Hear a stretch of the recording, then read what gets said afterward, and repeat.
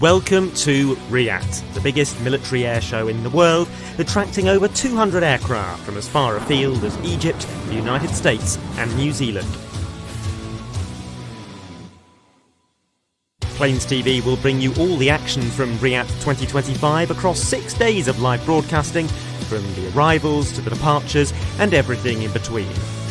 This year's theme is Eye in the Sky, and that has attracted some real gems for the flying display, including an Atlantique from the French Navy and a U-2S from the United States Air Force.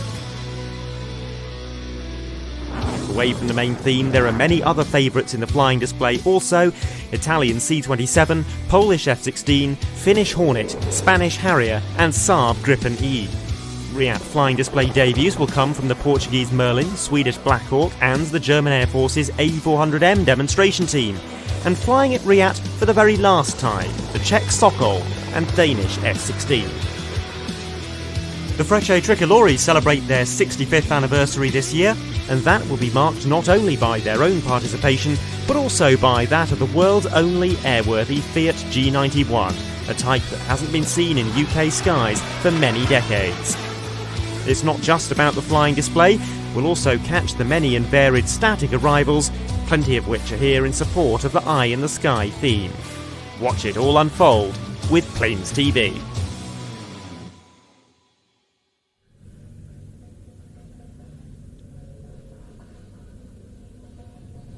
A very good morning, ladies and gentlemen, and welcome to day 2 of our live coverage of the Royal International Air Tattoo 2025. If you joined us yesterday, then you will have hopefully enjoyed about 10.5 hours of aviation action. Well, today might even be a little bit longer. We're expecting the first movements in around about 3 minutes' time, at least according to the list that we were sent yesterday.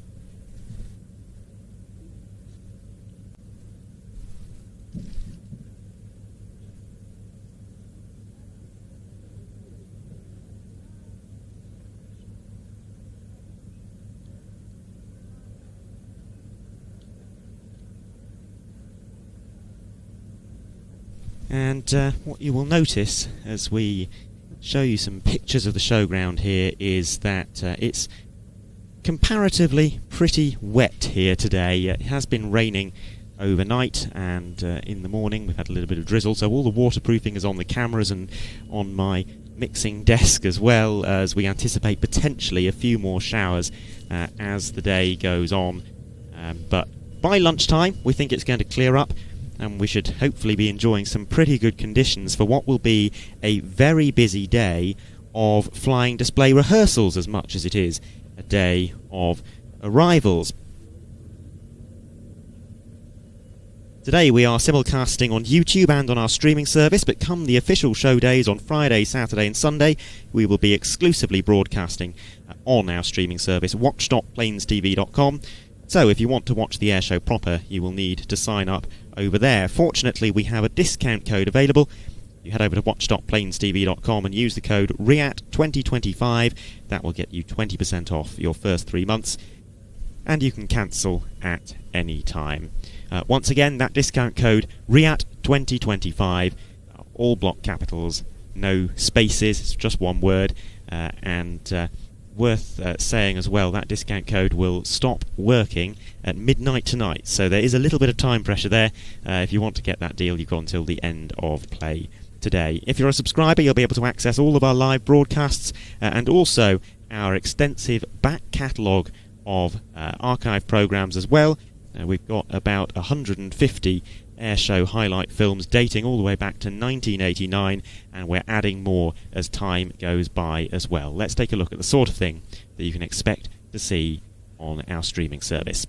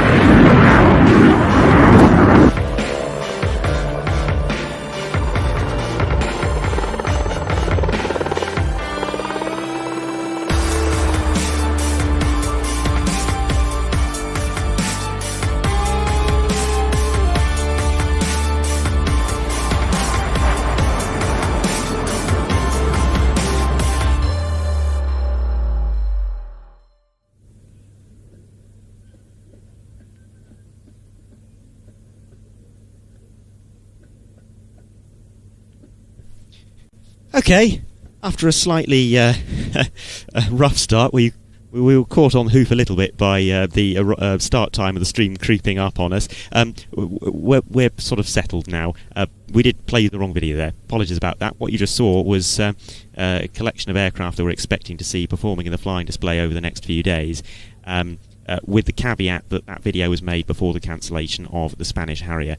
Now let's show you the video that you were expecting to see, which is a little preview of the sort of program that you'll find on watch.planestv.com.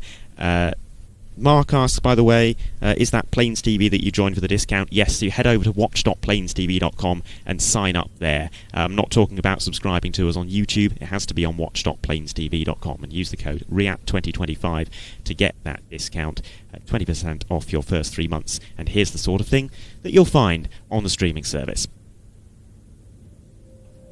The flying is accomplished and the display imagination is creditable.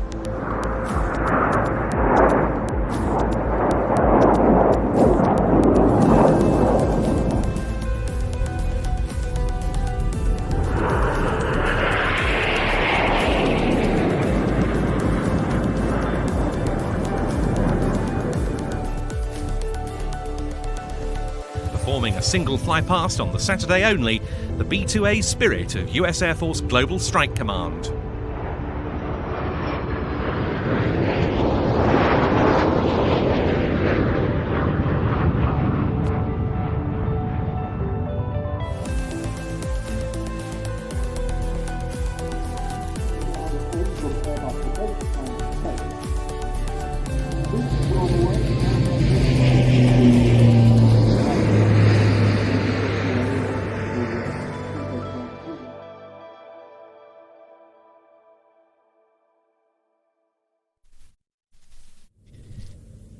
About 150 titles available on watch.planestv.com. Not just air shows, but some other aviation documentaries as well. Now, we are at the point of time where we expect to see the first aircraft arriving through the murk at any point. The first movement scheduled 3 minutes ago, in fact, and that due to be the KC-46A Pegasus from the United States Air Force. And what I'll do now is I'll run you through some of the other things that we are expecting to see today. Particularly today, there's a lot of rehearsals. I think I counted about 15 rehearsals, possibly more, that are due to take place. And that will start at 10 past 10 today with the Portuguese Air Force Merlin. We're also going to see the Black Cats, the Svidniks of the Czech Air Force, the Finnish Air Force F-18C Hornet, Polish Air Force F-16 Fighting Falcon as well. Then we have another period of arrivals, which will include the Tornado, the F-15, and some vintage types. And more rehearsals will follow later on. Starting at about 1 o'clock, we have the Frecce Tricolori, we've got the Gripen E, we've got the Finnish Air Force Hornet again. There's 2 different pilots and both of them need to practice. We've got the Italian solo displays, the F-2000A Typhoon, the C-27J Spartan, and the T-346A Master.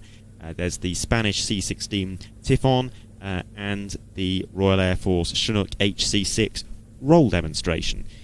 We'll get into what a roll demonstration is and how it's different from a display later on in the broadcast. Then we have further arrivals, which will take us all the way through until about 7 o'clock this evening, 7:30 possibly, and that will be punctuated by a couple more rehearsals in the late afternoon. Spitfire pair, Danish F-16, Slovenian PC-9, something that I'm not going to mention just yet. I shall leave that as a surprise. And we have a couple of validations right at the tail end of the programme from the French Navy, Atlantique 2, and the Swedish Air Force Black Hawk. So, validations, rehearsals, roll demonstrations. What does all of this terminology mean? Well, there's effectively 3 things that an aircraft can do in a flying display, at least under British regulation. There is a fly past, which can consist of up to 3 passes with minimal manoeuvring. There is a roll demonstration, and there is a display. A display is a full program that includes usually aerobatics, linking manoeuvres. It flows nicely, and it has been choreographed with the purpose of entertainment. A display requires a display license, if you like, a display authorization. And if a pilot doesn't have that, then they have to conduct a validation in order to get a temporary dispensation to perform in front of the public here in the UK. A roll demonstration is kind of between a fly past and the display. It doesn't require a validation typically, and that is a showcase of operational manoeuvres, but it's not necessarily performed for the purpose purely of entertainment. It's a demonstration of what the aircraft would do in regular service. So we do have some roll demonstrations coming up.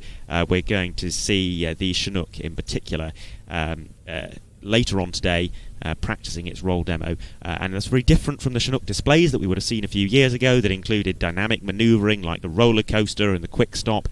Instead, the roll demonstration is more about the operational side, like carrying underslung loads or carrying vehicles inside the cabin, things like that. Fast roping, and we'll get to see some of those capabilities being demonstrated as part of the Chinook's practice display later on today, or practice roll demonstration later on today.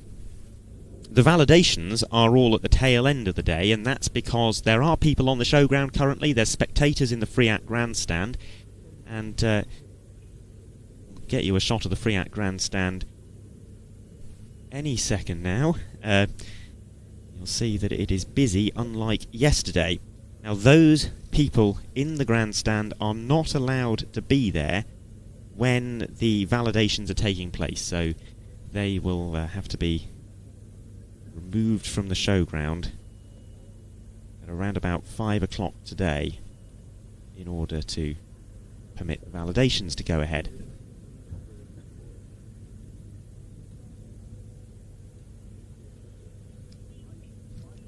Great to see some familiar names in the chat from yesterday. Thanks for sticking with us for yet another day of live action. I am using the live chat on YouTube to refer to, and I will try to interact with some of you over the course of the day. The live chat that is on our website it doesn't tend to be quite so busy on the arrival days, so I'm going to be using the YouTube chat to refer to. It's also slightly easier for me to get up on my tablet, but when we are broadcasting exclusively on our streaming service tomorrow, then I shall, of course, be referring to the live chat that we have over there.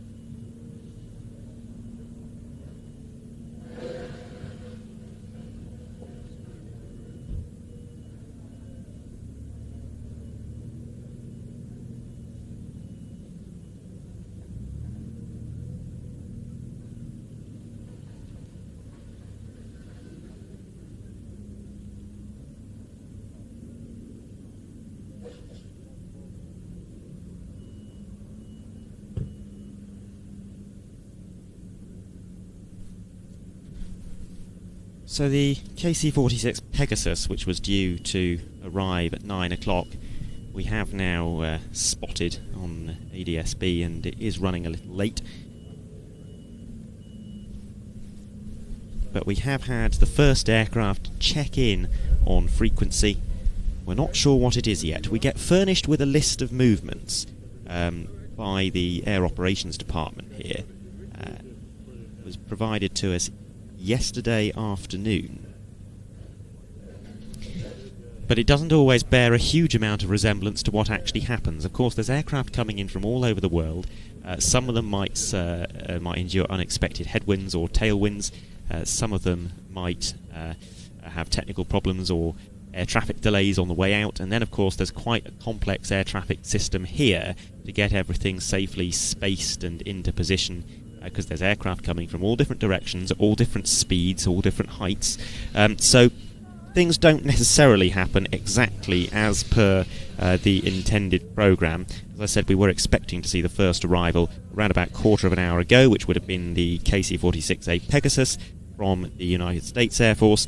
We're also expecting to see, arriving fairly early on, Boeing 737-700 Boeing business jet from the Boeing company, and we are expecting to see some of the microlights from the RAF Microlight Flying Association as well. But seeing as we don't have anything happening right now at this precise second, let's dip into our archive, and we're actually releasing a new program next week after the Air Tattoo finishes. It will be released on watch.planestv.com for our subscribers, and that is a program that has been made from previously unseen tapes from the International Air Tattoo 1993. That was a vintage year for the Royal International Air Tattoo. So many extraordinary aircraft that turned up, some of them being seen in a British flying display for the very first time, like the MiG-21, some of them being seen on British static display for the very first time, like the Tupolev 295. So all of these tapes were taken out of storage. We restored them, digitized them, restored them, and edited a program about 2 hours long, going through almost everything that flew at IAT 1993. Not quite everything, but here's a little look at that program, which we will be releasing in a few days' time. For over 30 years, our tapes from the International Air Tattoo 1993 have sat untouched and unseen, wasting away in storage. Finally, we've captured the tapes and painstakingly restored the footage, and now, for the first time, we can bring you the highlights of a truly vintage air tattoo.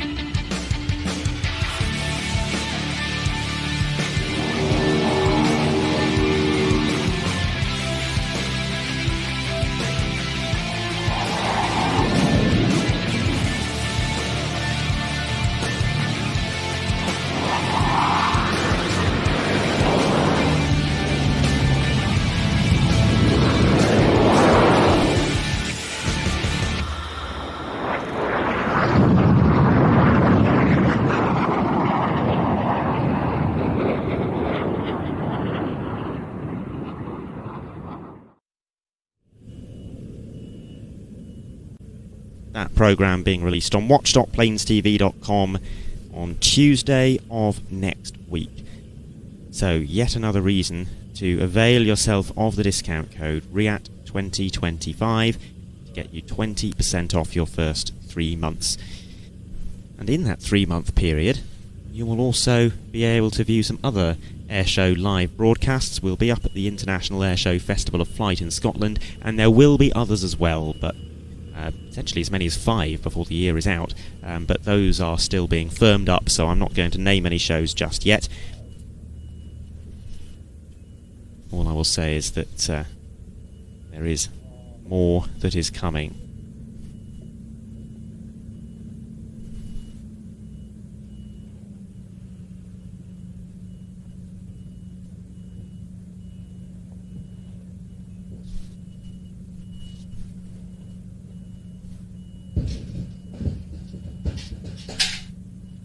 What you might be able to hear in the background as the stream goes on is some of the construction work that is ongoing here at RAF Airport. The site is still in build mode, and just around our little studio area they're actually putting out a whole load of flowers and plants around the VIP hospitality chalets. There are vehicles moving about, so you will periodically see vehicles moving in front of the camera and potentially blocking some of our sight lines a little bit, and you'll hear construction noises as well. I'm afraid there's nothing we can do about that.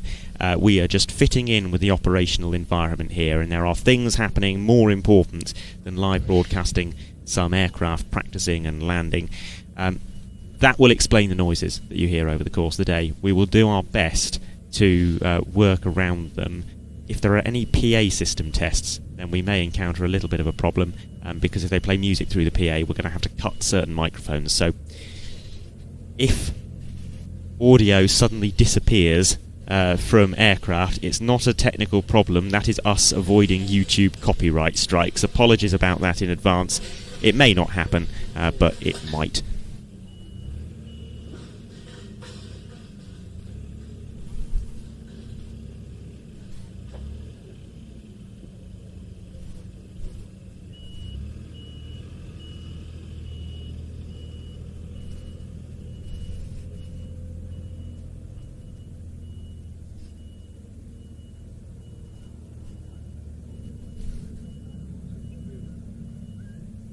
Mohammed asks, has the Pakistan Ilyushin Il-78 left? We were expecting it to leave yesterday, arriving as a support aircraft for the JF-17s and probably being on the ground for an hour or two and then heading for home. As it happens, it has elected to stay all weekend in the static display, so we'll see it depart on the Monday along with the JF-17 and the Pakistan Air Force C-130 Hercules. Great for the visitors coming to be able to see the aircraft in person, up close, as part of the static display lineup. A static display which is around about 1.5 miles long, and I've been out in the areas that we are able to access, perusing some of the aircraft that we saw arriving yesterday, and great to get a slightly different perspective on them, and we will try and bring you out into the static display later on in the live broadcast to show you how it is being built up and some of the aircraft that have been now put into position.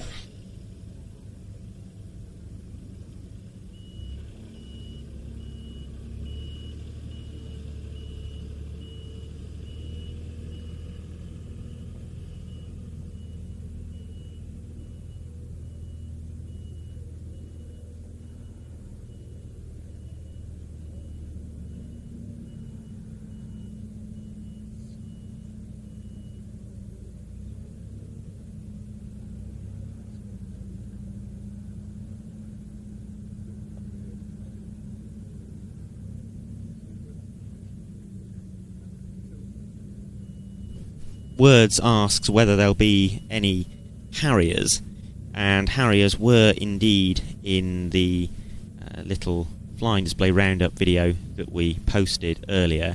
There have been a few cancellations to the flying display. Unfortunately, the Harrier is among them, but the video that we made introducing the programme is already set in stone, and we don't really have any capability to take the Harrier out, I'm afraid.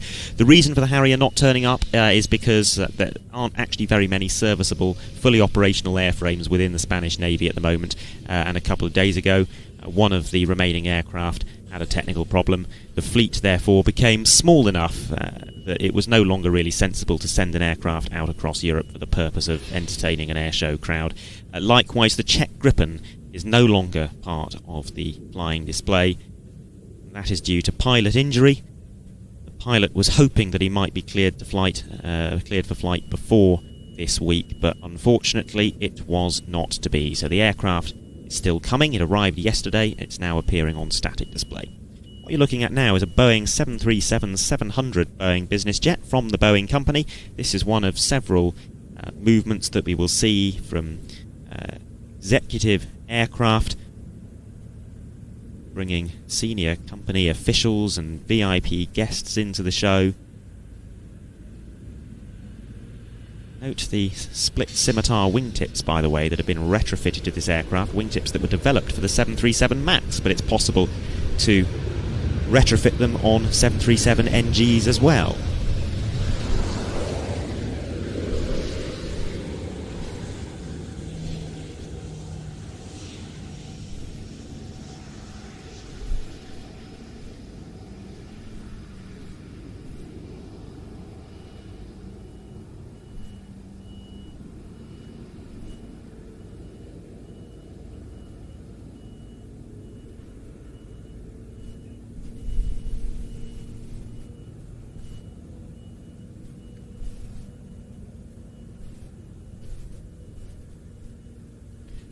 High Flying Phantom 18 asks, will the departures be live on YouTube? And yes, they certainly will be. We'll be live from 9 o'clock on the Monday morning through until probably around 5 o'clock in the afternoon.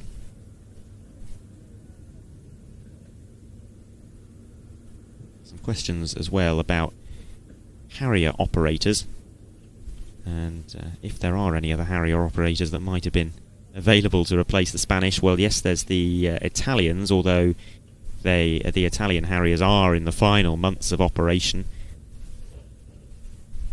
and they don't have fully fledged display pilot trained up. We did have Spanish Harriers on static display here a few years ago. That was a very rare catch indeed. And the US Marine Corps still operate the Harrier as well. They will continue to fly the type until 2027, but again, they no longer have a display crew. The last year of US Marine Corps Harrier displays was 2024.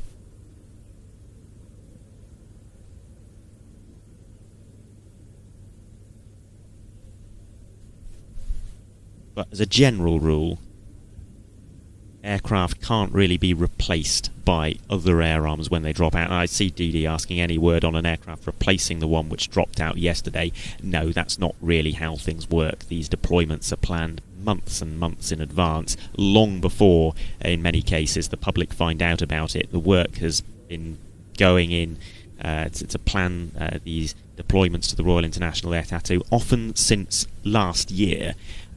It all has to fit in with squadron planning for operational requirements, for the number of flying hours that they're permitted to use in the course of a year, the amount of budget they are permitted to use over the course of a particular financial period, and of course it all has to be approved at a very senior level within their own Air Force as well. So it's not as easy as saying, oh, that aircraft has cancelled, we'll call up another Air Force and see if they can bring something along. These things are months and months in the making. Anton asked if the duty runway is still runway 27. I'm a little bit late seeing some of these questions. I think that has probably just been answered by seeing that 737 landing on. Yes, it is for the time being, and I think it's forecast to remain as such over the course of the rest of the day.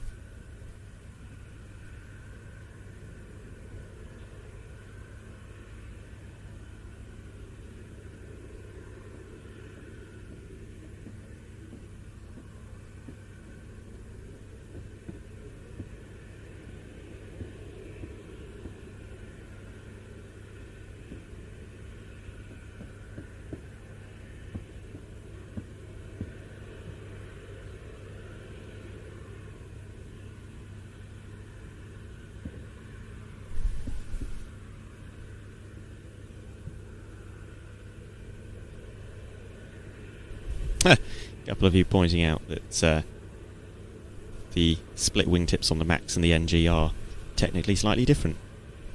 I have learned something new today. Thank you very much.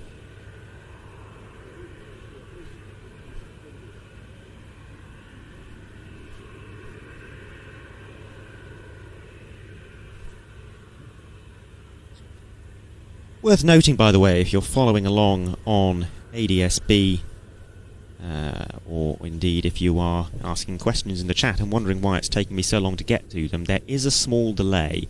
It takes around about a minute until the feed actually makes it to you on your computer at home, so that's why it's seeming to take a while for me to get to some of your questions, but it's also why you might be looking at ADS-B Exchange and thinking something's on final approach and wondering why we're not filming it yet.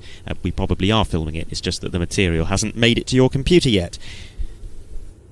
Question as well about why there's no F-35B roll demonstration this year. Well, that is due to the very high operational tempo of the Royal Air Force F-35 fleet at the moment. Quite a number of them deployed as part of the carrier strike group heading out to Asia, and that means insufficient aircraft and crew to work up a full roll demonstration this year. However, we are still expecting to see Royal Air Force F-35Bs, one of them appearing on static display and another one on the Friday only, performing a flypast and a hover towards the end of the flying programme.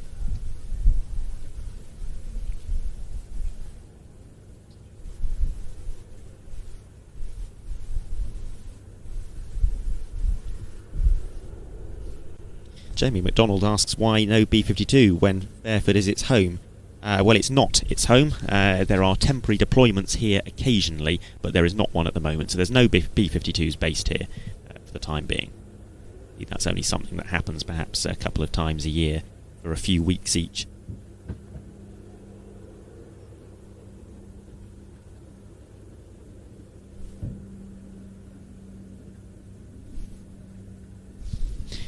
KC-46A Pegasus is now on final approach, our first military movement of the day. It's an advanced version of the KC-767, which is itself based on the 767 airliner. It's a bit of an amalgamation of various 767 variants. It combines the fuselage of the 767-200ER, the wing, cargo door and floor of the 767-300F, and the cockpit of the 767-400ER. The first delivery took place in 2019, and the type has been selected to replace the oldest KC-135s in US service. It's also in the running to potentially replace the rest of the US Air Force KC-135 fleet. The primary difference between this and the older KC-767 that I mentioned a moment ago is the integration of a semi-automated refuelling boom, which is operated remotely by a boom operator sitting at the front of the aircraft rather than a boom operator lying down in the back looking out through a window. That system, though, has proved rather problematic and caused significant delays in the KC-46 programme.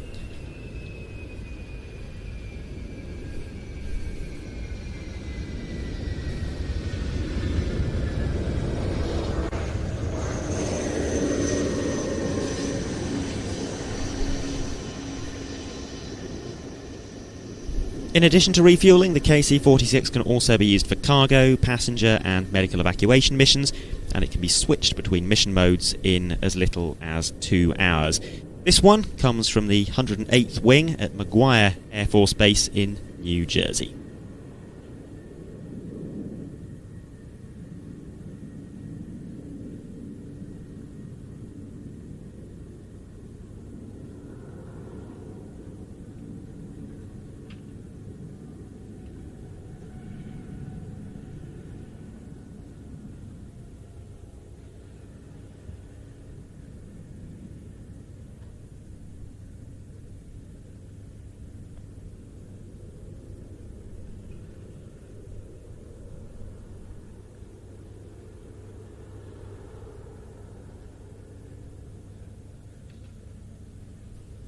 Question in a similar vein to earlier. As Keydub asks, with the limited RAF F-35Bs, will there be other nations' F-35s conducting flying on the Sunday? No, there won't be. Again, that's not really how things work. Nations don't step up to fill in the gaps just because there is a gap. There is no other, well, there is no nation at all in Europe that is performing F-35 displays at the moment. The F-35B roll demo from the Royal Air Force last year really was the first, and of course we hope that that will return to the airshow circuit at some point in the future. The only nations that perform F-35 displays at the moment are the United States, who have 3 such demo teams. The F-35A from the US Air Force, the C model from the Navy and the B model from the Marine Corps, and the Royal Australian Air Force, 2 operational conversion unit from the RAAF, performing some very compelling displays in the F-35A. But neither of those nations are sending their demonstration teams to RIAT this year. The availability or not of a Royal Air Force team will not have been a factor in that decision.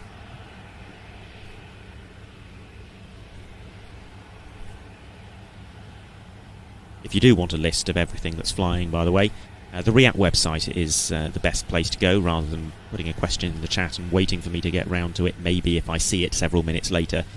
The RIAT website has the most up-to-date official information about what is and isn't flying over the next few days.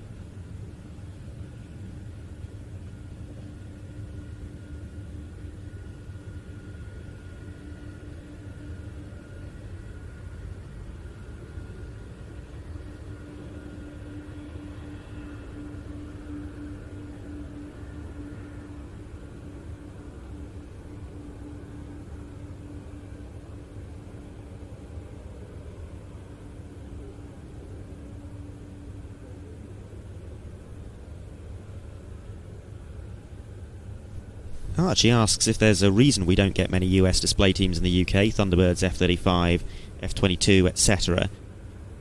Well, quite simply, one reason is that there's quite a lot of air shows in the United States, and that is quite reasonably their priority. When there's several air shows per weekend in the US and only so many demonstration teams to go around, they really do need to focus on their primary objective, which is recruitment and promotion of the US Armed Forces domestically. However, on occasion we do get to enjoy them overseas. That does typically need to be connected to a deployment. So for an F-35, for example, they would not usually fly their demo team aircraft all the way over from the US to Europe or Asia for a show. There would have to be an aircraft that is based close to the show or on deployment to that region anyway, and the pilot and the ground crew will come out perhaps by a commercial airliner or perhaps on a US airlifter that happens to be going in the right direction, and they will borrow a jet from that local unit. If there isn't a local unit operating that aircraft type, or a deployment from which an aircraft can be temporarily borrowed, then that immediately means we're very unlikely to see one of those demonstration teams.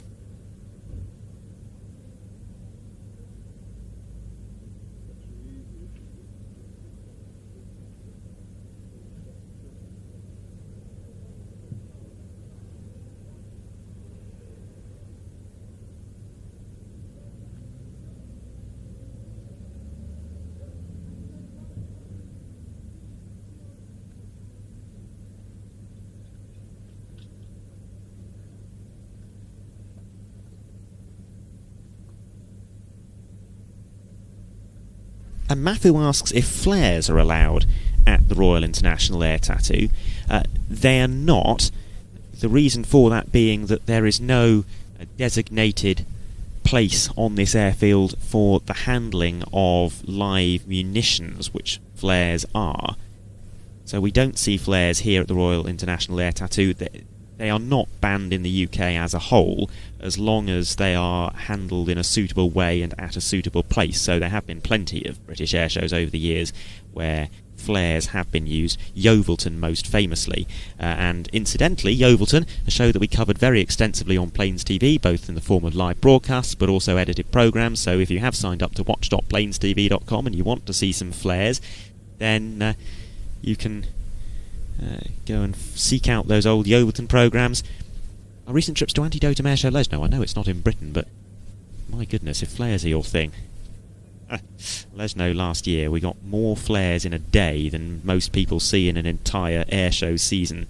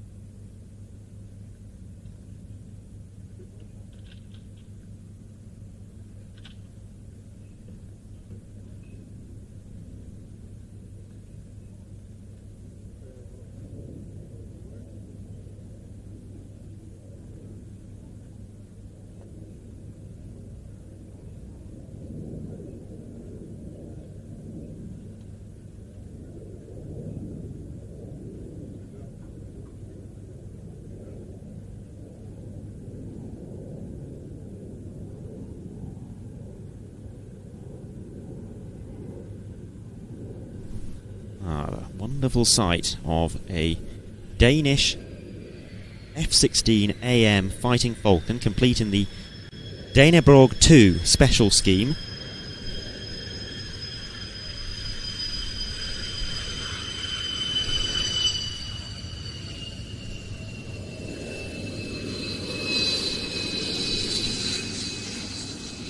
Denmark was one of the original 4 international customers that came together to buy the F-16 as a replacement for the F-104, and in Denmark's case also to replace the J-35 Draken, and those air arms collectively became known as the European Partner Air Forces, not just Denmark but also Belgium, the Netherlands and Norway.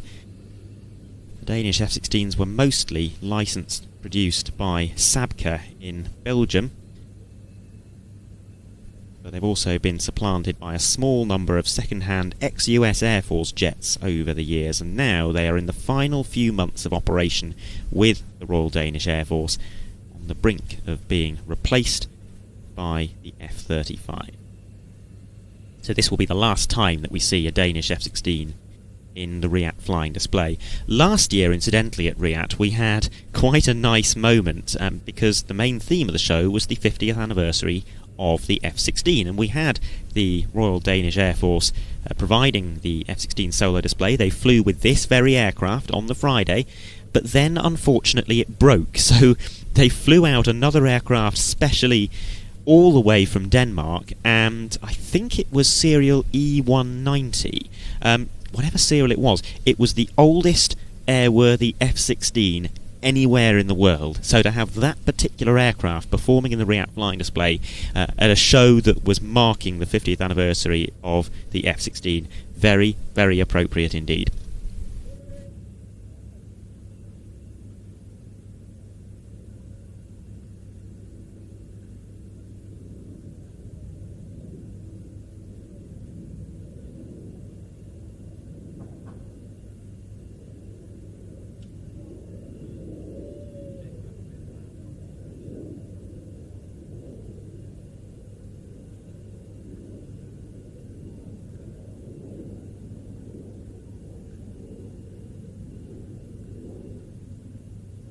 Incidentally, this aircraft is not operating with a spare, it's not operating with a mechanic. This is a minimal team, as with initially last year.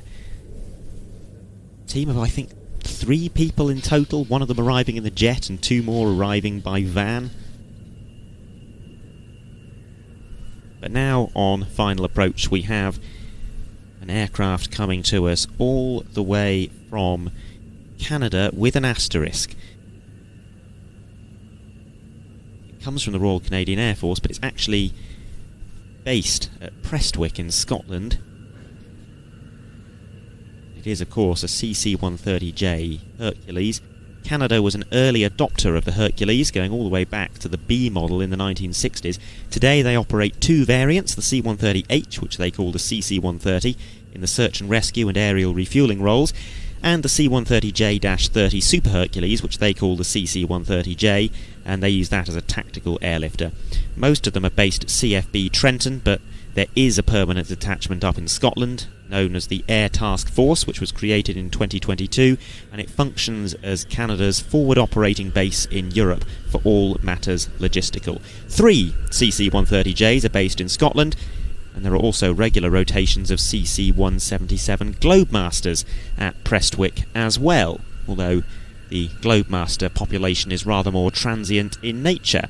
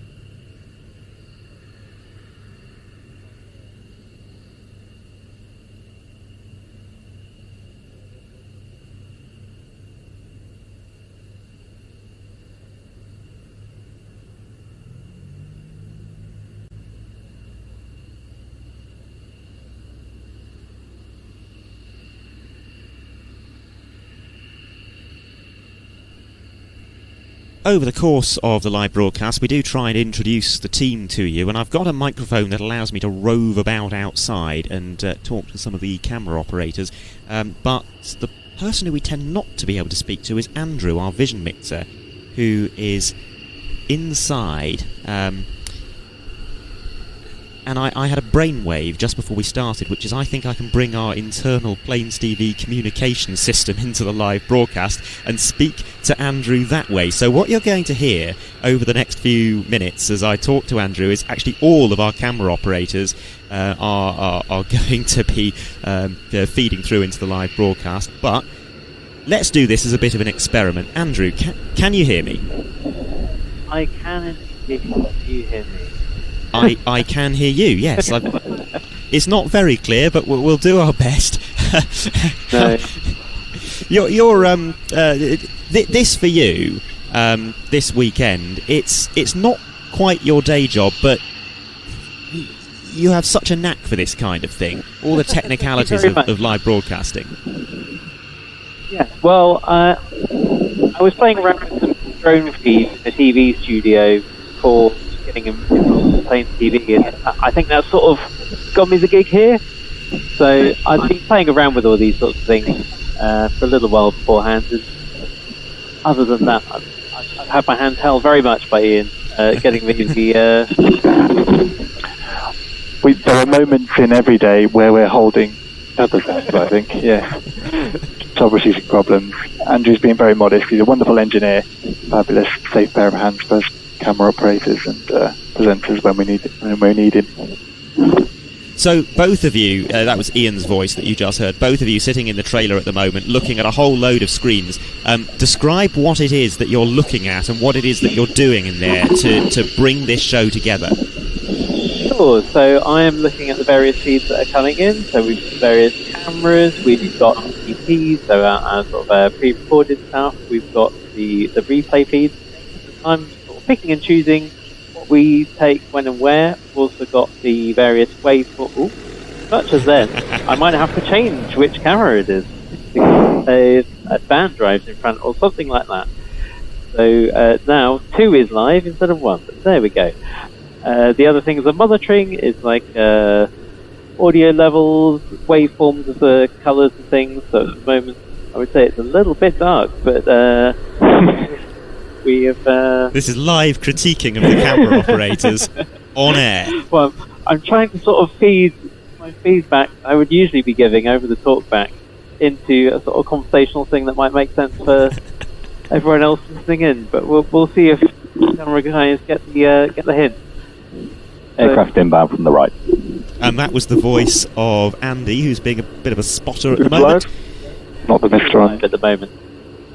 And we'll let them get on with their work and bring the communication loop out of the live broadcast, because it is time for them to get a little bit busy now as we try and work out what is coming in from the right. Spots the little speck in the distance that Andy has been able to acquire visually, and there it is. That is a French Navy Atlantique 2, an aircraft that will be performing in the flying display and indeed will be performing a validation later on today. It's been a long time since we've seen an Atlantique 2 in a British flying display. I recall there was an attempt in 2018 here at the Royal International Air Tattoo. It was part of the RAF 100 show, and the aircraft came in, performed its validation, and then left for home on the Wednesday or the Thursday before the air show began, called back for operational reasons. So of course we very much hope that that won't happen today. Interesting display that they've put together for this aircraft. They'll be flying past in various different configurations, for example with the radome extended in a clean configuration, in the search and rescue configuration. There are various things that can be extended and retracted from this aircraft.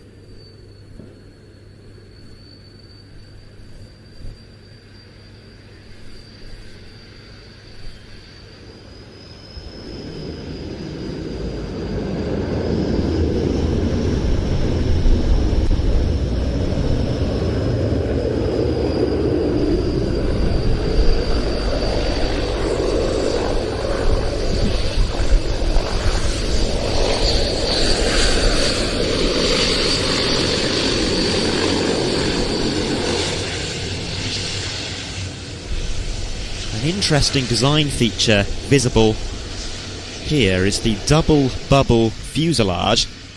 The top bubble contains the pressurised crew compartment, which can accommodate a crew of up to 14. The lower bubble is unpressurised, and that houses a 9-metre long weapons bay, a retractable radome, and a sonar buoy dispenser. Another distinctive feature extending rearwards from the tail, the point at the back of the aircraft is a magnetic anomaly detector used to detect small changes in the Earth's magnetic field, and those anomalies can indicate the presence of submarines. There are also ESM pods on the wingtip which intercept and decipher radio transmissions.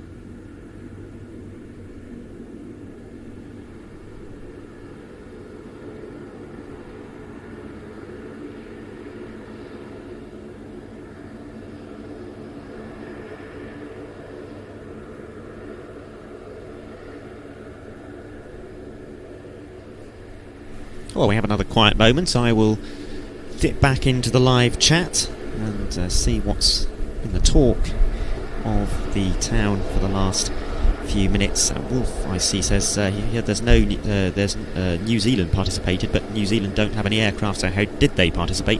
New Zealand very much do have aircraft, and that is how they participated. They sent one of their Boeing 757s, of which they have 4. They also have Beechcraft T6 Texans in the Royal New Zealand Air Force, and quite a variety of helicopters as well. The Texans in particular are active on the airshow circuit in the form of the Royal New Zealand Air Force aerobatic team, the Black Falcons.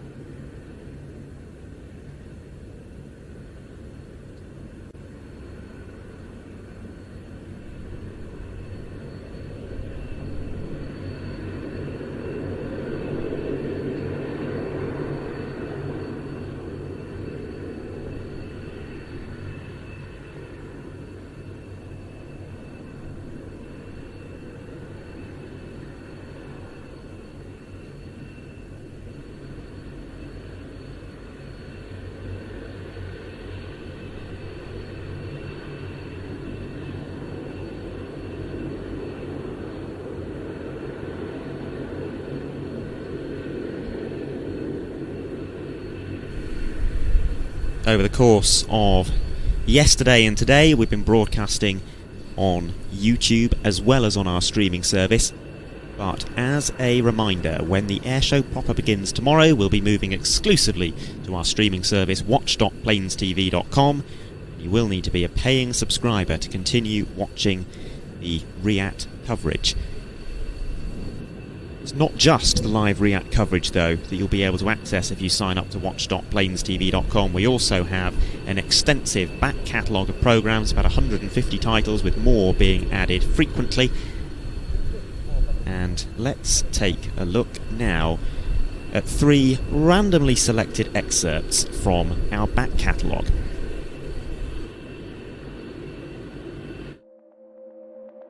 Plenty of pyrotechnic accompaniment here and plenty of action in the air as well, not least from a trio of replica Fokker DR-1 Dreideckers. They did battle with a pair of replica SE-5As and a Nieuport 17. One of the triplanes was from the Great War Display Team in Britain, the others both provided by the Casque de Cuir collection.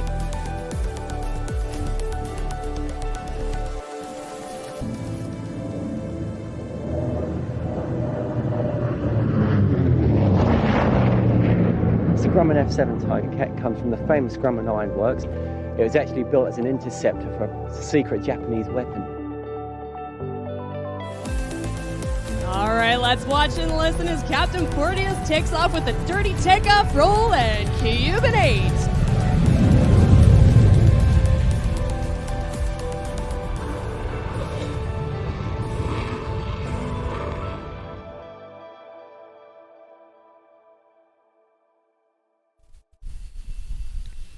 All that and more available on watch.plainstv.com, and if you want to sign up, there's no time like the present, because we have a discount code available until midnight tonight. Use the code RIAT2025, all capitals, no spaces, RIAT2025. That will get you 20% off your first 3 months, after which it will revert to full price, but you can cancel at any time.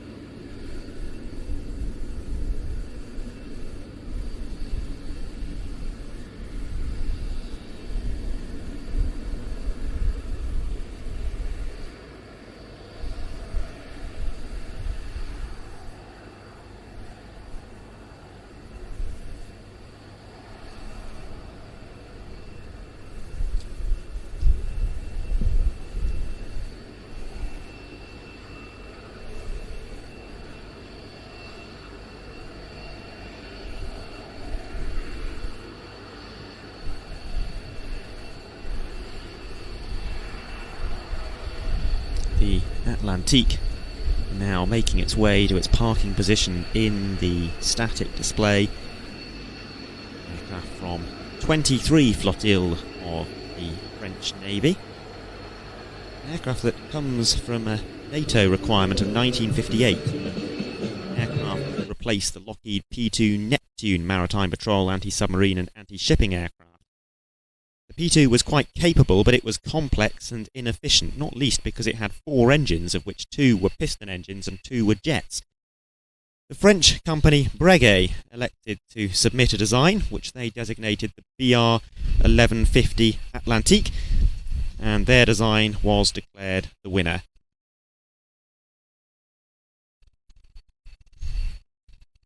Prototype first flew in 1961. The production version, which featured a lengthened fuselage, followed 2 years later, and entry into service came in 1965.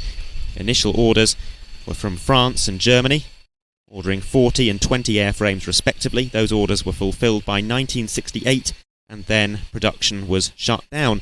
But 4 years later, production restarted to accommodate new orders from the Netherlands. In 1978, work began on a new updated version of the Atlantique called the Atlantique Nouvelle Génération, and later renamed the Atlantique 2. That's the model that we see before us now. It featured the same fuselage and power plant as the original, but the equipment, sensors and avionics were all updated. New radar, new computers, an infrared camera turret was installed on the nose, and the aircraft was made compatible with the new Exocet anti-ship missile.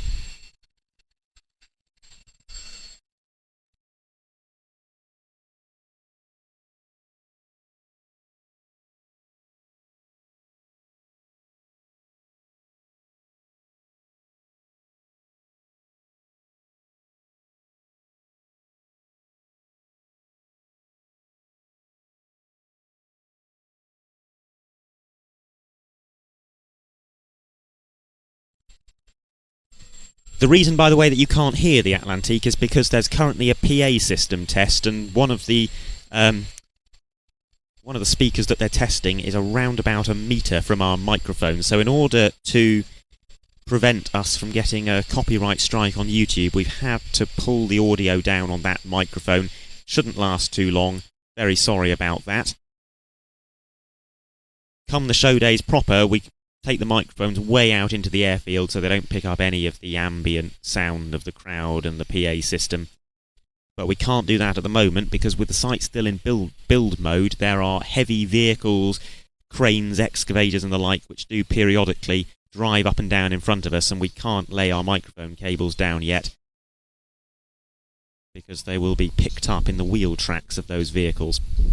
Phil Rice says, I mentioned the Canadian Hurt came from Prestwick. According to ADSB, it came from Southampton. It may very well have done, but it's based at Prestwick, which is what I was referring to.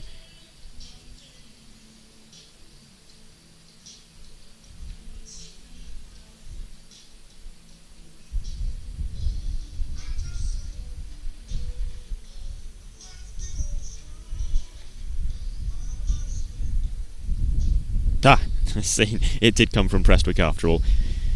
Thanks, Phil, for the information and then the correction.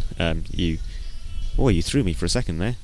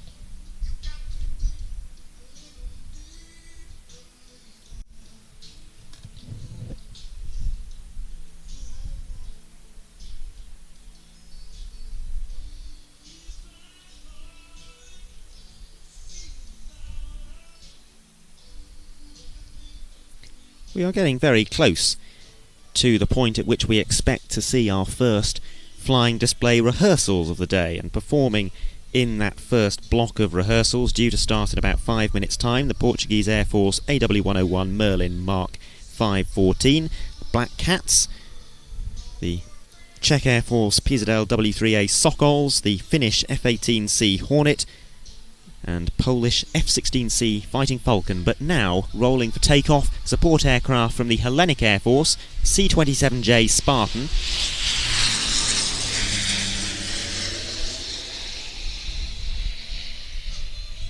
And that will be heading for home. It's been supporting the deployment of the Mirage 2000-5s that are here on static display. We saw those Mirages arrive yesterday.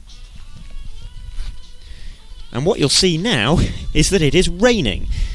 A few spots of water on the lens, and what I'm doing here is I'm taking my coat off and using it as a hasty means of waterproofing the audio equipment that's set up in front of me.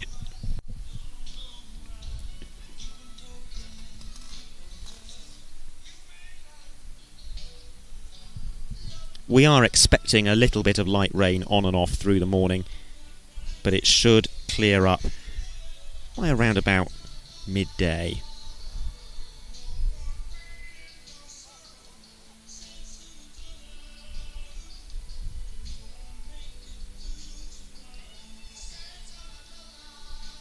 Incidentally, by the way, the commentary during the airshow proper over the next 3 days will not be provided by me. We'll be taking the official commentary feed from the Air Tattoo, which will be hosted by our good friend Ben Donnell, and Ben has just arrived in our vicinity. I spotted him over my shoulder a few moments ago. We'll try and get him to come and have a chat with us at some point. Always good to get Ben onto our live broadcasts.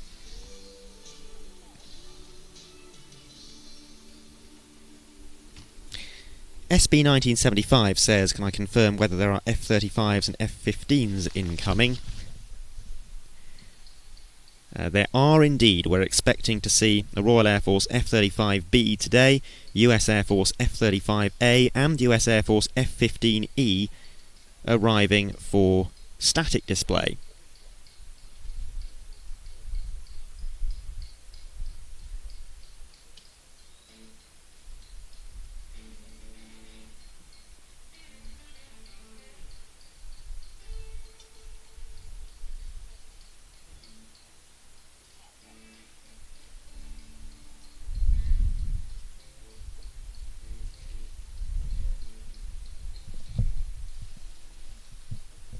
And now the Red Arrows taxiing onto the runway. They're not going to be performing a practice, they are merely going to be taking off for a display elsewhere and then returning to us a little while later.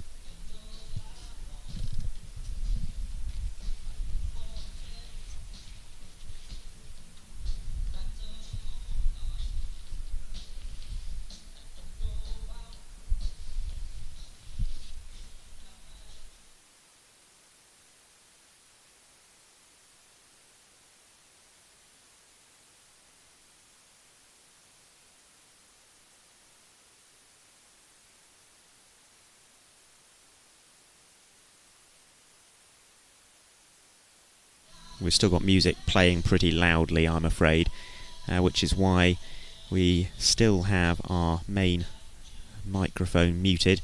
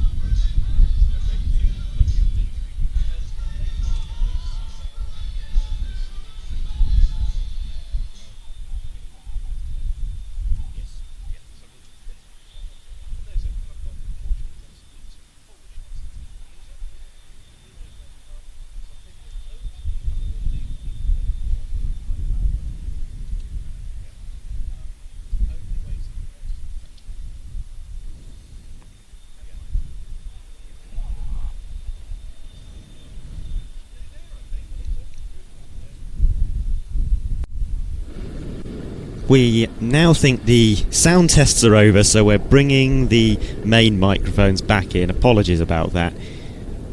We are having to fit in with some of the critical testing that is going on. It is, by the way, a legal requirement that shows have a functioning... the music's back. Legal requirement that shows have functioning public address system for the purpose of disseminating emergency messages. And playing music is a good way for the team to walk up and down the front line here and make sure that everything is working as expected. But what we're seeing on screen now is a Portuguese Air Force AW101 Merlin from Esquadra 751. Started its display with a high performance takeoff.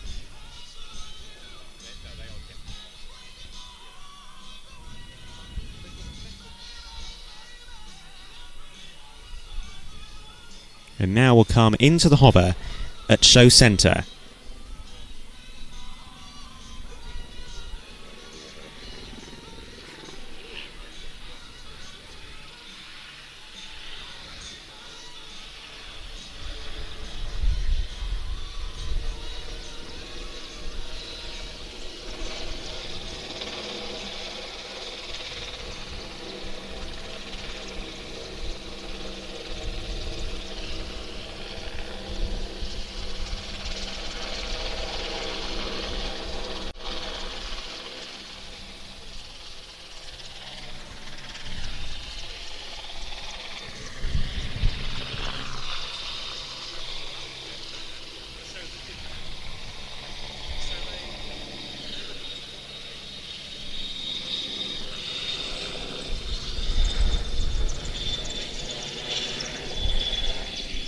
For a relatively small country, the Portuguese Air Force has a massive task. It is responsible for providing search and rescue cover for huge tracts of the Atlantic, 2 million square miles in all, including some of the busiest shipping lanes in the world. To facilitate this, the Portuguese Air Force has invested in 2 immensely capable search and rescue fleets. They operate 5 C-295 Persuaders, which can cover huge distances and carry powerful sensors, and they operate 12 of these Augusta Westland AW101 Merlins. The squadron's motto, Esquadra 251, is "So others may live." A fitting statement because this unit has saved around 5,000 lives.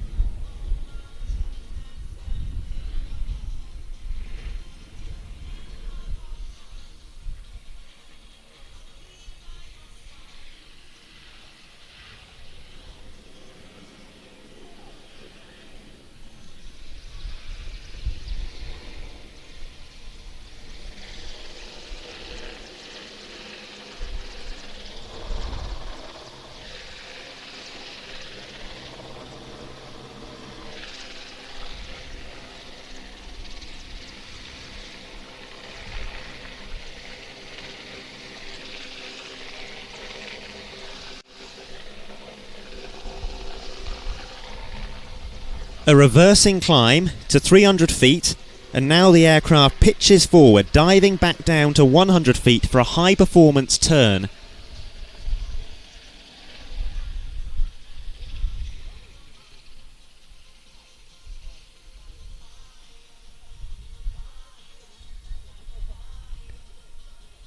Before the Merlin, the Portuguese Air Force operated the Puma in this role, but the Merlins, which entered service in 2006, are a huge step up. This is a helicopter that was designed and built to operate far from safety in the maritime environment. Most notably, and unlike almost every other helicopter in its class, it doesn't have 2 engines, it has 3. In the case of this specific model, it's the Rolls-Royce Turbomeca RTM 322, an engine designed specifically for this aircraft type, producing roughly 2,100 shaft horsepower apiece, and each one draws fuel from a separate fuel tank, which provides huge redundancy if an engine fails at sea. And speaking of fuel tanks, the range of the Merlin is immensely impressive. Almost 300 nautical miles with standard fuel tanks, or 400 nautical miles with an extra tank installed in the cabin, and that allows the Merlin to fly missions of up to 8 hours in duration.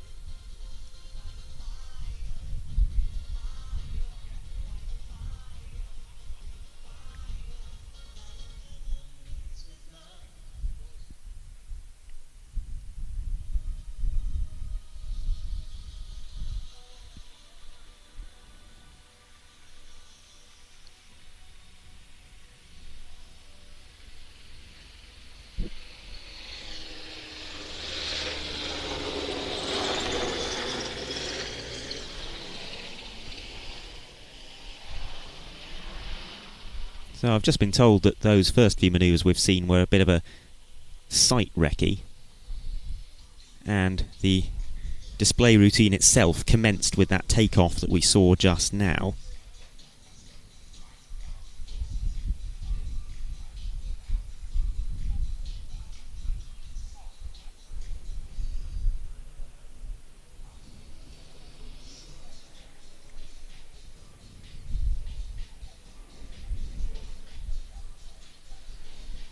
This is a display that has been designed with RIAT's very long crowd line in mind, so the crew making special effort to use the entire runway length, and when they do come into the hover at show centre, making sure to turn to the left and right as well to acknowledge those attendees at the extreme ends of the crowd line.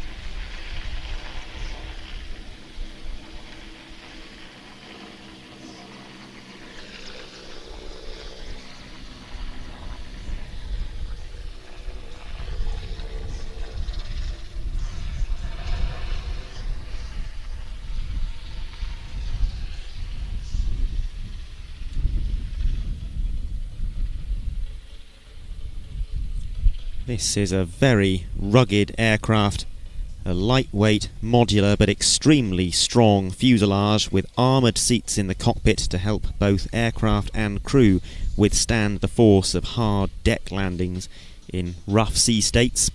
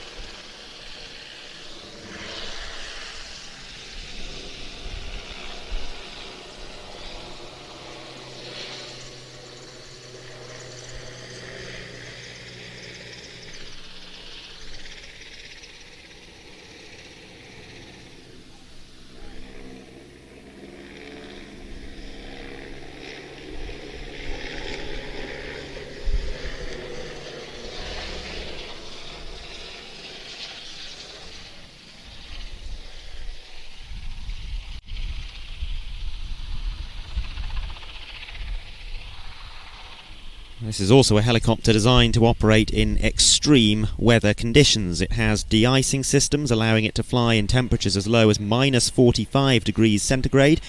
It also uses a form of fly-by-wire, which allows the aircraft to sit in a stable hover in strong winds, anything up to 40 knots.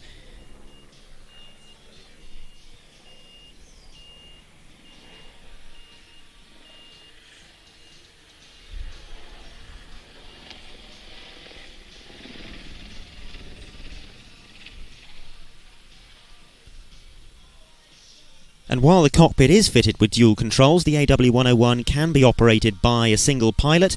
It has an advanced autopilot system that massively reduces the crew's workload and improves safety. It can be programmed not just to maintain certain speeds, headings and altitudes, but it can also be commanded to descend towards predetermined hovering points, allowing the aircraft to hover safely and precisely, even in pitch darkness when the crew has no visual reference points. In fact, the automated controls are so advanced that a pilot will often fly such a mission with his or her hands completely off the controls.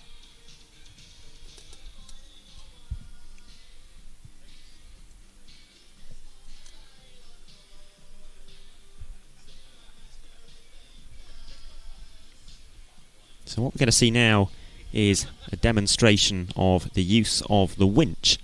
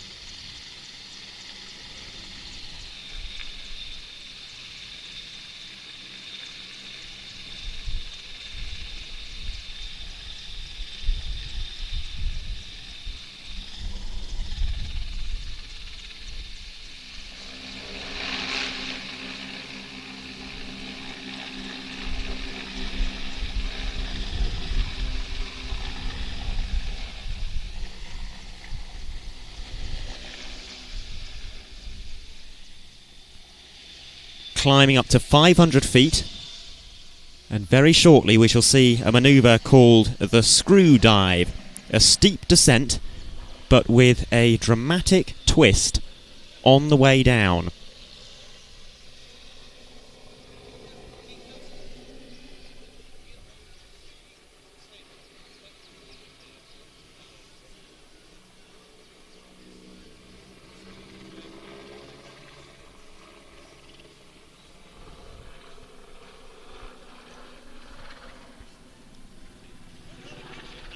Portugal's Merlins are packed with advanced equipment, night vision goggles, Sapphire 2 forward-looking infrared camera and 360-degree scan radar. Of the 12 Merlins in their fleet, 6 are Mark 114s configured for search and rescue missions, and they are on permanent 24-hour standby both from their main base near Lisbon and also from a satellite base in the Azores. A further 4 Merlins are Mark 516s outfitted for combat search and rescue, and the remaining 2 are Mark 515s used for fisheries patrol. The rear ramp has now been opened, as you can see, and the aircraft is making its way all the way down to the left-hand side of the aircraft. It's getting quite dark here at the moment. It looks like we might potentially have some more rain coming in the fairly near future. But now the Merlin comes in from the left-hand side for what will probably be its final pass, or at least the final pass of its display proper. We may get a bonus encore as the aircraft heads back to its parking place.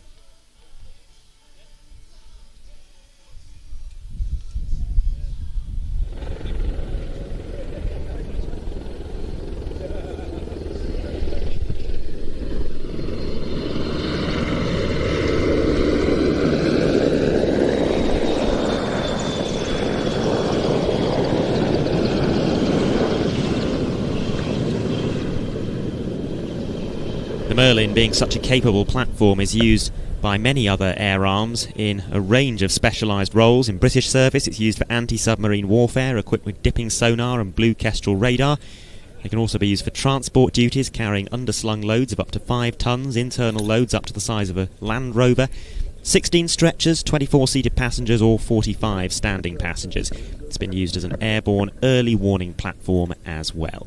In all, some 13 nations operate the Merlin, and it remains in production today in upgraded form. This is, however, the first time that we've seen a Portuguese-operated Merlin at RIAT, and it's been 13 years since we've seen a Merlin of any kind in the RIAT flying display.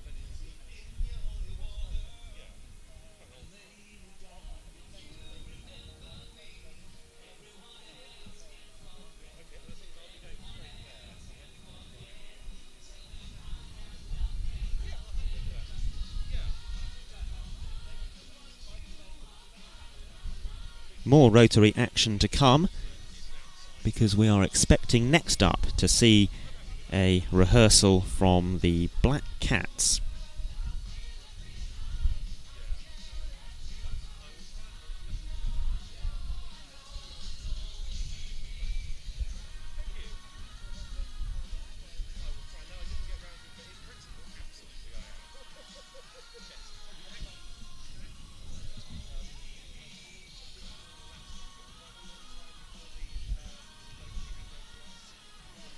Luke asks if pyrotechnics are still used at displays, and I'm happy to say yes, they are, and will be used tomorrow as part of the Army Air Corps capability demonstration, which will involve a couple of Apache AH-2s and a Wildcat AH-1. The first time that we'll have seen either of those marks in a RIAT flying display. That will be accompanied by explosions on the ground.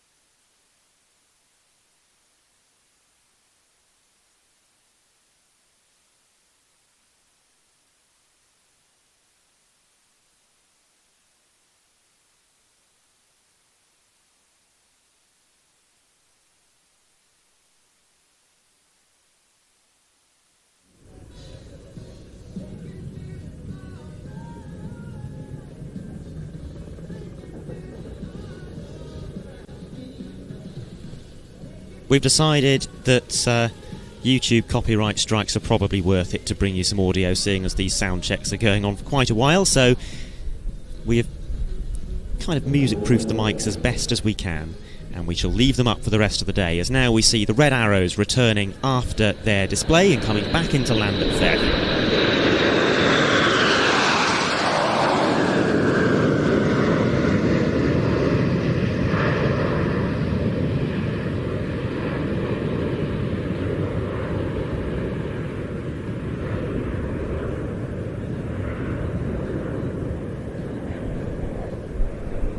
Incidentally, plenty of discussion about the weather going on.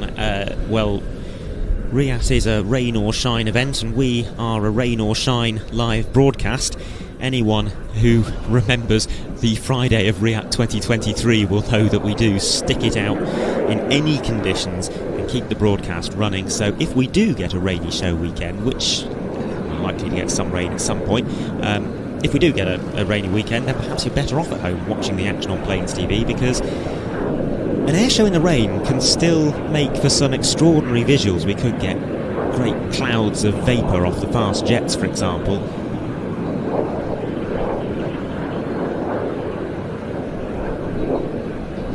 So you can watch all of that from your warm and dry living room as we stick it out and suffer the conditions on your behalf.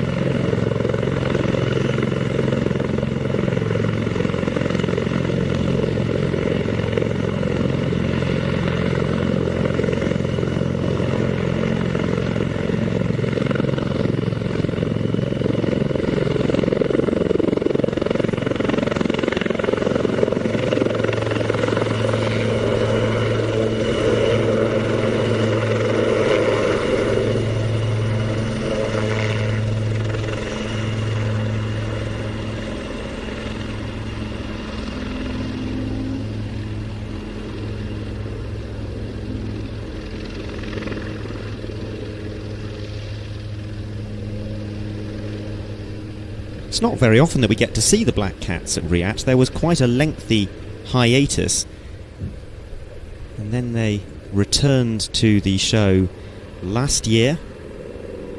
So this is their second consecutive RIAT appearance. They come from 825 Naval Air Squadron. Currently we've got speed.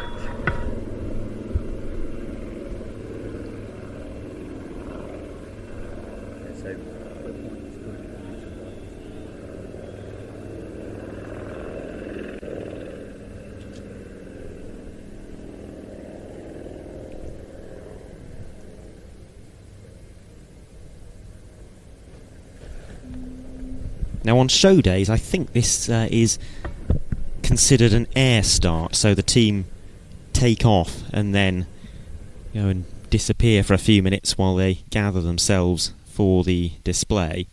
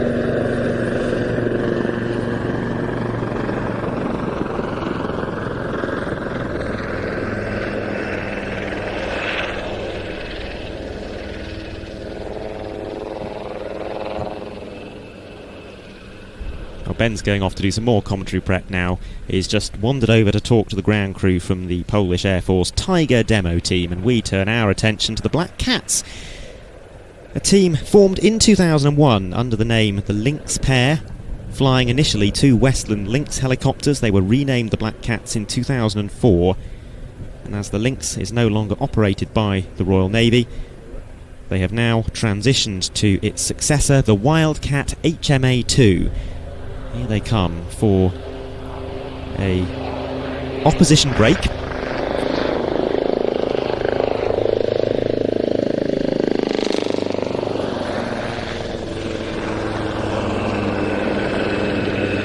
Black Cats began flying the Wildcat in 2014, but for the last decade they've become quite an infrequent sight on the airshow circuit, such as the operational tempo of the Wildcat fleet.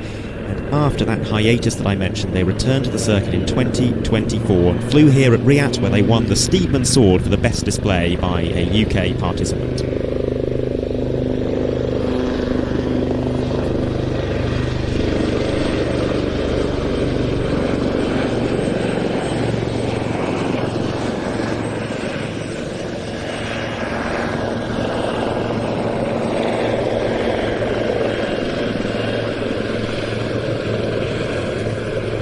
Superficially, it does look quite a lot like a Lynx, but this is a wholly different aircraft under the skin.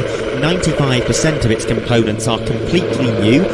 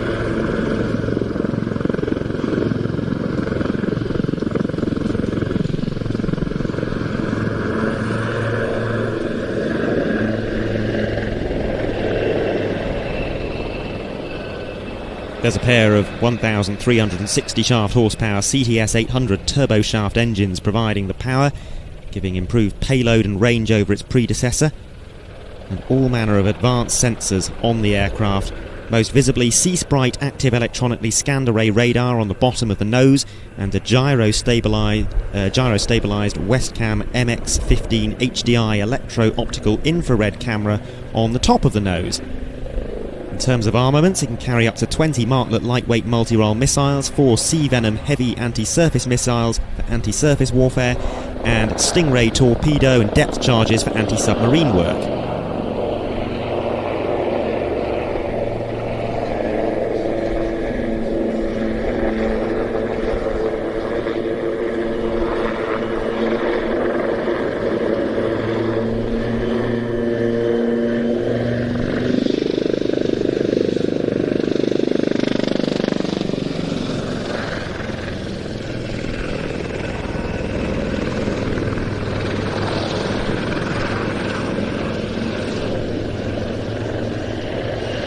The Royal Navy operates 28 Wildcats, the first of which were delivered in 2012. The Wildcat AH-1 has also been procured for the Army Air Corps. That variant entered service in 2014.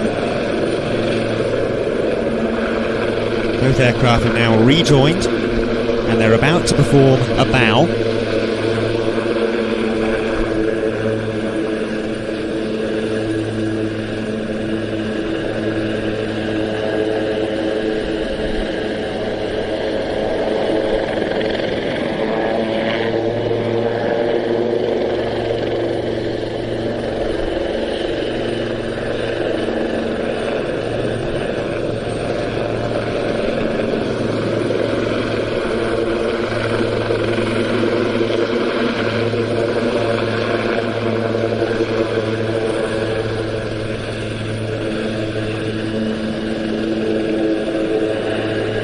Type is also used internationally. It's been delivered to the Republic of Korea Navy and the Philippine Navy. Algeria has ordered the type, and it's also considered to be a front-runner in the Malaysian procurement competition to replace their Superlynx fleet. An over-the-shoulder transition there, and very shortly we'll see the aircraft running in for their final manoeuvre.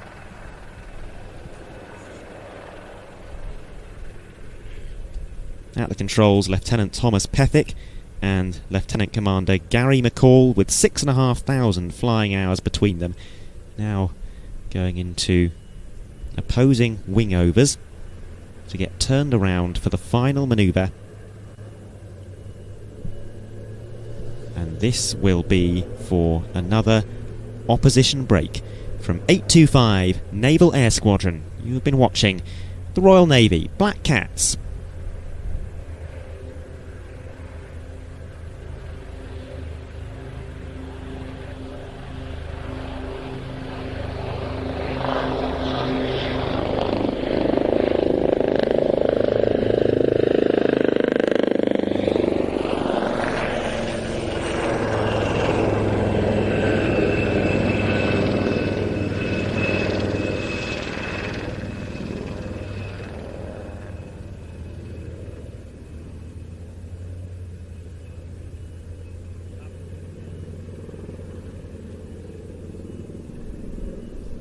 It really cannot be overstated just how tough these helicopters are. The structure and the landing gear is able to take simply enormous loads that are inherent in operating from the decks of ships in rough sea states. It is sometimes necessary to slam the aircraft down onto the deck with considerable force and then use a lot of power to stick it to the deck, using effectively reverse thrust by varying the pitch of the main rotor.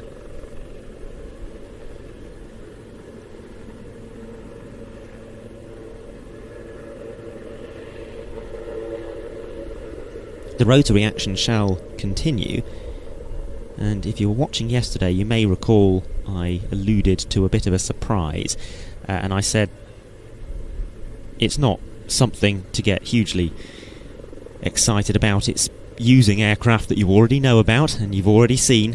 So don't go expecting a B-21 Raider. Well, we are about to see that surprise, which is a two-ship of Sokols, as opposed to the solo routine that we've seen in the past and that we saw being practiced yesterday. But first, let's get the Wildcat, one of the two Wildcats, back to its parking space, which requires a transition down the runway.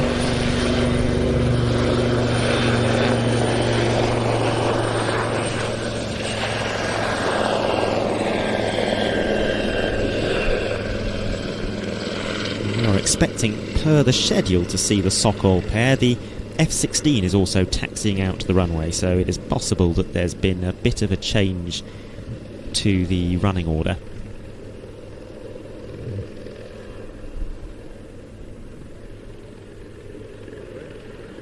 A little bit of rain, as you can see, out to our left-hand side.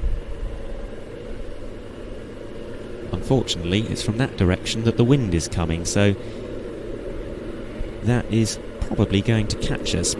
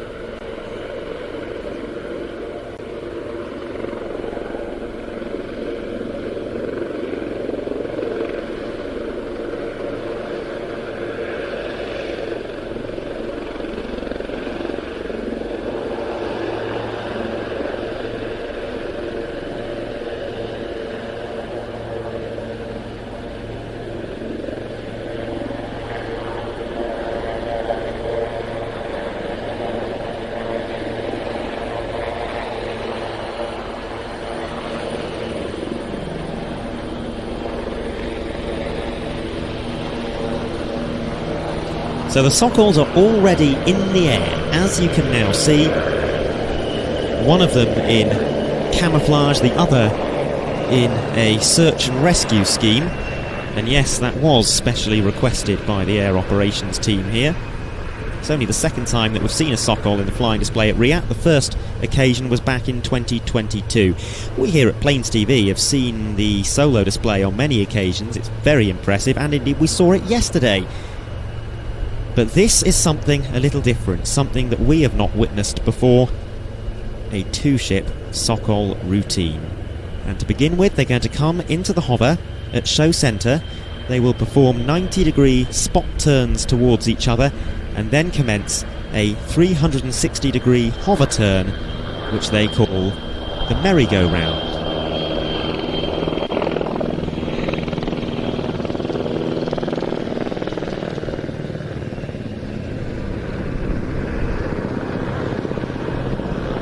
But not quite yet. And I suppose this is what Ben was warning me of. He was saying, don't do this, because you will get caught out, and I have been caught out. I should listen to the pros, shouldn't I?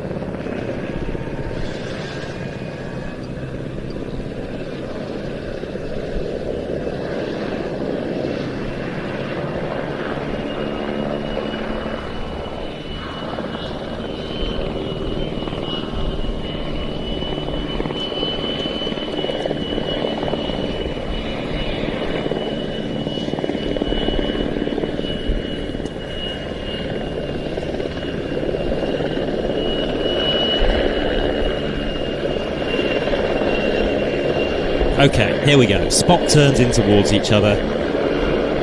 And now, a bit later than I expected, the merry-go-round.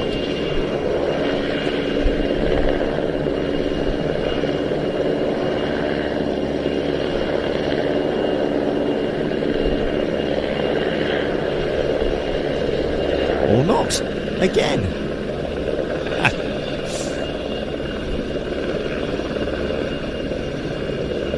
We are supplied with a ribbon diagram that outlines everything that they are theoretically going to do.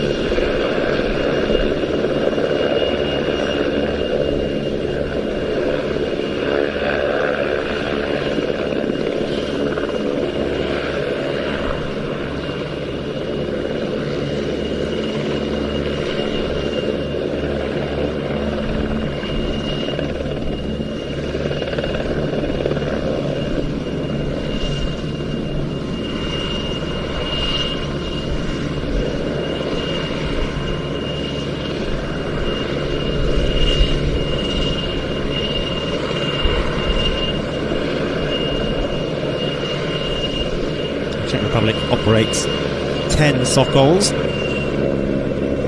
They're all what's called W3As, which is the standard transport version.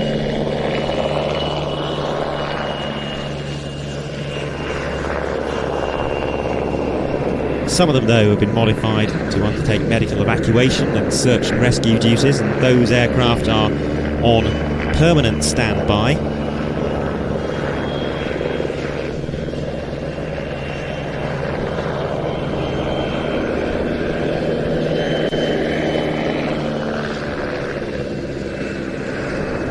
Operate in 4-minute readiness by day, 10 minutes by night, and in total the Czech Air Force estimates that their Sokol fleet has helped save around 10,000 lives.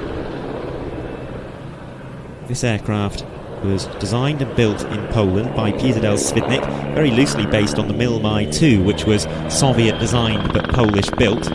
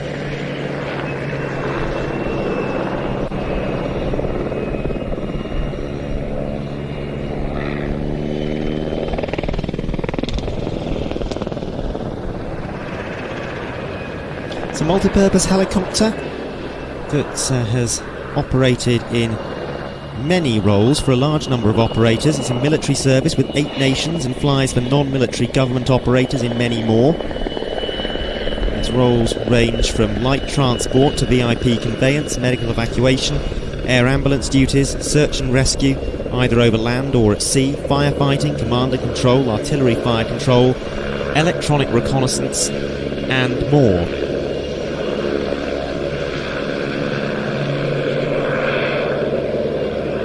So by the looks of it, the 2 rescue workers have now been picked up using the short haul. This is not a winch, so they cannot be pulled back into the helicopter cabin. They are instead suspended at a fixed distance beneath the helicopter. Doesn't offer nearly so much flexibility as a winch would. We'll see the extra flexibility that the winch provides later on in the display.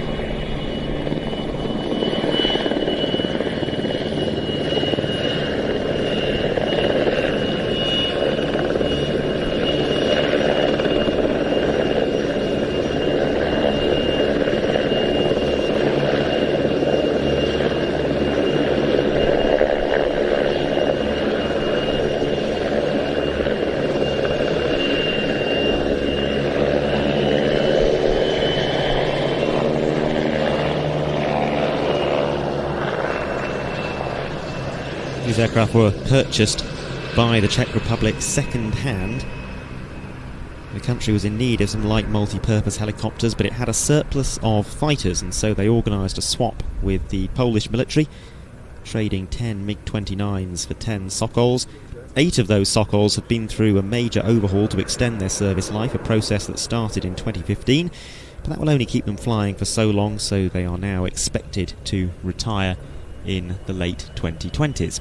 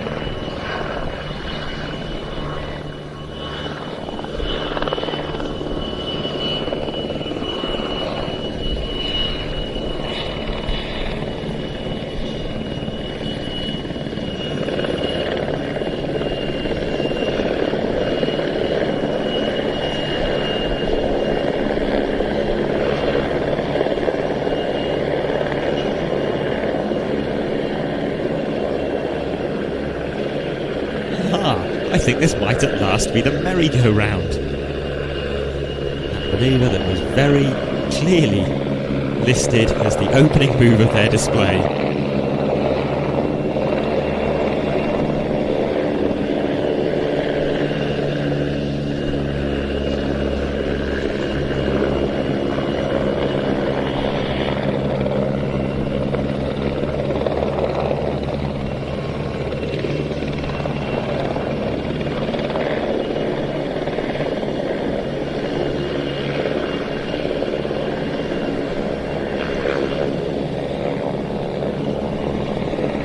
Both aircraft reversing in opposite directions and performing synchronised nose-overs towards one another.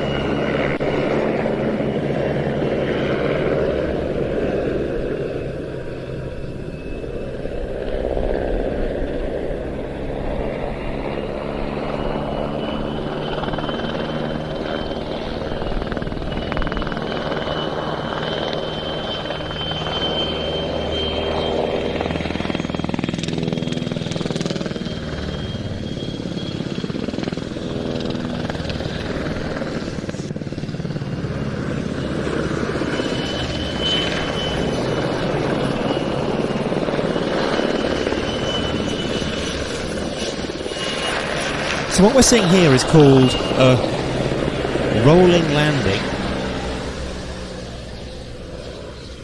and this is a very real technique that can be used by helicopter pilots, perhaps in the hot and high environment, or perhaps in the event of an engine failure, when performance and thrust is compromised. There may perhaps not be enough power for the helicopter to come into the hover and land vertically, but a running landing such as this requires much less power, and so can be performed if, for example, one of the two engines has stopped functioning.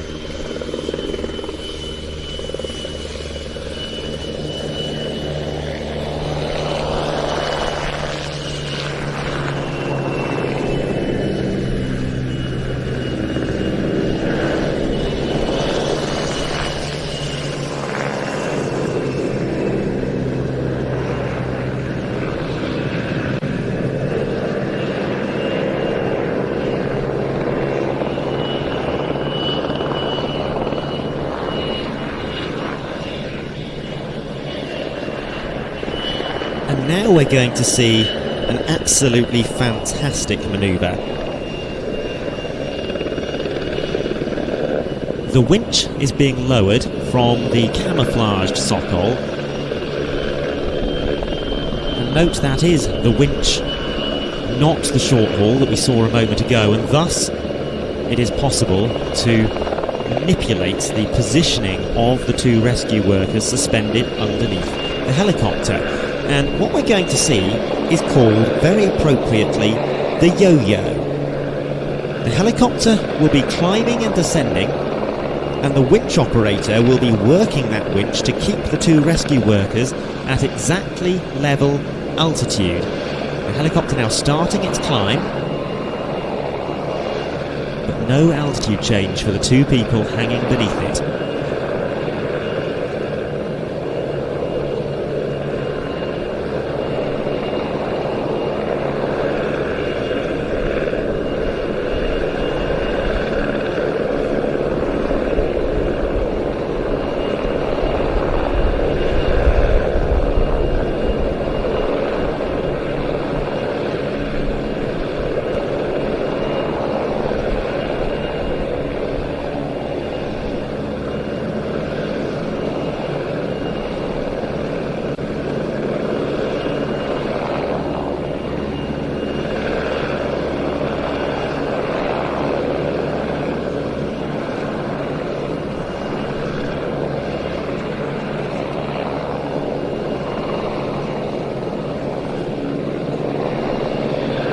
Both aircraft conducting simultaneous climbs, spiralling as they do so, and they will apex at an altitude of between 600 and 1,200 feet.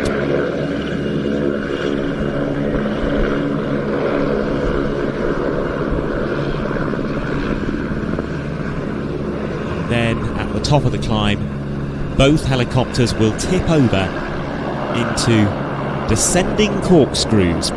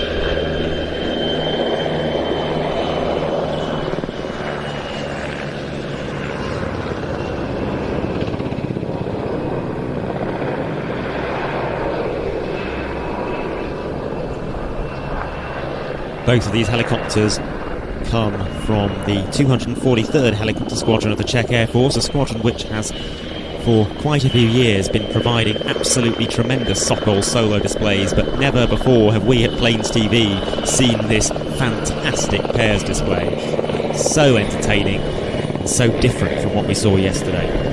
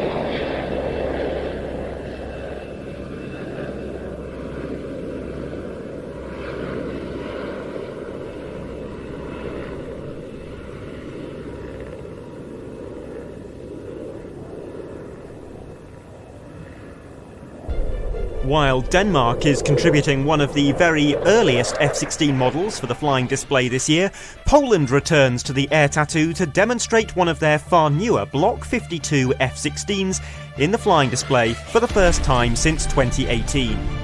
The F-16, known in Poland as the Jastrzębie, entered Polish Air Force service in 2006. In 2015 they began displaying the type at air shows under the name Tiger Demo Team. The youngest fast-jet solo displays on the circuit, this display has changed a lot since its last visit to RIAT 6 years ago, and is now in the hands of Captain Maciej Krakowiak. While now getting ready to take off and indeed rolling from the Polish Air Force, this is the Tiger demonstration team flying the F-16C Jastrzębie.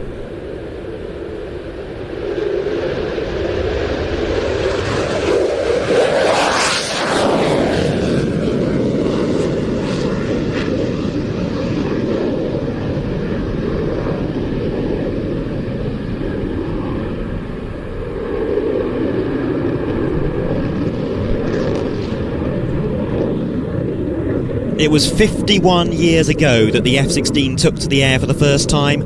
Most American jets up until that point were built to prioritise speed, range and payload over manoeuvrability. The US Air Force, though, desired a light multi-role fighter that could more readily hold its own in a close-quarters dogfight.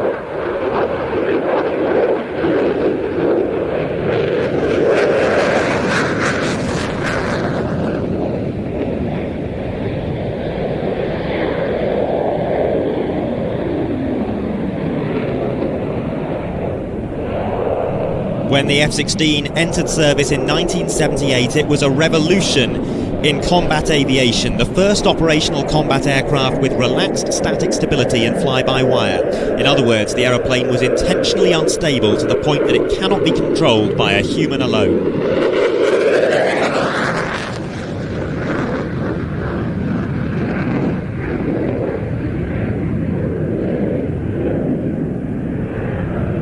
Other innovations included a frameless bubble canopy for excellent visibility and a reclined pilot seat, allowing the pilot to better withstand the high G-forces which the F-16 could attain, anything up to 9G.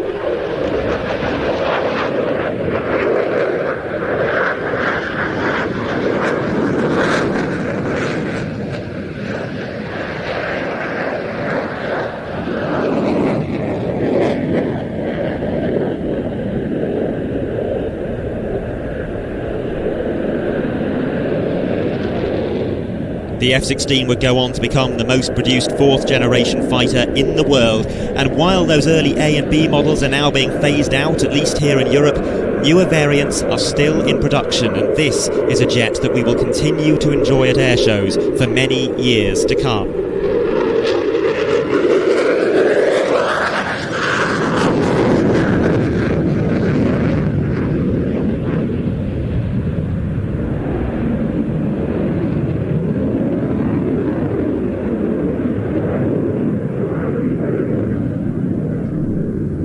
Poland came to acquire the F-16 in the early 2000s. The country badly needed to modernise its Soviet-era air force, and a very aggressive three-way competition ensued, pitting the F-16 against the Gripen and the Mirage 2000.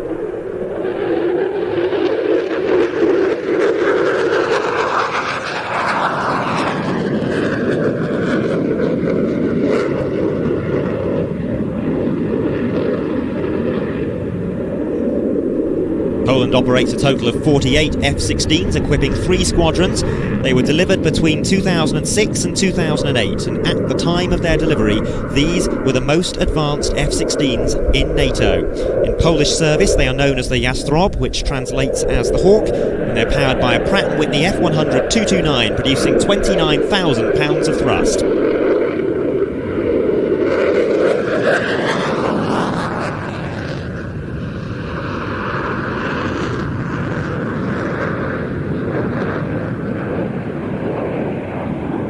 They were fitted with the very latest avionics available for the F-16 at that time, including the APG-68V9 pulse Doppler radar, the ALQ-211V4 electronic warfare suite, the Goodrich DB-110 airborne reconnaissance system, Sniper ER targeting pod, and a helmet-mounted queuing system.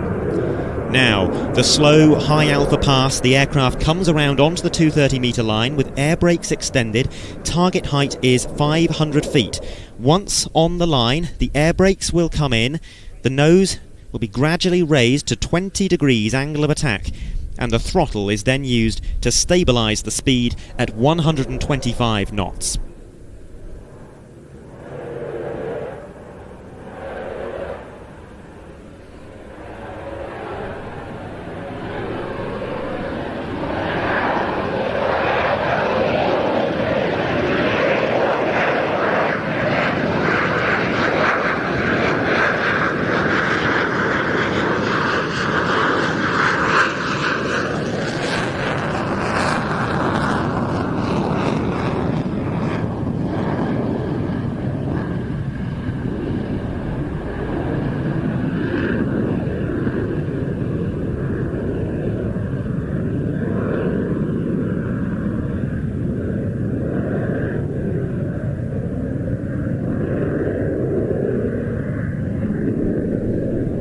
The Polish F-16 fleet's capabilities will be further improved by a major $380 million upgrade programme agreed in 2023, including improvements to the jet's electronic warfare capabilities and numerous software updates as well. Now, the aircraft will come in from the left-hand side at Mach 0.95. This is the fastest that we'll see it fly in the whole demonstration, and this is the high-speed pass.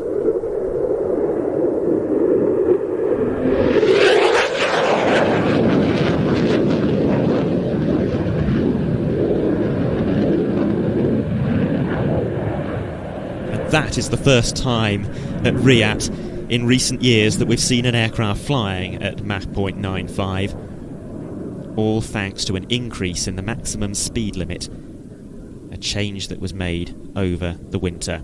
You'll have noticed the jet has conformal fuel tanks, by the way. They're a permanent fixture. They can carry 2,200 litres of additional fuel, increasing the aircraft's range by 40%. They carry more fuel than a traditional centreline tank, produce far less drag, and they don't impede on the aircraft's manoeuvrability in any significant way. Now, a moment of reflection. This is the dedication pass. A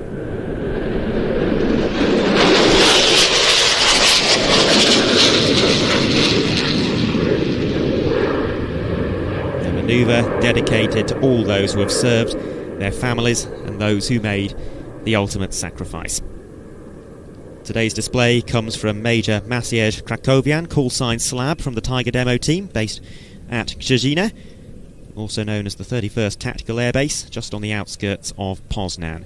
And he is arguably the most exciting Tiger demo team pilot yet. And this is very probably his final pass, saying goodbye to us, and then breaking into the circuit to land.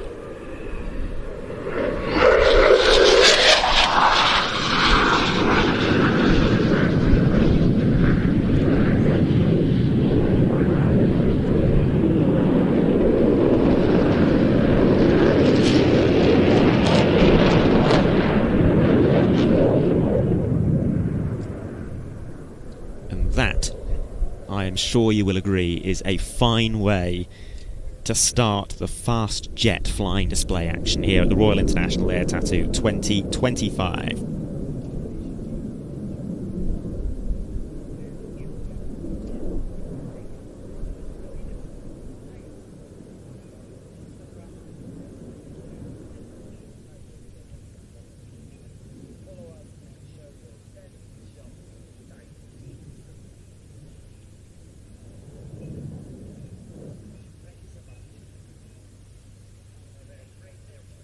some absolutely fantastic vapour being produced over the course of that display. And the physics of that, if you're not familiar with it, it's due to the fact that, well, the aircraft at any point in time has a wing that is producing lift, and the airflow going over the top of the wing is faster than the airflow going under the bottom. That is, of course, exaggerated during the high G manoeuvring when the aircraft is turning hard, and that creates an area of intense low pressure over the top of the wing.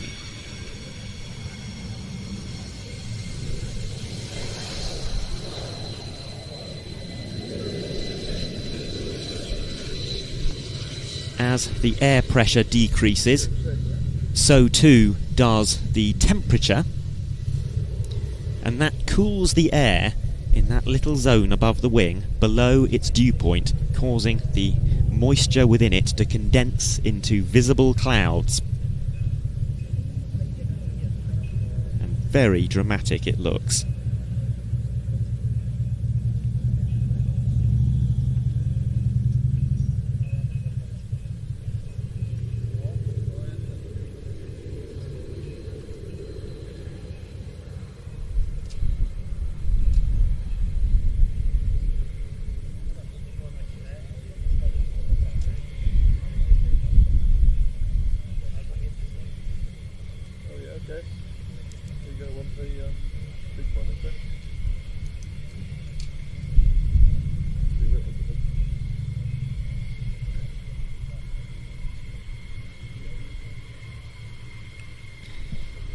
And now we have the last aircraft in this block of rehearsals starting its takeoff roll from the right, the Finnish Air Force FA-18C Hornet.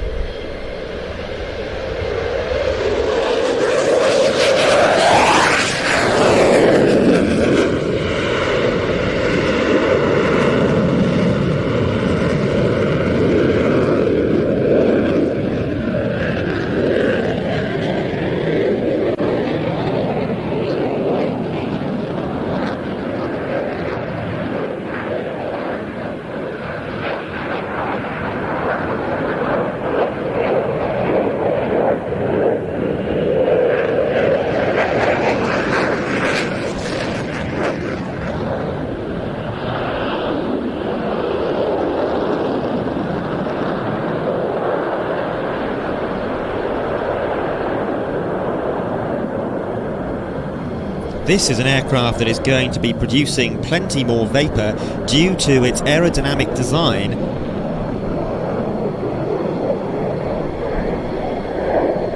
It has those leading edge root extensions or strakes at the front of the wing.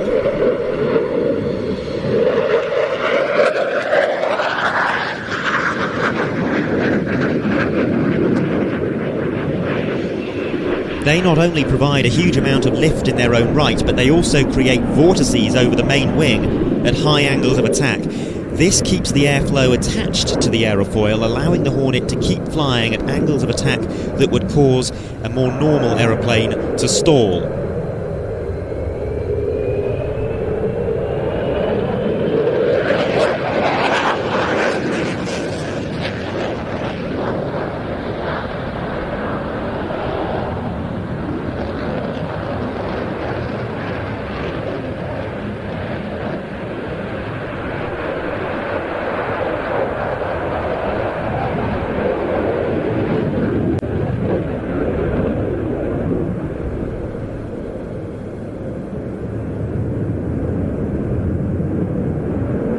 Largely as a result of those strakes, leading edge route extensions, the Hornet was one of the first fighters that could perform sustained, fully controlled manoeuvring at very high angles of attack indeed.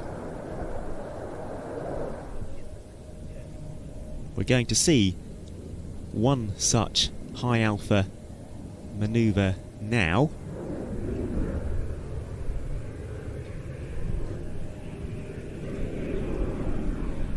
And you can see the vortices that those are coming off the leading edge of the wing.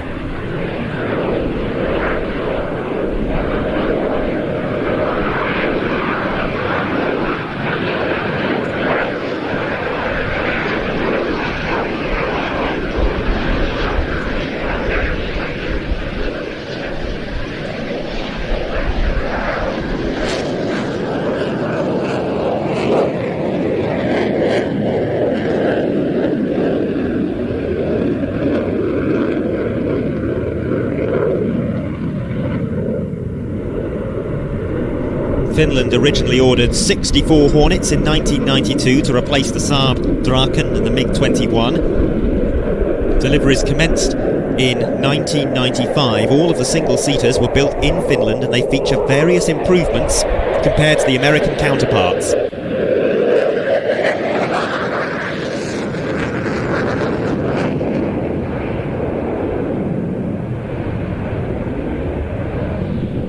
For starters, they feature different and stronger hinges in the wings and some additional honeycomb structure internally, which has increased the maximum load factor from 7.5G to 9G.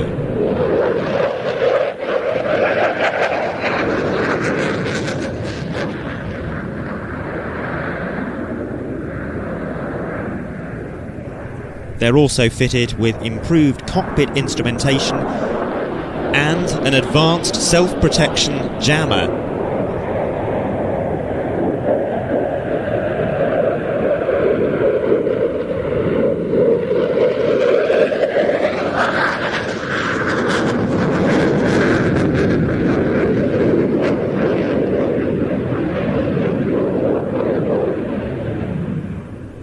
The aircraft were delivered originally as F-18s rather than FA-18s, pure air-to-air fighters with no air-to-ground capability.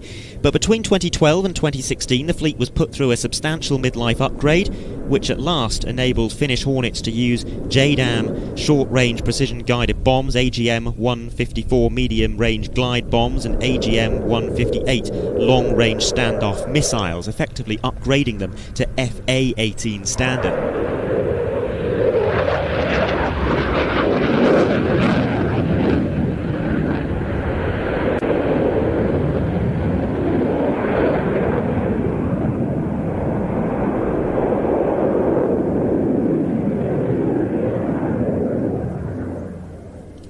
In 2021, Finland chose to replace its Hornet fleet with the F-35A Lightning II, with deliveries due to commence within the next year or so.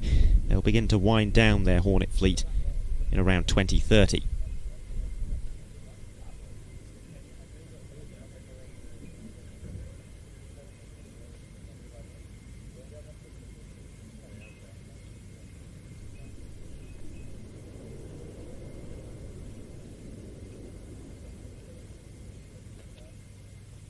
Good to see the F-16 and the Hornet flying back to back, because these aircraft both came about really for the same reason. When the US Air Force was looking for a lightweight fighter, various designers submitted proposals. Northrop entered a highly modified derivative of the F-5, which they called the YF-17 Cobra, and though the F-16 won the competition, taking huge orders from the US Air Force and various European air arms in the process, it was fairly broadly recognised that the YF-17 had also been a very good candidate. The US Navy then decided to take an interest. They preferred the YF-17 to the F-16 because the Northrop design had two engines, which is hugely desirable for naval aircraft that will operate at sea. The Navy wanted a small, relatively low-cost fighter that could complement the larger F-14 Tomcat, and so the YF-17 design was beefed up for the carrier-based naval environment, and the FA-18 Hornet was the result.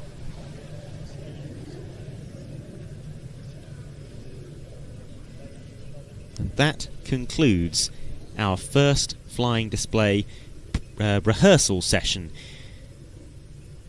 of the Thursday at the Royal International Air Tattoo 2025. We will go back to the arrivals for the next little while.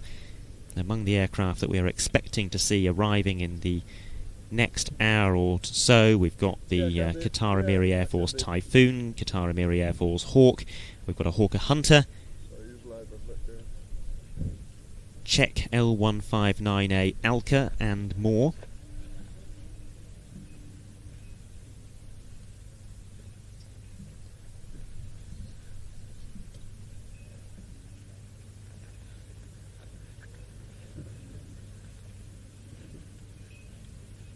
That was recorded, by the way.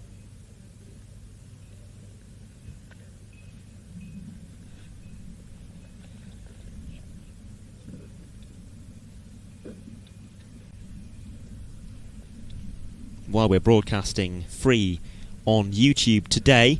Come the start of the airshow proper tomorrow, we will be broadcasting exclusively on our streaming service watch.plainstv.com. That's the home to all of our live broadcasts. It's also the home to our back catalogue of airshow programmes. We've got about 150 airshow programmes on there dating all the way back to 1989. We're filming more of them all the time. So later this year you'll see an edited roughly 2-hour programme from RIAT, including cockpit footage, for example.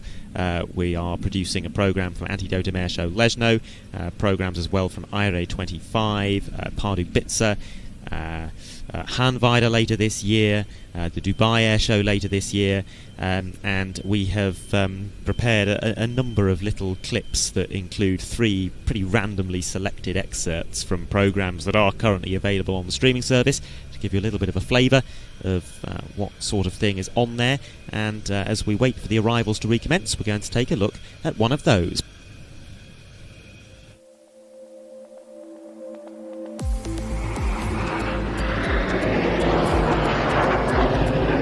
An impressive formation flypast started the Aeronaval air power demonstration, after which this E2C Hawkeye from Flottille 4F at L'Imbué gave a spirited solo display.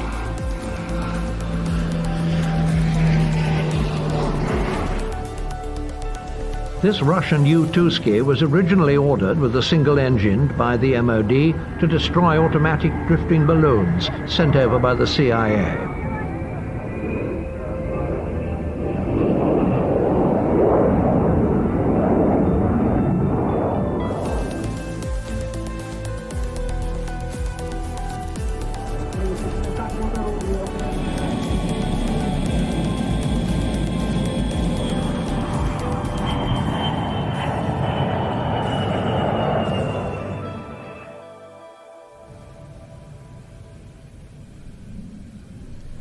All of that and more available at watch.plainstv.com, and if you would like to sign up, there is no time like the present because we have a discount code that is available until midnight tonight.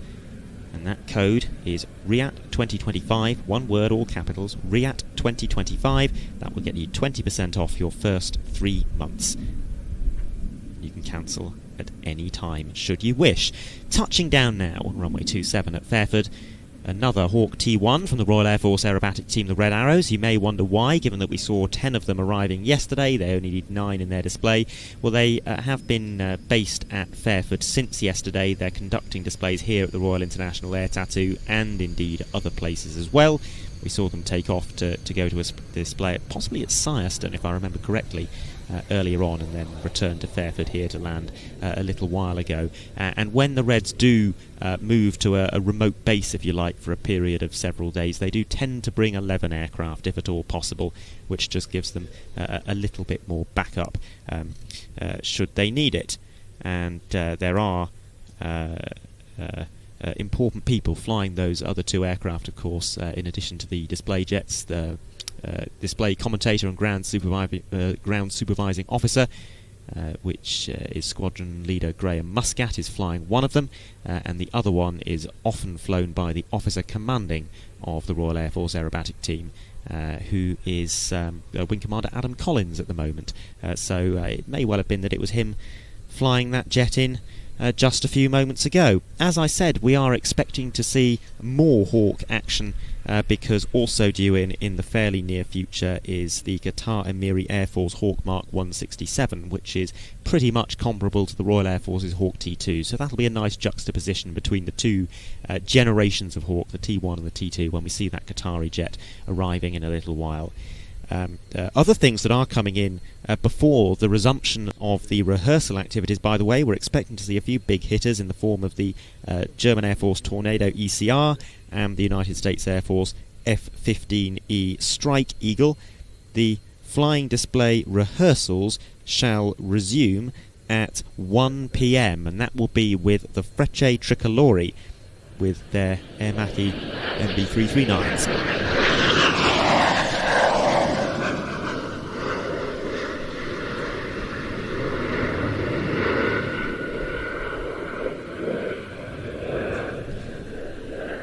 The Qatari Hawk has just come over the top of us and surprised us. we're working on getting a camera on that. We're also at the same time trying to sort a problem with one of the cameras, so that we only had one available there. Sorry about that. Qatar Emiri Air Force basing aircraft of several types here in the UK. This Hawk, but also the Typhoon that they'll be sending our way, are UK based.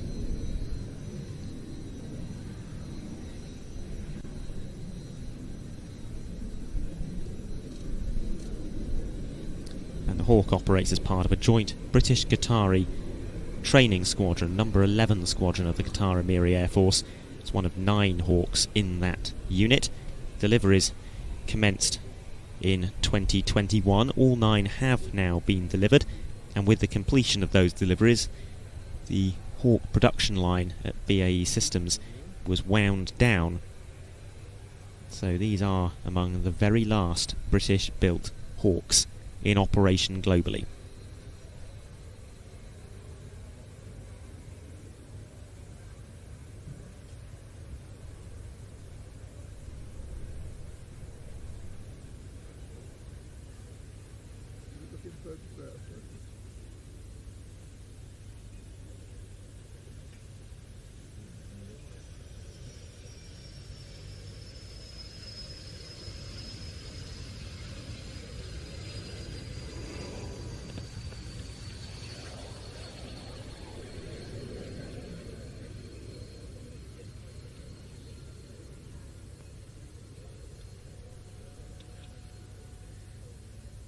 Okay, the elections are coming true about them.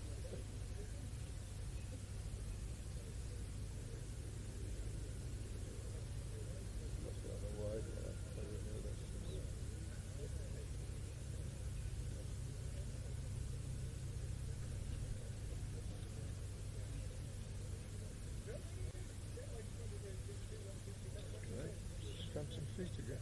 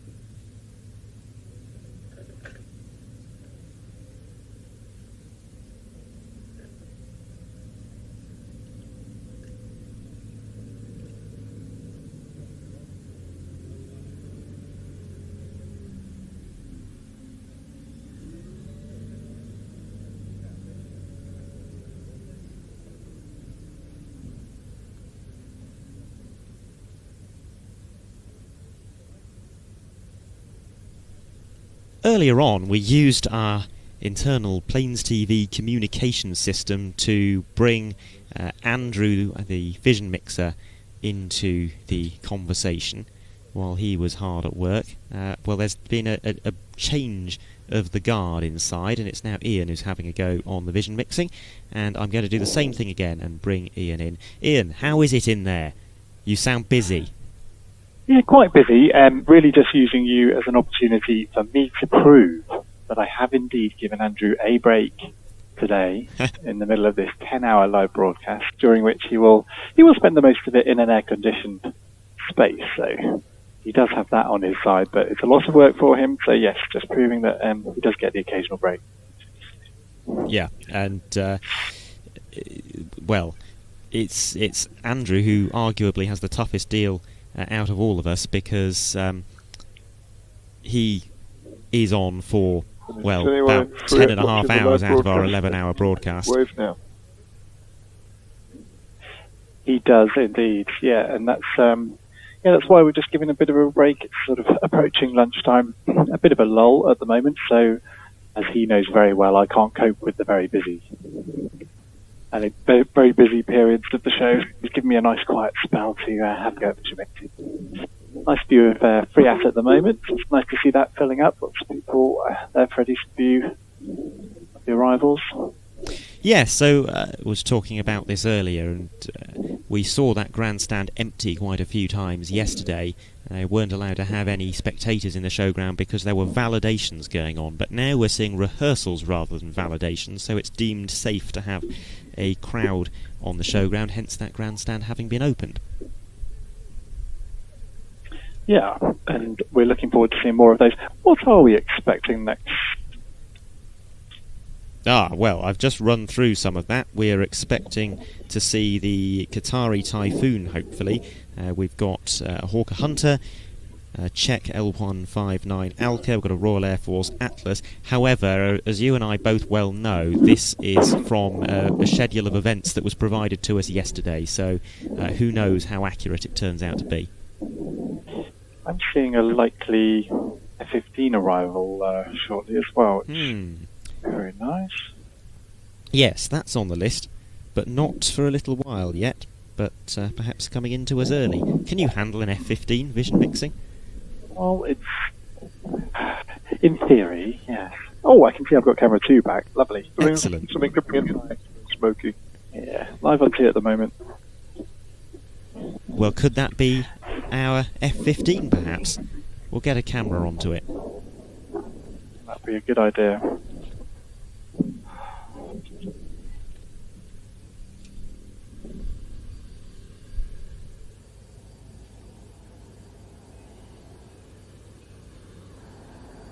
And it is the Czech Air Force L159A Alka.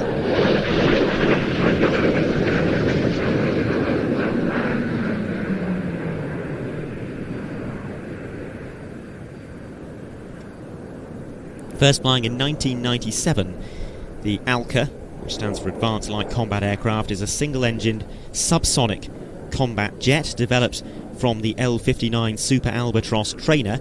It was developed locally in the Czech Republic by Aero Vodochody as a domestic low-cost fighter to replace several Soviet-era types in their Air Force's service, namely the MiG-23BN, Sukhoi Su-22 and Sukhoi Su-25. The Czech Air Force originally ordered 72 Alkas, but made a decision to only operate a fleet of 24 of them, placing the rest into storage or selling them to private operators.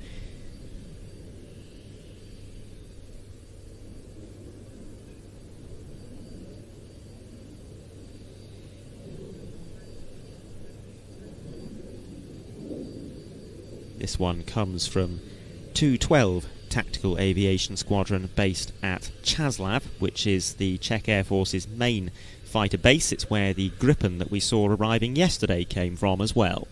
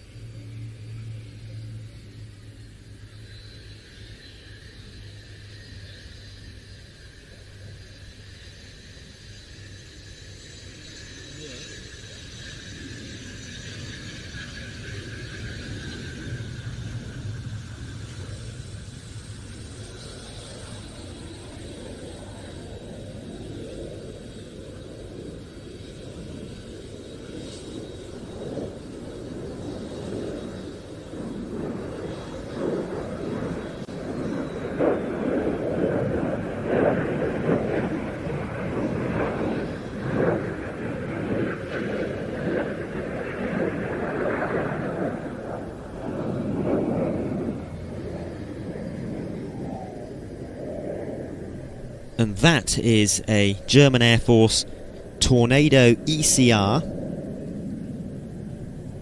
It comes to us from Taktische Luftwaffengeschwader 51.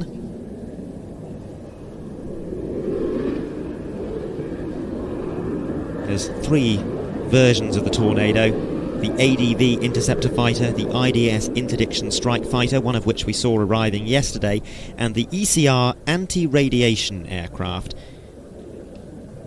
That is what we see now.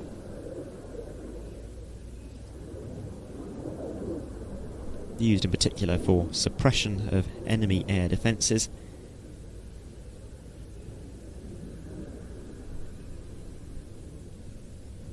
And it forms a minority share of the German Tornado fleet. The German Air Force originally ordered 247 Tornadoes, mostly of the IDS version, and then they also subsumed 112 more from the German Navy. Nowadays, though, the fleet has been reduced to about 90. Both the IDS and the ECR have been constantly upgraded, and they'll continue to serve into the early 2030s, with the Tornado IDS being replaced by the F-35A Lightning and the Eurofighter Tranche 4. The Tornado ECR will be replaced by the Eurofighter EK, which is a forthcoming electronic warfare variant of the Typhoon.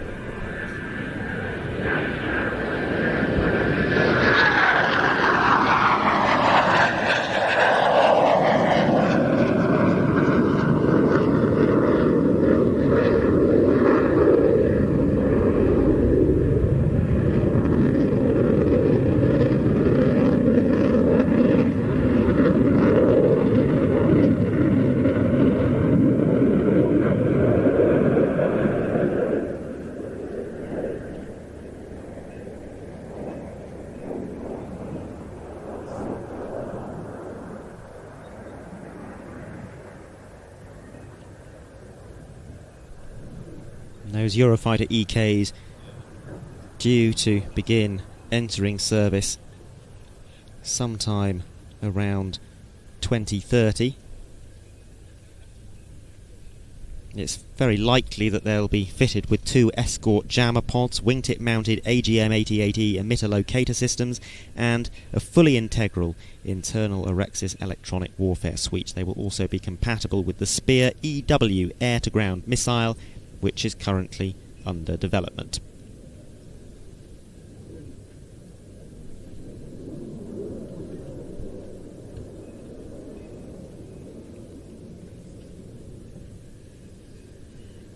The Tornado family was really born out of a requirement for the British military to replace a whole range of different types, the increasingly obsolete V-bombers, the cancelled TSR-2 and the ageing Blackburn Buccaneers.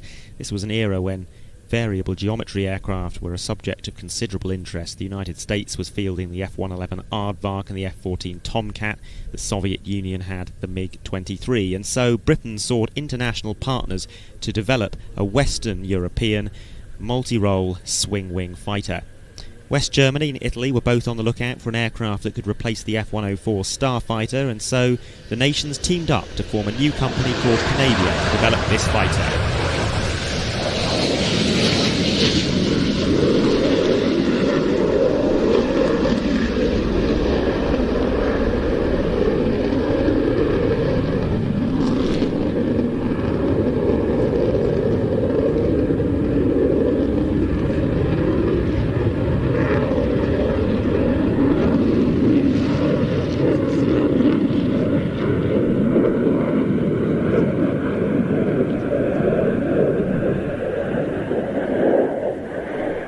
Tornado began entering German service in 1979, and since then Germany has used the type in combat on numerous occasions, not least in Yugoslavia and Afghanistan.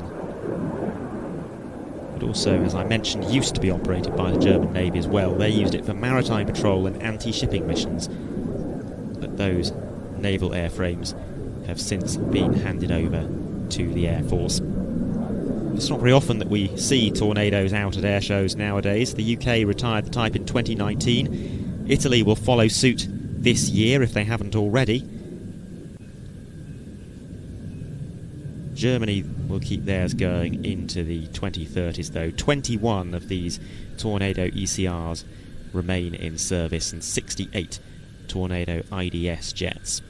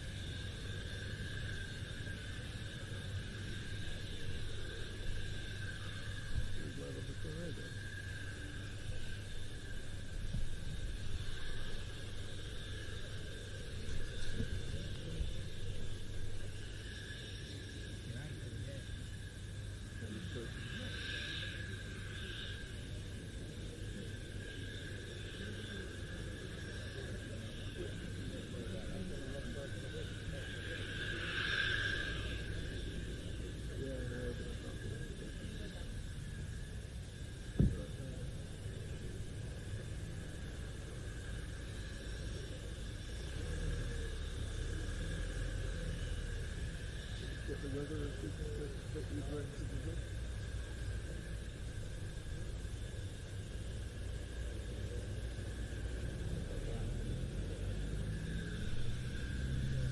That is a Reims Cessna F406.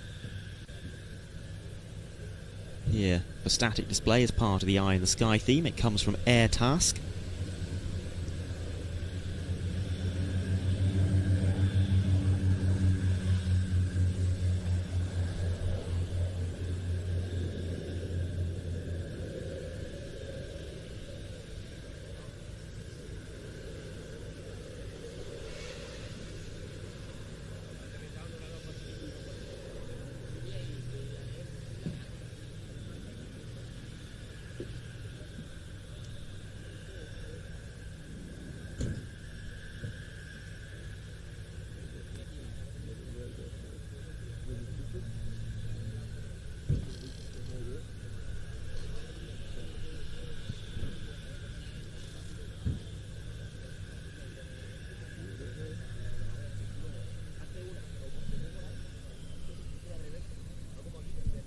And now all eyes back on the tornado, which is going around again.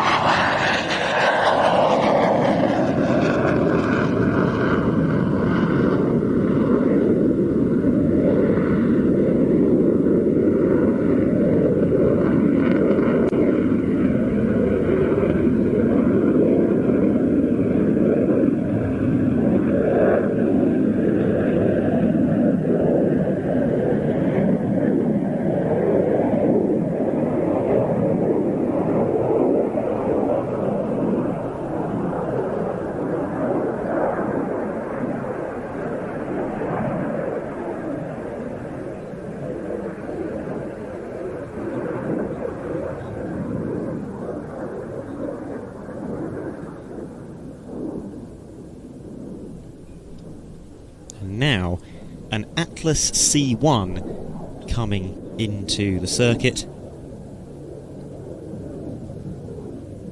This one coming from the Royal Air Force, specifically from number 70 Squadron. It's based only a few miles away at RAF Bryce Norton.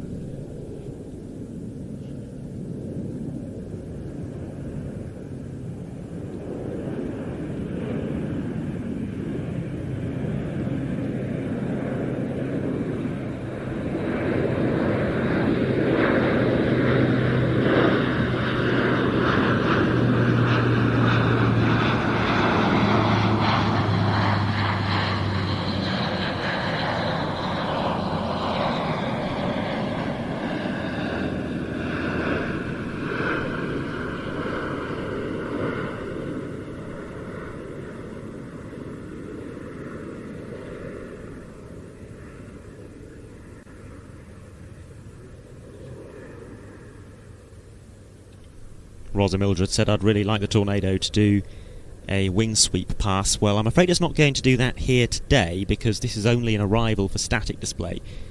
It is not a flying display participant. However, if you would like to see a Tornado performing a full display, and if you are a member of our streaming service, then you can re-watch the coverage from Antidotum Airshow Leszno a few weeks ago, where we had the official public flying display debut of Germany's brand new Tornado demonstration team, flying a Tornado IDS from Taktisches Luftwaffengeschwader 33 at Buchel, and that performed a roughly 10-minute fully aerobatic display sequence complete with a wing sweep demonstration.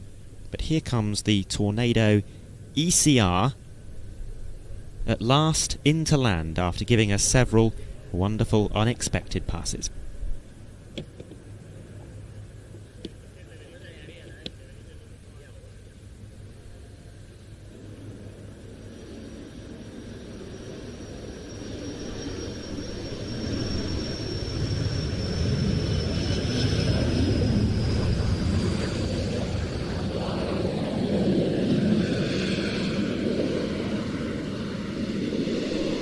Good view there of the thrust reversers.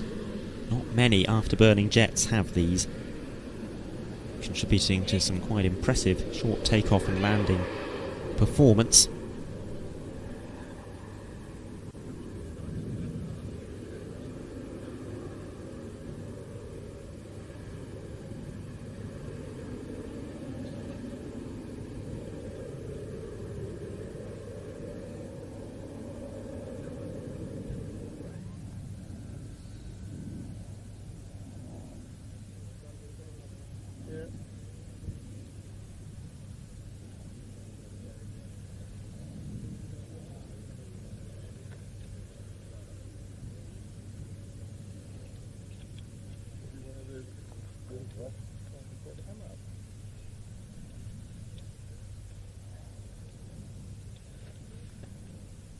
I've mentioned a few times today that we have been working on a programme recorded at the International Air Tattoo 1993 here at RAF Fairford, digging out some previously unseen, unused tapes and editing a 2-hour film that recounts the highlights of the flying display that year. Let's take a look at an excerpt. This film has not been released yet.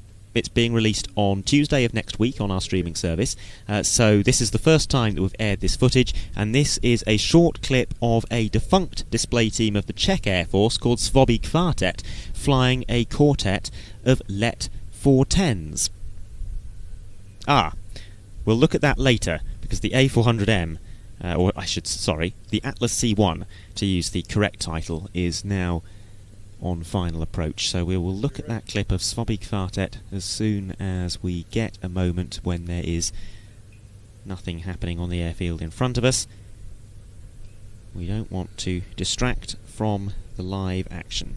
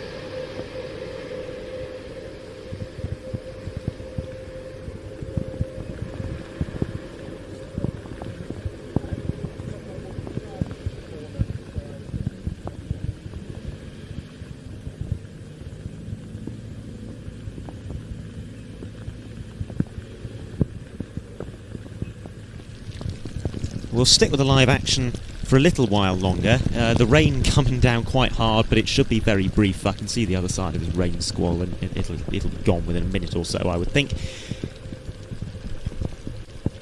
But we're sticking with the live action because we think that we have spotted in the far distance a little dot that is a US Air Force F-15E Strike Eagle.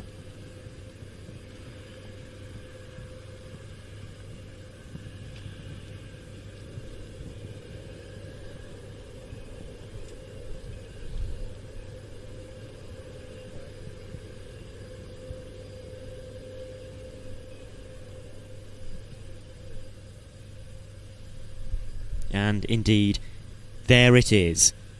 From the 48th Fighter Wing at RAF Lakenheath in Suffolk, the F-15E.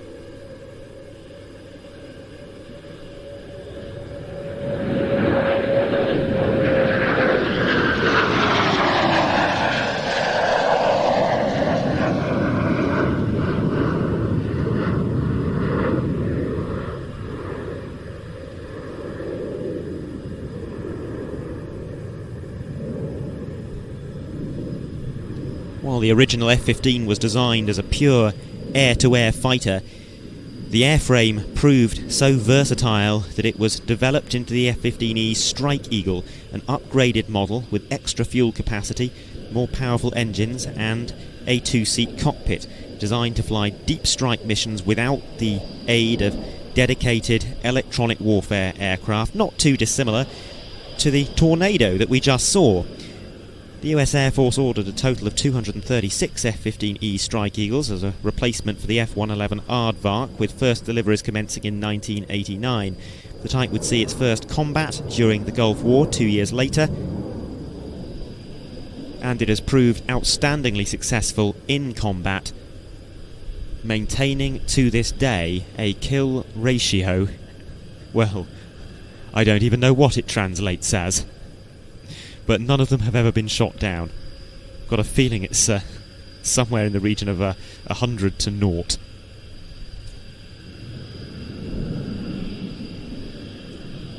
The only F-15Es based outside the United States are part of the 48th Fighter Wing at RAF Lakenheath. They almost always provide aircraft for the static display here at the Royal International Air Tattoo, and that remains the case this year.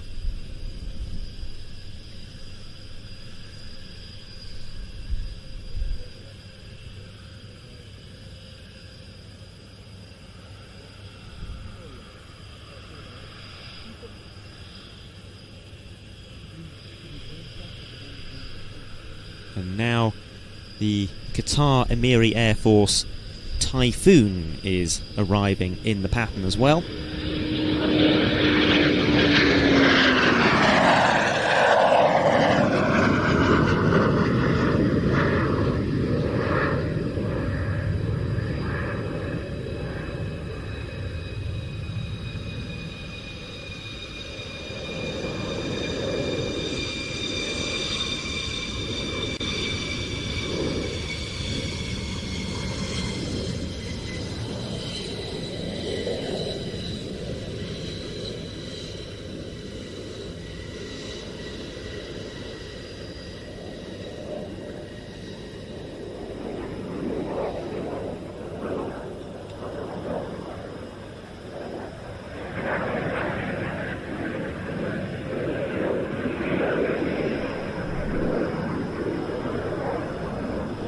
Qatar ordered a fleet of 24 Eurofighter Typhoons in December 2017, and as part of the agreement, a joint training squadron on the type was set up at RAF Coningsby, where RAF instructors from 12 Squadron trained Qatari pilots to fly the Typhoon. The unit also deployed to Qatar during the 2022 World Cup to provide air defence cover for the competition, and it is from that unit, number 12 Squadron at Coningsby, that this particular aircraft has come.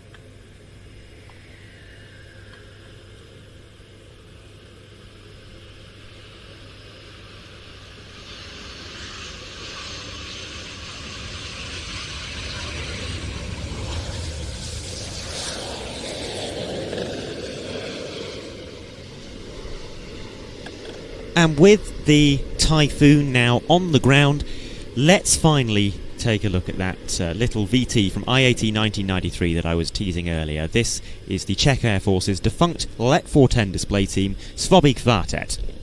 This is Svobig Kvartet, a team of 4 Let 410 turbolets, which was active in the early 1990s.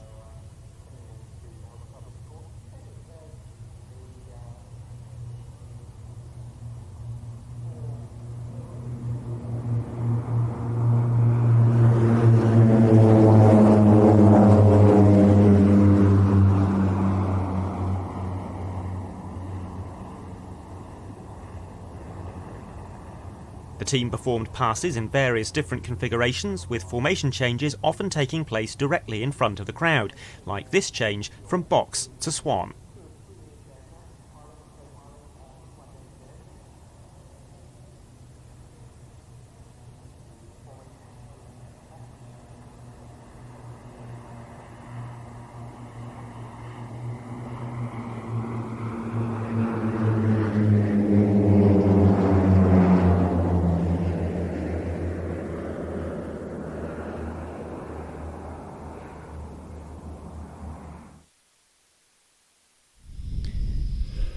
A little excerpt there of the IAT 1993 programme that is being released on Tuesday of next week.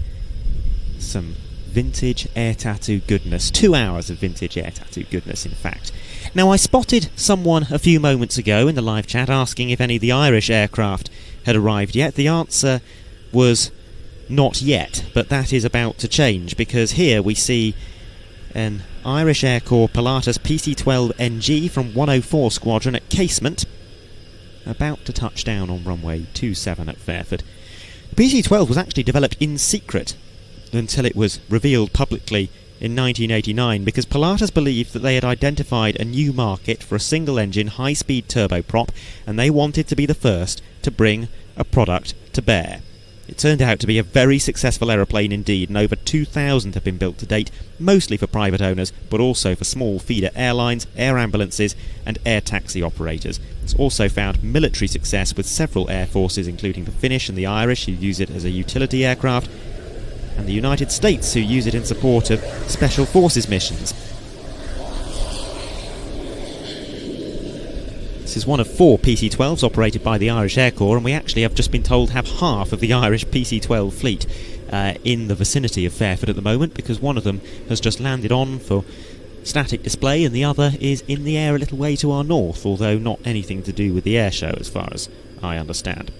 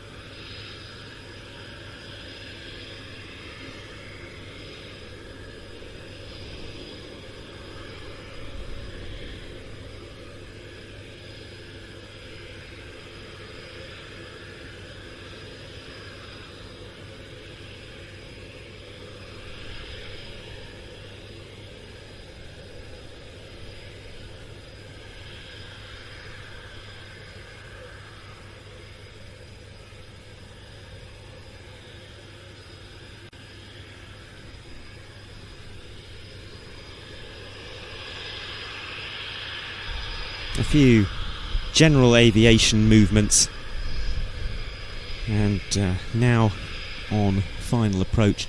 I think this is the Piaggio P166. Something of an air tattoo regular on static display.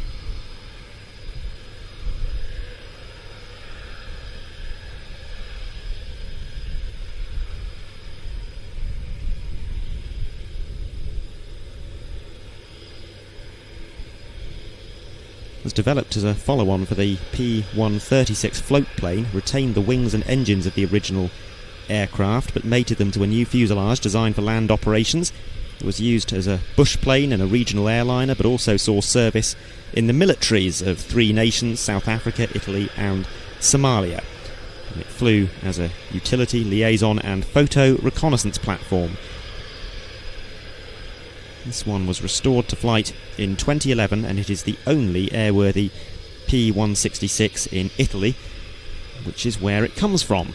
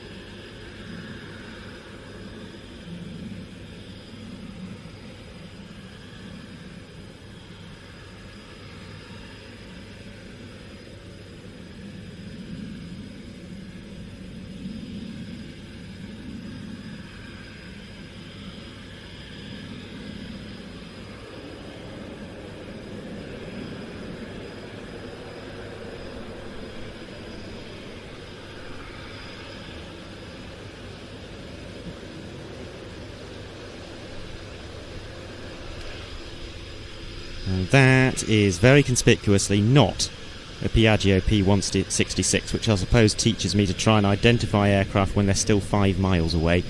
It's a Dornier 228.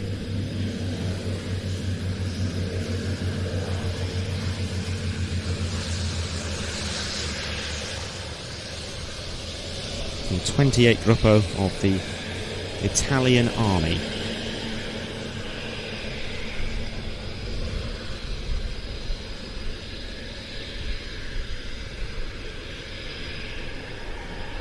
I defy anyone to spend 10 hours talking about aeroplanes almost non-stop with the level of situational awareness that we have and not make the odd slip up, but that doesn't mean it doesn't sting.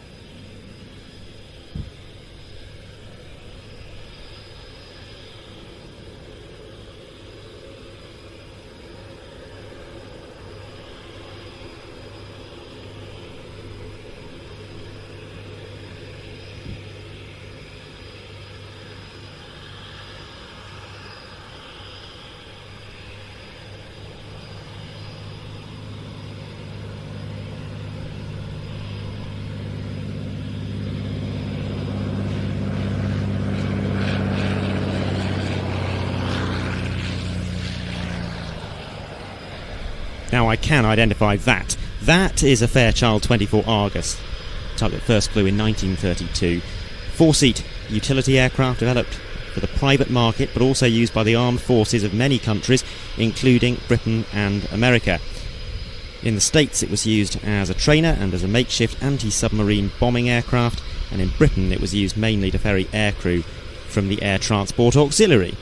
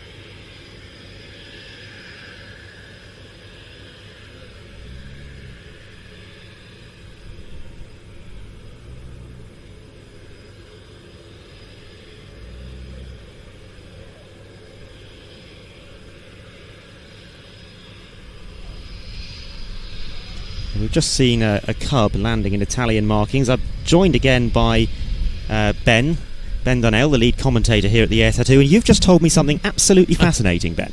Yeah, the Fairchild 24 Argus that we saw land just before the Cub is owned by a guy called Scott Thompson, who is an ex-U2 pilot, call sign Popeye, and he joined us for the commentary last year on the U2 and will again this year. Right. Of course, the U2 this year is on the main weekend days. It is. Saturday and Sunday. It's fantastic, yes, and there could be something else quite special about what we see, which will be revealed in due course. I'm not sure I know what you're referring to. I'll be just as surprised as everyone else. It'll be fun. It's nice to be surprised from time to time, because we do tend to have a reasonable idea of what to expect.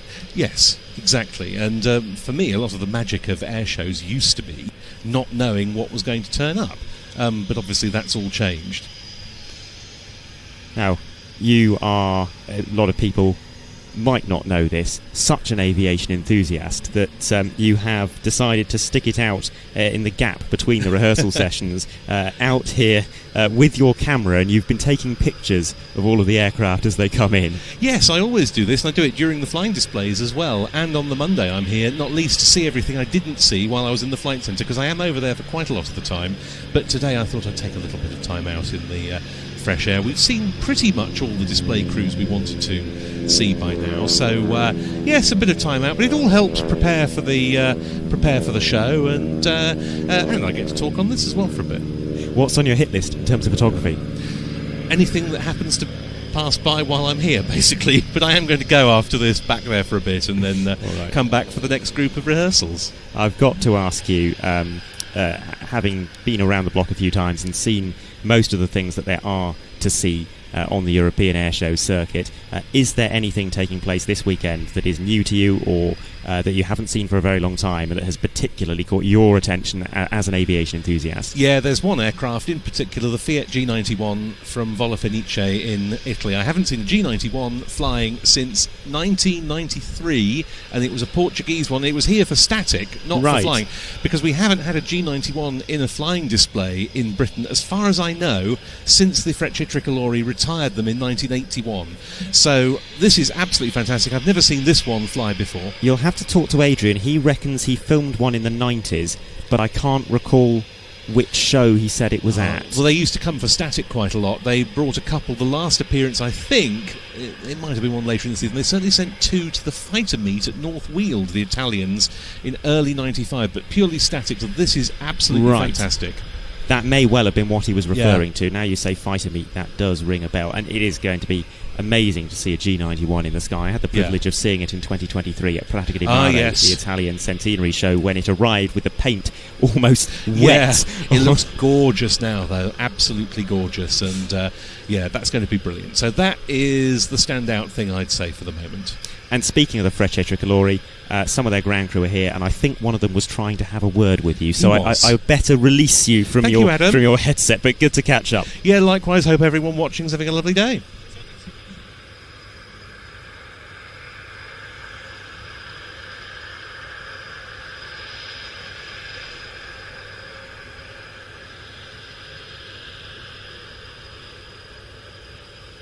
The reason for the Frecce Tricolori ground crew activity here at Show Centre, by the way, is because we are only 20 minutes away from their rehearsal.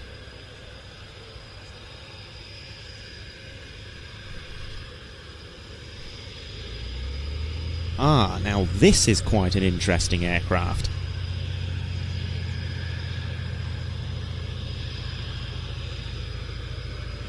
What we're now looking at is an IAR 823.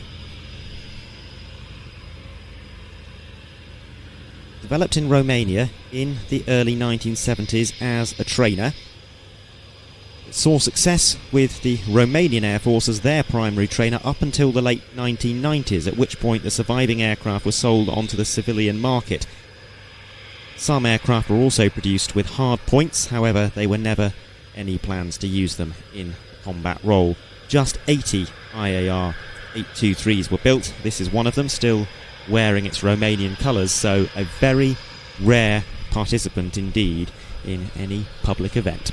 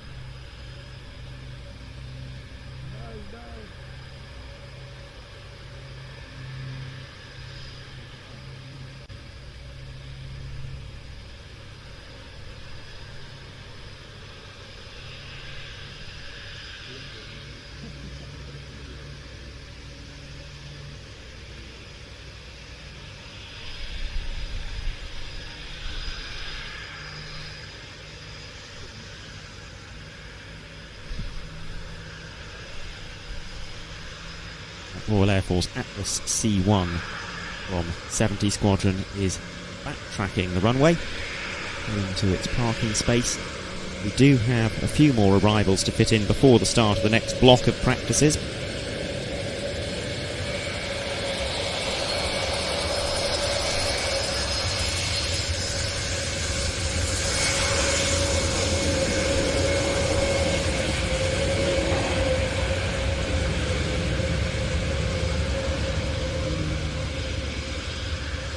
And it occurs to me, though we don't have sight of it anymore, I rather neglected that lovely little Piper Cub that landed just at the start of my conversation with Ben a few minutes ago, because that is worthy of mention. It's PA-18 Super Cub, a direct descendant of the original J3 Cub, which was famously used throughout the Second World War as an artillery spotting and liaison aircraft.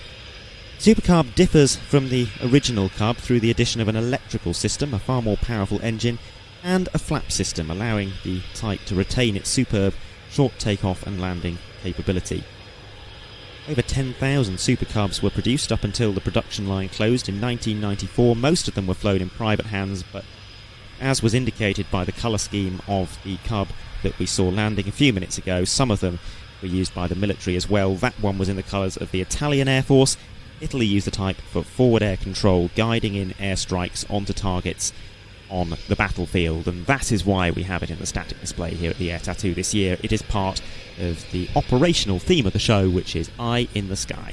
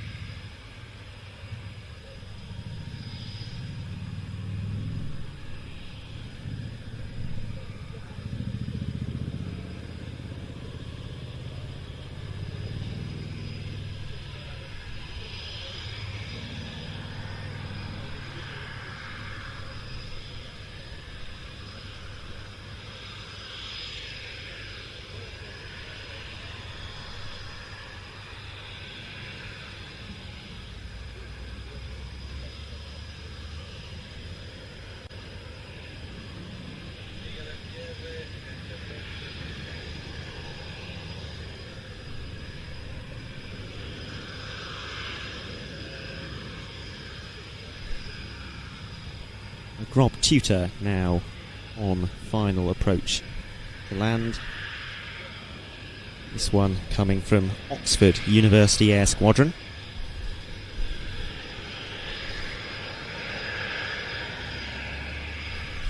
And it's really in the University Air Squadrons that the tutor is now mainly engaged, having been replaced in the elementary training role by the prefect. We've seen a couple of prefects landing already. Well, we've seen a prefect and one Grob 120, albeit they're more or less the same thing. But the tutor is still operated in large numbers for the purpose of equipping University Air Squadrons, air experience flights, and also parts of the number 6 flight training school, 115 Squadron for example, and they use the tutor for the instruction and evaluation of flight instructors.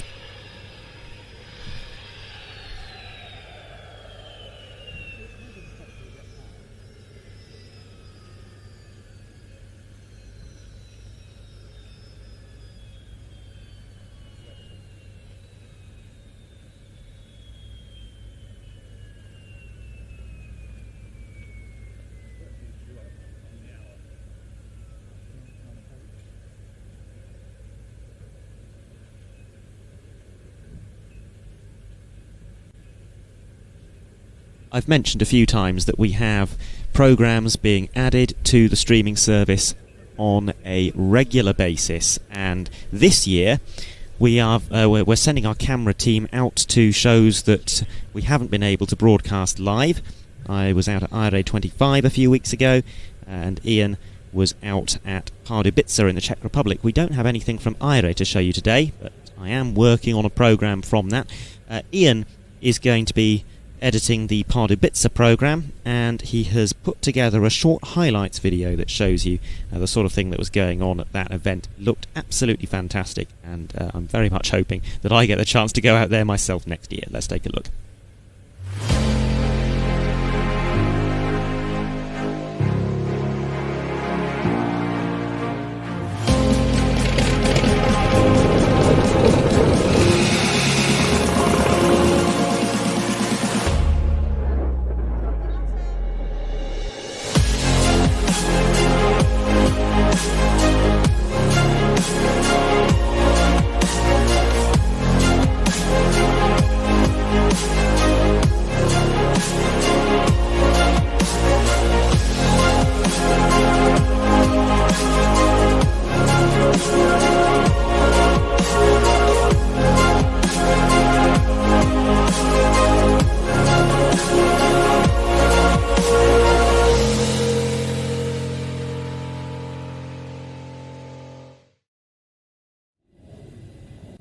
So you will have seen in that clip from Pardubice some material of the Slovenian Air Force PC-9M Hudurnik display, an absolutely phenomenal display, a multi-award winner here at Air Tattoos in the past.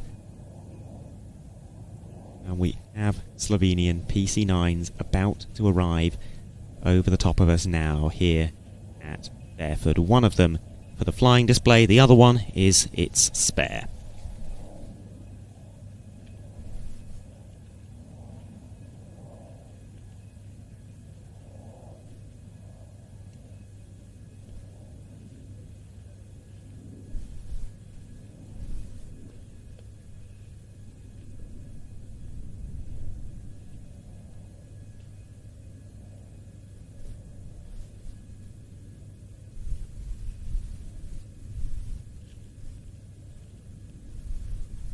We'll get a chance to see the Slovenian PC-9 practicing later. It is a performance of the highest standard. Lots of negative G flying. It packs a lot of punch.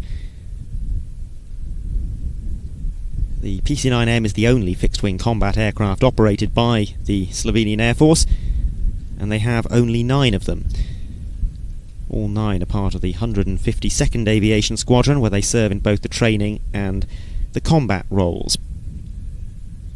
It is part of the Swiss manufacturer Pilatus' long and immensely successful line of training aircraft that began with the Pilatus P1 back in the 1940s and continues with the brand new PC-21 display today.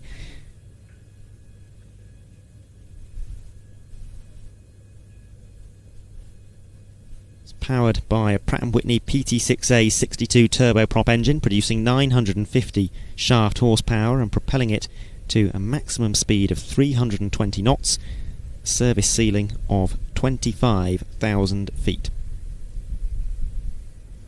First flew in 1984. First deliveries to Slovenia didn't occur until 1995, initially a trio of ex-US Air Force PC-9As that had been used in American service as chase planes, and then in the late 90s they were replaced by 9 more modern PC-9M Swifts, or Hudurniks, as they are known in Slovenian service.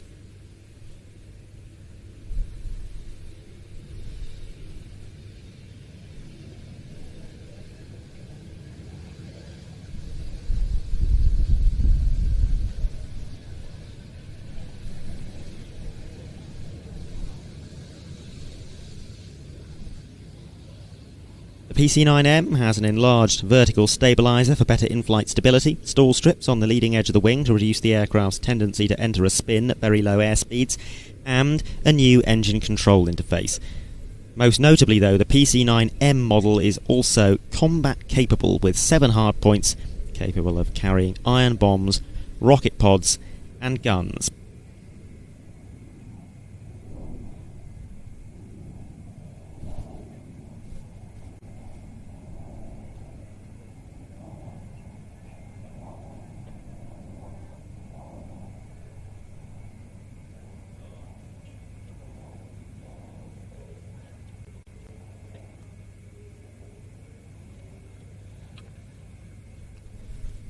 A reminder that we will be broadcasting exclusively on our streaming service, watch.planestv.com, on Friday, Saturday and Sunday for the airshow proper.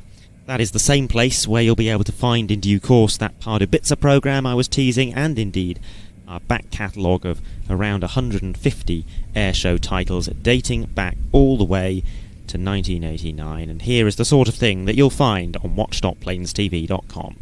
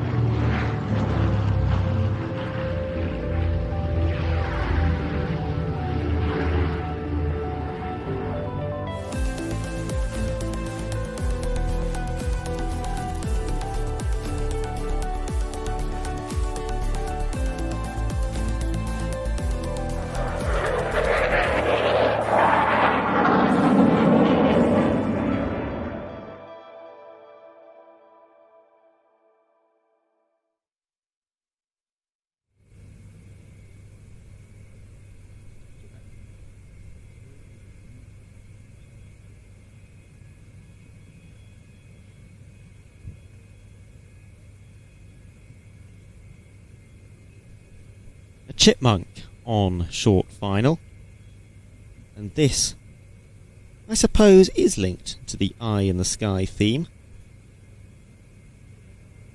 because chipmunks were used to conduct covert surveillance over East Berlin from their base at Gatto, I should say. Officially used for pilot currency and other such missions, but they were fitted with cameras, and they used the full extent of the airspace in which Western aircraft were allowed to operate without East German permits. And that allowed them to get reasonably close to several East German military facilities and gather photographs of them.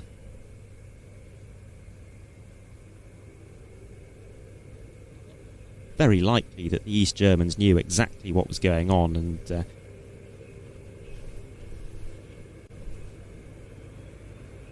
their flight cards were stamped with the words "safety of flight not guaranteed." None of the British chipmunks conducting covert reconnaissance were ever shot down. However, some of them did sustain bullet damage.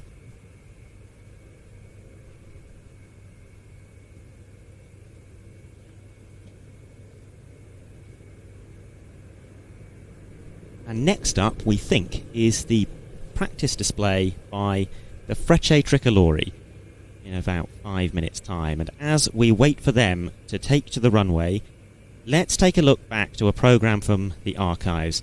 1994. This is a clip from the Mildenhall Air Fete, and if anything, what it serves to demonstrate is that the Frecce Tricolori's display really hasn't changed very much over the years. The Italian national aerobatic team also fly the MB339. The Frecce Tricolori are unique in operating 10 aircraft. Many people will tell you that the Frecce are the world's best aerobatic team.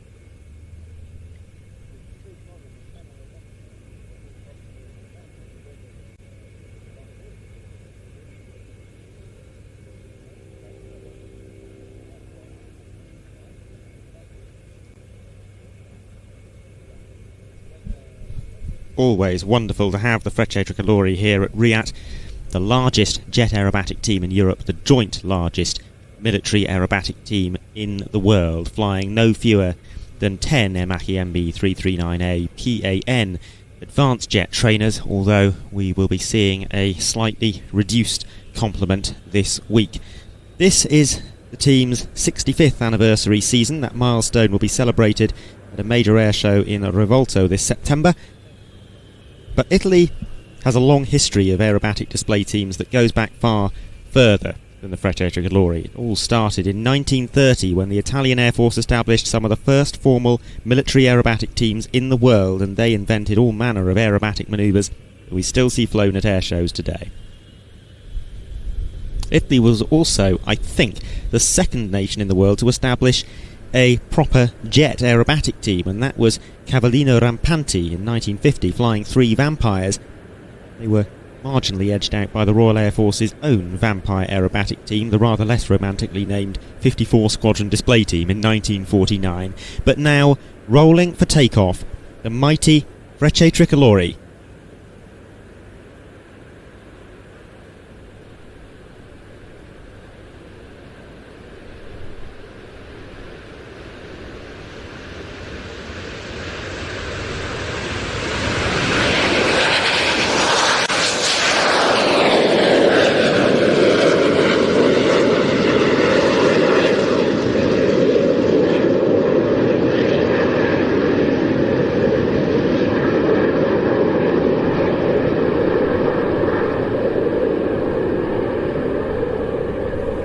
In the 1950s, different Italian Air Force squadrons took turns to field the Air Force's primary aerobatic team, but this was a pretty inefficient way of doing things. So, in 1960, a singular permanent national team was founded, initially flying a 5-ship of F-86 Sabres, and they performed their first show in 1961. That is the same team that we've seen today, now known as the Frecce Tricolori, although the Sabres are long gone, traded first for Fiat G91s and later for MB339s.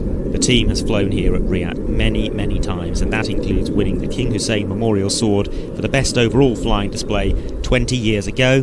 Then in 2019 they won the RAF CTE Trophy for the best display by an overseas participant. The second wave is now also preparing for takeoff, billowing smoke and about to roll.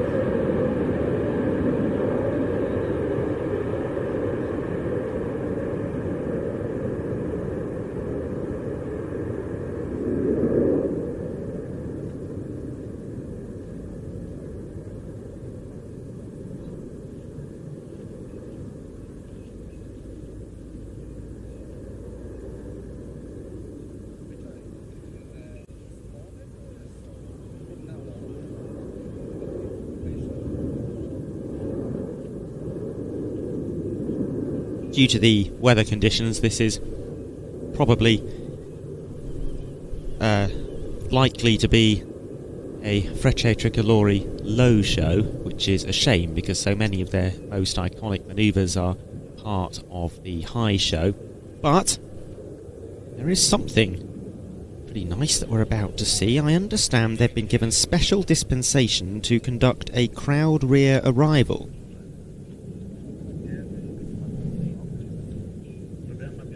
Which is, of course, what they do all the time in Italy. But to get that dispensation as a foreign display team here in the UK is not necessarily easily done, and I can't remember ever seeing the Frecce arrive crowd rear here at the Royal International Air Tattoo in recent years.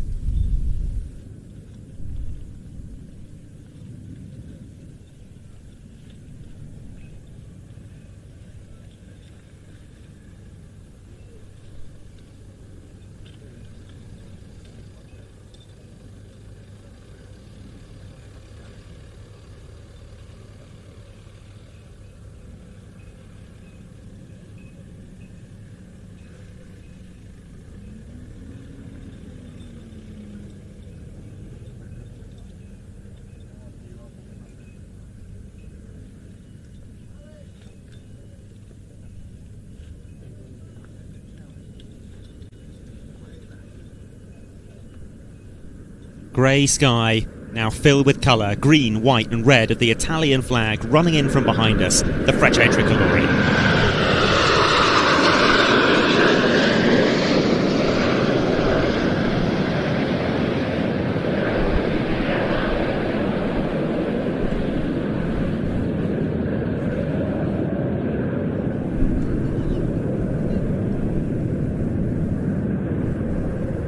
At the front, Pony 1, the team leader.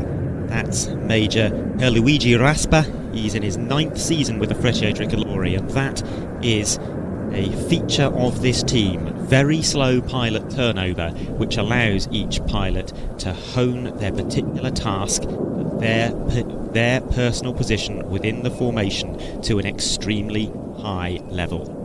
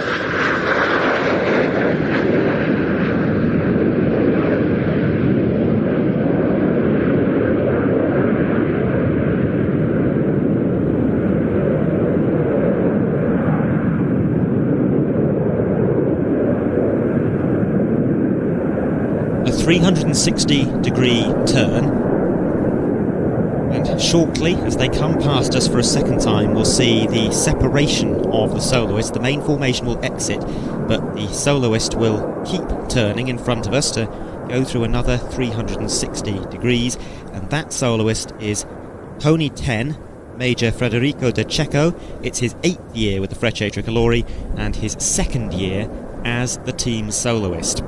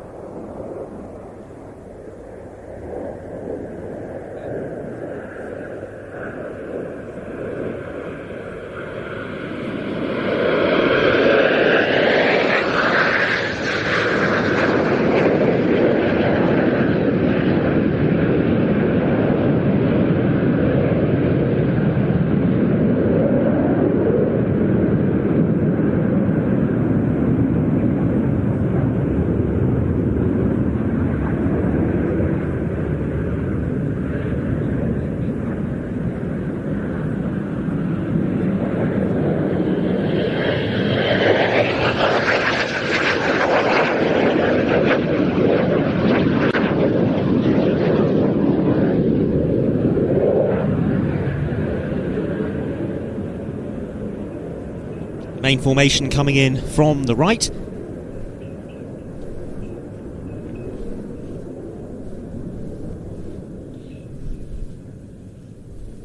And this will be for another 360-degree turn.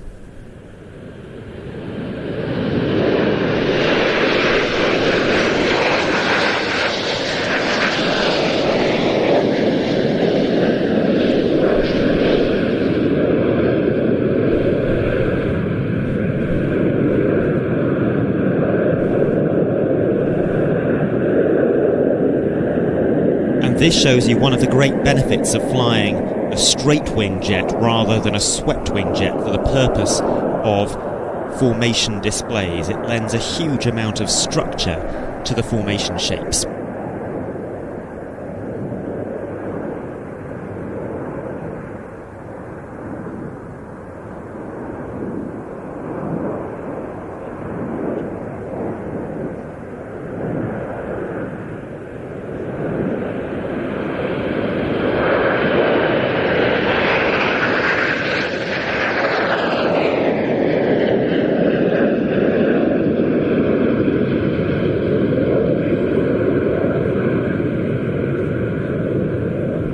Now the soloist from the right, inverted to inverted roll.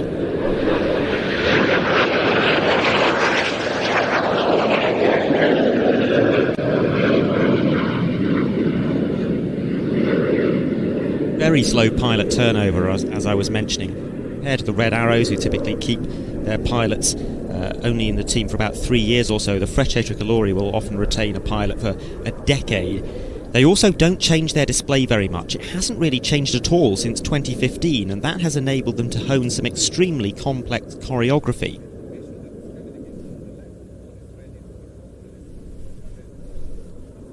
The main formation now coming in, and several of them are going to ease up and out of that main formation for the fan rolls.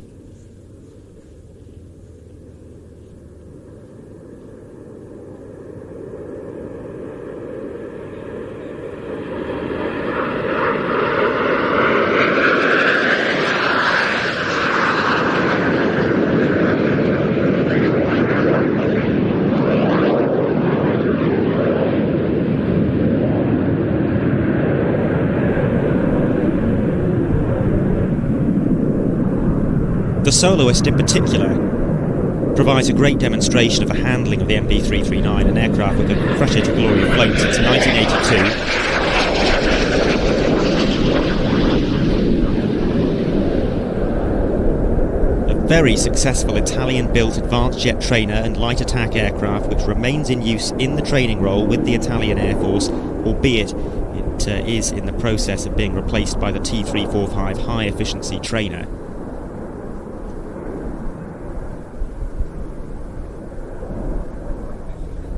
It's also been used by 8 other air arms, including perhaps most notably the United Arab Emirates Air Force, who purchased the type specifically to set up their own aerobatic team. So inspired were they by the Frecce Tricolori. We were lucky to see the resulting team, Hassan Al Emirat, here at RIAT in 2012 and again in 2023.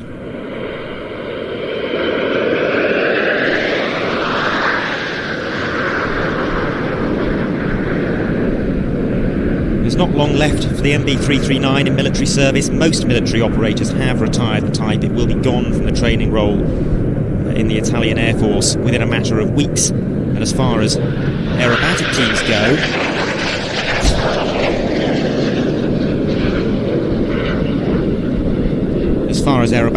go, the Frecce Tricolori last year unveiled the T346A Master as their new jet, due to take over in the late 2020s. Hassan Al Emirat will soon swap to the L-15A Falcon.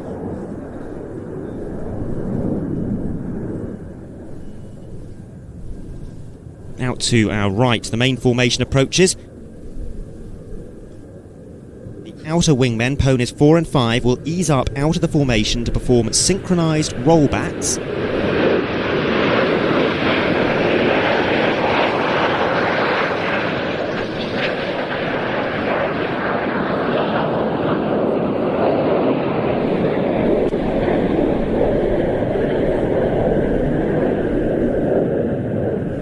they depart to the left. Pony 10 arrives from the left for a lengthy sequence of consecutive aileron rolls.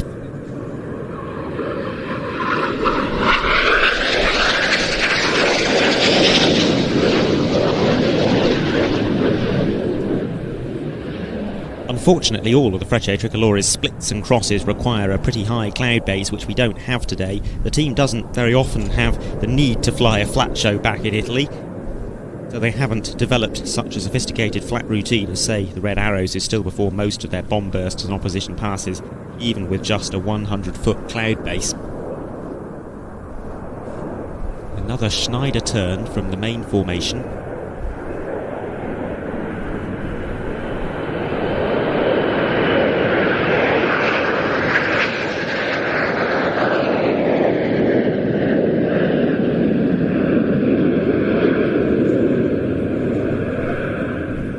One of the trickiest solo manoeuvres coming up from the right, a slow roll.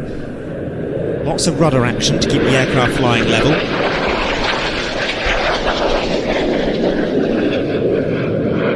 Because in the knife edge portion of the roll, the wings aren't producing any lift, of course, so the nose has a tendency to slice downwards. It's the rudder that has to be used to support the nose.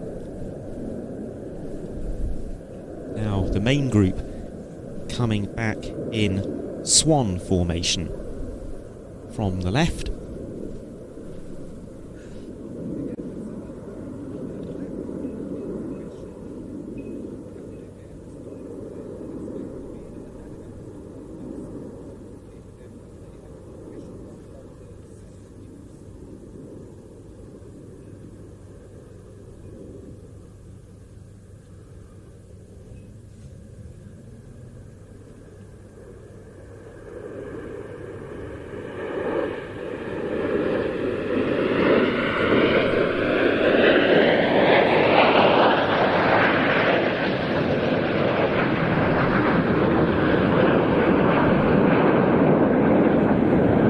Soloist from the front left, pushing really hard there, negative G. And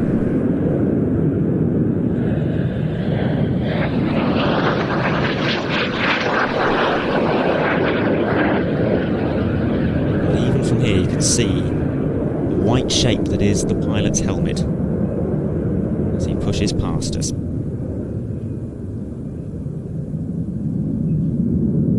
A bit more colour coming up from the main formation.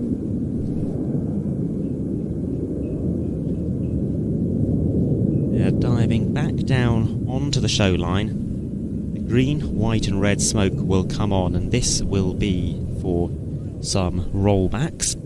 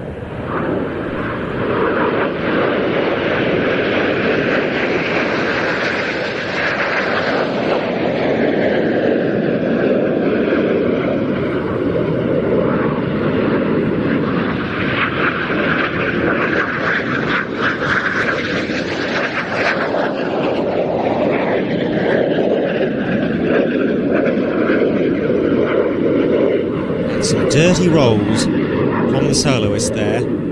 Basic aerobatic manoeuvre, a barrel roll, but with the landing gear hanging out, it has to be flown extremely precisely because only about 80 knots separate the MB339's stall speed from its maximum permitted speed with the gear hanging down. The main formation is now about to come in to perform a slow Schneider turn in diamond formation, and as they come by, take a look at the underside of the aircraft and note firstly that the air brakes will be extended. Note also the two underwing pods on each aircraft, one of which houses white smoke, the other houses either white, green or red, depending on that jet's position within the formation.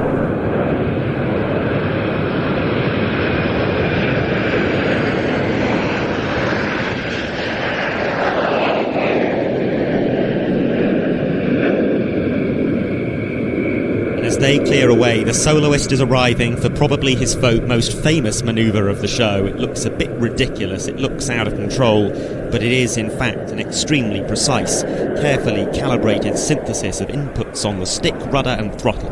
This is the Crazy Flight.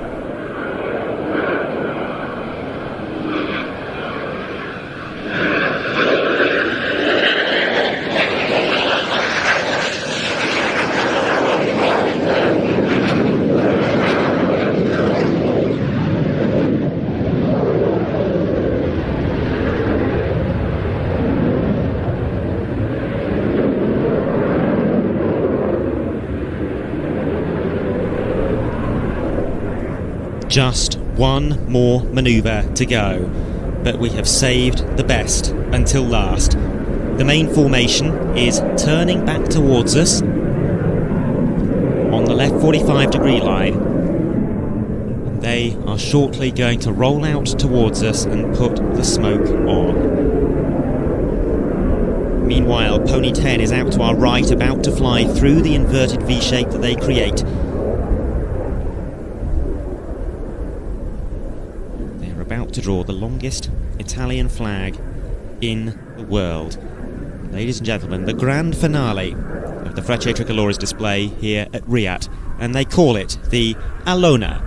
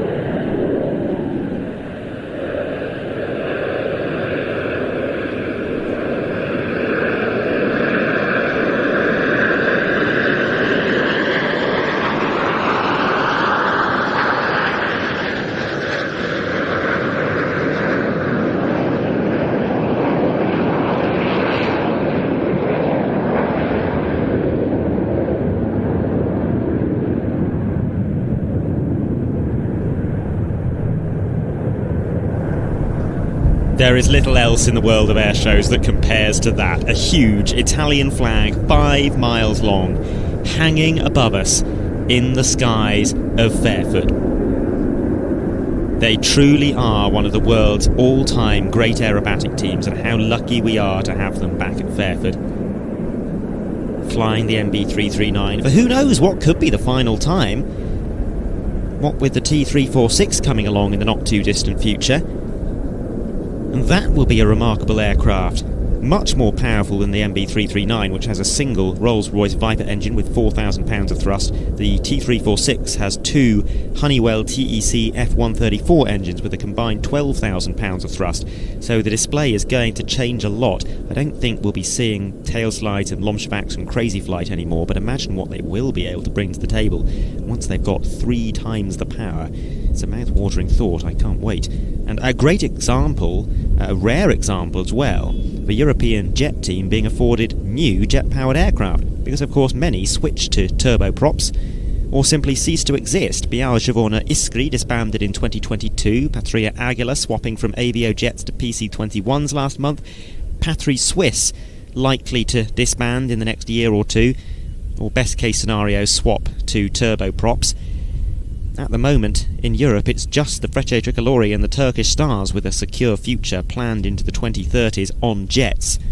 The Turks getting her jets and the Italians getting the T346. It goes without saying that the display we just watched isn't just the work of 9 pilots, it's also the work of many people on the ground, but arguably one more so than others.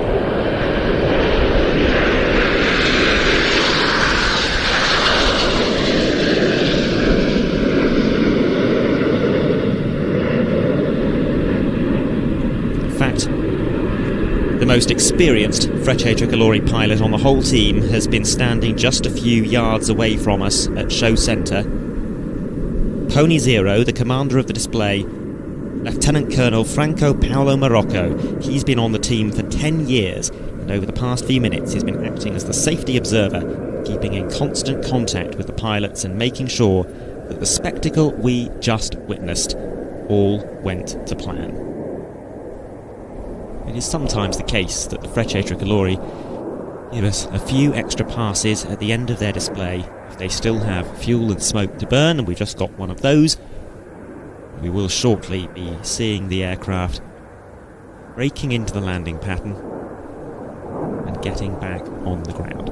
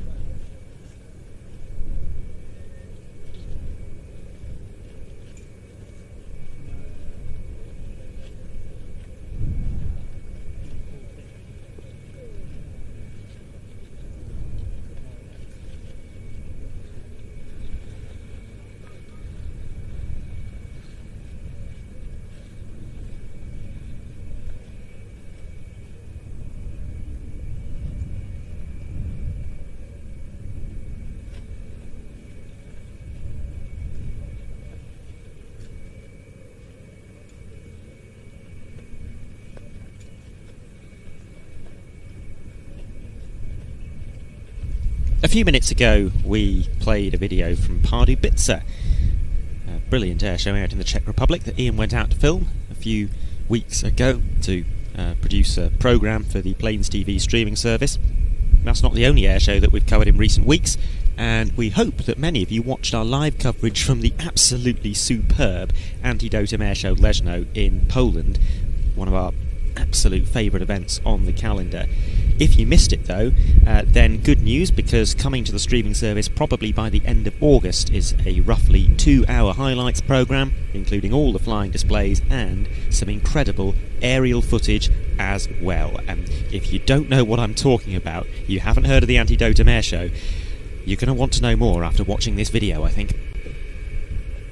In the airshow world, certain places are hallowed ground, and this, I humbly submit, should be one of them.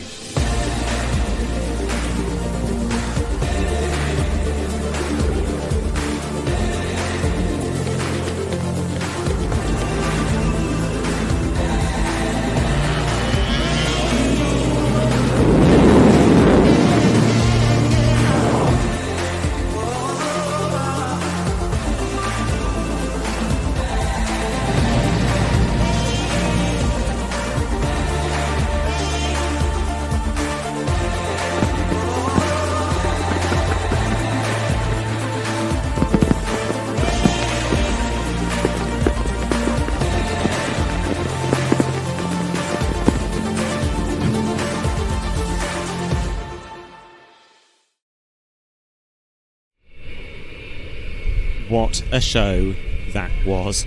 Absolutely incredible, indescribable. Can't wait to present that edited programme. Just as soon as we've finished, I've made about 2/3 of the rough cut, but it does need to be refined and the colour grading done and that sort of thing.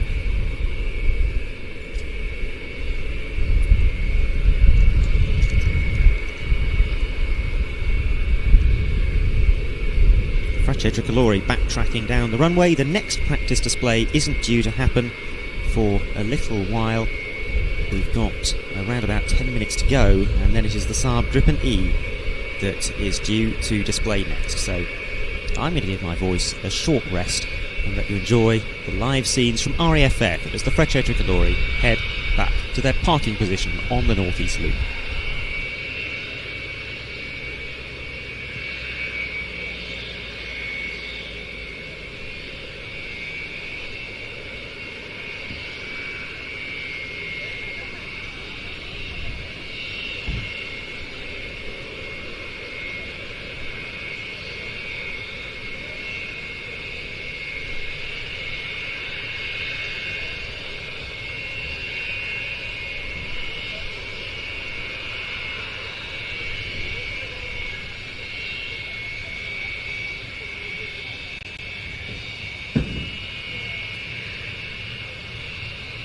The Frecce Tricolore, by the way, one of 3 national aerobatic teams at the Royal International Air Tattoo this year. We've also got the Royal Jordanian Falcons here, and we've got the Red Arrows, of course. We've already seen some Red Arrows to action today, with the team departing for a show at Shrivenham at the Defence Academy and then returning a little while later. And earlier this year, Ian and I headed up to RAF Waddington to find out a little bit more about what the Red Arrows are doing this year and their new 2025 display sequence.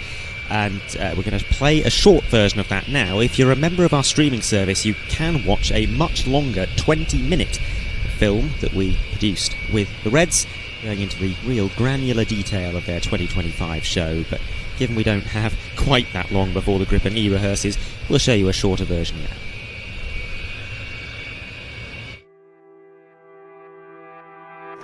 Now, ladies and gentlemen, it's my great pleasure to present the 1993 Royal Air Force Aerobatic Team, the Red Arrows. Well, the Red Arrows need no introduction, and they truly epitomise the excellence and professionalism of today's Royal Air Force. The Red Arrows are now coming into their 61st season of displays, and in every one of those 61 seasons, the team has performed a different show. It may be one team, but the manoeuvres come and go. Yet, every year, along with those new and refreshed manoeuvres, a handful of familiar shapes and crowd favourites have endured. There's a special tribute in the 50th anniversary of the Dambusters raid. The team come towards us. The smoke comes on. This is Lancaster.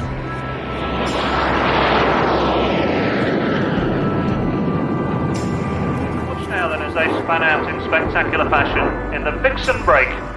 The Royal Air Force aerobatic team, the Red Arrows. There must be a scientifically optimal Red Arrows display routine. How do you work out how much to change things? Well, actually the decision is completely made by Red One. He's the one that designs the show from start to finish. So Red One has to come up with a very specific way of designing a new show, but you're right, we changed the show to freshen it up because, as you say, there's a lot of teams out there that don't change the show from year to year, and we want to bring that fresh and exciting new show to the public every year.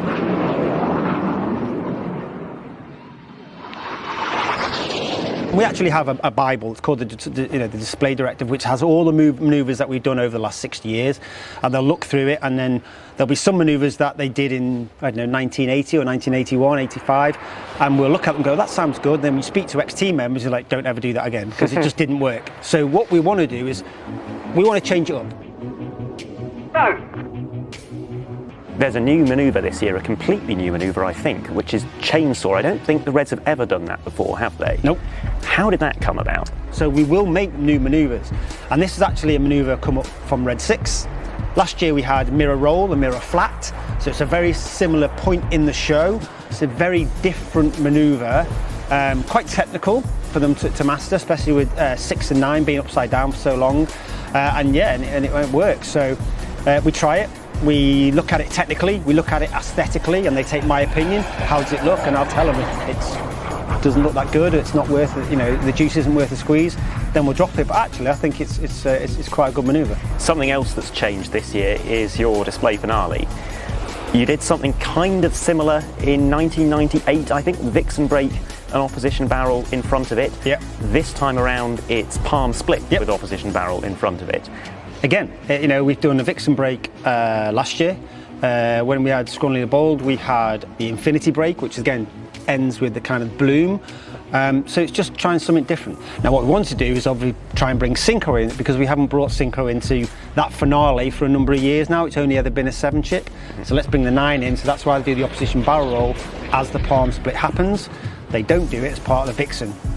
They just have the normal Vixen break with the 7 chip in the background. Now there's one manoeuvre that I'm aware exists, but I haven't actually seen anything of it yet. Maybe we'll see it during the practice flight later today. I think it's called Tempest. Yep.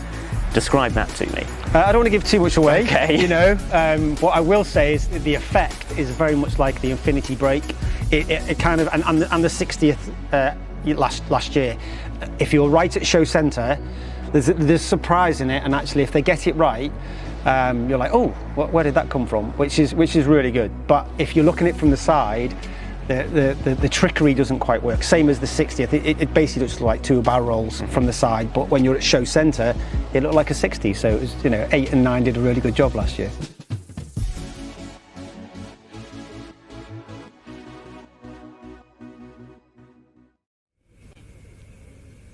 That is what we can expect from the RAF Red Arrows when they fly on Friday, Saturday and Sunday. The Saab Gripen E is now taxiing for its practice display.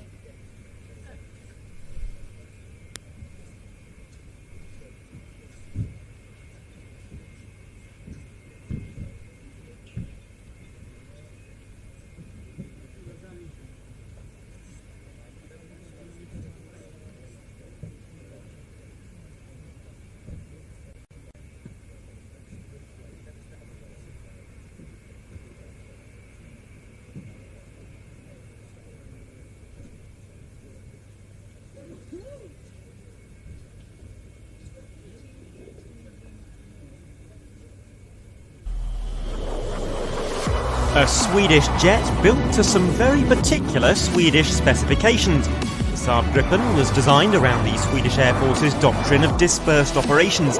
This has resulted in an aircraft with a unique combination of capabilities.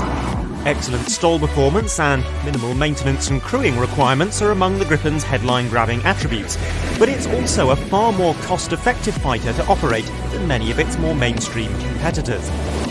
All this means the Gripen has proved popular far beyond its native country, scoring export orders from air arms in Africa, Asia and the Americas, as well as to several European customers. This year, we'll see a Czech Air Force Gripen C and a representative of the newest member of the Gripen family, a Gripen E from Saab, the manufacturer.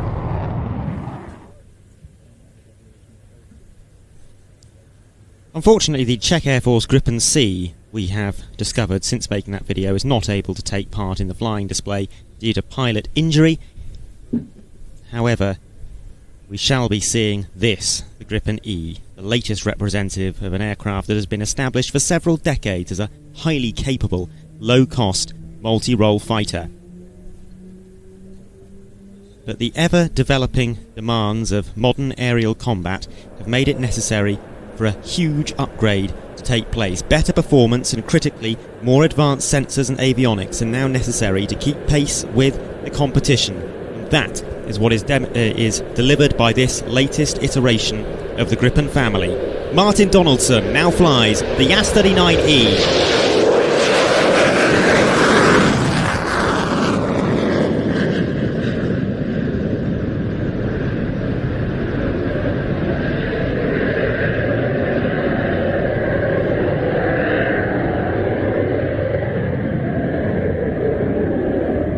It was in 2008 that Saab first flew a technology demonstrator based on the established Gripen C, fitted with Raven actively electronically scanned array radar, replacing the pulse Doppler radar found in older models. And while the original Gripen was powered by the General Electric F404, the new demonstrator was powered by the F414.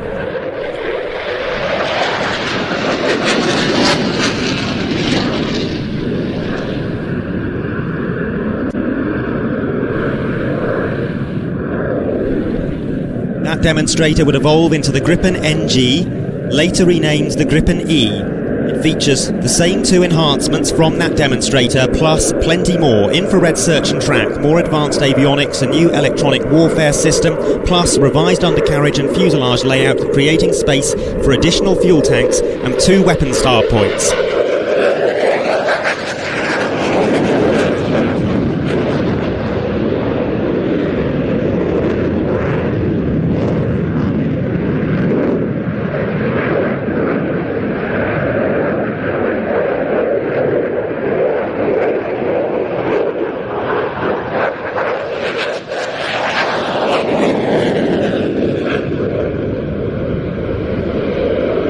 In all, the Gripen E can carry 36% more external payload and 48% more internal fuel, almost doubling the aircraft's combat radius.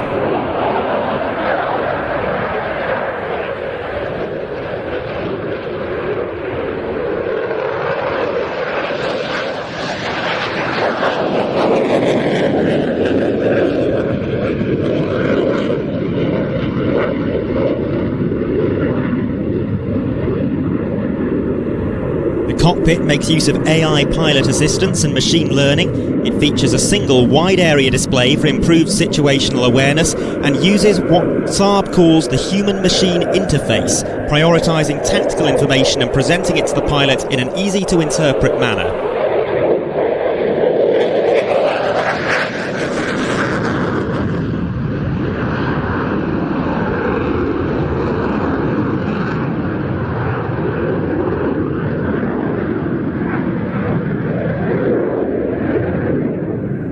The development of the Gripen E was co-funded by Sweden and Brazil. Both countries have ordered the type. The first prototype flew in 2017. The Brazilian Air Force was the first customer to take deliveries, the first of which was inducted in 2022.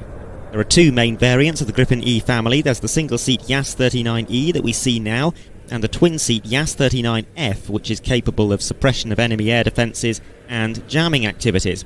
Plus, there's also a proposed carrier-based version known as the Gripen Maritime.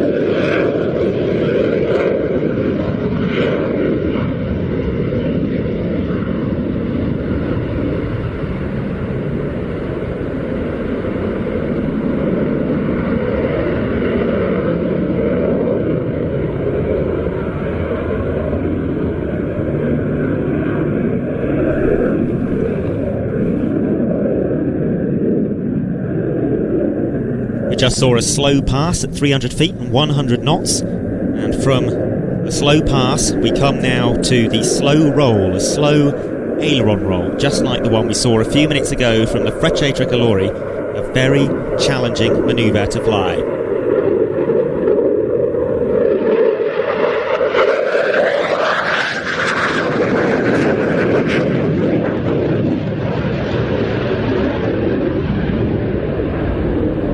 It was in 2023 that we first saw the Gripen E at RIAT.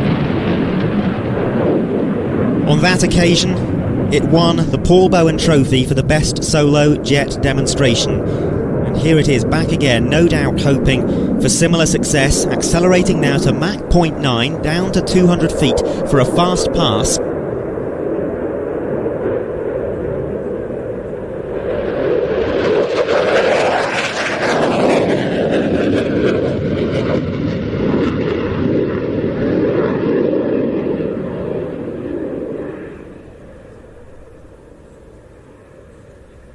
Of course, the Gripen E retains many of the things that made the previous generation of Gripens so successful.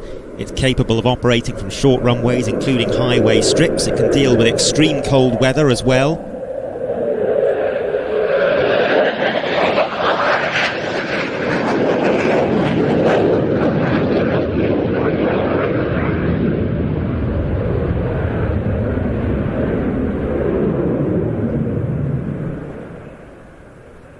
And it requires minimal maintenance and ground support equipment, making it suitable for dispersed operations.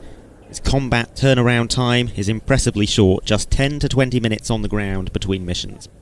This aircraft really is a game changer as far as the Saab Gripen is concerned, taking what was a 4th generation fighter and turning it into a 4.5 generation one. At least that's one way of looking at it. Saab disagree. They say that the artificial intelligence and adaptability built into the Gripen E make the concept of fighter generations entirely obsolete. What we can say for certain, though, is that this aircraft is far stealthier, flies farther, and is considerably more lethal than any Gripen that has come before. It was flown for us not by any Air Force, but by Saab themselves, and at the controls was one of their test pilots, Martin Donaldsson.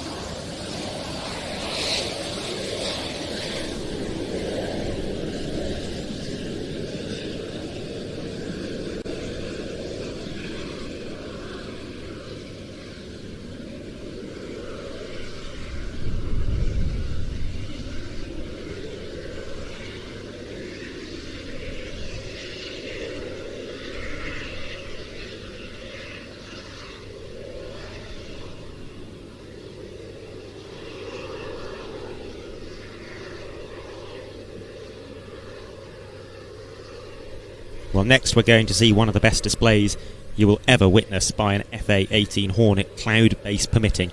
In fact, one of the best displays you'll see by any non-thrust vectoring fighter.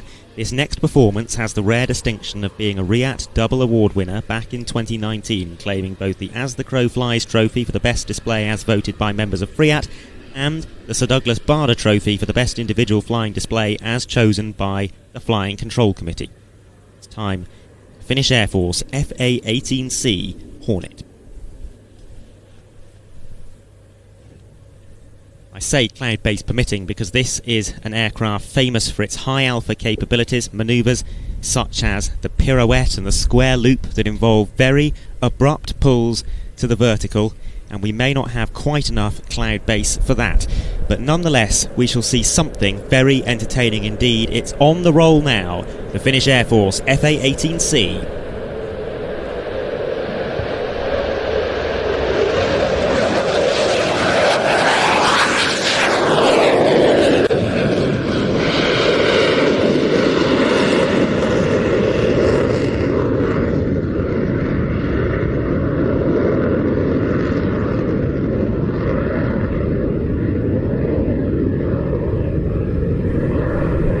And that's quite a way to start things off. The Hornet has been through several iterations. It's now in its third generation, the Super Hornet, which is effectively a brand new aeroplane. This is the second generation, the FA-18C, which came about in the late 1980s. The C model featured new weapons compatibility as well as upgraded radar and avionics.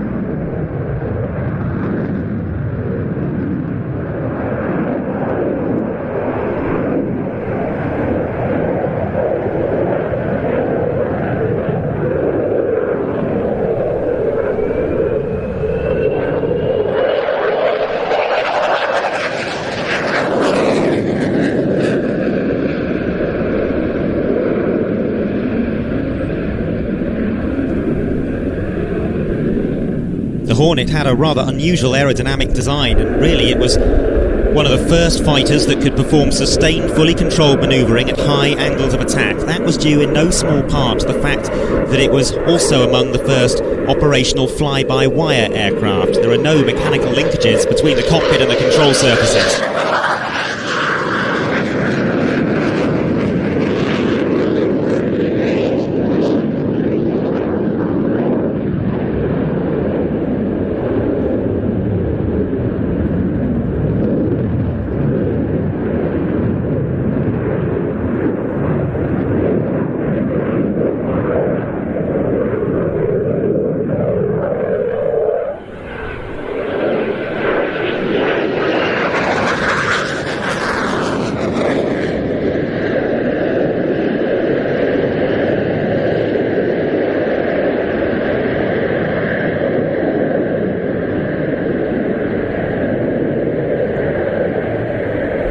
That is called a rudder roll, a very impressive high alpha loaded roll. And now another extreme high alpha manoeuvre. This, a version of the Cobra, also sometimes called the Hat. The aircraft coming in at 220 knots will see a full pitch to the vertical, followed by a return to level flight.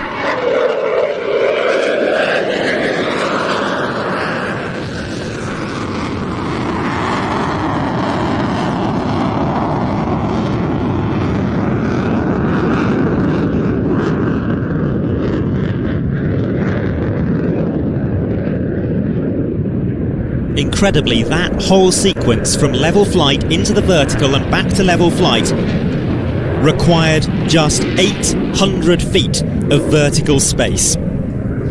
Finland originally ordered 64 Hornets in 1992 to replace the Saab Draken and the MiG-21. Deliveries commenced in 1995. The aircraft now coming back in for a 360-degree max rate turn.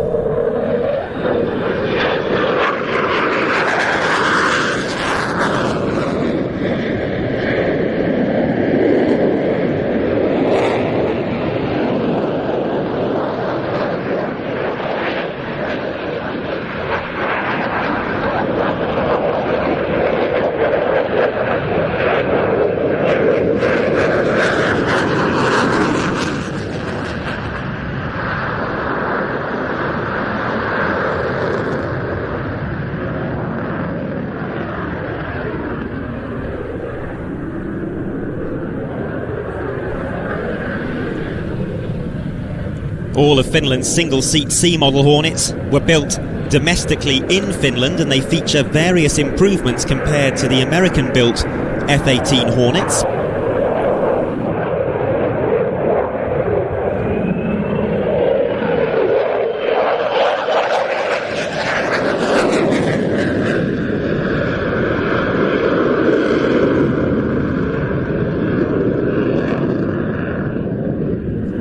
They've been structurally reinforced, and they have stronger hinges in the wings, so while an American-built Legacy Hornet can pull 7.5G, the Finnish-built ones can pull up to 9G.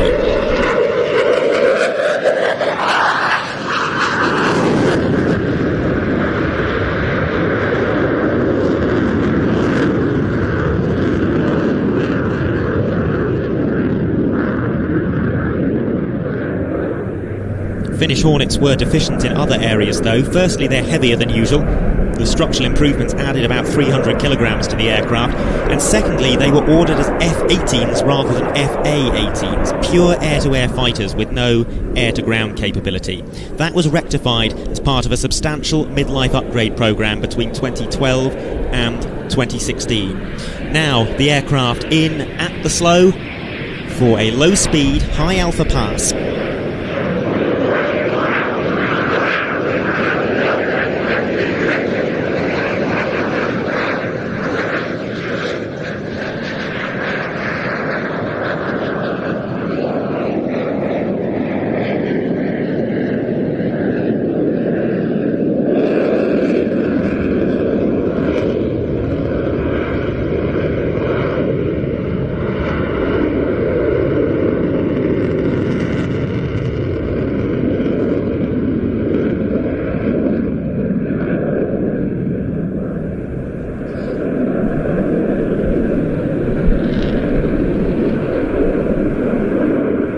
One last manoeuvre from the Hornet, an aileron roll pitch into the circuit to land.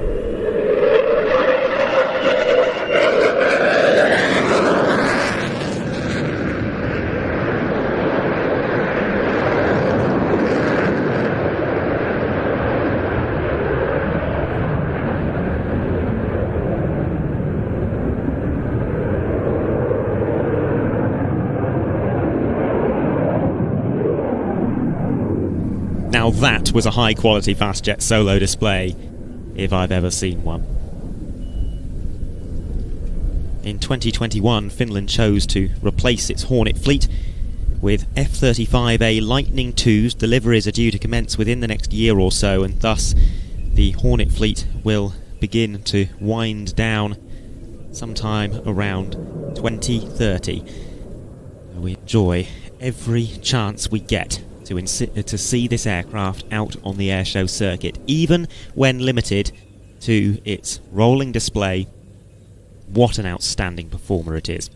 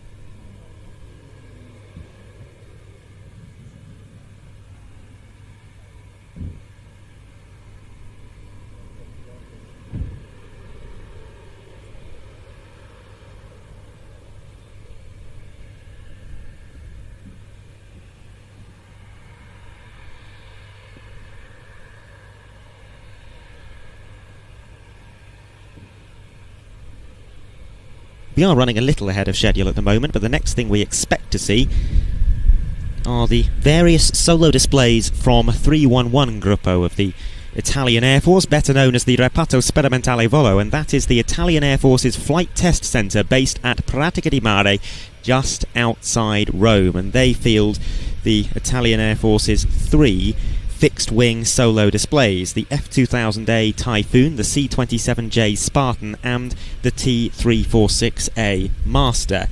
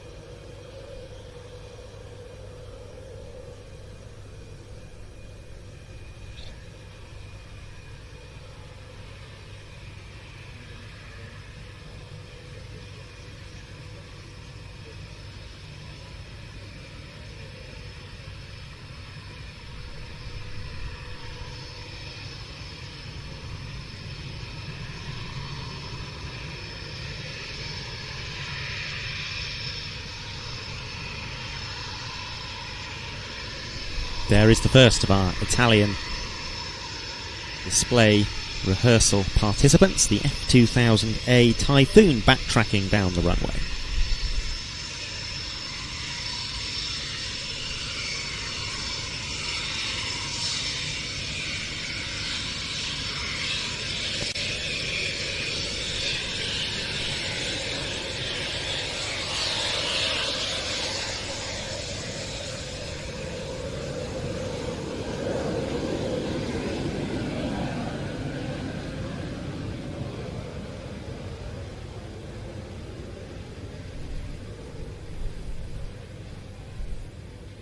Back in the 1970s, the UK was starting to search for a successor to the Jaguar, and Germany for a replacement for the F4 Phantom. It was decided that one solution might be to work together on a new fighter, and indeed to encourage other allies to join the project. After several false starts, the British ended up going it alone, developing the British Aerospace EAP prototype, which first flew in 1986. That flying prototype reinvigorated international interest. Germany, Spain and Italy rejoined the programme, setting up the multinational Eurofighter company headquartered in Germany to refine the EAP and see it through to mass production. That work was shared between the four partner nations according to the total number of aircraft that each country expected to procure, although no nation has actually got close to those projected totals. As with many multinational projects, disputes and uncertainty dogged the programme in the early 90s, partly due to the geopolitical fallout from German reunification, but the project did continue, and the first Eurofighter took to the air in 1994. The one that we are about to see rolling for takeoff is known as an F2000A. It comes to us from the Italian Air Force.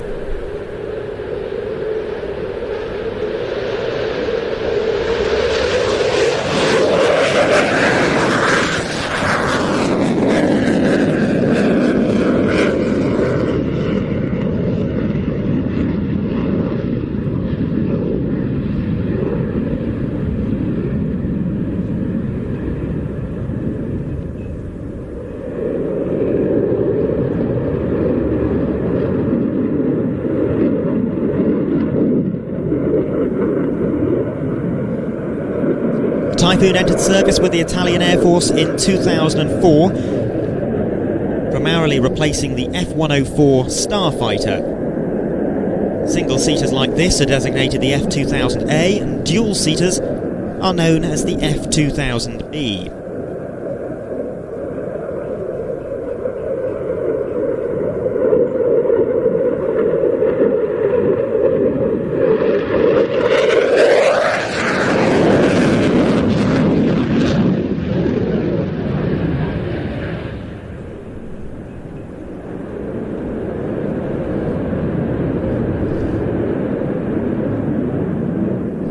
Interesting feature of the Typhoon, there is a transfer line from the fuel tanks to the tip of the tail. That allows air to escape from the fuel tanks during aerial refuelling, but under negative G that transfer line can leak a little trail of fuel, and we might see that during the next manoeuvre. We'll certainly see it during the manoeuvre after that, because negative G shall be experienced initially during an inverted pass.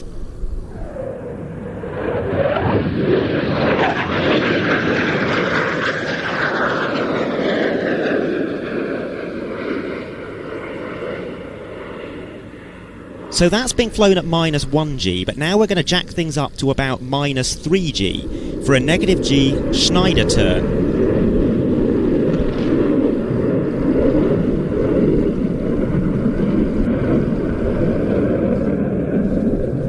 And remember that while the pilot is wearing a G suit, that suit only really has an effect on reducing positive G. It does nothing to help stave off the effects of negative G.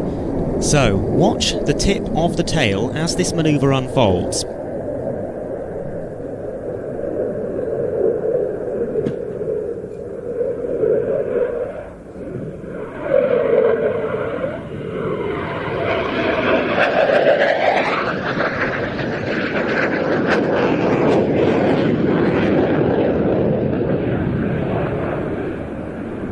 all that build-up, nothing happened.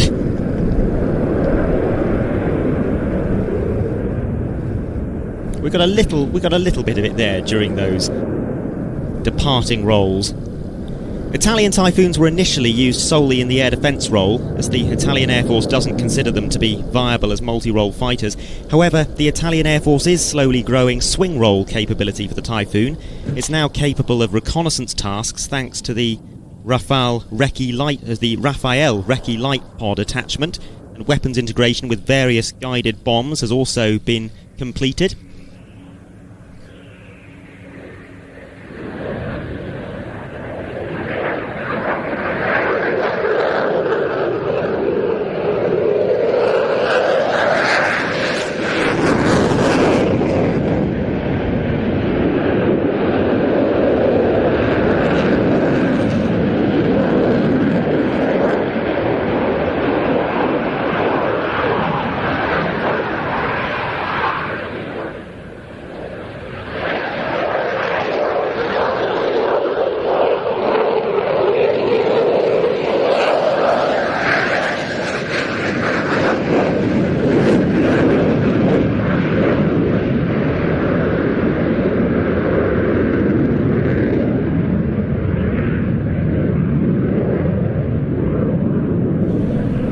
Since 2005, they've been used for quick reaction alerts. They've also been deployed on air policing missions in Albania and Lithuania, and they've flown combat air patrols securing the skies over Libya.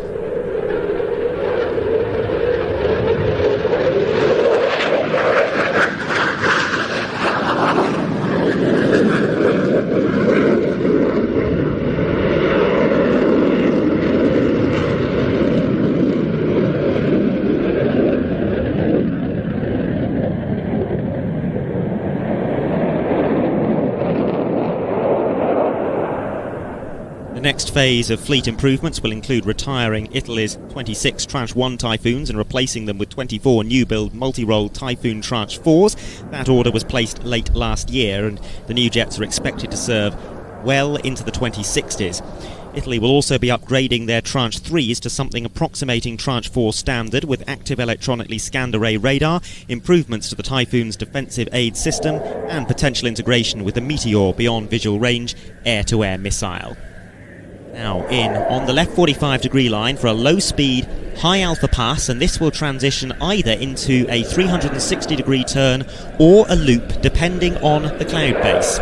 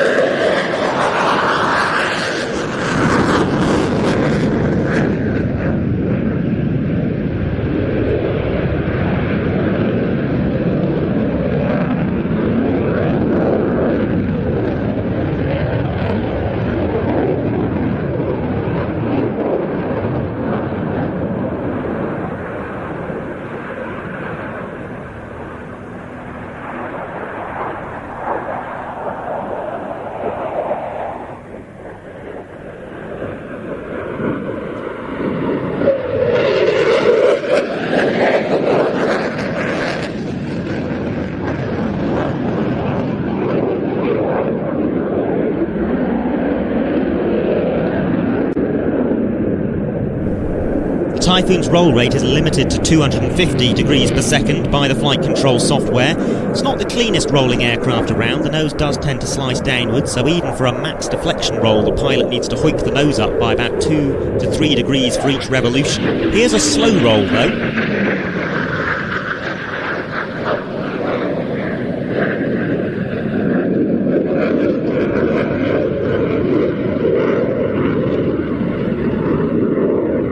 The slower the roll, the trickier it becomes.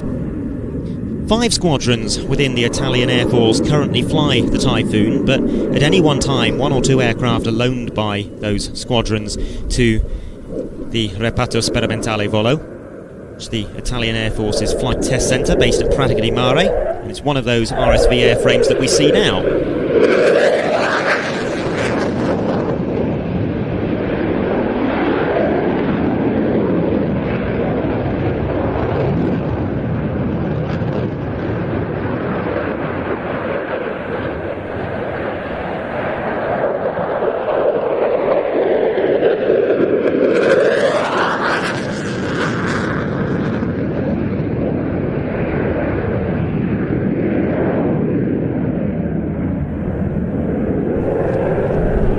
The RSV doesn't have aircraft permanently assigned to it because the squadron subjects its aircraft to far greater stress than is typical, so instead they borrow regular frontline jets on a relatively short-term basis to slowly spread the fatigue life evenly across the entire Typhoon fleet.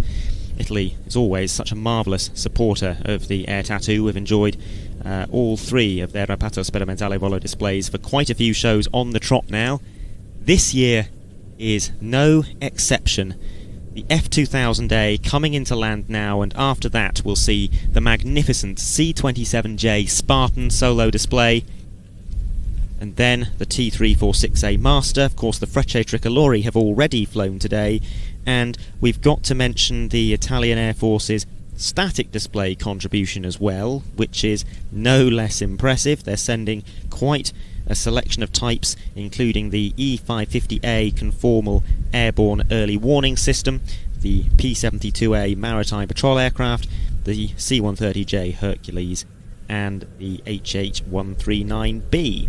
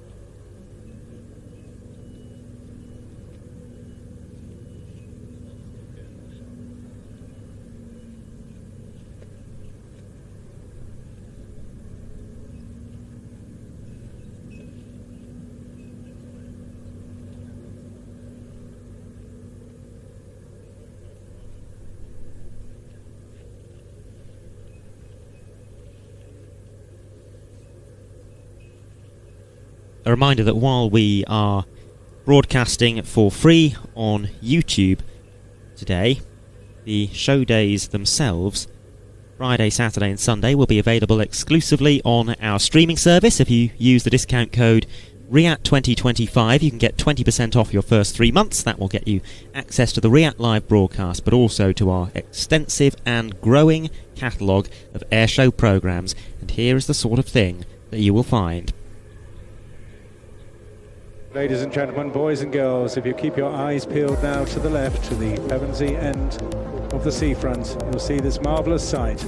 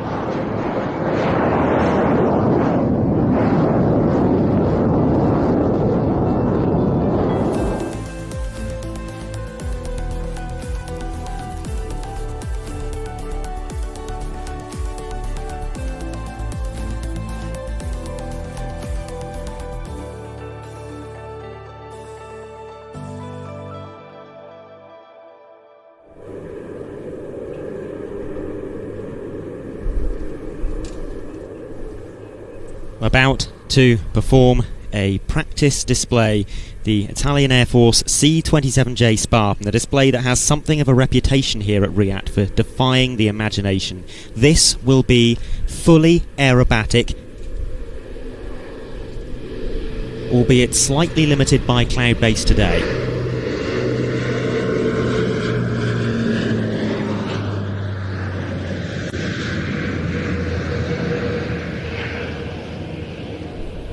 It is remarkable to think that this aircraft actually came from the concept of a vertical takeoff airlifter. It was proposed by Fiat in the 1960s, a cargo aeroplane with a massive engine pod on each wing, each pod housing a turboprop engine facing forward and 3 jet engines facing straight down.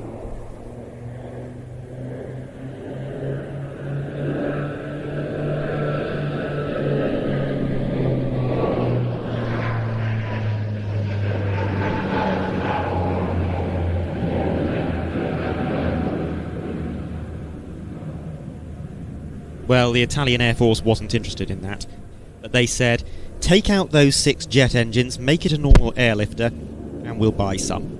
That is exactly what happened. The result was the Fiat G222, of which the C-27 is a modernised version. And now, time for the aircraft to go fully inverted. This shall be an aileron roll.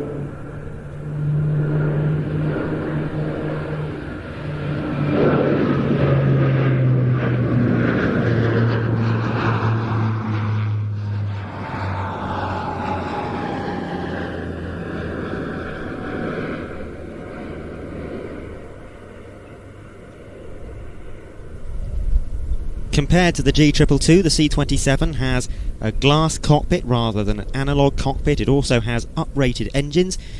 It first flew in 1999 and entered service with the Italian Air Force in 2005. Since then, it has attracted orders from around the world, and this display shall give you a very good idea of just why that is.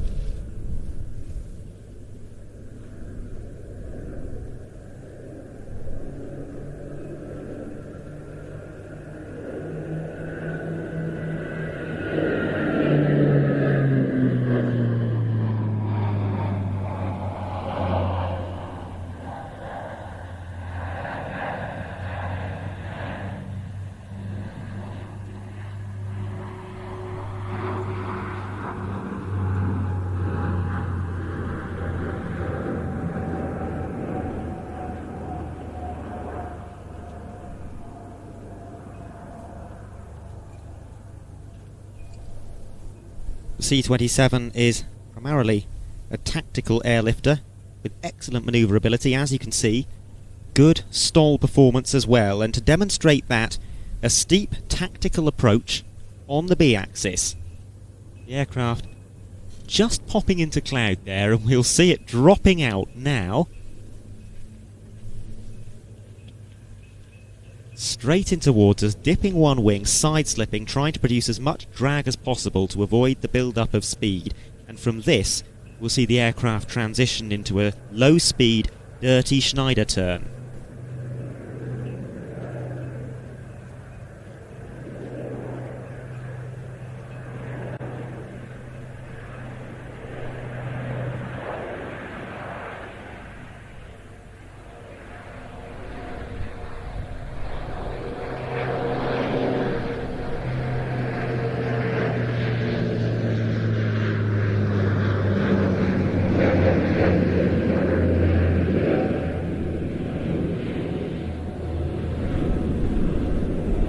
It can carry 60 troops, 46 fully equipped paratroopers, or 11 tons of payload. That's almost exactly half the payload capacity of the C-130J, which stands to reason, because the C-27 is fitted with the same engine as the C-130J, but only 2 of them. Specifically, it's powered by the Rolls-Royce Allison AE 2100. They produce 4,600 horsepower apiece.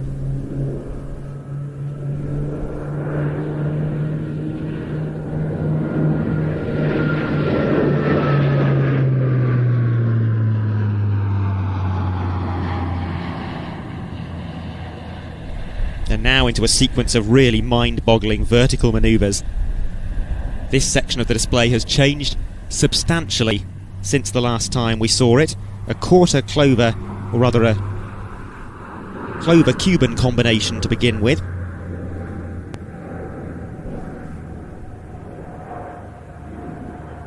The Italian Air Force is expanding its C-27 capabilities well beyond being a mere airlifter. It has recently developed an all-new variant called the EC-27 Jedi, a dual-role aircraft which can be used as a standard airlifter, or it can be fitted out with a roll-on, roll-off modular electronic warfare suite. These EC-27s have been built from standard C-27Js, and they are fully interoperable with the rest of the Spartan fleet. Italy currently has 2 of them in service. Now the aircraft arriving from the front for a cloverleaf.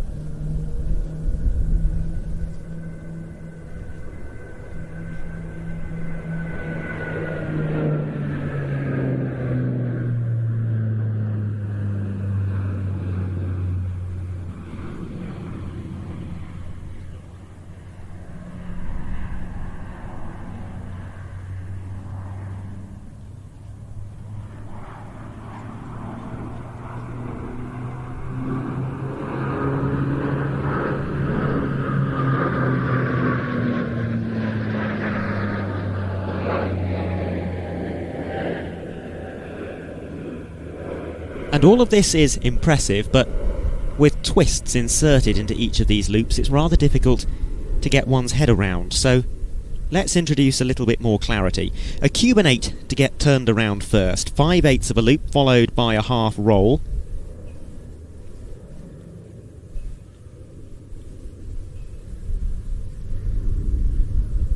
And now the aircraft will charge in towards us, building speed, building energy, in preparation for my favourite part of the show. It's about to pull up into a full, uninhibited loop.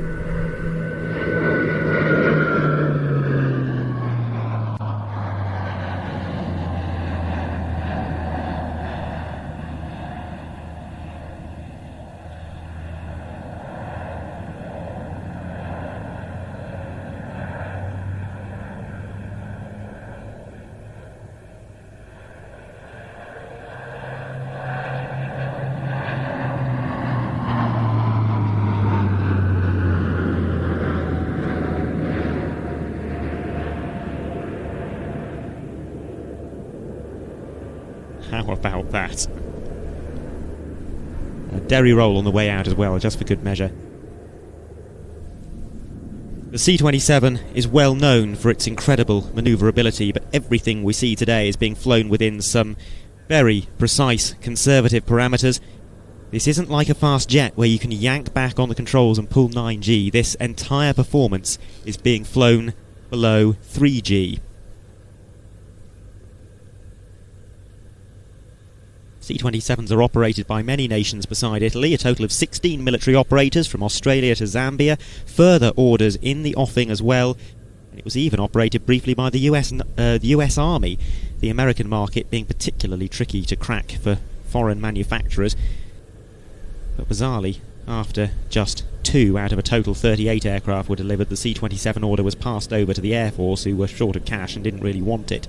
The US Air Force was then in the bizarre position of retiring C-27s to the boneyard when they were still factory fresh. They were landing from their delivery flight straight into David Monthan. Fortunately, they have now found a new home with the US Coast Guard, or at least 14 of them have. They've been redesignated the HC-27 Ocean Sentry, and they're used for surveillance, maritime patrol, disaster response, drug interdiction, and search and rescue. There, the C-27 touching down for a short field landing. The Spartan can operate from rough, unprepared landing strips of just 500 metres in length.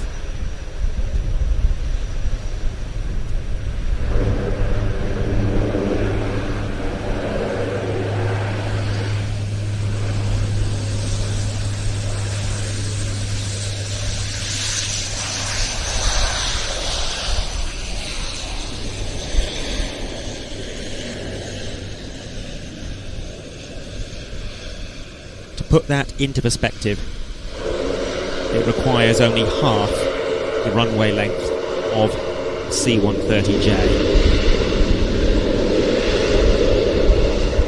The sound of the propellers moving into reverse thrust. The aircraft shall reverse briefly, present itself to the crowd in the RIAT grandstand.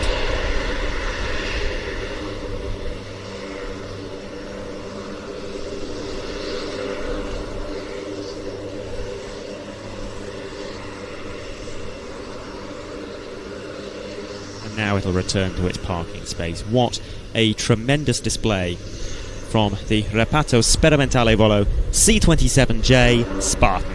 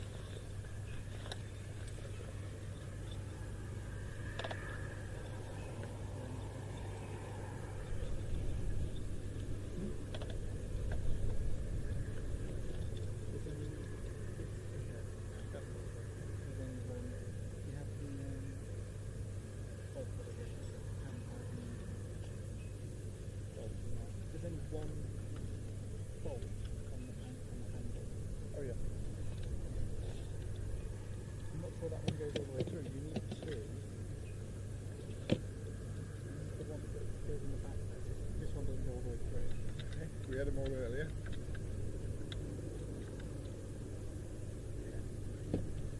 Actually, that does come together very well. It really should have another one in. Because you carry it around with it.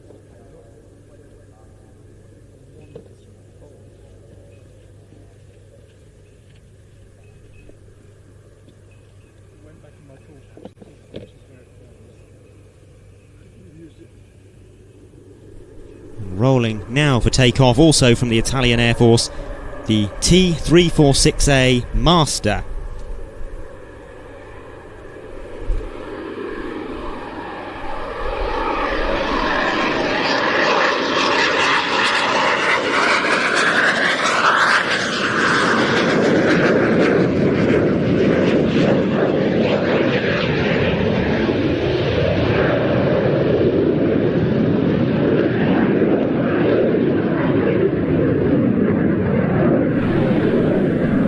The T346 was born out of a joint Italian-Russian project which aimed to produce the main lead-in fighter trainer for European air forces. Yakovlev had been working on a new jet trainer since 1991, but they really needed Western support to bring the project to fruition, particularly if it was to achieve significant export success.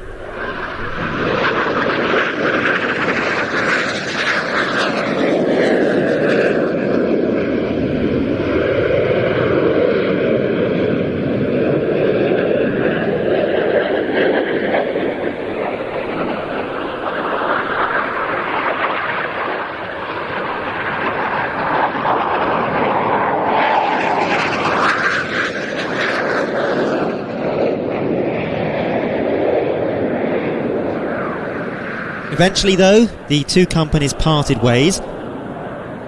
Alenia Aermacchi persisted with the design themselves. They re-equipped it with exclusively Western parts. The cockpit in particular was modelled on the likes of a Typhoon or F-22. Variable flight control software was introduced that allows the aircraft to mimic the handling characteristics of multiple types of frontline fighter, and a training mission computer with data-linked weapons systems and the ability to create computer-generated forces, both friendly and unfriendly, was also added.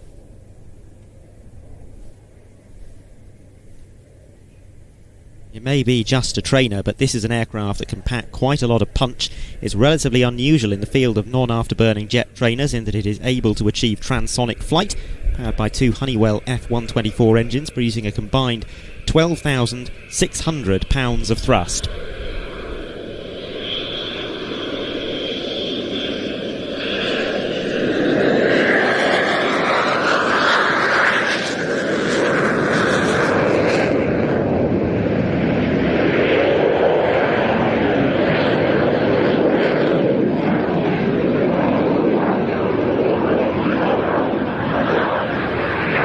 There's a demonstration of its power, the aircraft with sufficient thrust to accelerate even while under a very high G-load.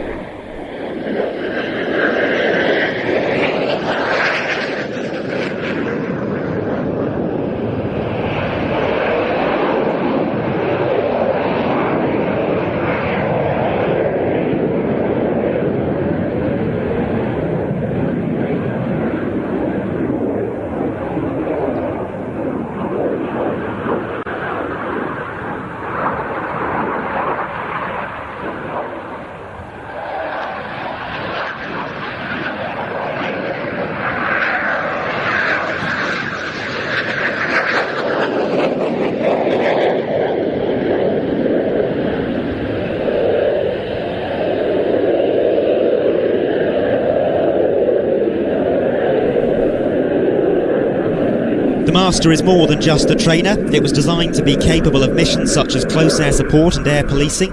It doesn't have a gun, but the FA variant does have 7 weapon stations capable of carrying 3 tons of external payload.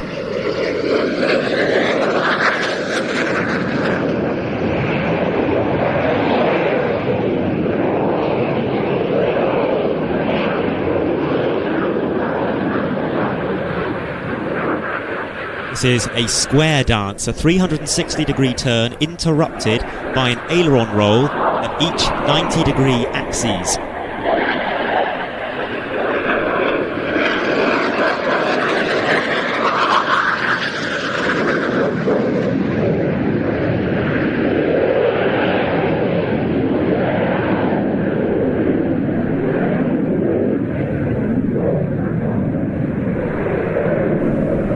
Thus, the Master is a very attractive prospect for lower intensity peacetime missions, which it can perform, according to Alenia Aermacchi, for just 1/10 of the cost per flight hour of a Eurofighter Typhoon.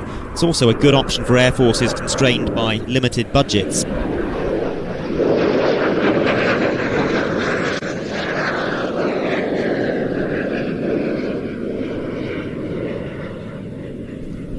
The Master flew for the first time in 2004 and entered service with the Italian Air Force in 2015, designated as the T346A. Italy is one of a relatively small number of air forces that puts pilots through 2 different kinds of advanced jet trainer. The T346 is operated alongside the smaller, lighter and cheaper T345 high-efficiency trainer. with student pilots starting their jet career on the T345 and moving to the T346 for the final stage of their training. Previously, of course, it would have been the MB339.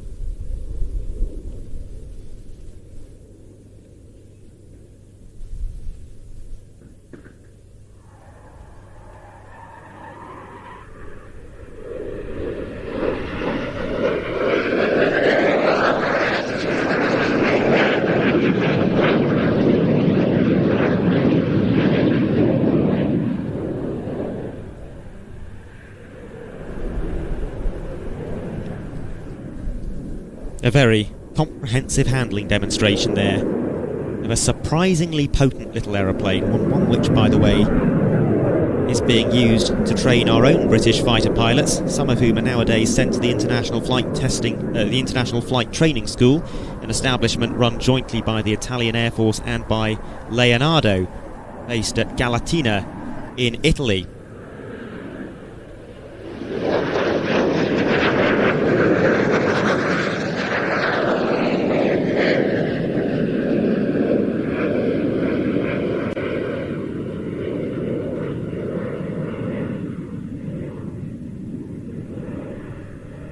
This display, like the other Italian Air Force solos, comes from 311 Gruppo of the Italian Air Force, the Reparto Sperimentale Volo, and how lucky we are to have them as such staunch supporters of the air tattoo.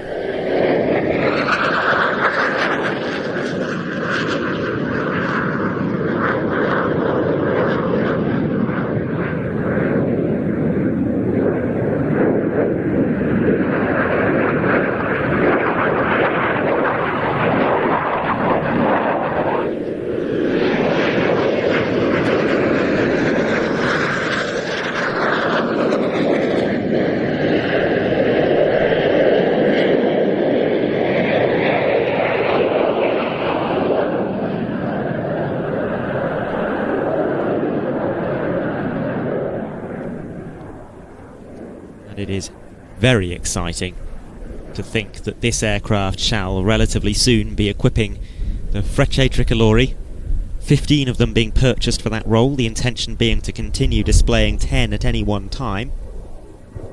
This aircraft offering some 3 times the power of the MB339s that the Frecce Tricolori currently operate, so it will be quite a step change in their display, both in terms of the manoeuvres they can fly and the amount of presence that they have, the amount of noise that they generate.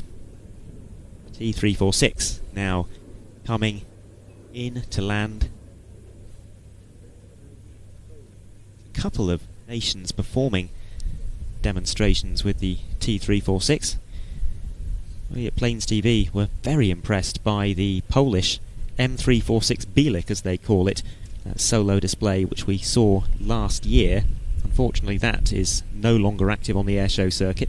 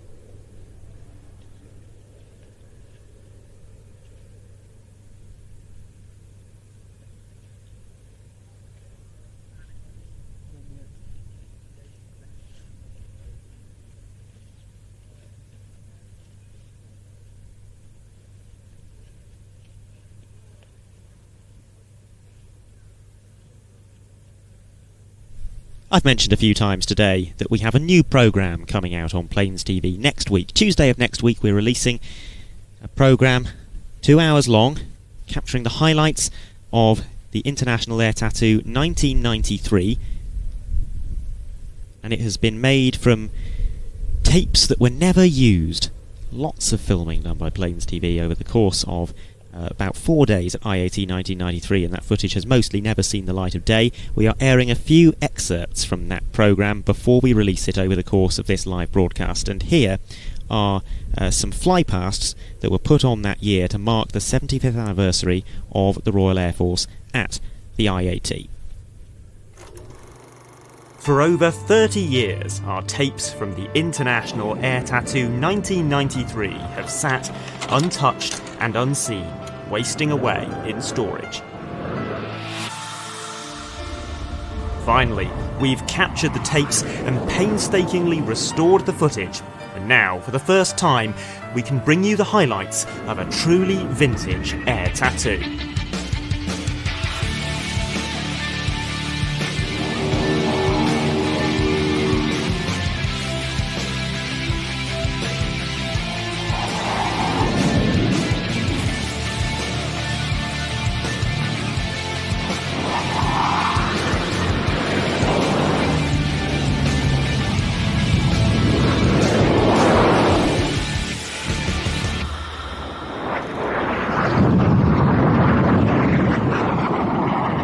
To close the show, a few special formations. First, the BBMF's Lancaster 1 and Spitfire 19 flew with British Aerospace's Mosquito T3.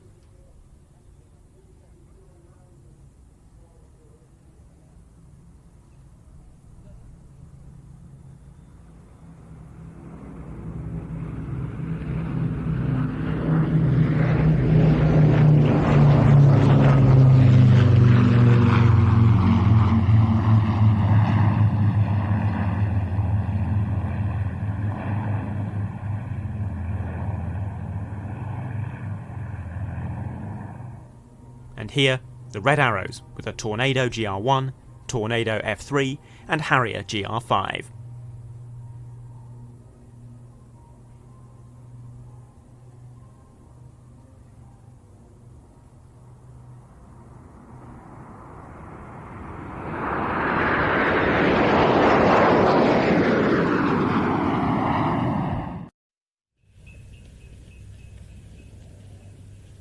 That programme being released on Tuesday, it runs for 2 hours. It features the majority, not quite everything, but the majority of the displays that took place at RIAT that year, or IAT that year to be precise. And yes, that does include the infamous display by the two MiG-29s of the Russian test pilots display team. And if you know your air shows, well, you'll remember how that ended.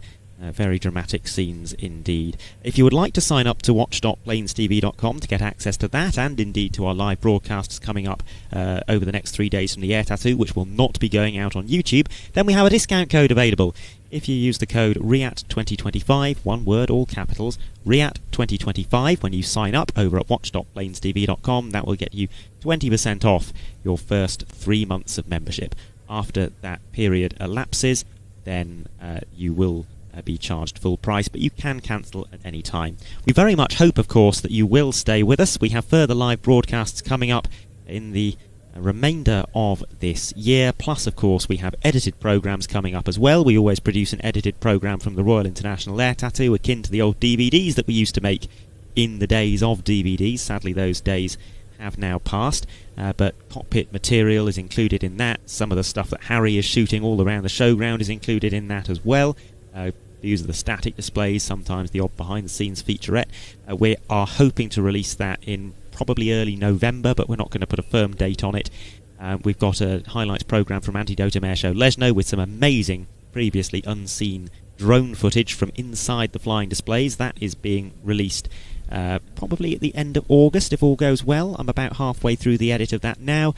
Plus, we've got programmes coming up this year from Pardubice, from Hahnweide, from Roskilde, from IRA25, and from the Dubai Air Show at the end of the year. We will have further live broadcasts coming up as well, but I don't think I can name those shows yet, so I'm not going to. Apart from the International Air Show Festival of Flight up in Scotland, I can say that we are going to be broadcasting that one live later on this year. That will be on our streaming service and also free to view on YouTube. Taking to the runway now, the Spanish Air Force C-16 Typhon. This is their name for the Eurofighter EF-2000 Typhoon, of course. Not since 2016 has a Spanish Air Force C-16 performed for us in the UK. And this one bears a special tail scheme.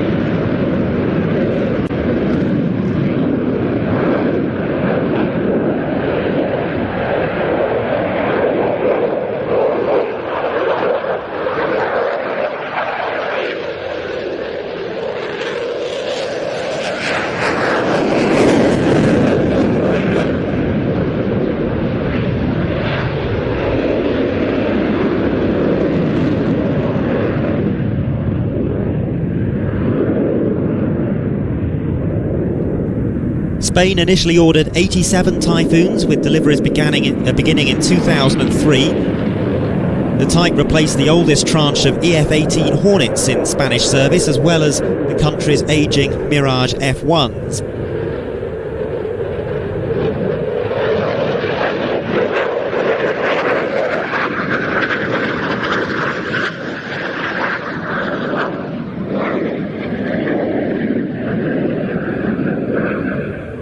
The fleet shall soon grow substantially. Spain has in the past few years placed further orders for the Typhoon, this time for Tranche 4's full multi-role platforms complete with active electronically scanned array radar and an enhanced weapons suite.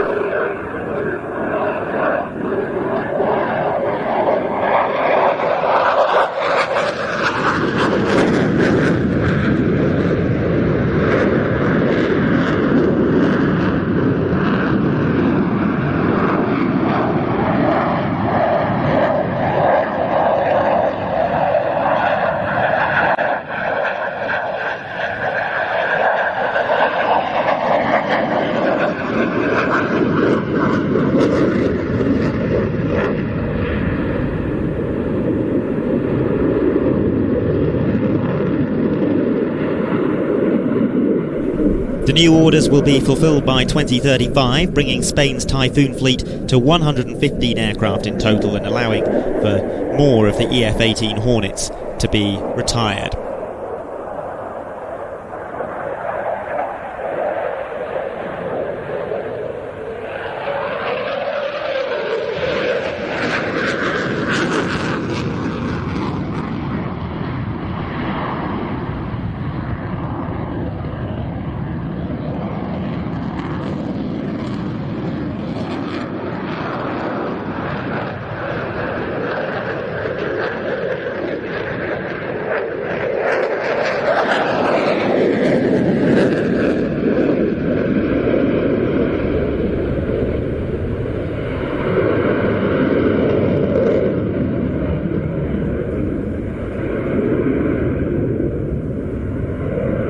Spain has also elected to upgrade its Tranche 1 jets to Tranche 3 standard by installing new cockpit equipment and a laser designator pod. They are the only Typhoon operator to attempt that upgrade.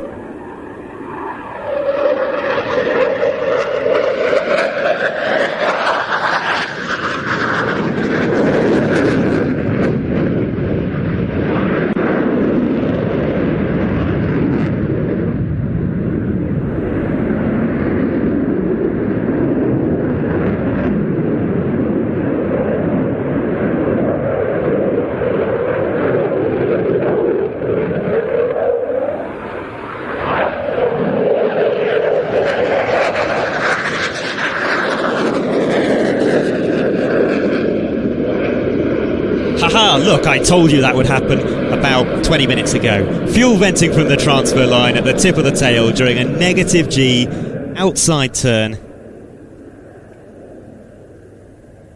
The unique Spanish approach to Typhoon fleet management is part of what's been termed the LTE, or long-term evolution, and it will include the installation of a new cockpit with F-35 style large area displays, new communication equipment and armament controls, as well as upgraded avionics.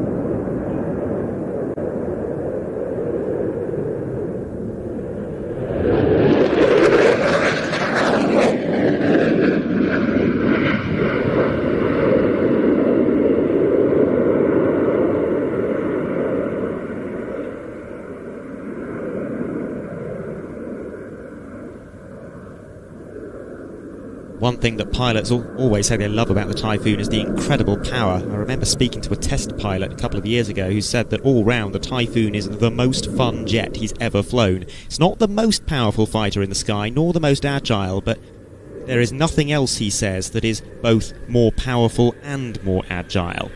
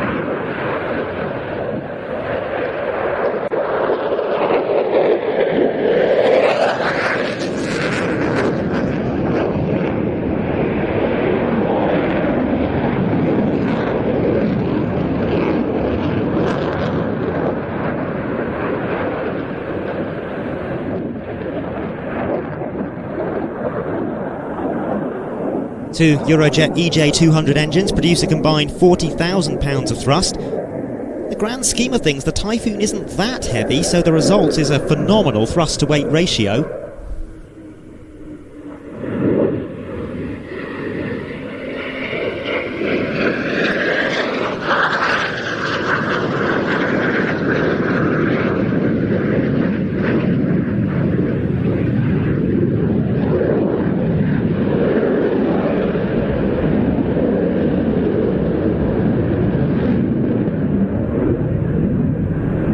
Takeoff that we saw pulling straight into a loop, well, that is more or less the standard pull-up during a Typhoon unrestricted takeoff.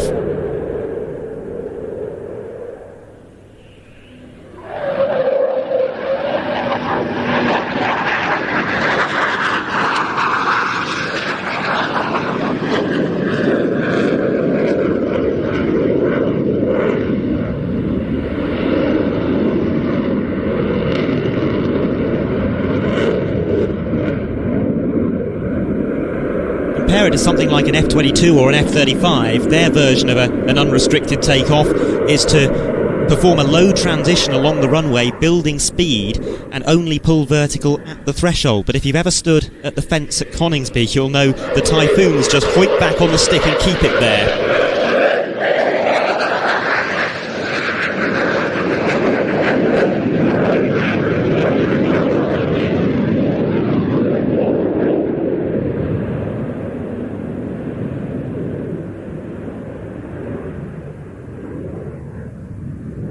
It's an aircraft that has the ability to both gain speed and bleed speed very effectively, and that is one of the attributes of a big delta wing. Any significant angle of attack can add a huge amount of drag, which will sap speed extremely rapidly.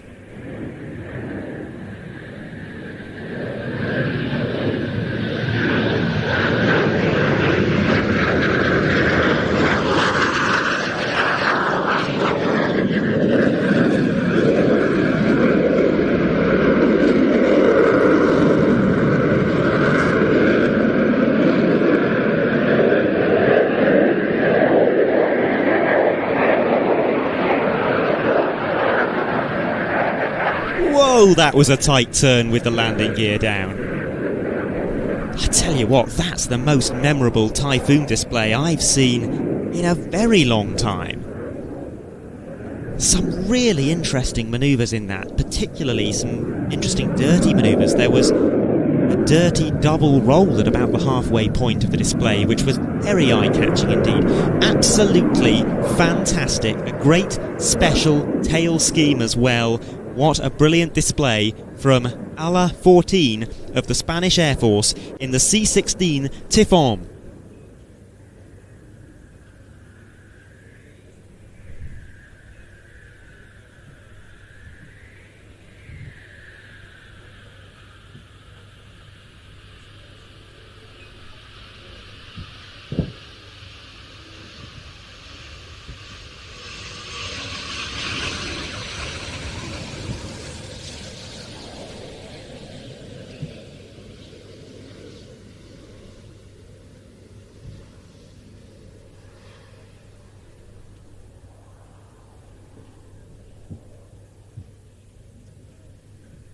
A big thank you to Monty, who has sent us £20. Monty, one of our regular, longest-standing, most loyal viewers. Thank you very much, Monty. That is so much appreciated. That will be for the beer fund tonight when we all get to a pub, sunburned and exhausted. Thank you very much indeed. And I should also probably say I haven't been able to monitor the live chat quite as closely as I would have liked. But if anyone else has also sent anything in that I haven't been able to acknowledge, then we really do massively, massively appreciate it.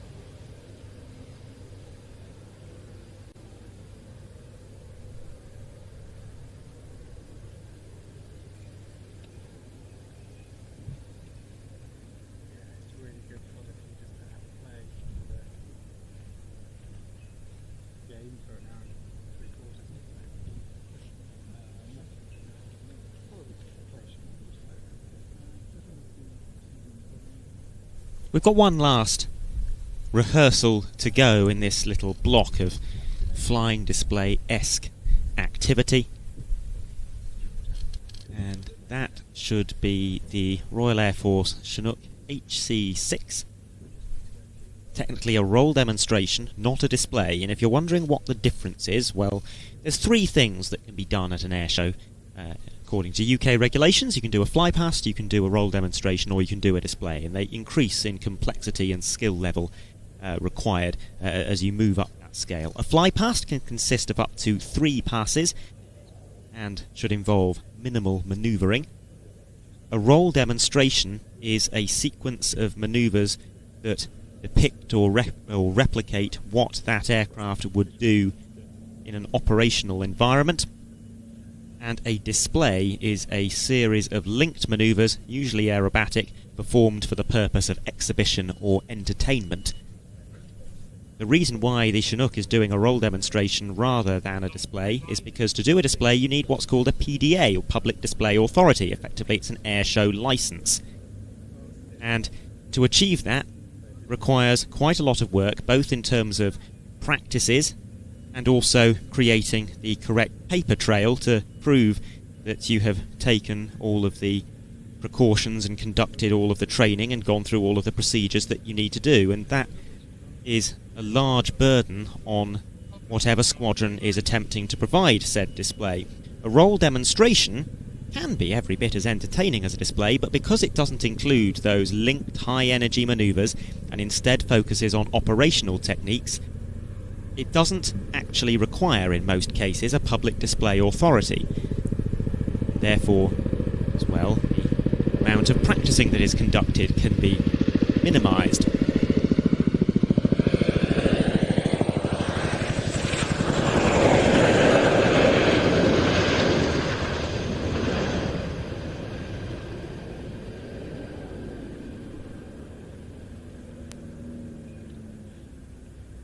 So there goes the Chinook to start its roll demonstration. This is a very capable helicopter with utility both as a heavy lift platform and for troop transport. It can carry 55 soldiers in its cabin, or alternatively stretchers, light vehicles or other such cargo. It can also carry heavy loads externally, and thanks to its 2 Honeywell T55 engines, producing a combined 7,500 shaft horsepower, this is quite a beast. The United Kingdom is the largest export customer for the Chinook, the bulk of the fleet being made up of HC6A aircraft. Those are old ones but upgraded to modern standards.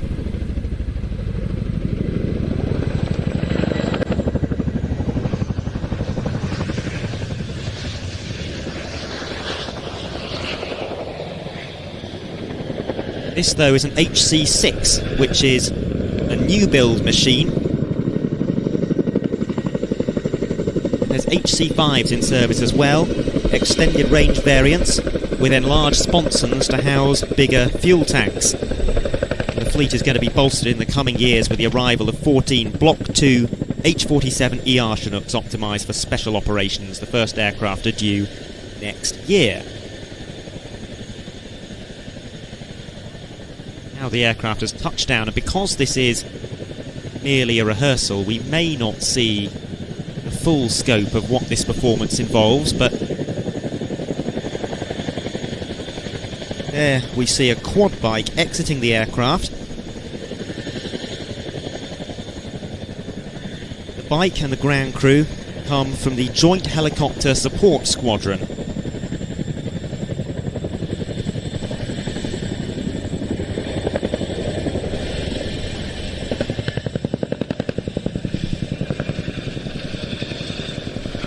The aircraft conducting an over-the-shoulder departure there. That's a takeoff manoeuvre that's been carefully designed to ensure that it is the armoured underside of the Chinook rather than the vulnerable cockpit or rear ramp that is most exposed to threats on the ground.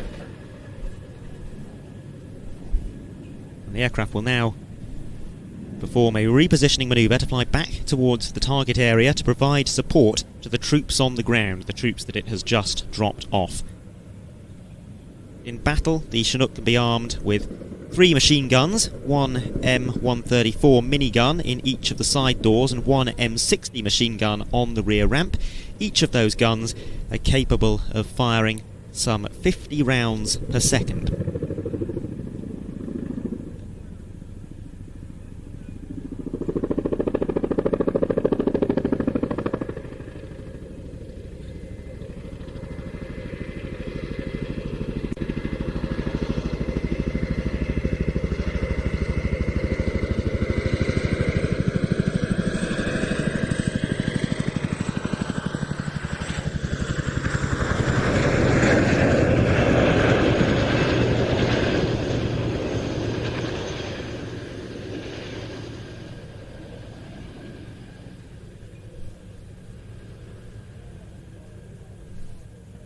Crew will now perform a wing over to come back in towards us, back in towards the target.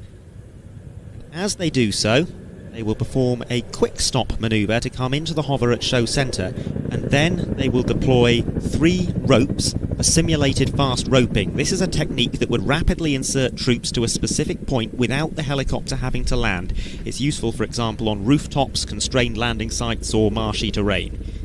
This technique can be used to insert up to 30 troops in a 2-minute hover. There's no troops on board today, but we will see the ropes.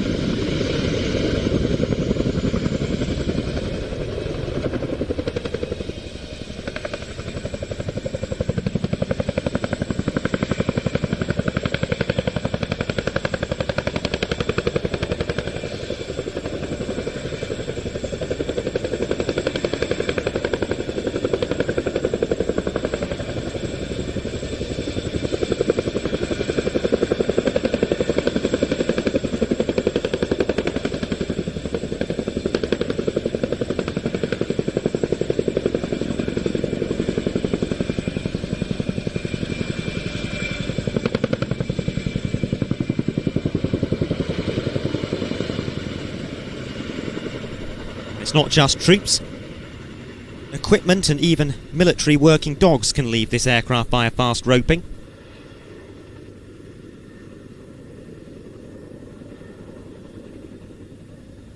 While we've been distracted by the Chinook going about its business, the team from JHSS on the ground have been rapidly preparing the quad bike for airborne extraction as an underslung load. The crew in the cabin of the Chinook can look down through a hatch in the floor to direct the pilot's positioning as he shortly comes in to pick up the quad bike.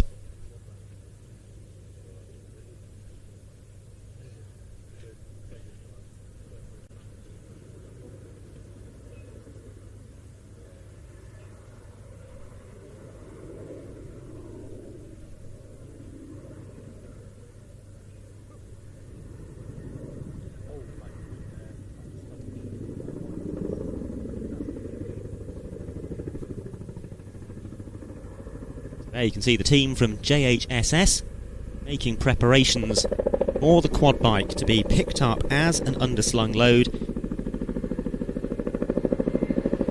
As the Chinook comes in, you may notice that one of the crew members on the ground is going to be holding up a static discharge probe. The Chinook can build up a large store of static electricity while in flight, and without proper handling that could give a hefty electric shock to those on the ground as they fix the quad bike to the aircraft. By touching the probe to the hook first before any further human contact, the static charge can be dissipated safely.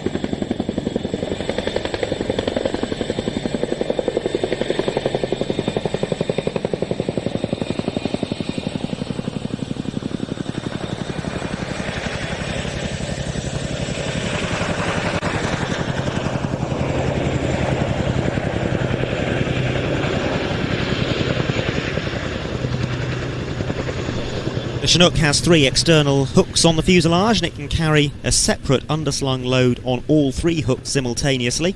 The centre hook alone can carry over 11 tonnes, and by comparison this quad bike weighs just 350 kilos.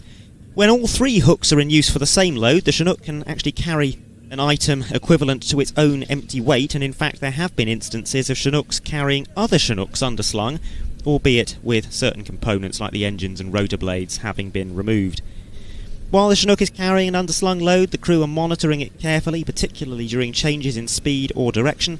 If it were to start swinging, that motion could be difficult to stop, a bit like a pendulum, and it could affect the controllability of the aircraft.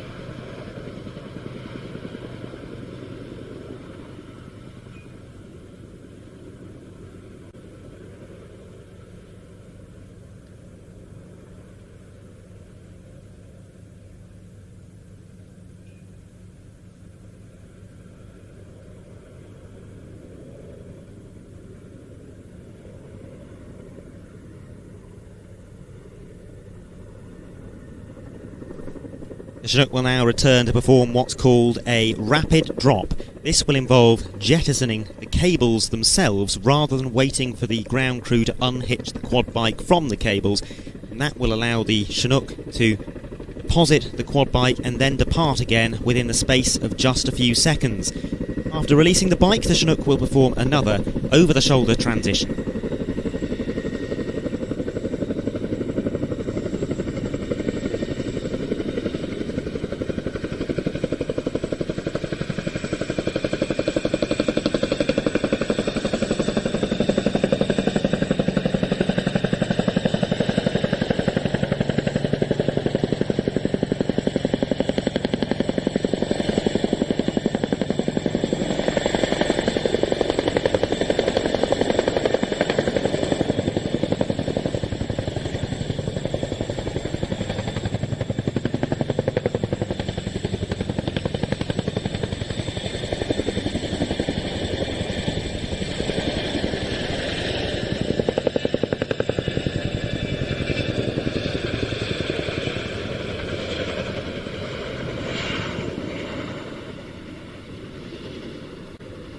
The Chinook will now position for a running landing. This is a technique that can be used in hot and high environments where engine performance may be limited, avoiding the need for a power-intensive hover.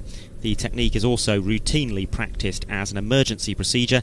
It's the safest way to get the Chinook onto the ground in the event of a single engine failure.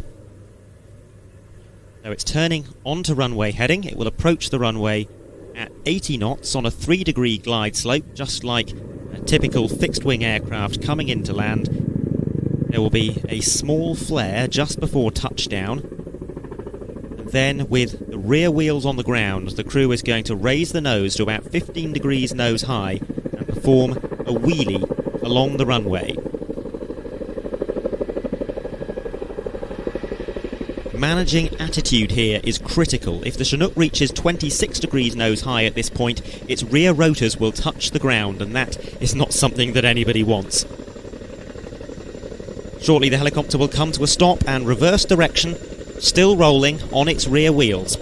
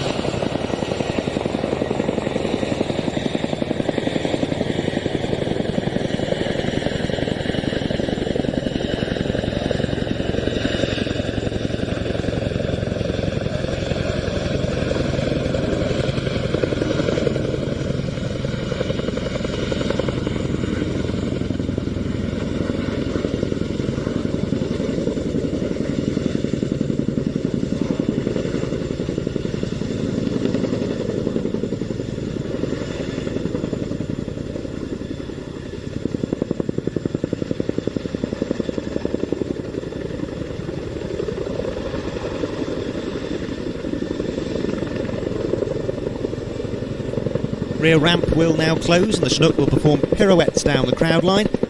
This will bring the aircraft back to show centre for a final bow.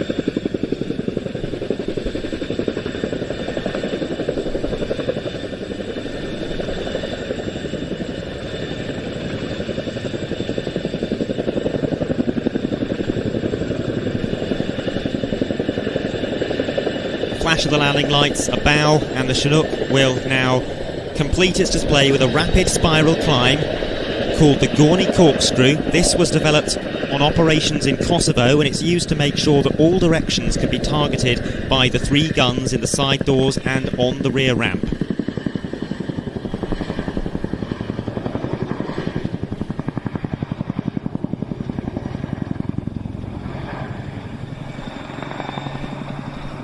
Diving in now to return to its parking position. That rounds out the roll demonstration.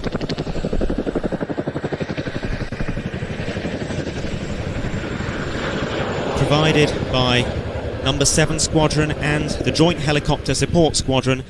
That was the Royal Air Force Chinook HC-6.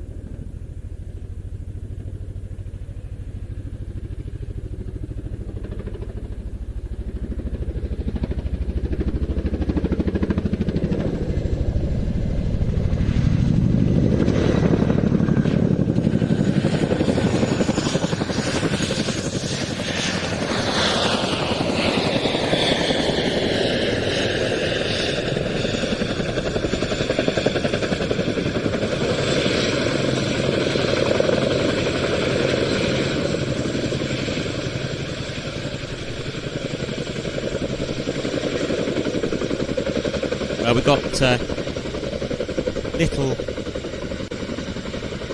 bonus pass there.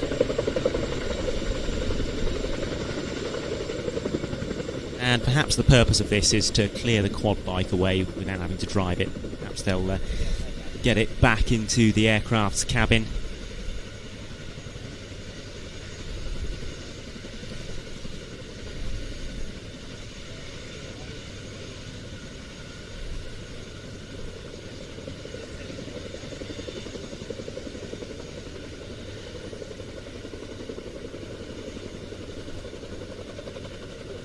Encore, if you like, on the Chinook, which shall carry the quad bike away.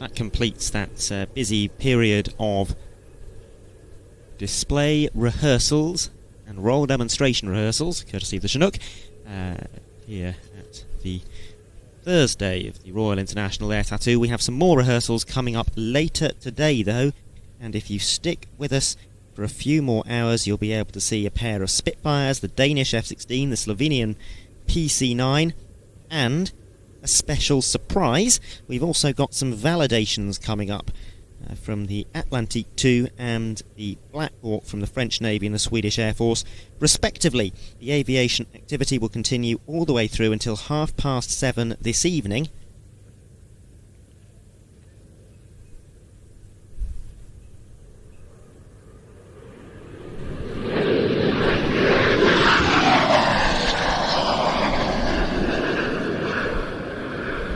And immediately after the rehearsals finish, we have an arrival from a Hawker Hunter T-72 from Hawker Hunter Aviation.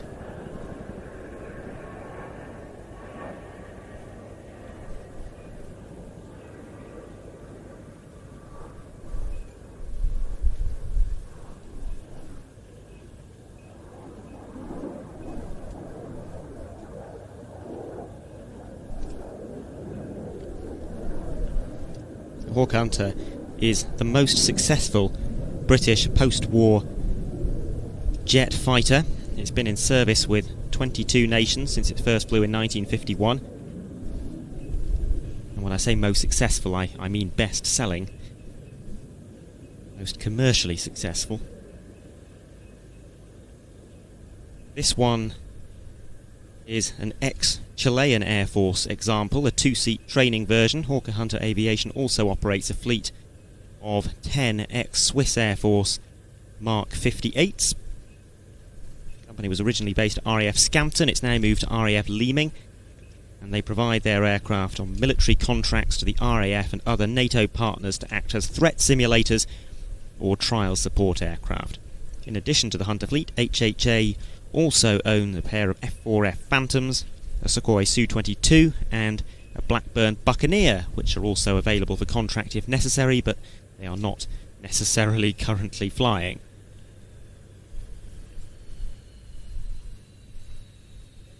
In fact, none of those are currently flying now I think about it.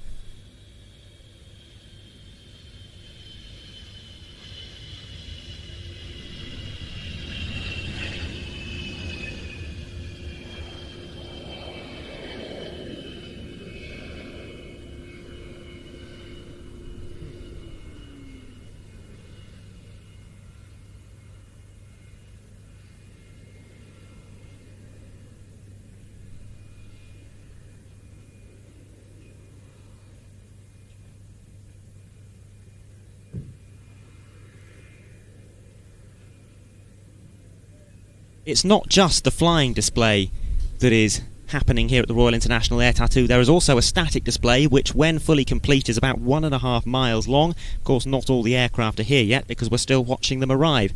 But it is a very impressive sight, a chance to get a different perspective on some of the aircraft that we see arriving, and we will shortly try and get out into the static display and show you what is happening out there as that comes together. But now let's turn our attention out to the right again, where we have a derivative of the Bell 47 inbound to us. Specifically, this is a Bell Su AH-1. The Bell 47 is a legendary single-engined light helicopter, first flew in 1946, and it was the first helicopter to be fully certified for civilian use.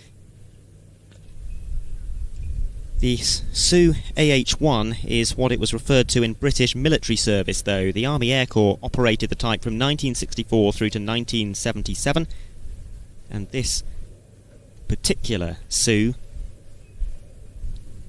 is one of the aircraft that was here at Fairford for the first International Air Tattoo that was held here in 1985. It's returning to appear on static display this year as part of the 40th anniversary celebrations.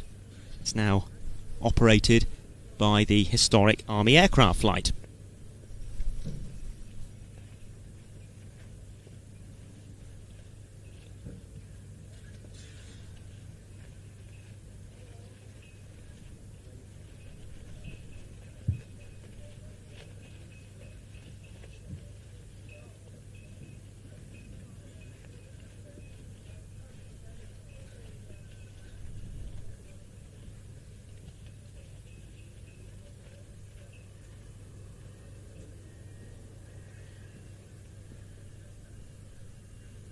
That's a U2S Dragon Lady being pushed out, of which we'll see one example on static display. Another example will be appearing in the flying display on Saturday and Sunday, performing a roll demonstration.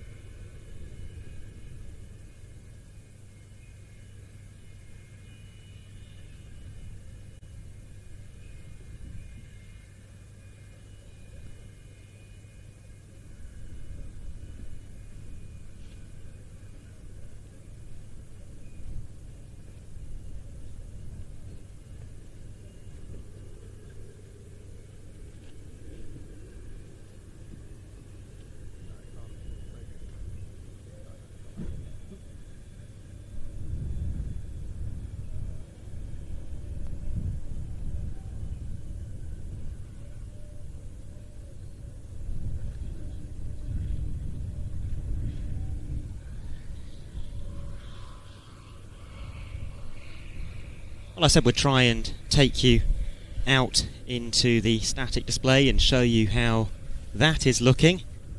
Matt, where are you? Hi Adam, yeah, so currently out by the Military Flying Training System aircraft. Behind me you see a Hawk T2 from 4 Squadron at RAF Valley, one of my personal favourite aircraft, really, really cool. Inside it mimics a Typhoon for air pilots going out to the front line. At the same time it has lots of systems on board that can mimic weaponry and other kind of systems that you need to be able to learn how to do advanced flying jet training, really, really cool. Further down the line from here you can see Tornadoes, you've got Typhoons, aircraft from the Empire Test Pilot School and even Mirage 2000s, and all the way at the end is an IL-78 from the Pakistan Air Force that we can't get to today sadly. But now I'm going to hand you over to Adam, who's going to run all the way down very, very quickly to the Eyes in the Skies. Thanks Matt, I'm nearly there. Well, I have just arrived in fact at the Eye in the Sky section, and there's some fascinating aircraft that we're just walking past now. Some of the vintage aeroplanes, that one particularly special, that is the Lockheed L-12 Electra that was once flown by Sidney Cotton on some very daring covert reconnaissance missions over Germany in the final days before the outbreak of the Second World War. But over behind me there's a fascinating aircraft, the Grob 520 Egret. Now this was built in the 1980s originally as a potential ISR platform for the German and American militaries. It was never put into military service, but this is the very latest version, the Grob 520 NG. Very long wings, it can fly at heights of up to 50,000 feet. It's got an endurance of 7.5 hours.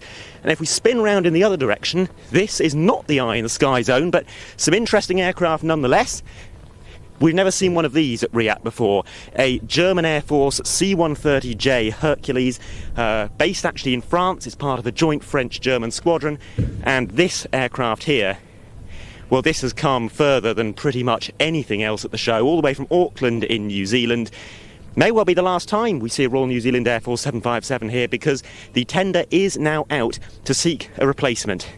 Back to you, Matt. So, behind me, over my left shoulder, we have the Egyptian Air Force AN-74. First time the Egyptian Air Force have attended Air Tattoo.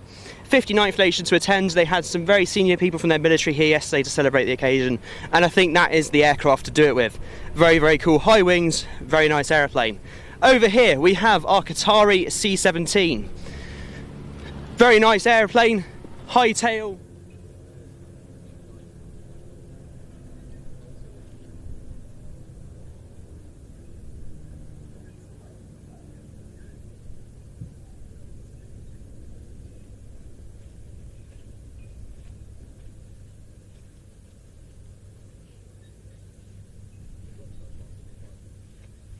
Sorry, Matt, we had to get rid of you, and I run back very quickly after that extremely convincing and completely genuine live interaction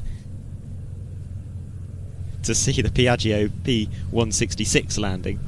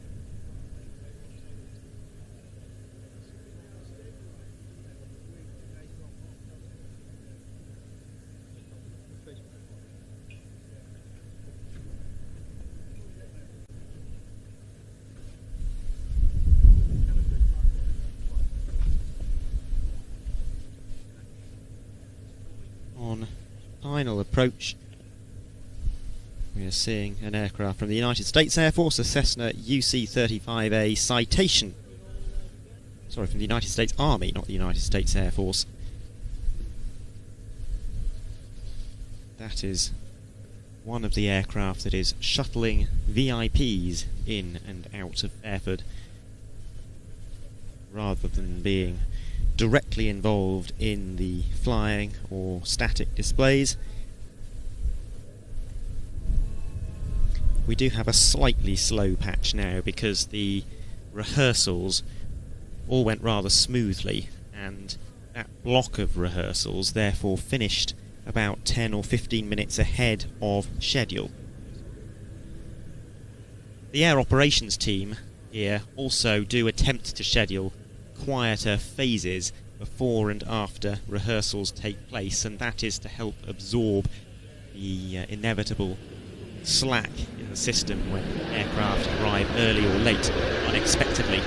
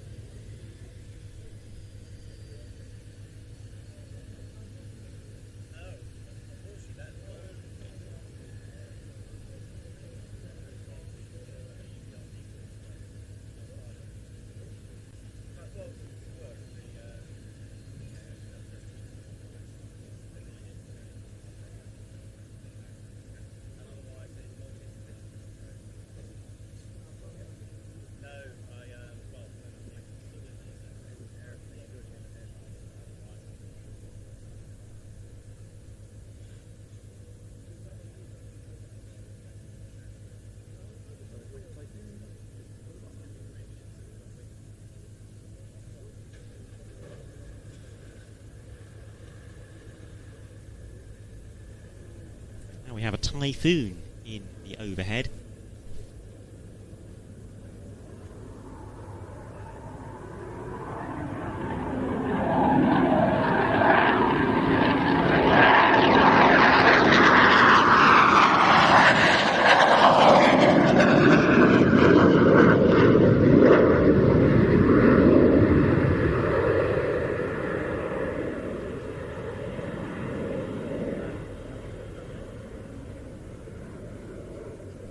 We've just seen over the last hour or two some fantastic Typhoon solo displays from Italy and from Spain. The Royal Air Force shall be providing a Typhoon solo display as well, and this is the sort of thing that we can expect from them.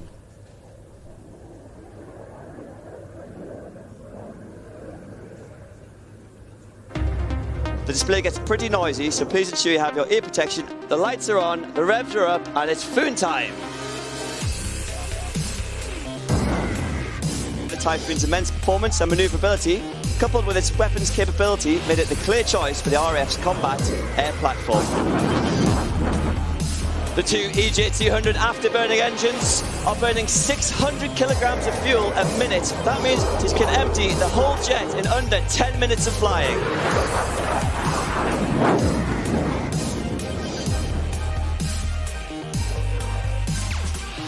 Very soon you'll see, hear and feel the 40,000 pounds of thrust produced by the two mighty Rolls-Royce EJ200 engines.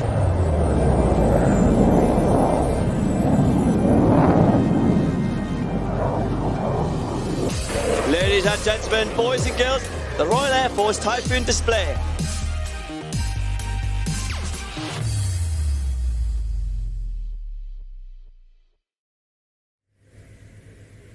Now that little clip recorded back in 2022 when a special scheme jet known as Blackjack was being used.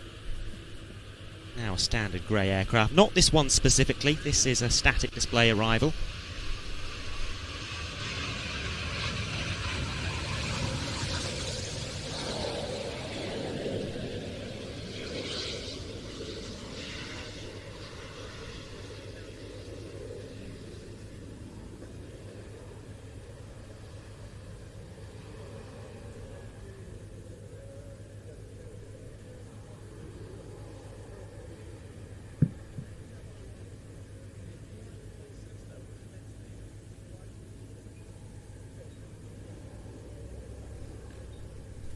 We've got static Typhoons from several Royal Air Force squadrons, one from number 3 Fighter Squadron.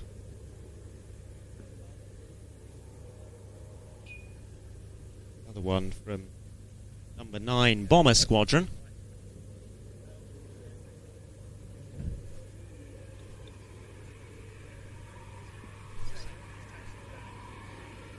Plus, of course, the 29 Squadron aircraft, the unit that was once known as 29 Reserve Squadron, it being the Typhoon Operational Conversion Unit rather than a frontline combat unit. The Operational Conversion Unit provides type-specific training for new fast jet pilots, or indeed for fast jet pilots transitioning to the Typhoon from other fleets.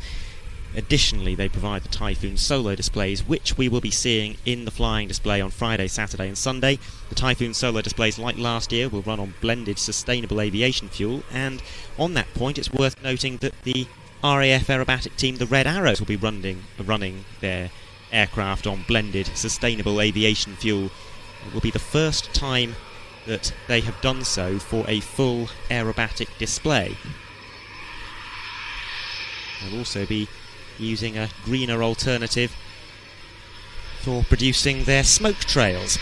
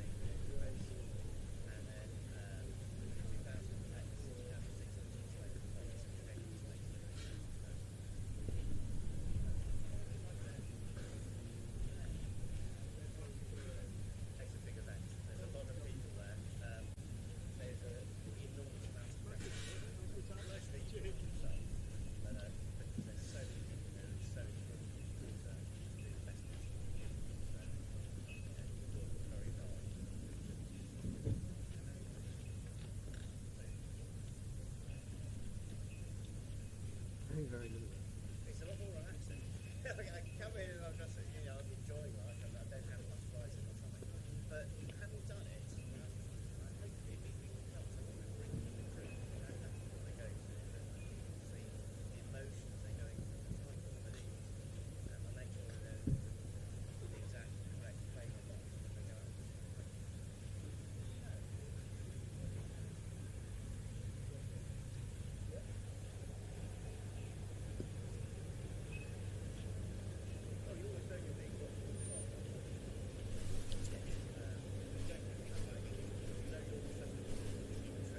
That, I think, is a Dornier 27.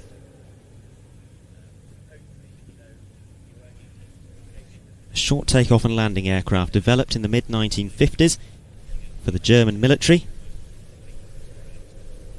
The aircraft had a large cabin, able to carry either 4 or 5 passengers, which proved rather popular with operators requiring a general purpose or artillery spotting aircraft.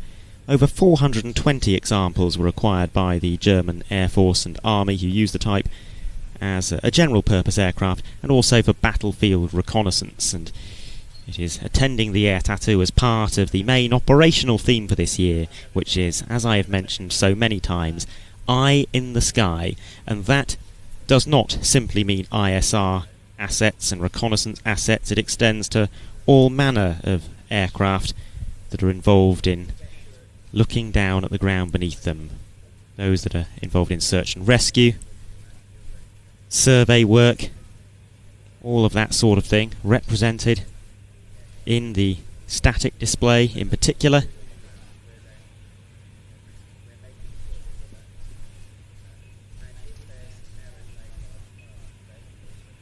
Aircraft old and new as well, because while we have the very latest eye in the sky aircraft, the likes of the E550 from the Italian Air Force, we also have some from many years ago, the likes of the PBY 5A Catalina, which we saw arriving yesterday, and some of the early generation of dedicated artillery spotting aircraft from the Second World War era as well, and the immediate post-war period, the likes of the Oster, the Piper Cub.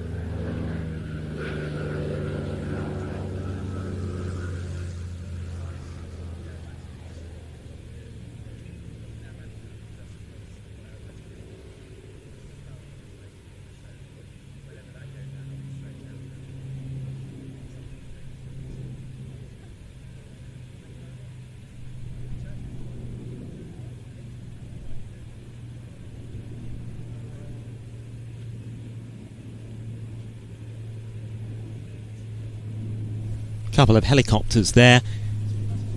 The larger one on the right hand side of your screen is a Bell UH-1D Iroquois, also known as the Huey. This is an outstandingly successful multi-purpose helicopter, of which more than 16,000 were built during a 31-year production run, which started in 1956 and continued until 1987.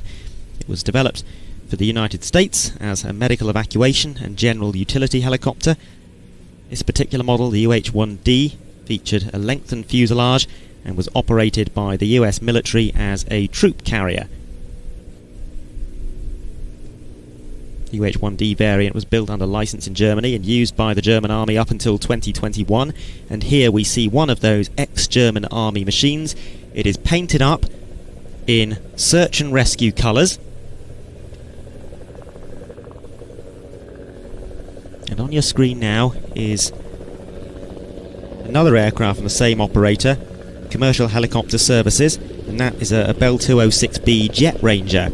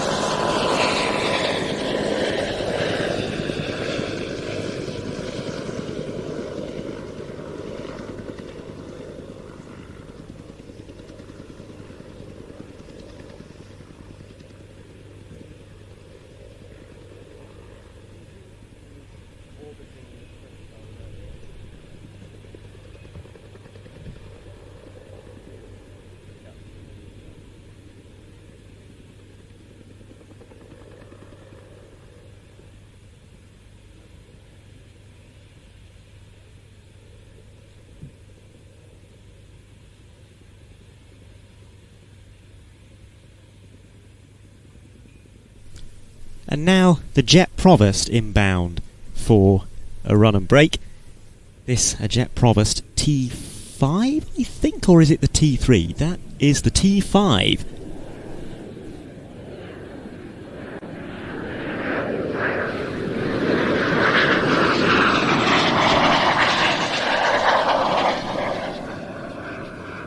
One of two Jet Provosts that we're expecting to see here, the other being a T3. T3 is the first of the main production variants. The T5 was the second and final of the main production variants. And this one comes to us from Viper Classic Aircraft. The Jet Provost formerly entered service in prototype form with the RAF at Hull Avington in 1957. The main production T3 version followed in 1959. It had been developed to meet the need for a jet-powered trainer, something that approximated the speed and performance of frontline jet fighters, but which had more forgiving handling. The T5 was the ultimate version, featuring a more powerful engine and a pressurised cockpit. It began entering service in 1969 and it remained operational all the way through until 1993.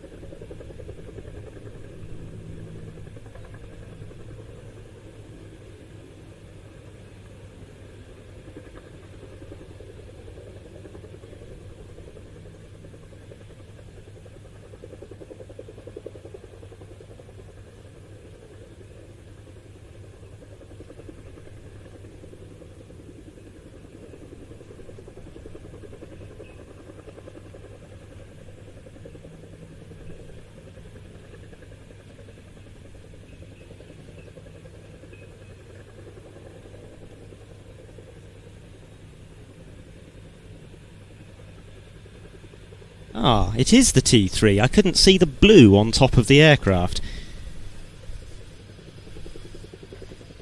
T3A, actually, to be pedantic about it, which is a slightly improved version.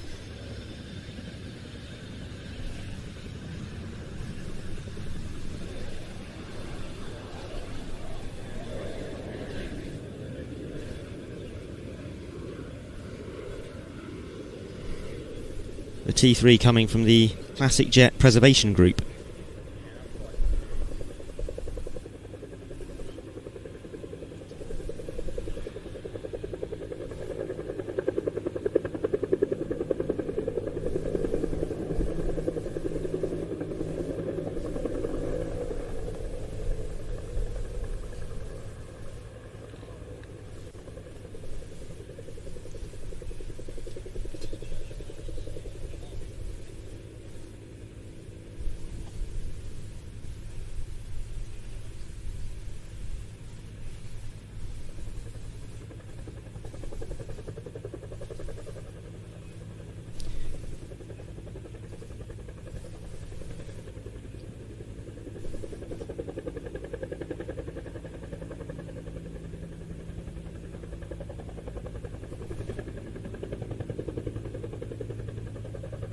Another Wildcat now arriving. This is a Wildcat of... I was about to say the Royal Navy, but the schedule suggests we're expecting an Army Air Corps one, which I don't know if I've seen an Army Air Corps Wildcat AH-1 before.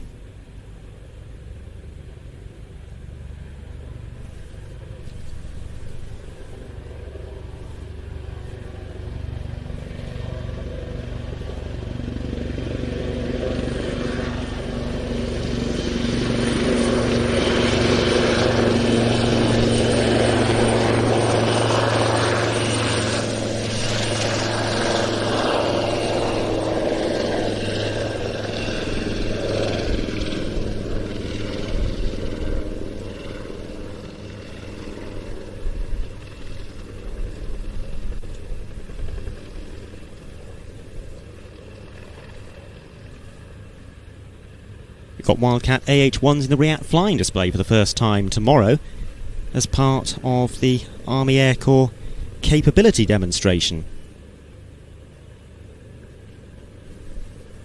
2 Wildcats to be specific. 1 Wildcat and 2 Apaches. Plus pyrotechnics on the ground. Now, if you would like to watch tomorrow's flying display, you will need to be a paid-up member of our streaming service, watch.planestv.com, because we will be broadcasting exclusively on our website. And I would like to remind you that while we have a discount code available, it will not last for very much longer. Midnight tonight, that discount code will expire, and the code in question is RIAT 2025, all capitals, and just one word. That will get you 20% off your first 3 months. You can cancel at any time, and at the end of that 3-month period, it will revert to full price. Once again, the code RIAT 2025 if you would like to watch our coverage of the official show days over the next 3 days. Now, from the right-hand side, we have a Lynx AH7, a predecessor of the Wildcat. This aircraft acting as a support aircraft, not for any particular performer, but for the air show in general, and among other things, it is an aerial camera ship that captures imagery of the showground with all of the static display aircraft in situ.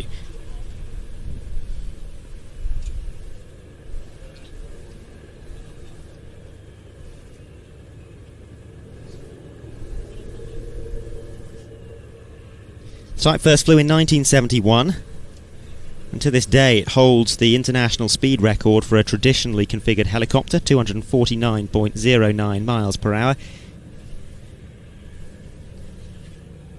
Although exported globally, the Army versions of the Lynx served most famously with the British Army, particularly in the Falklands War and the Gulf War. It also equipped the Blue Eagles aerobatic team. The site was retired from the British Army in 2015, but 2 examples have been restored to flight and operate in civilian ownership. This one has visited RIAT quite a few times. It actually visited in military hands back in 2013.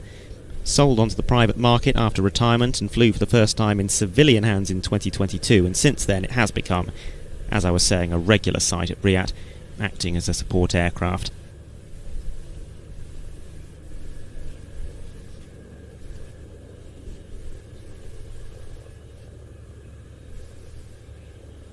One of the 2 U2s that is based here at RAF Fairford on your screen at the moment. That's being towed over to the static display.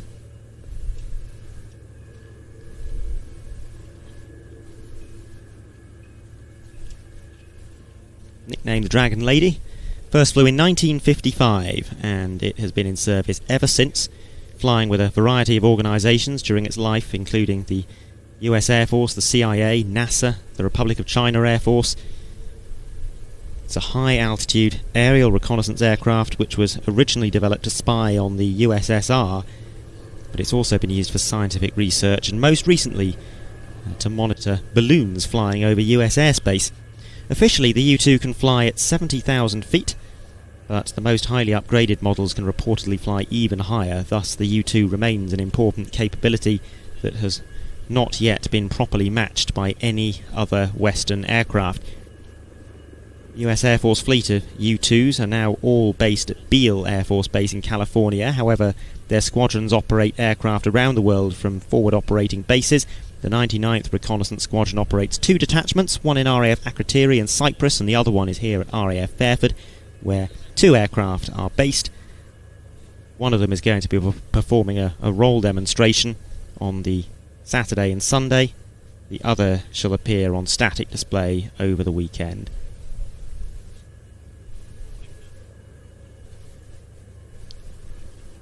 Could well be the last time that we get to see a U-2 at RIAT.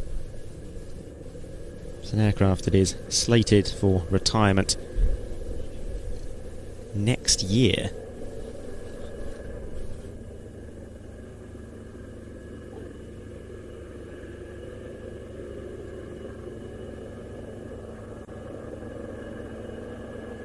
I was talking earlier about our streaming service and how there is a discount code that you can use, RIAT 2025 being the code. And it's worth me mentioning that signing up won't just get you access to our live broadcasts from the Air Tattoo, but it will get you access to our catalogue of programmes, our growing catalogue of programmes recorded from 1989 to date. And this is the sort of thing that you will find. There's really no more that needs to be said other than let's sit back and enjoy the sound of 14 Merlins and 2 Griffons, something the organisers at Duxford could rightly claim to have been a fitting tribute to those who fought and died 70 years ago.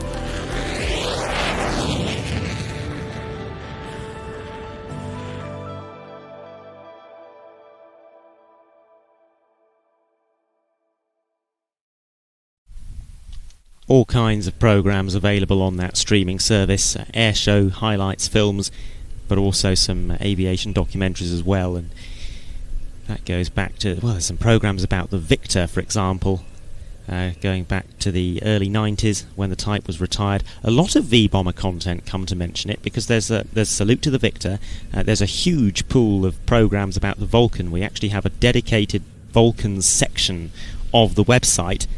And, well, during the aircraft's civilian career on the airshow circuit from, 2008 until 2015, Planes TV made a programme more or less every year following the Vulcans airshow season with some very privileged behind-the-scenes access. There's some old RIAT programmes on there as well that you can watch, and some special features from a lot of those programmes. So, for example, some of the RIATs of the 2010s, you can watch some display pilot talkthroughs where there is an uncut GoPro sequence from the cockpit or other minicam sequence from the cockpit, and the pilot has narrated what it is that they're doing, what parameters they're looking for. All of this is really good stuff. It's quite an engrossing watch. There is so much to be found on the streaming service if you are into your aviation. So stick with us during the summer for all of the live broadcasts, and then stay with us over the winter to delve into the archives for some fantastic airshow nostalgia. We're still digitising stuff from the archives, by the way. About 300 programmes made by Planes TV to date, possibly more, 320 odd, of which only about 150 are currently available on the streaming service. And some of those that were made available originally on VHS or DVD have yet to be digitised and put online. We are working our way through them. So in the spring, for example, we uploaded 5 programmes from the 1995 airshow season. Victory Airshow 95, British Airshows 1995, and several others. We have a newsletter that you can subscribe to as well if you like. It's pretty clear instructions how to do that over on our website. Pop your email address in and we'll keep you updated when we are about to do a live broadcast, or if we release a new programme for you to enjoy. What you're looking at there is the Antonov An-74 of the Egyptian Air Force. A little bit of air tattoo history, because it is the first time that Egypt has sent an aircraft to the air tattoo. They are the 59th nation to participate in this event over its more than 50-year history. The chief of the Egyptian Air Force was here yesterday to see its arrival, and let's just hope that they have an absolutely wonderful week and choose to come back in future years with even more aircraft. And now on the roll, about to take off, a support aircraft. I believe this is from the Italian Army, a Dornier 228, heading for home.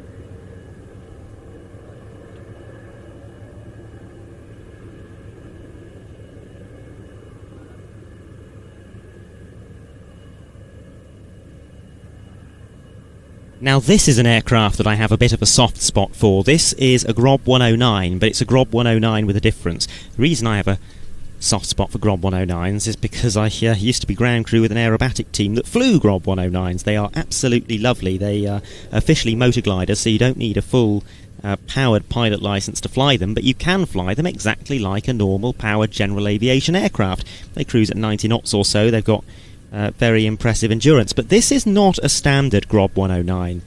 This is a Grob 109 Able. The first time I've actually seen Grob 109 Able in the flesh. When the Royal Air Force's Vigilant T1s were scrapped, they, by the way, were conventional Grob 109s, the whole fleet was donated to the Airability charity. At that point, they were almost entirely useless. Incomplete paperwork had rendered them legally unflyable, and the only way to get them legally compliant was a full overhaul and rebuild.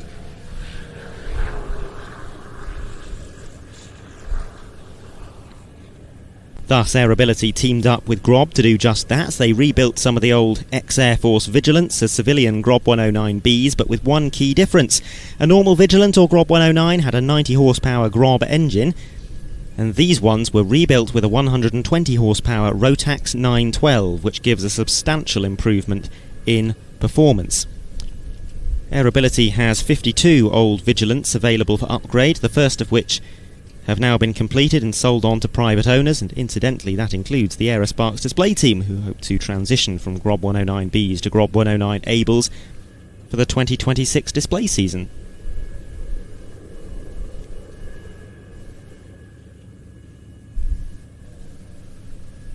And these, I think, are arrivals from the Irish Air Corps. Or more arrivals from the Irish Air Corps, I should say, given we already had their PC-12NG coming into the show earlier on today.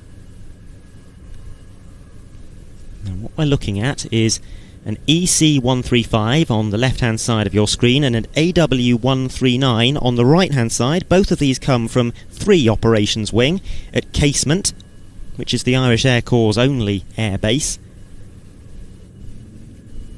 The Air Corps operates 4 EC-135s, the first of which were delivered in 2005, and they operate 6 AW-139s. The AW-139 fleet is used for a variety of roles, including army support, air ambulance, military transport and other general utility tasks. Depending on the role, the Irish Air Corps can equip them with door-mounted general-purpose machine guns if needed.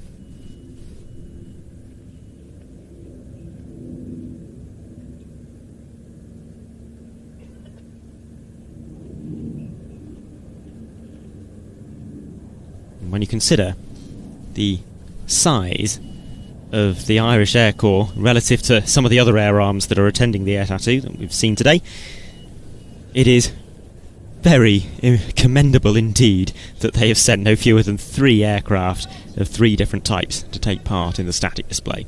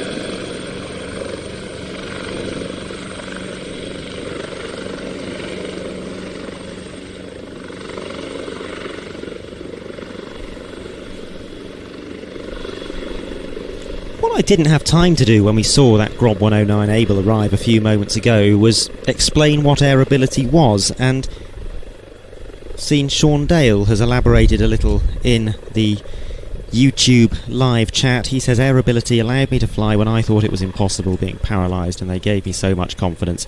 An amazing charity, they certainly are. Airability, if you didn't know, is an incredible organisation based at Blackbush. They operate a fleet of aircraft, many of them specially modified to allow people with various disabilities to fly, perhaps as a form of rehabilitation from life-changing incidents or from conditions that have been endured since birth, and they really are an extraordinary organisation, one which Planes TV was very pleased to support a few years ago.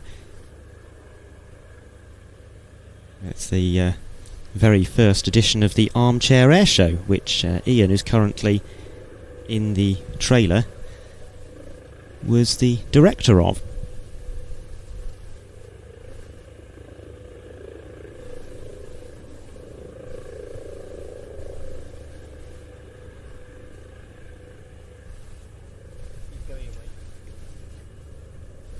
Another question in the chat, if I pay for a full subscription, would I get your channel on my television? I've only got mobile phone and TV. Well, yes and no. You won't be able to get it on the television in the way of a conventional TV channel, nor in the way of a smart TV app. But what you can do is you can use your phone to cast our live broadcasts and videos to your TV. The Planes TV subscription service is compatible with AirPlay and Chromecast.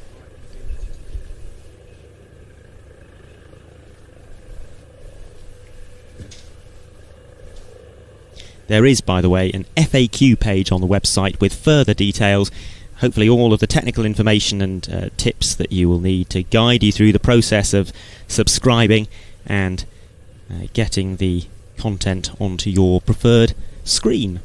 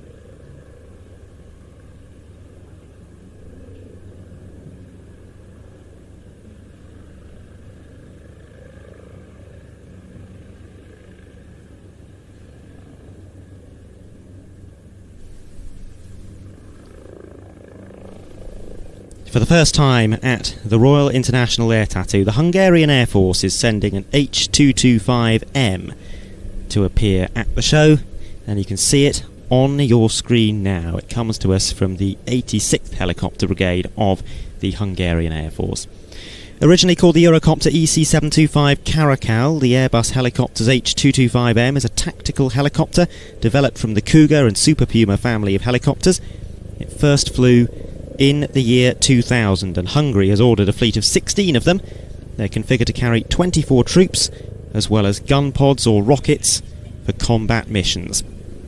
The first pair of helicopters was delivered to Hungary in July 2023, It's replaced the Soviet-era Mil-My-17 as the primary transport and combat search and rescue helicopter within the Hungarian Defence Forces.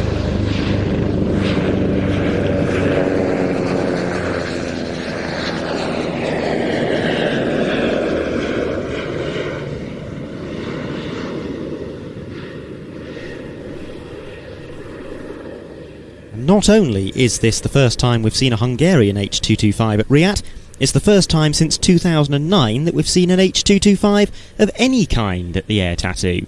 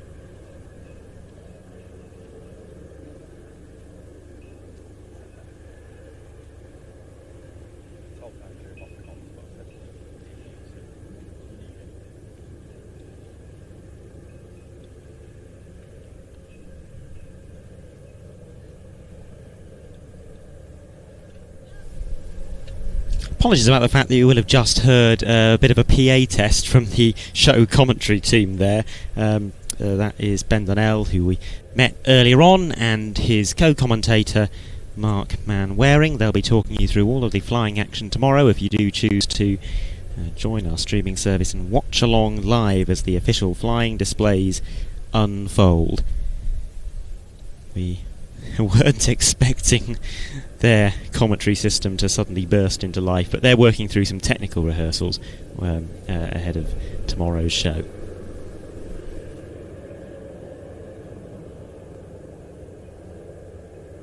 A reminder once again that if you would like to watch tomorrow's show, then you will need to be signed up to watch.planestv.com, and the discount code to get discounted access to the streaming service is only valid for a few more hours. At midnight tonight, the option for discounted access shall cease. The discount code, if you can't remember it, is RIAT 2025, all capitals, no spaces, RIAT 2025. That will get you 30% off, 20% off your first 3 months, and you can cancel at any time. Of course, we very much hope that you will stay with us because we have further Airshow live broadcasts coming up throughout the rest of the year. Plus, we have a great many edited programmes that will be adding to our streaming service as well, adding to this collection of 150 odd titles going all the way back to 1989.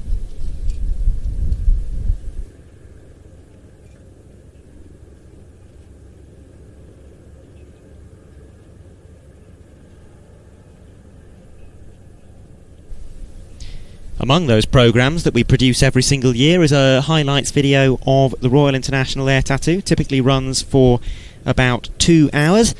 It includes cockpit footage as well as the sort of material that you're seeing us shooting here and now. And what we're going to do now is we're going to show you a highlights compilation from last year, which was actually also the introductory sequence to our RIAT 2024 highlights programme. That's available to watch if you haven't had enough of a RIAT fix already. You can immediately after this broadcast head over to our streaming service and watch 2 hours of action from RIAT last year. Here's a clip. A very good morning, everyone, and on behalf of the Royal Air Force Charitable Trust Enterprises, a warm welcome to the world's greatest military air show, the Royal International Air Tattoo 2024.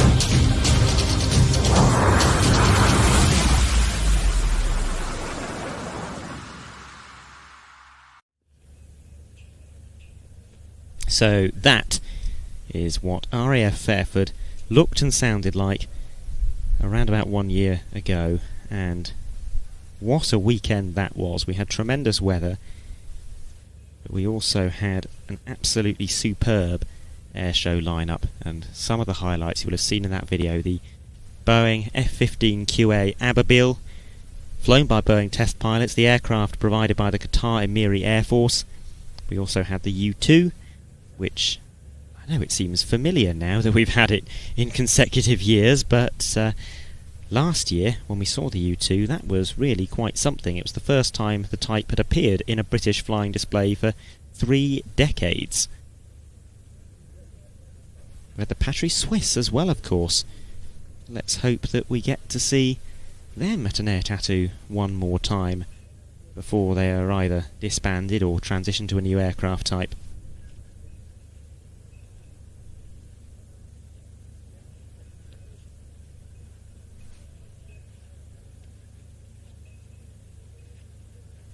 let's take you out into the showground again. Some of the recording that has been done by our roving cameraman Harry, and he's clearly been having fun. Uninhibited access to the static display as it is being built up. The Portuguese Merlin there, an absolutely gorgeous helicopter. We saw it performing a practice display earlier on today, the first time that has appeared at the Air Tattoo. And there's the Czech Sokol, again something that we saw rehearsing this morning, rehearsing a pairs display, which we at Plains TV had never seen before. We've seen Sokol solo displays a great many times, but seeing a pair, that was quite special. A special scheme Polish Air Force F-16, one of 3 Polish F-16s that arrived in formation. This one bearing a special scheme, no conformal fuel tanks. The other 2 with the CFTs, they are the flying display aircraft, and we saw one of them rehearsing earlier on.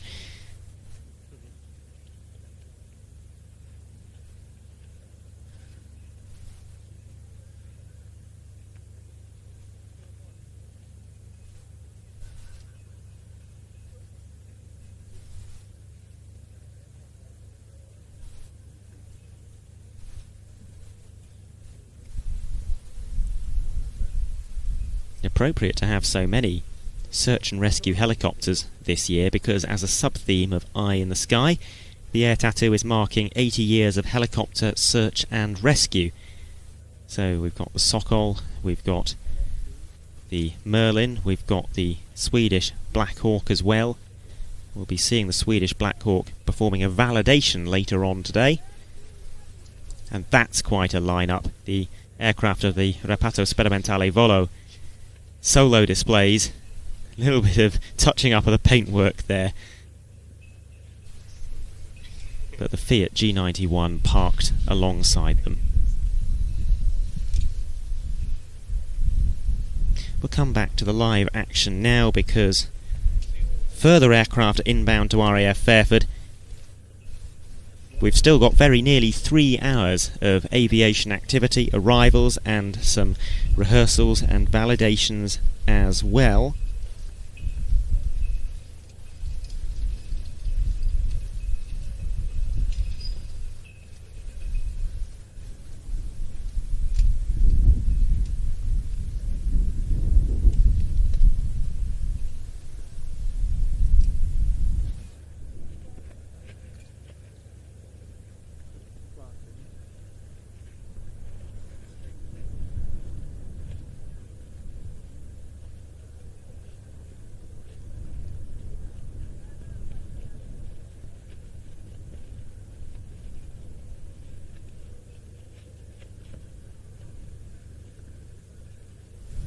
The next block of rehearsals, by the way, will commence at 7:50 today. The Spitfire pair, Danish F-16, Slovenian PC-9. Then we've got special formation, which has not been publicised in advance, so I will keep that as a surprise. We'll see those jets on the runway, and I'm sure everyone will be very pleasantly surprised. Then we've got a couple of validations from the French Navy, Atlantique 2, and the Swedish Air Force HKP-16 Black Hawk. But until that point, we still have quite a few arrivals. We're expecting, for example, the Lithuanian Dorfan, Dutch Chinook, Dutch NH-90, Royal Navy Merlin, Royal Air Force F-35, and this aircraft as well, a C-27 Spartan.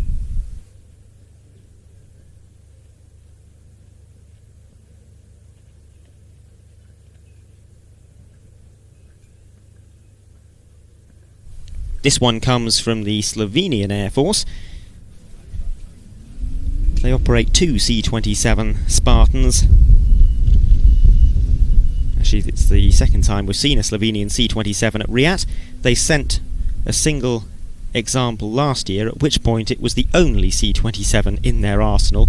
The second and final C-27 was delivered to the Slovenian Air Force at the tail end of last year.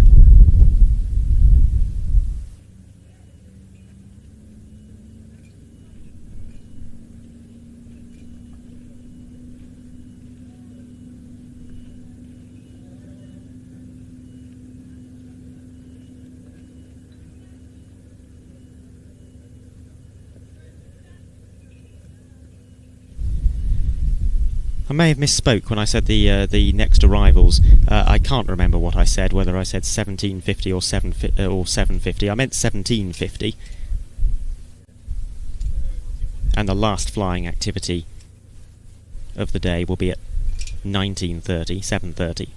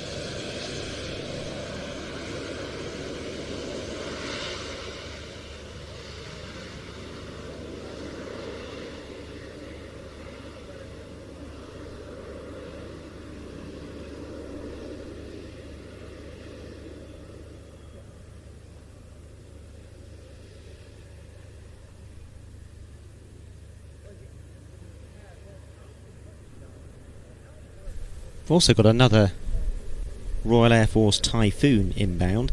We saw one arriving earlier on today, that one from 3 Fighter Squadron. But now a second one coming in, this one from number 9 Bomber Squadron. It won't be with us for a little while yet.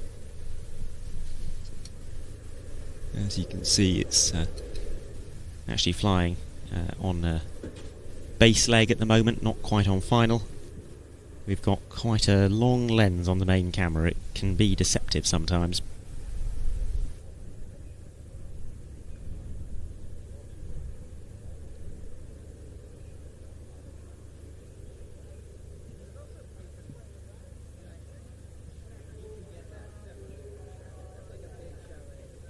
Andy Hamilton asks what a validation is. Now, for aircraft based in the UK, military aircraft in the UK, in order to fly a display at an air show, they will have what is called a public display authority, and that is a process that you go through to prove that your display is safe and legal.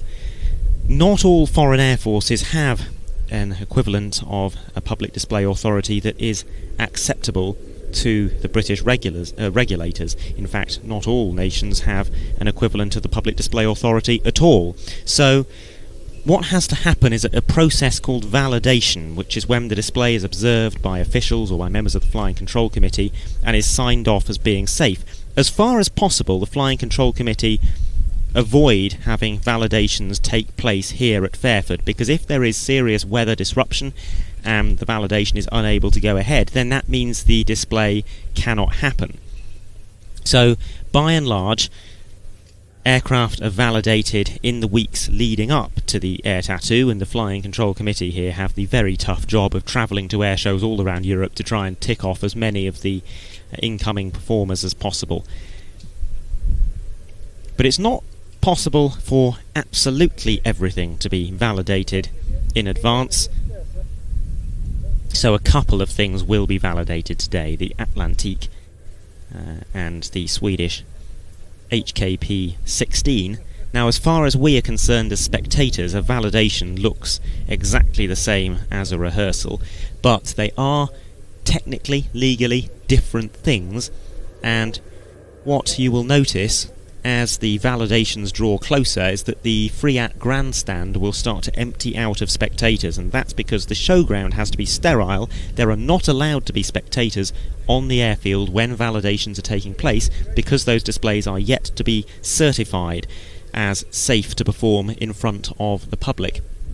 It's quite alright to have spectators in the RIAT grandstand during a rehearsal, because something that is merely rehearsing has already been signed off as safe, but something that is validating has not. Yeah, good, yeah, I'm done actually. She's right.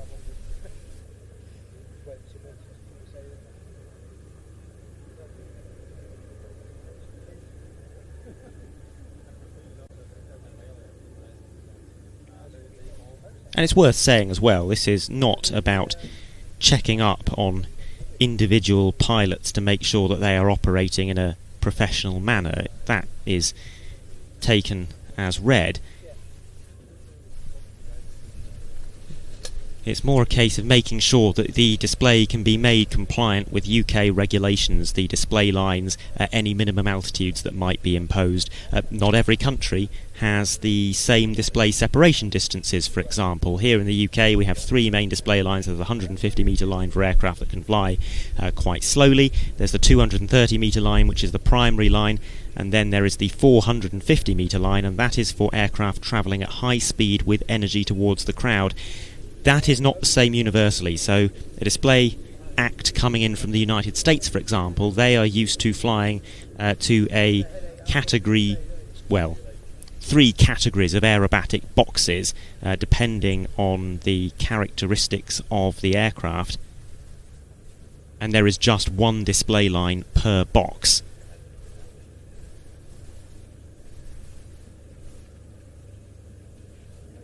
So flying each display in front of a UK Flying Control Committee will validate that it can be safely adapted to British regulations.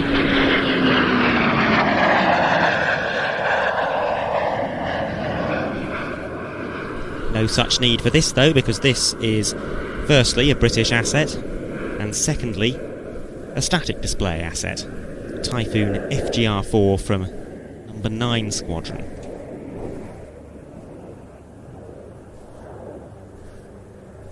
The Typhoon now being the aircraft that takes almost complete responsibility for defending UK airspace, what with the F-35 fleet being both relatively small and otherwise engaged. There are 2 Typhoon bases in the UK, Lossiemouth in Scotland, Coningsby in England. Quick reaction alert aircraft stationed at both, and there are also Typhoon detachments at Port Stanley in the Falkland Islands and at RAF Akrotiri.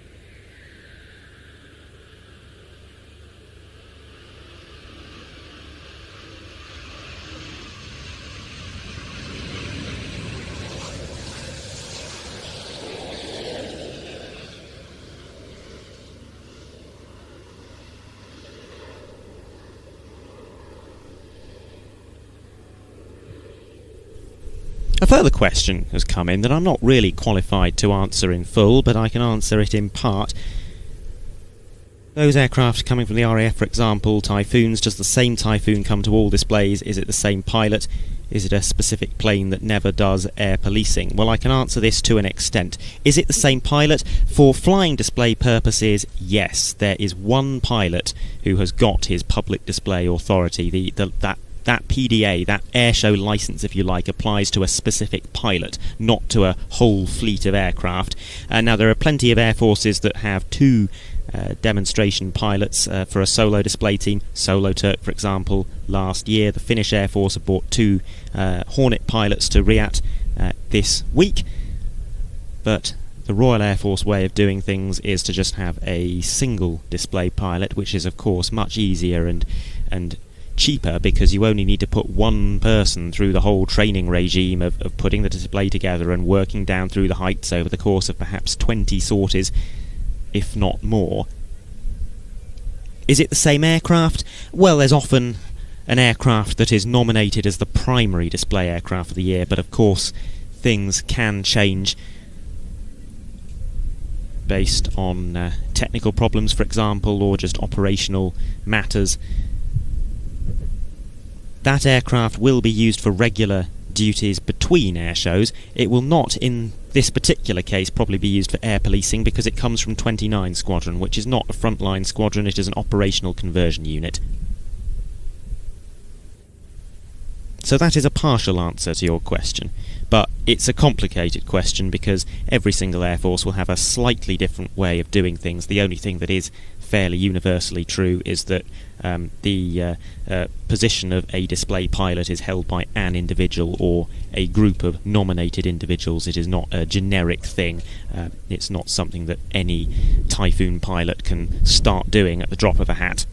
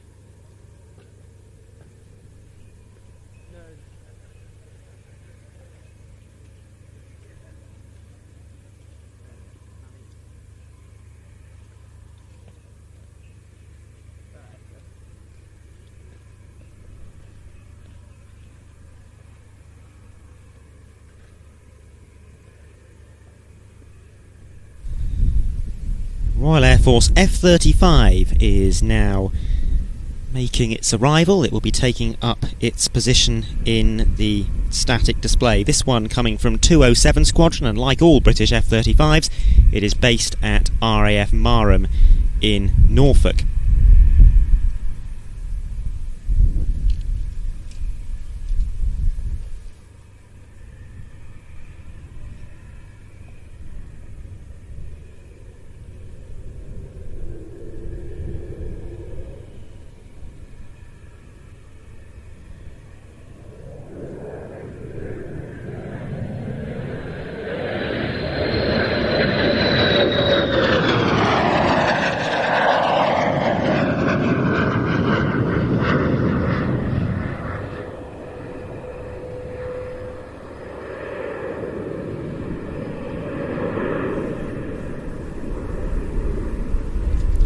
As the only Level 1 partner in the multinational team that developed the F-35, the UK enjoyed some influence on the final capabilities of the aircraft, especially from a weapons perspective.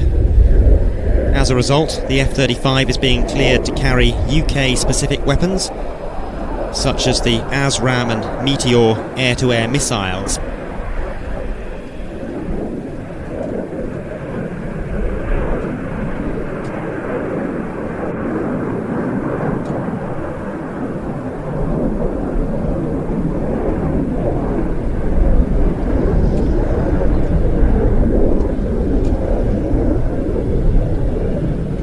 The UK intends to eventually operate 138 F-35Bs, which will be split between the RAF and the Royal Navy. Only 48 aircraft have been ordered thus far, though. But in recent weeks, the UK government has also announced the intention to procure 12 F-35As for the nuclear strike role. They are the conventional takeoff and landing version. So they can't do the hovering trick. They won't be able to use the British aircraft carriers, but they are cheaper to operate, and they have a considerably longer range, because on the F-35B, a lot of the space that would otherwise be taken up by fuel tanks has instead been given over to that Rolls-Royce lift system that sits just behind the cockpit.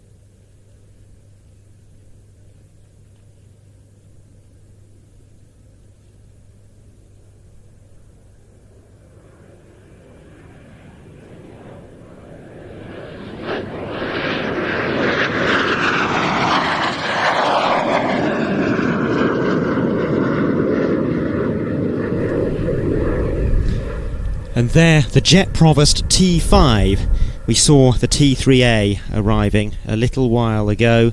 This, the ultimate version of the Jet Provost, because it had, unlike its predecessors, a pressurised cockpit, and that allowed it to take on some of the other training roles within the RAF. Basic jet training, for example, rather than merely being an elementary trainer.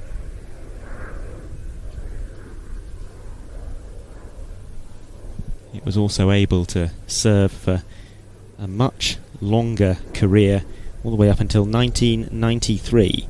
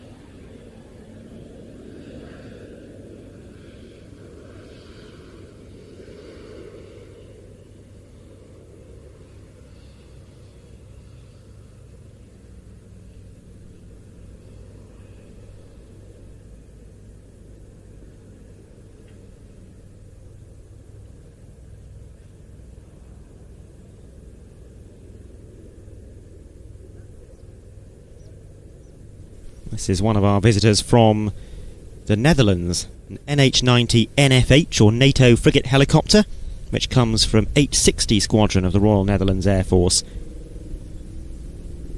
The Netherlands was one of the original nations to back the NH-90 project, and they were also the first nation to order the NFH version, which is flown by the Air Force on behalf of the Dutch Navy.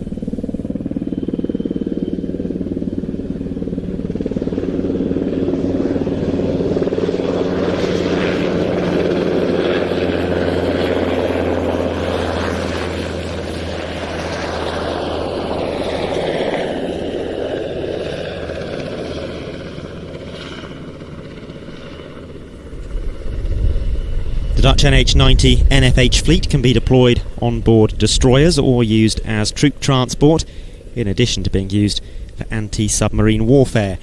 And the entire NFH fleet is based at De Kooi.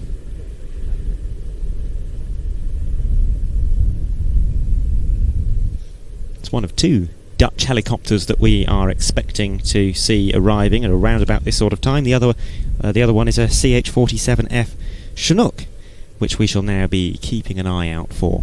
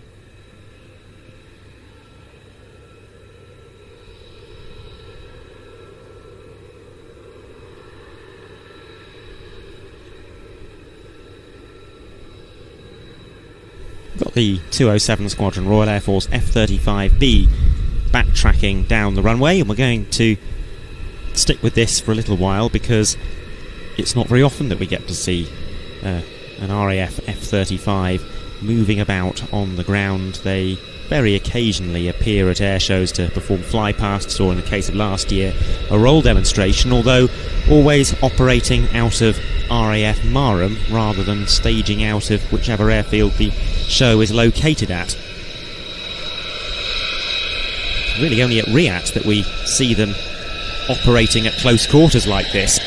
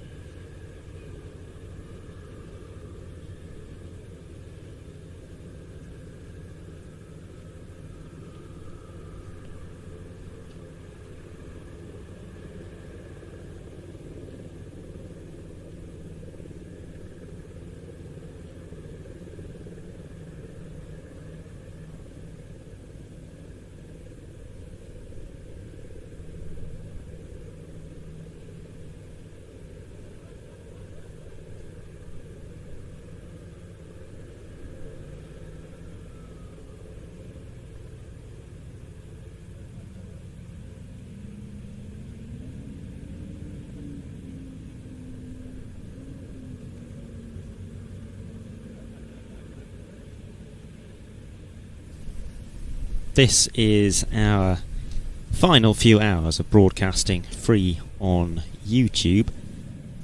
If you have been watching on YouTube, by the way, you may have been experiencing the odd advert break. Of course, those watching on our streaming service have been able to enjoy the show ad-free, and those who are on the streaming service will also be able to access our live broadcast from the airshow proper over the next 3 days, which will not be going out on YouTube. The reason I bring this up is just to remind you that we have a discount code available. RIAT 2025 is the code that you need. That will get you 20% off your first 3-month subscription, and you can cancel at any time. However, if you want to use that code, you will need to be fairly sharp about it, because it will expire at midnight tonight.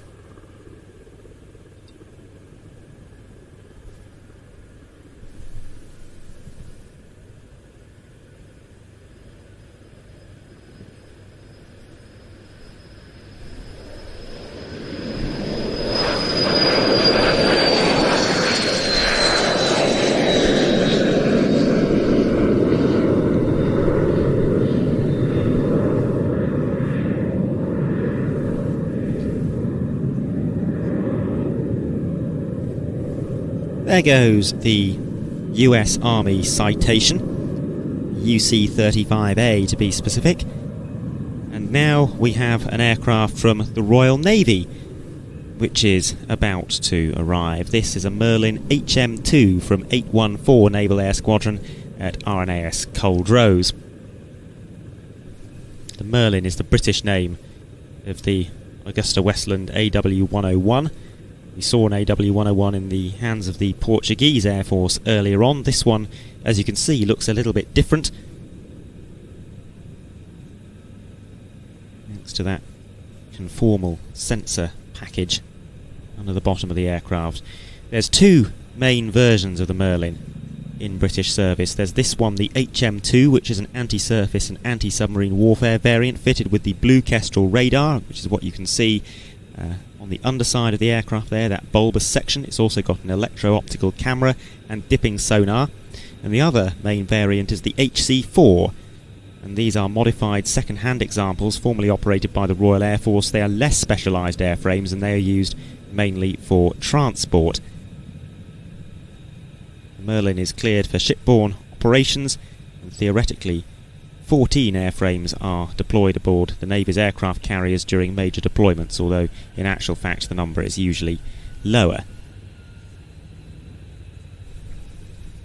But we'll cut away from the Merlins briefly, because arriving now a formation of Chinooks from the Royal Netherlands Air Force, from 298 Squadron to be specific, which is the oldest active unit within the Royal Netherlands Air Force.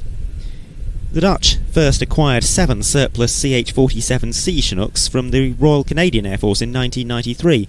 They were upgraded to CH-47D standard by Boeing before delivery. A further 6 CH-47Ds were later acquired new. The D-model Chinook fleet was deployed worldwide in support of Allied peacekeeping and combat operations, and then in 2012 the Royal Netherlands Air Force acquired 6 CH-47F Chinooks to supplement that fleet, and then a further 12 to replace the D models entirely. That allowed the CH-47D to be retired in December 2021.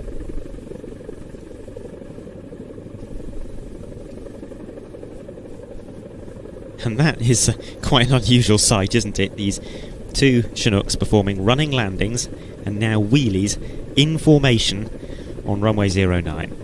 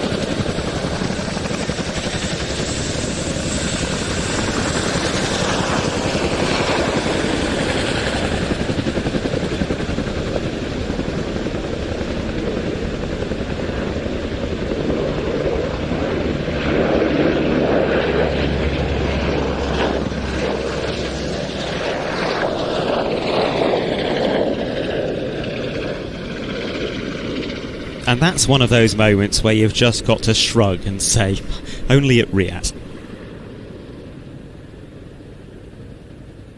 Merlin HM2 there, heading off to its parking position. That's a type that is soon to take on, well, in the process of taking on an additional role, I suppose, carrying the Crow's Nest airborne early warning pod and acting as an airborne command and control post. We actually saw a Merlin here at RIAT last year with the Crow's Nest pod fitted. 5 aircraft being fitted out with a Crow's Nest, though the system has proved problematic so far. Implementation is running several years behind schedule. Full operating capability was reached earlier this year, and the system will be retired in 2029 after just 4 years of operation. Such are the peculiar workings of the world of defence and aerospace.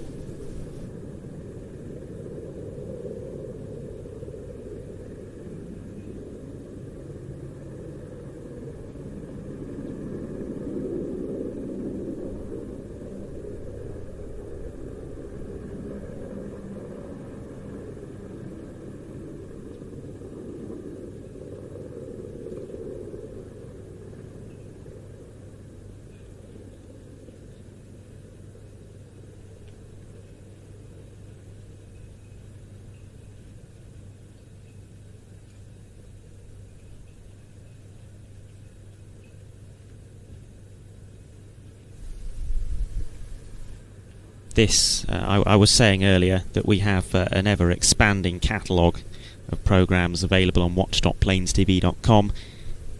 Not just live coverage of the air tattoo, there is much, much more than that. And now, as we have another of these slightly quieter moments, with around about 20 minutes to go before our next patch of rehearsals and validations, let's take another look at some of the things that you will find over at watch.planestv.com.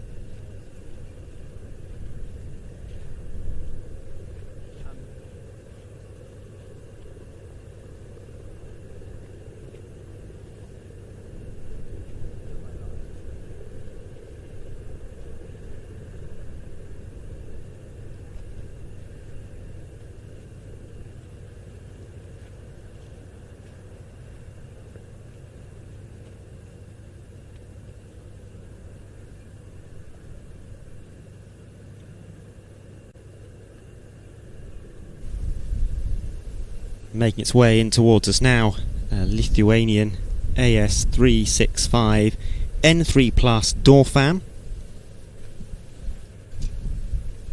Following Lithuania joining NATO in 2004, the nation has embarked on a modernisation programme for its military, and in 2013 that included the acquisition of the door fan for use primarily in the search and rescue role. The fleet was declared fully operational in 2016, and it is yet another helicopter that is here as part of the Eye in the Sky theme, and in particular that 80th anniversary commemoration of helicopter search and rescue operations.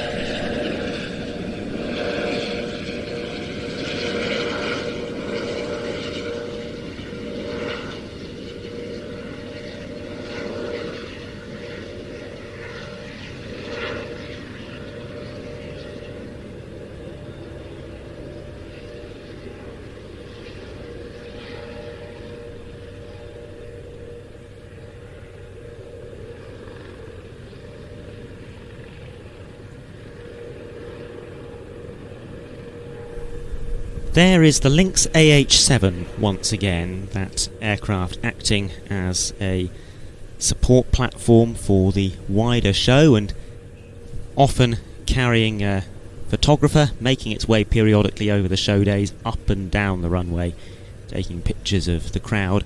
And I wonder if that's what it's doing now, because the side door is clearly open. It does appear to be making its way down the runway rather than landing. So it would not surprise me at all if there is a photographer in the doorway.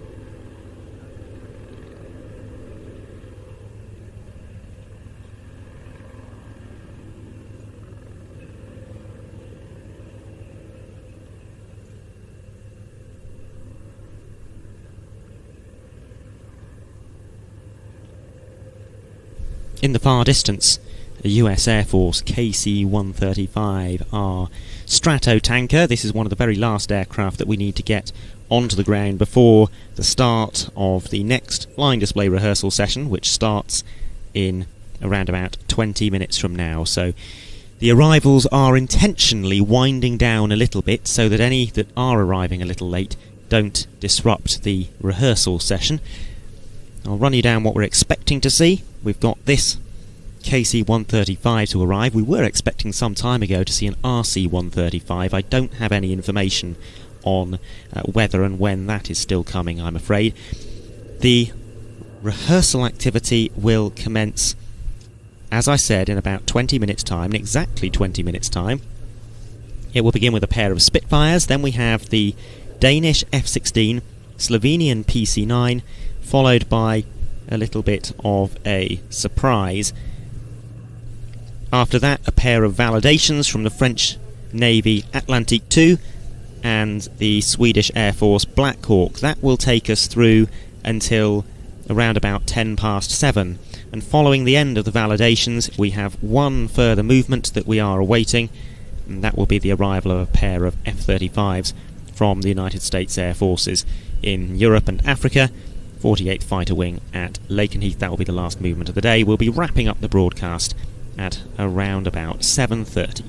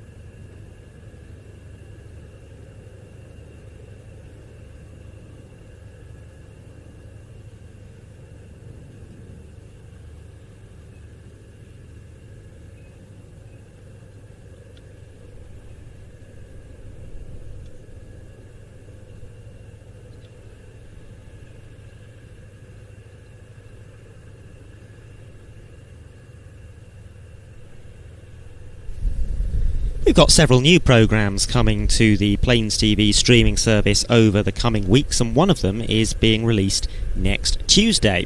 It's being released on that date to coincide with the end of the Royal International Air Tattoo, because it is a very relevant programme to the Royal International Air Tattoo. It is our programme from IAT 1993 here at Fairford.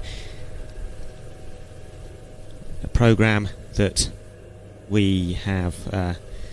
well, it's new content for us, even though the footage is old, because the recordings from IAT 1993 were never actually used to make anything. A couple of little clips made it into British Air Shows 1993, or Military Air Show 93 perhaps, but the vast majority of what was filmed has never seen the light of day. Ian dug the tapes out of storage a few months ago, captured them. They've been digitally restored, and this is what we have created.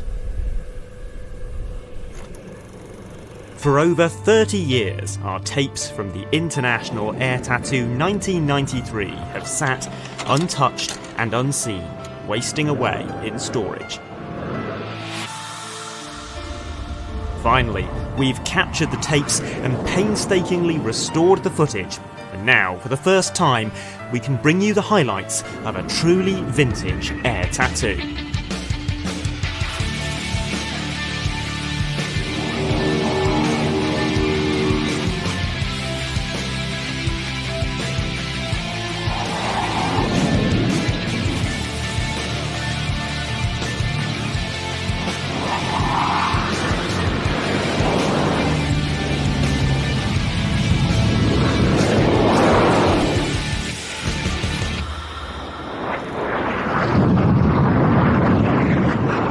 That 2-hour-long programme will be released next Tuesday.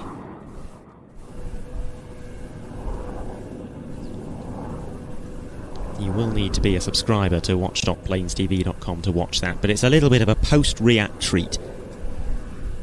And I'll show you some trailers for some of the other upcoming programmes that we have being added to the service over the next 6 weeks or so in a little while. But first, let's see this KC-135 come into land.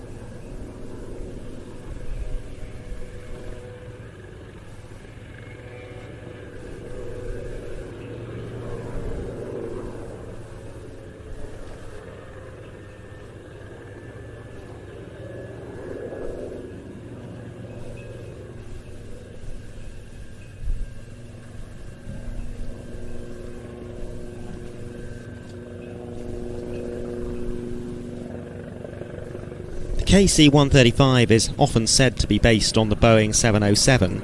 It's actually not. The two are related.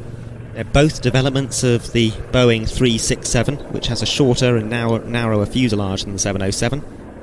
It was essentially the prototype of both the 707 and the KC-135.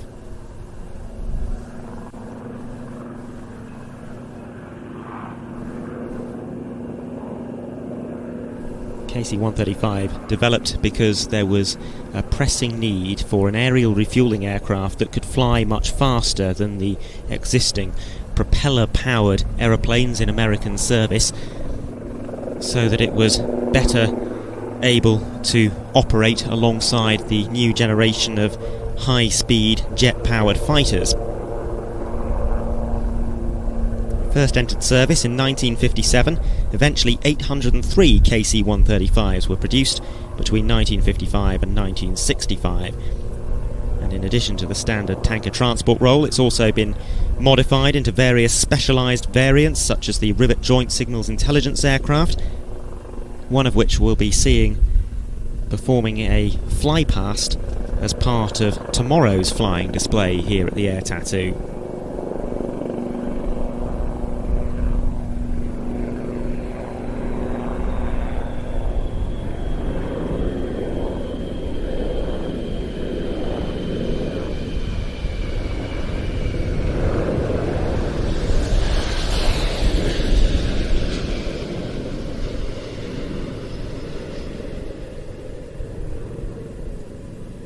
The KC-135s of today look rather different to their original appearance when they rolled off the production line. They've been upgraded with CFM56 engines, giving the type 60% greater range and 25% better fuel efficiency.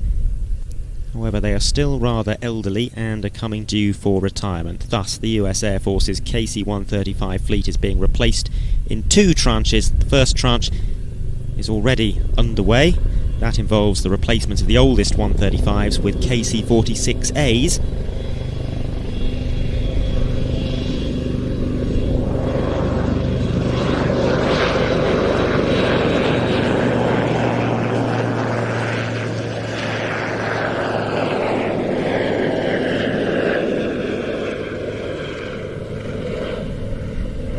The selection process for a replacement of the newer KC-135s is ongoing.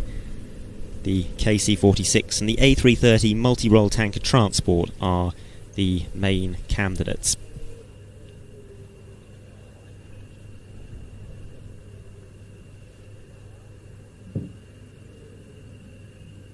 I was saying a moment ago that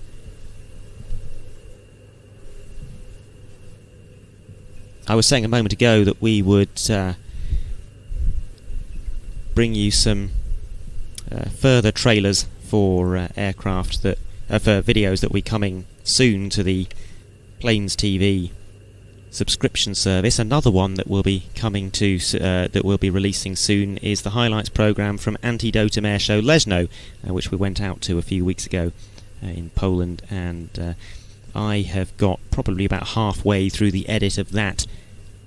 It's going to be a 2-hour program with some amazing drone footage, much of which has yet to see the light of day, and this is the highlights compilation from that event. If you haven't heard of Antidotum Airshow Leszno, well, that's certainly a show that you're going to want to watch, and this video will show you why.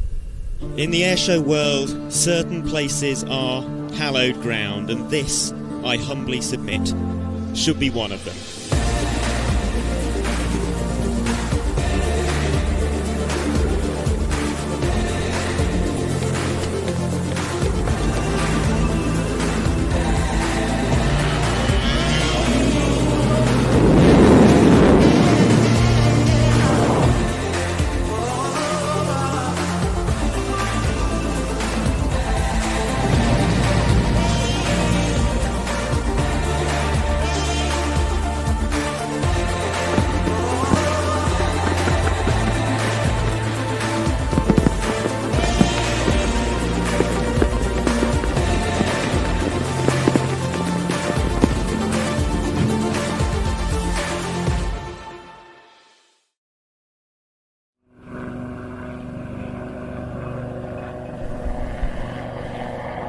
That is an airshow like no other, Antidotum Airshow Leszno, and the highlights programme, I think, will be ready to watch by late August, maybe early September, but late August I think is a reasonable aim.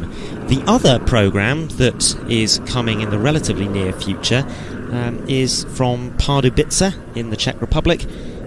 I don't think any editing work has started on that yet. That's Ian's job rather than mine. It was him that went out to Pardubice, but it looked like a very enjoyable weekend, and here is some of what he got to see.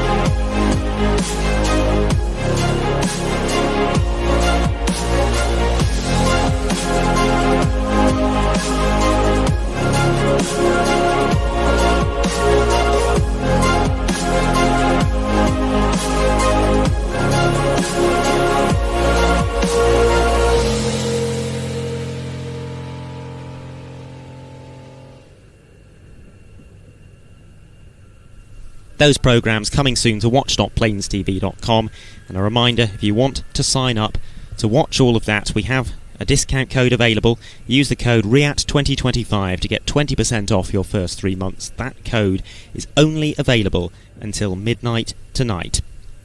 It is now time for our third and final block of rehearsals, and on the basis of what we are seeing at the moment, it would appear that not only are they starting a little early, but also the order has been changed, because we expected to start in 10 minutes' time with a pair of Spitfires, but in fact it is a Danish F-16AM that is now on the runway and indeed rolling for takeoff. Here it is, about to rotate, lift the gear and accelerate to 275 knots.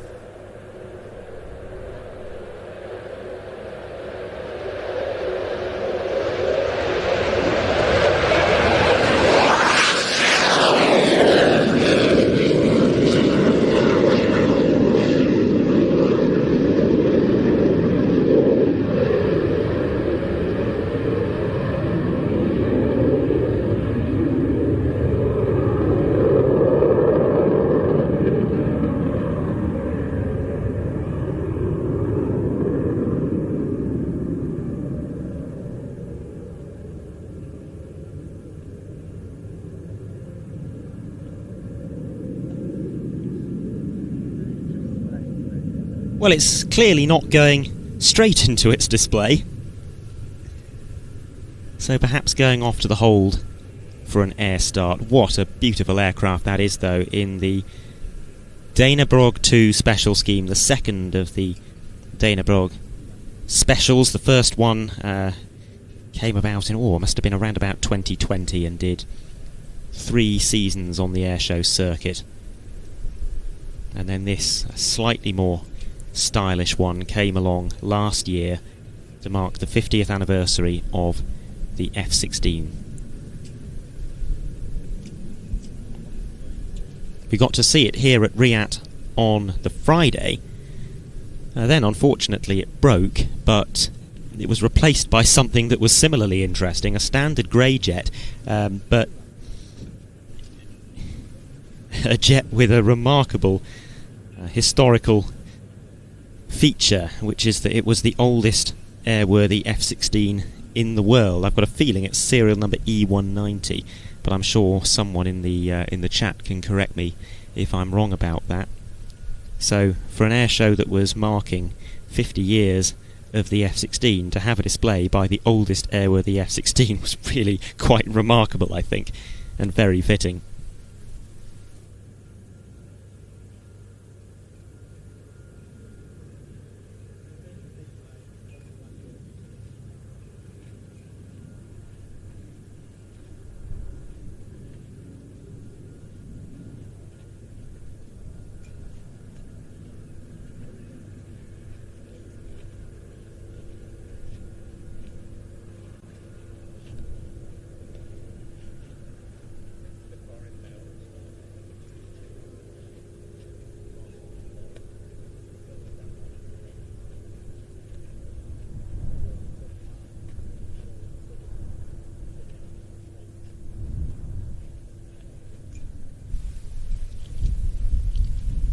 Nathan asks, will he be able to re-watch the stream tomorrow evening on the platform once the live broadcast ends? Very happy to say yes, you can. Every live broadcast that goes out on the streaming service is available to re-watch on demand at a time of your choosing. The only caveat I will say, we do very occasionally get messages about this, it can take a few hours for the broadcast to process and become available to watch on catch-up, if you like. So it's quite difficult to predict exactly how long that's going to take. It requires the system to process, and then it also requires us to have noticed that it's finished processing and press a button. So sometimes it might be up within half an hour. Other times, if it takes a bit longer to process, and then it takes a bit longer still for us to notice that it's finished, then there might be a slightly longer delay than that. But certainly by the following morning it'll be online, and probably much, much sooner than that. That goes to all our live broadcasts. All our live broadcasts are available, anything that was put out through that service at least, so you can go and re-watch all 55 hours of content from RIAT last year if you're so inclined, although goodness knows you must be mad if you do choose to do that.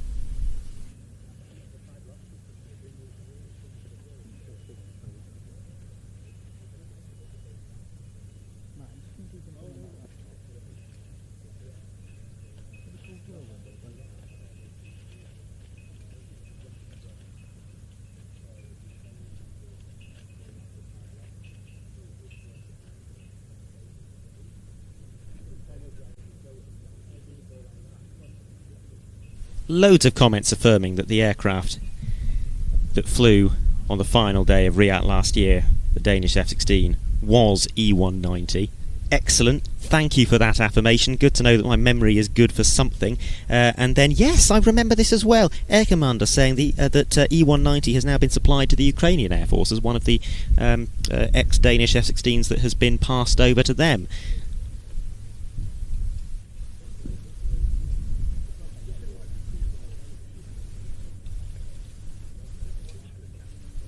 The Spitfire pair are in the vicinity. Now this is a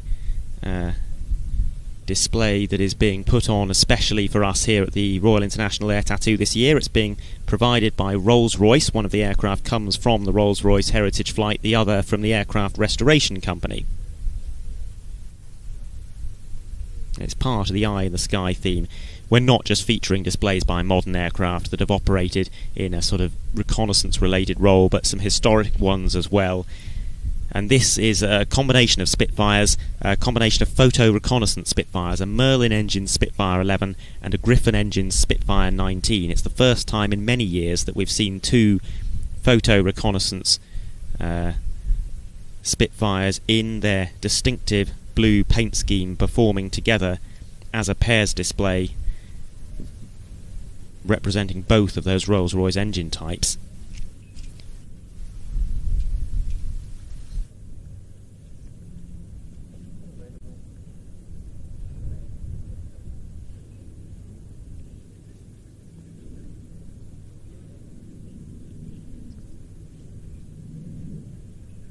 Though it was designed as a short-range fighter, Spitfires served with distinction as long-range, high-altitude photo reconnaissance platforms.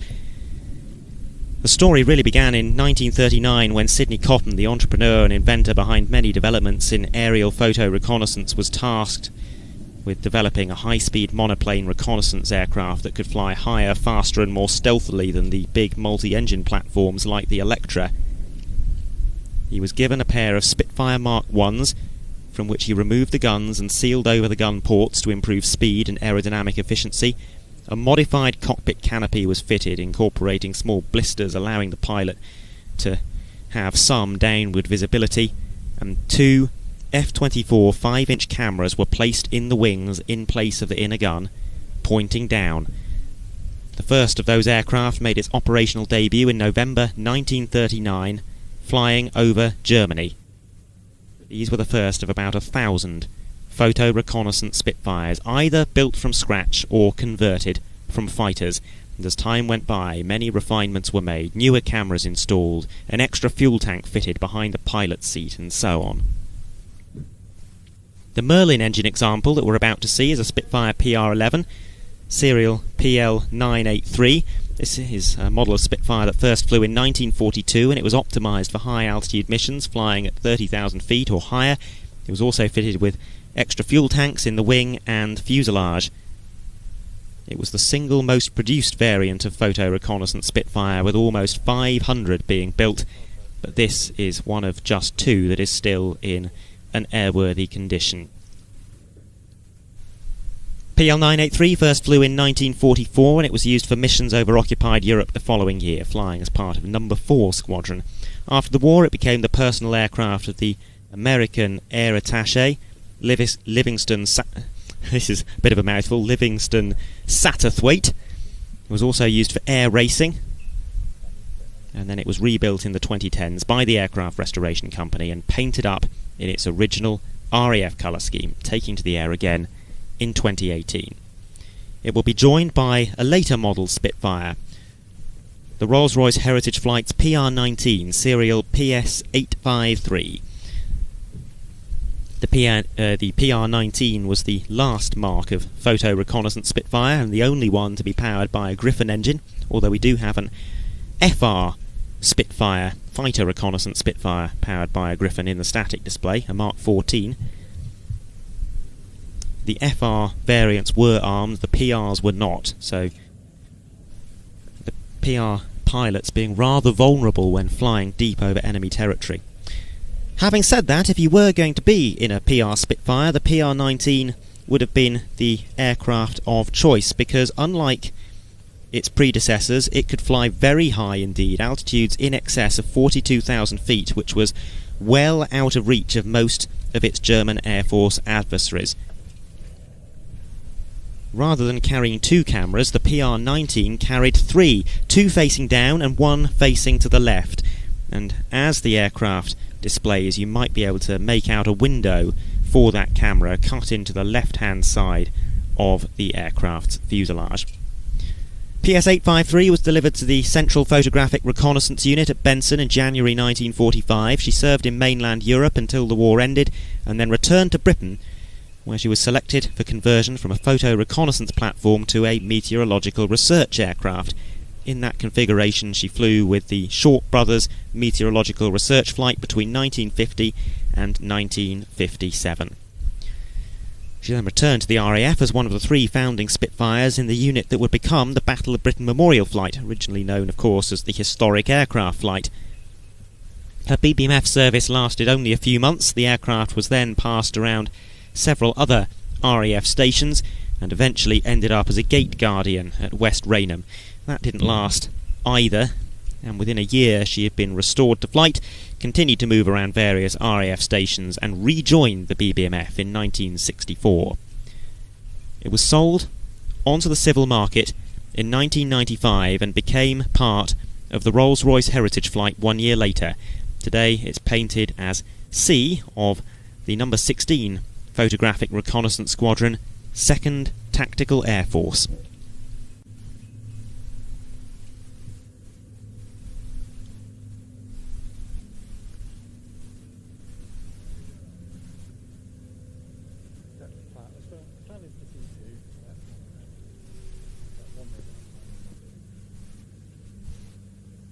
The 2 Spitfires are in the process of forming up ahead of the start of their display, and with the forthcoming display we pay tribute to those brave airmen who operated photo reconnaissance Spitfires deep over German territory. They flew, in their own words, alone, unarmed and unafraid, and by mapping troop movements and identifying targets for bombing raids, their impact on the Allied war effort was incalculable.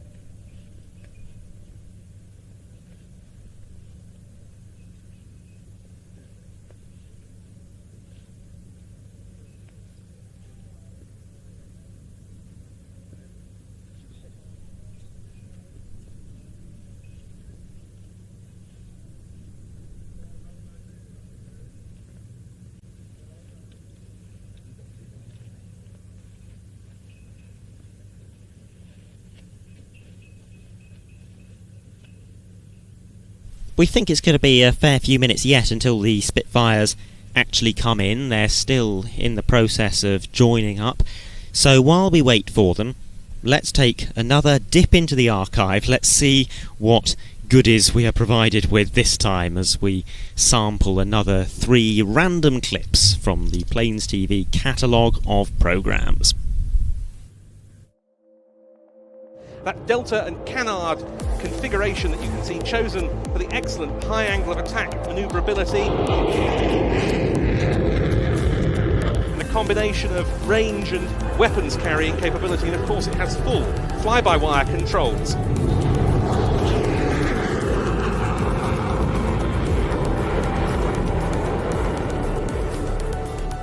It was as good as anything that was out there. Obviously, the momentum of war means that technology leaps ahead, and the Mark 1 went on to the Mark 5. You look up and down the flight line, it was competing up against the Fury in its later days and fought against jets in the last analysis, and I mean, what a machine.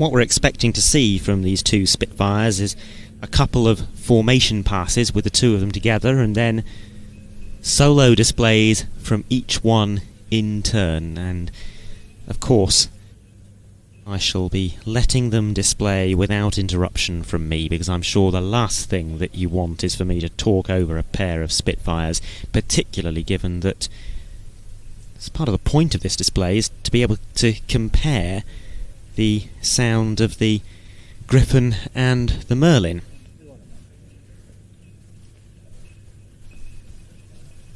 They have both formed up. We have occasionally been able to catch glimpses of them, and we think we are now getting closer to the start of their practice display.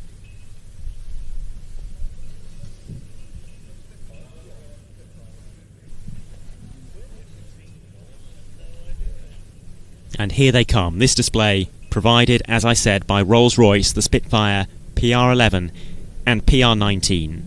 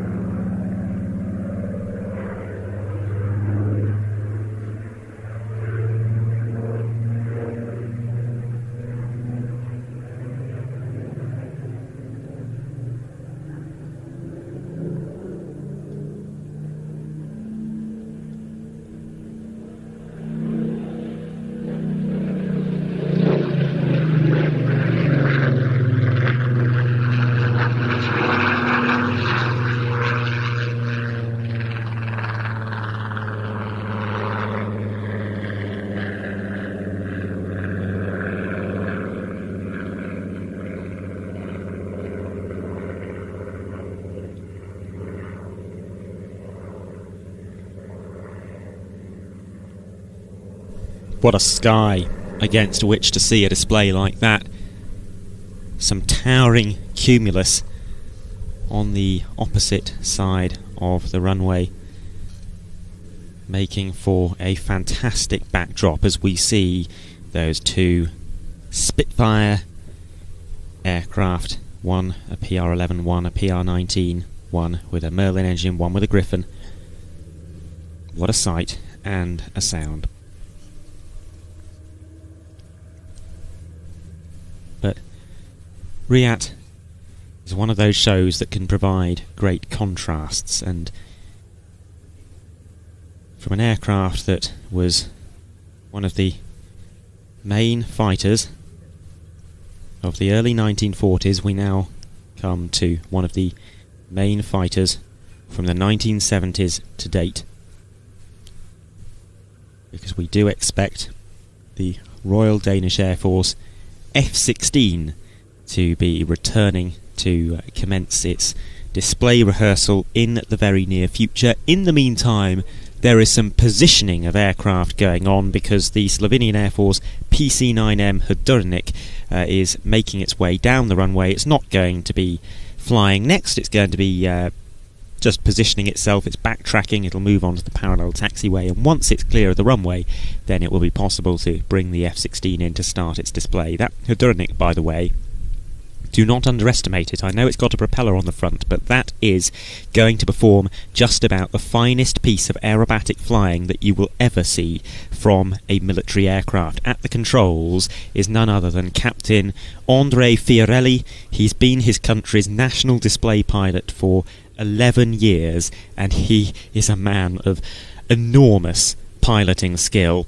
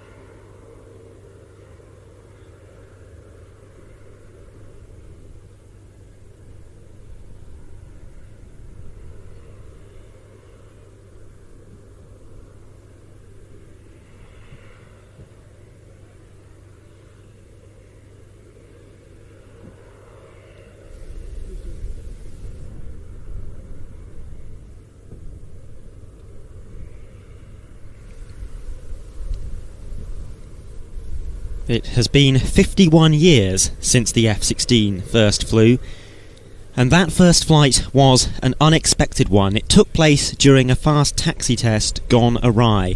That caused people to doubt the F-16's handling characteristics and its revolutionary fly-by-wire technology. Well, nobody doubts its capabilities now. Here it comes from the right, the Royal Danish Air Force F-16 AM Fighting Falcon.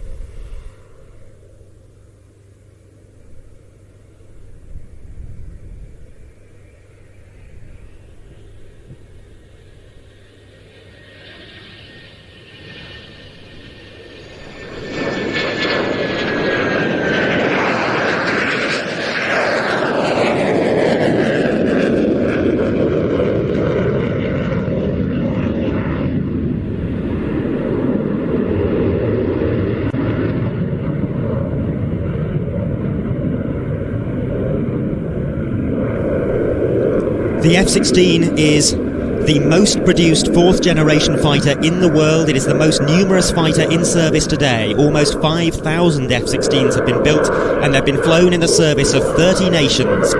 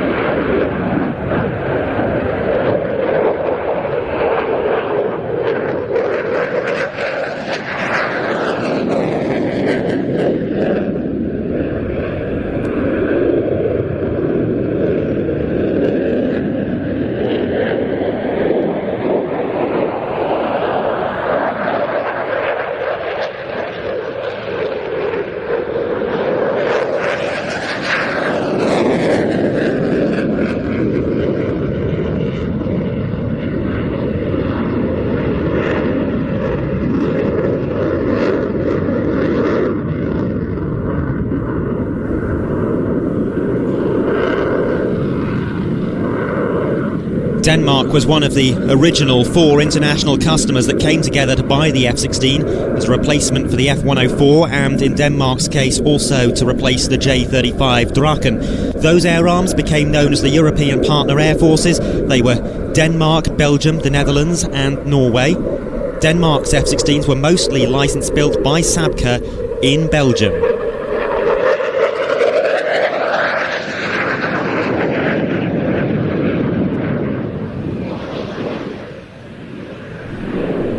When the F-16 was introduced in the 1970s, it was the most nimble fighter in the skies. Its turn performance was unmatched, and in fact it was the first Western aircraft capable of outturning the famously agile MiG-17. But equally as remarkable was the F-16's low-speed handling. This was the first operational fighter to use static instability and fly-by-wire, meaning there's no mechanical linkages between the cockpit and the control surfaces. Instead, when the pilot moves the stick and pedals, they are effectively indicating to the computer what they want the aircraft to do, and the computer works out how to move the control surfaces in order to achieve that. And that made possible a whole new kind of flying, such as the manoeuvre we see now, the low-speed, high-alpha pass.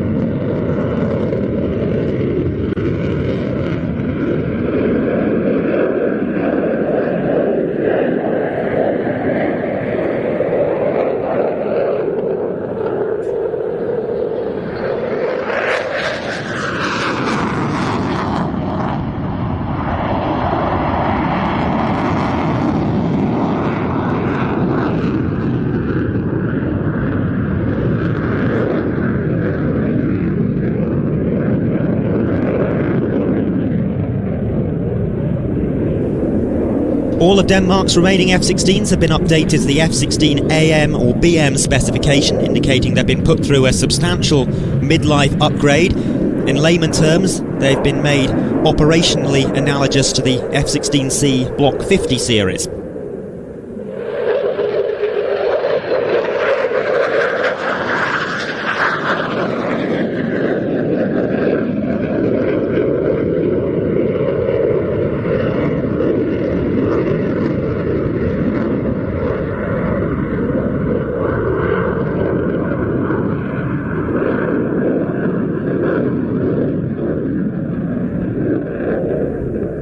Danish F-16s have been deployed on numerous occasions, most notably flying combat air patrols as part of Operation Allied Force, the NATO air campaign in Yugoslavia, and also taking part in Operation Enduring Freedom in Afghanistan.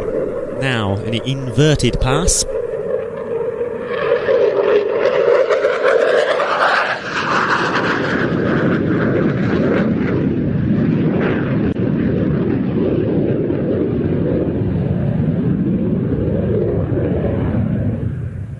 It's a wonderful paint scheme on this aeroplane, featuring on the upper surface the Danebrog, Denmark's national flag, which is the oldest national flag in the world.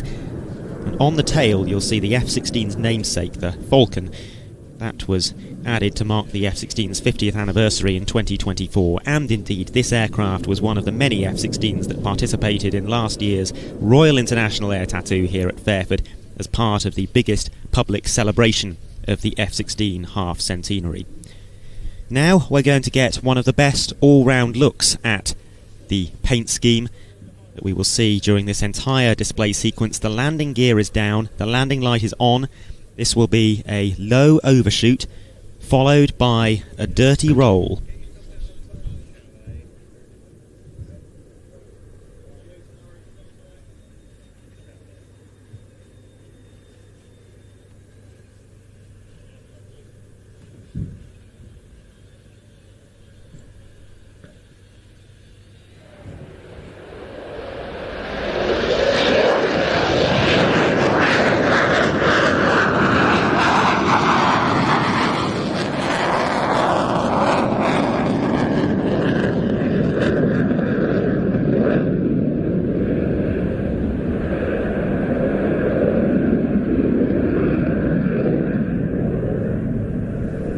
We're now in the final few months of Danish F-16 operations. The F-35A Lightning is entering service as its successor. 27 F-35s have been ordered by Denmark.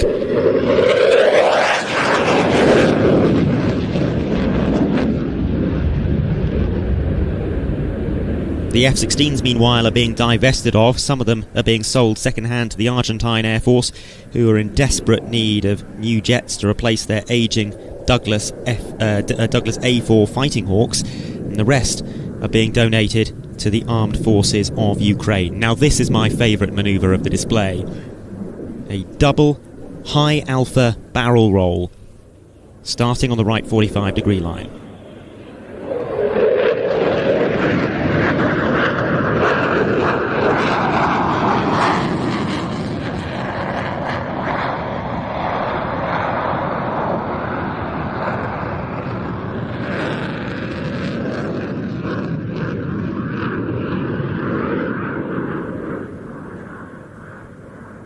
This is almost certainly the last time that we'll see a Danish F-16 in the flying display at a British air show, and it could be the last time that we see an F-16A from any nation in the RIAT flying display, as Denmark is the last remaining European operator that displays the type. These F-16As and Bs are becoming something of a rarity here in Europe. Norway and the Netherlands have now retired theirs. Denmark is doing so later this year, and Belgium is expected to retire their last F-16s sometime around 2027 or 2028. Fortunately, new F-16s are still in production and continue to be delivered to European air arms. Slovakia joined the list of F-16 operators last year, and Bulgaria took delivery of their first F-16s a few months ago, with both nations operating factory-fresh 4.5 generation F-16Vs. Now, as the aircraft rolls past us after landing, see if you can spot a fairly unique feature of the Danish F-16, and that is a searchlight on the side of the aircraft, just forward of the cockpit on the left-hand side of the fuselage.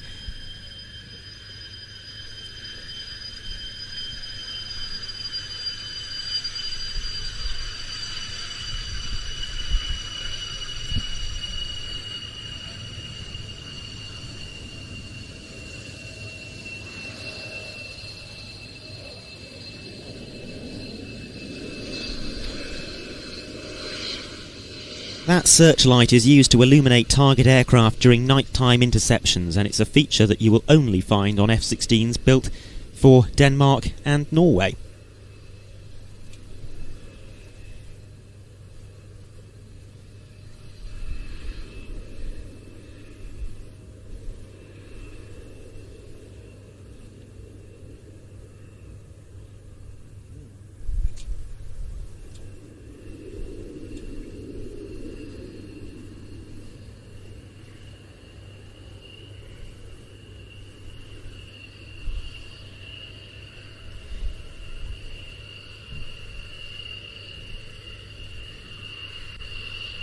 The F-16 now clear of the runway, and the PC-9 has taken to the threshold down at the end of runway 27 out to our right hand side,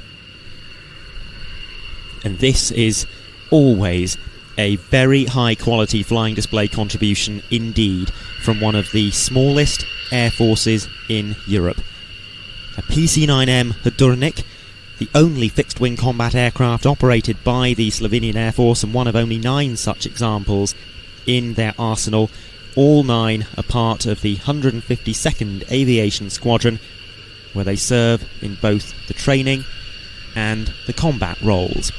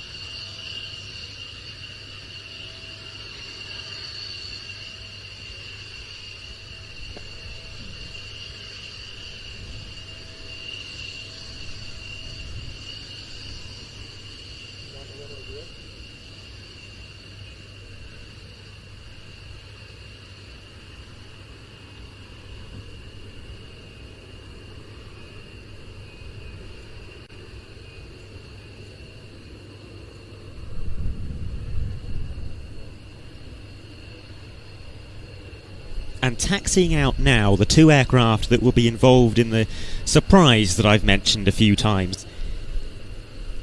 The Italian Air Force T346A Master and the Fiat G91. But now, rolling for takeoff, this is the Slovenian Air Force PC-9M Hrdornik.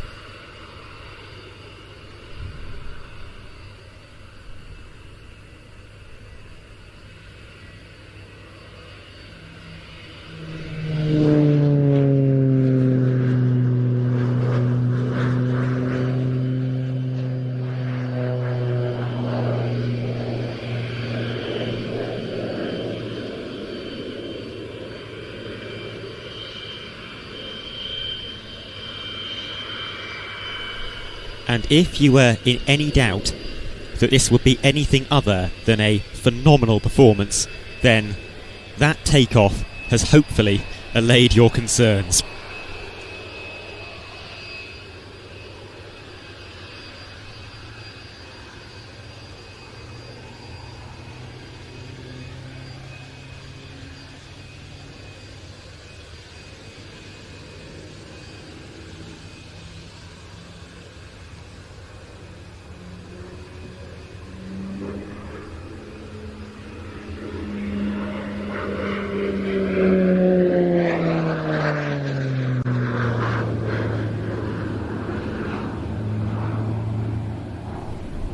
Today's display pilot is Captain Andrei Fiorelli. He's in his 11th year as the Slovenian national display pilot, and during those 11 years he has been showered with accolades. This performance is a regular award winner at Europe's biggest military air shows.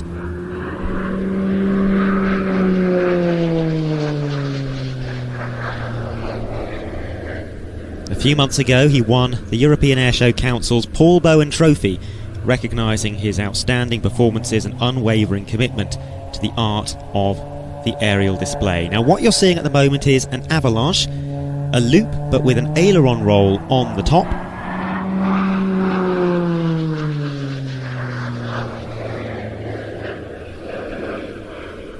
The PC-9 is part of Swiss manufacturer Pilatus' long and immensely successful line of training aircraft, which began with the Pilatus P1 back in the 1940s and continued with a brand new PC-21 today.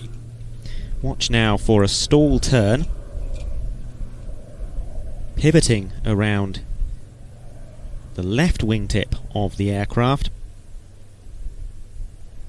a vertical roll on the way down, and now a very impressive demonstration of just how much power this diminutive aircraft has at its disposal, with a half vertical 8, two half loops stacked one on top of the other.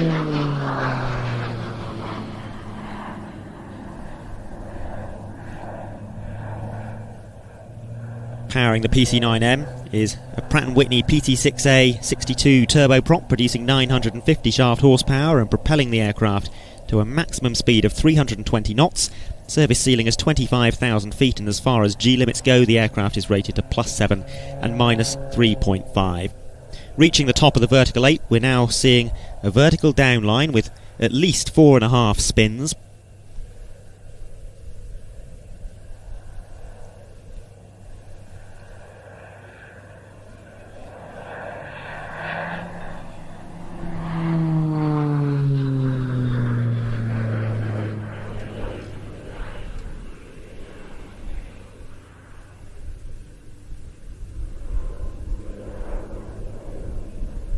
Now a vertical repositioning manoeuvre to arrive on the B-axis directly towards us.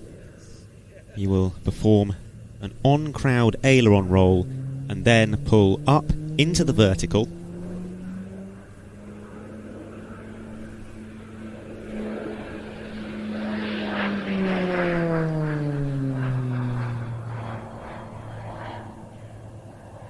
Speed bleeding away to 0, and this will be a tail slide.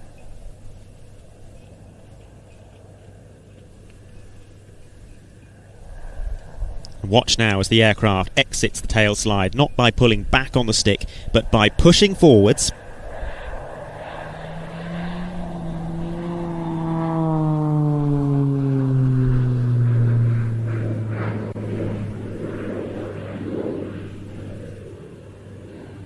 continuing to push all the way through an outside half horizontal, immensely uncomfortable. There is some extraordinary use of negative G in this display.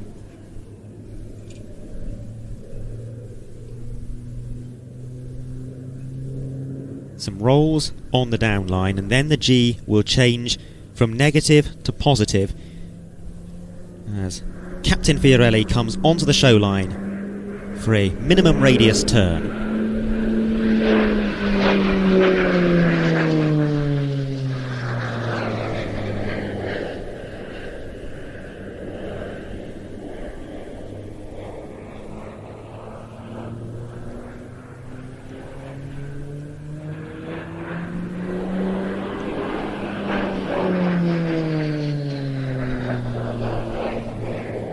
A very tight turn radius there, and then straight into negative G once again, pushing into something akin to a split S. These rapid transitions between positive and negative G are particularly punishing. The PC-9 first flew in 1984. First deliveries to Slovenia occurred in 1995, initially a trio of ex-US Air Force PC-9As that had been used as chase planes, and then in the late 90s, they were replaced by 9 more modern PC-9M Swifts, or Hudurniks as they're known in Slovenian service. And this one now coming in for a dirty roll.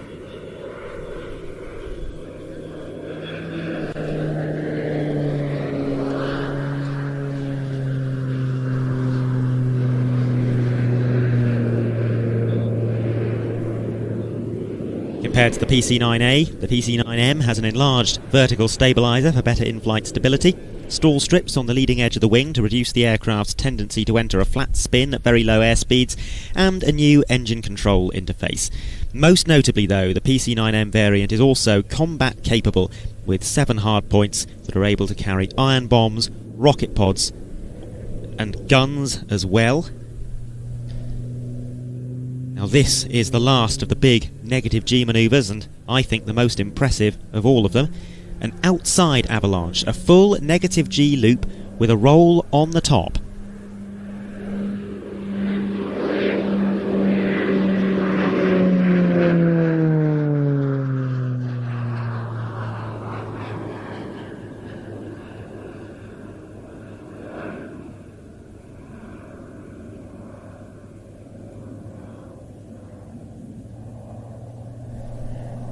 Pushing all the way up to the top, pausing only to complete an aileron roll now. Completing the roll, and now pushing again.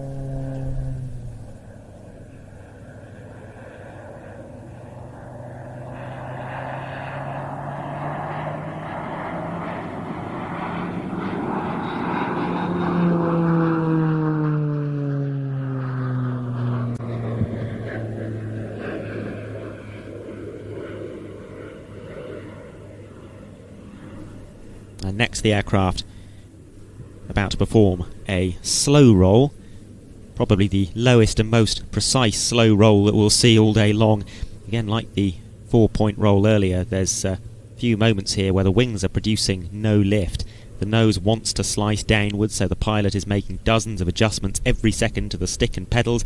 Ailerons, elevators and rudder all being used simultaneously here.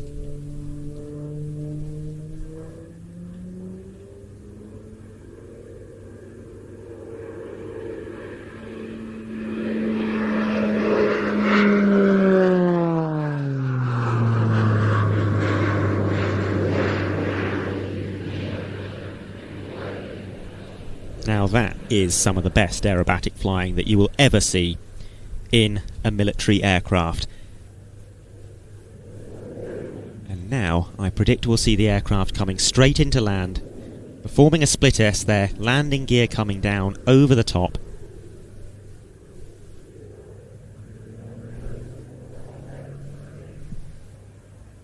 That's an atypical final approach, but fantastic to watch. What an enormously skilled pilot we have been watching. That was Captain Andrei Fiorelli of the Slovenian Air Force 152nd Aviation Squadron, flying the PC-9M Hudurnik.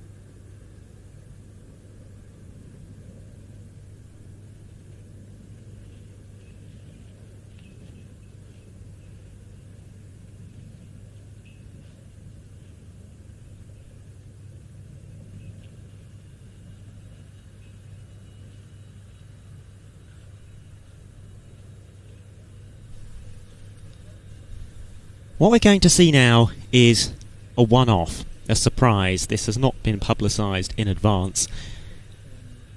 A two-ship sequence celebrating the 65th display season of the Frecce Tricolori, bringing together an aircraft of the past with the aircraft of the future. On the end of the runway now, the Fiat G91 and the Leonardo T346A Master. The Master now rolling for takeoff.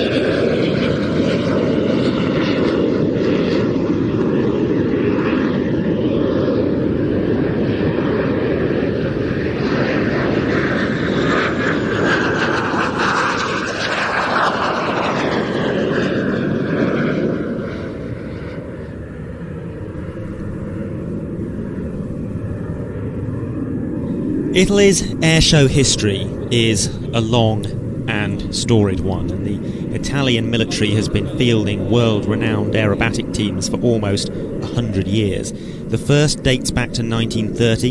It flew the Fiat CR-20 biplane fighter, and they invented some of the manoeuvres that remain familiar to airshow enthusiasts today, including the downward bomb burst, or as they called it, the bomber, which they debuted in June of that year.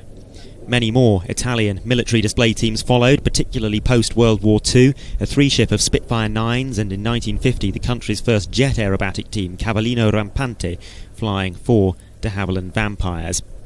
And through the 1950s there were a great many such teams flying various types, most of which only lasted a few seasons. In 1960 it was decided to end the aerobatic team merry-go-round and establish, for the first time in the post-war era, a single permanent aerobatic team to represent the entire Italian Air Force, and thus 313 Gruppo was born, better known as the Frecce Tricolori. They performed their first display on the 1st of May 1961, flying 5 F-86 Sabres, making 2025 the team's 65th airshow season. Over the next 2 years the team was gradually expanded from 5 pilots to 10, coloured smoke was added, and then, in 1964, a major change.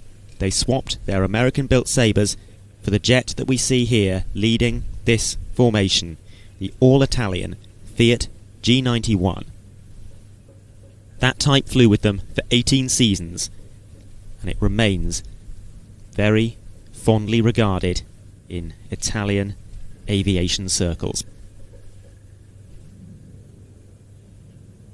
And it's the number 2 in this formation, not the leader.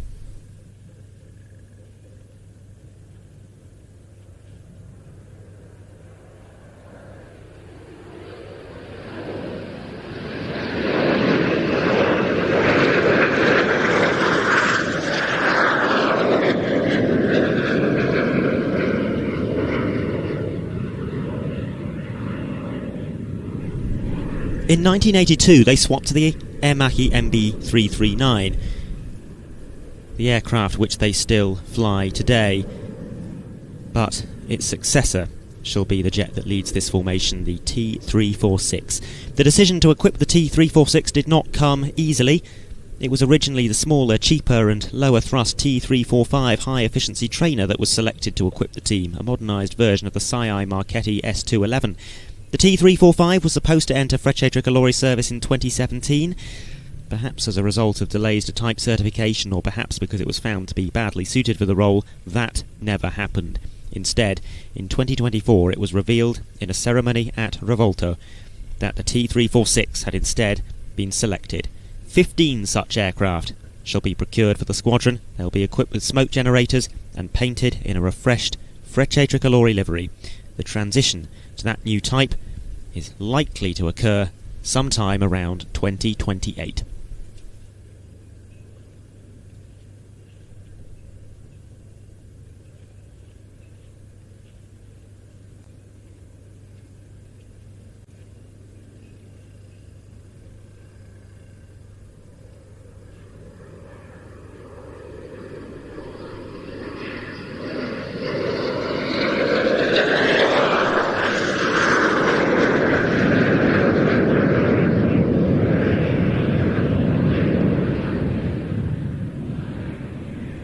It shall be a major step change for the team, because the Master is a very different aircraft to the MB339. Different handling characteristics and 3 times as much power. It will be interesting to see exactly what they can do with it. But it's not the T346 that's the star of the show today, it's the G91. The first time we think that a G91 has flown in British flying displays since the early 1980s, possibly even the 1970s. It's the first time we've had a G91 attending a British air show at all since the mid-1990s. This is the only airworthy Fiat G91 in the world. A very special aircraft indeed.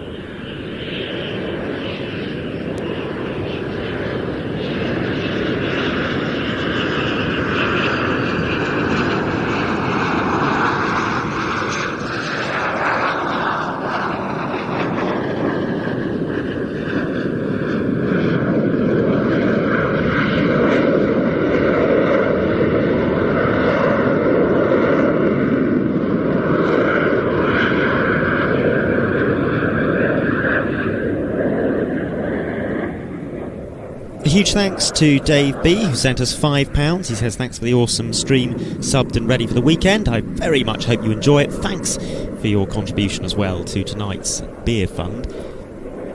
And if I have missed anyone else who has sent us any money at all over the course of today, I apologise. I haven't been able to keep as close an eye on things as I would have liked, but thank you very much for any contributions that have been made.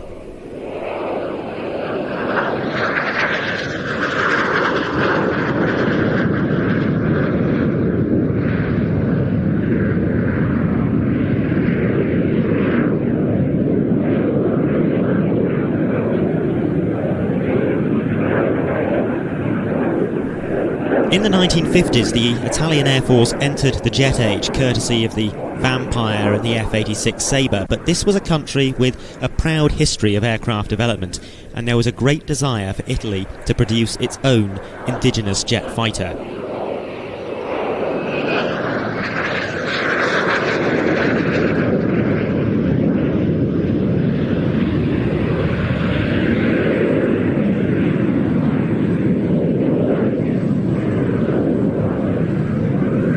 It just so happened that in 1953, NATO Supreme Command issued specifications for a new, lightweight, low-cost fighter aircraft. During the Korean War, NATO forces had found that their big, heavy, high-speed jets had been easy prey to the small and nimble MiG-15, and a Western equivalent was badly needed. They wanted a subsonic aircraft that could operate from short, austere landing strips with an empty weight of less than 2.2 tons.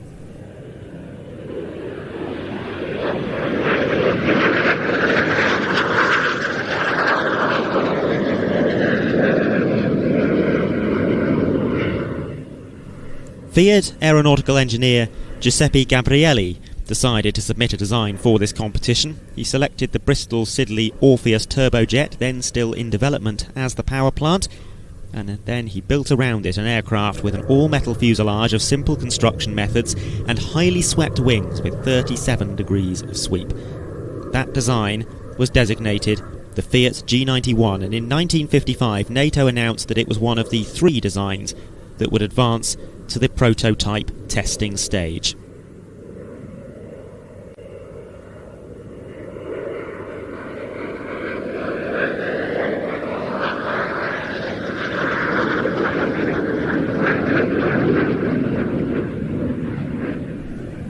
Early flight testing didn't go well, but the design was suitably refined, and in 1958 it was declared the winner of the NATO competition. The intention was that the G91 would become NATO's first and primary lightweight strike fighter, operated by at least 5 member states. But politics is never that easy. France, Britain and America ignored the result of the competition and instead pursued their own fighter programs, and with that the potential for major export orders largely dissipated. G91 was, however, operated in significant numbers by 3 nations, Italy, Germany and Portugal, with 756 aircraft being built in total.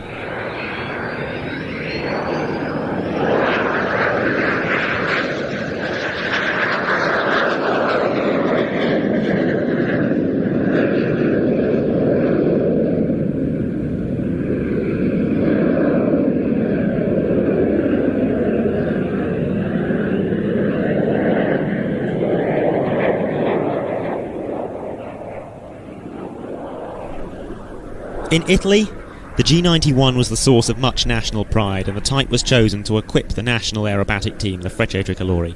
They used it from 1964 until 1981. The last G91s were retired from military service in 1995. This specific G91 wears Frecce Tricolori colours, although that's not entirely accurate. This is a G91R, a light attack and reconnaissance version fitted with a modified nose cone that could house photographic equipment. That's not the model that the Frecce Tricolori used. They used pre-production prototypes converted for display duties.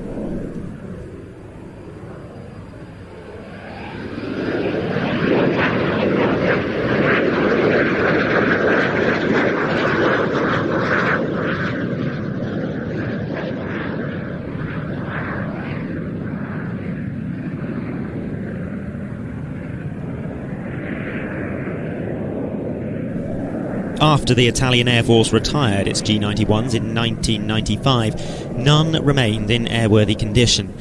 That is, not until a few years ago. With the Italian Air Force due to celebrate its centenary in 2023, it was decided that a G91 should be restored to flight for the occasion, and an ambitious multi-year restoration project began. The work was undertaken by Renzo Cantanati. Foreign names, I'm afraid, do trip me up from time to time. Renzo Cantillani, with the support of the Italian Air Force, and the project was completed just 2 days before the centenary airshow began. I remember it well when the aircraft came in on the eve of the airshow to Pratica di Mare. The paint was still wet. Nonetheless, it was still able to take part in the flying display. It flew in formation with an AMX A11A Ghibli and an F-35A Lightning II, which was an absolutely beautiful sight. No mean feat getting this aircraft restored, by the way, and so many challenges that you might not think of. For example, the Orpheus engine usually uses starter cartridges to fire up, and there aren't any anymore. They don't exist. So a custom compressed air starter system needed to be built from scratch just so they could turn the engine on.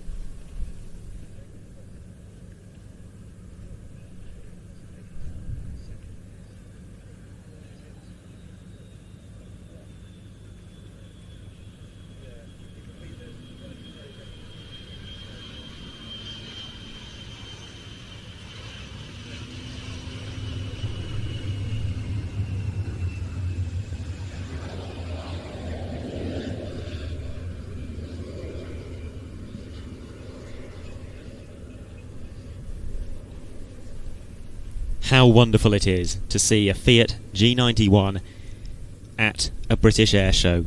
once again, something that very few people would ever have imagined 3 or 4 years ago. A big thanks to Stringbean Muldoon, who has sent us a £10 super chat.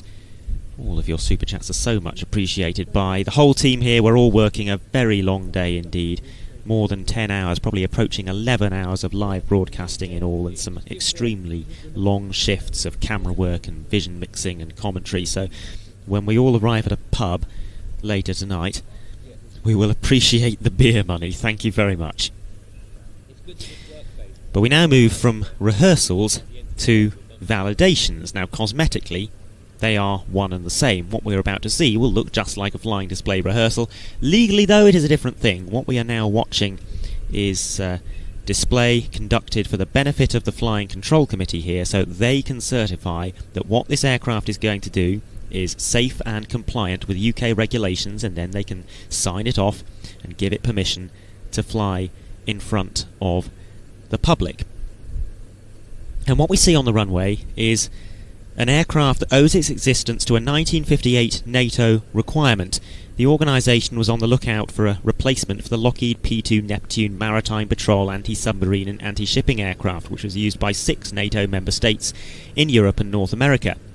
The P-2 was quite a capable aircraft, but it was a complex and inefficient one, not least because it had 4 engines, of which 2 were piston engines and 2 were jets.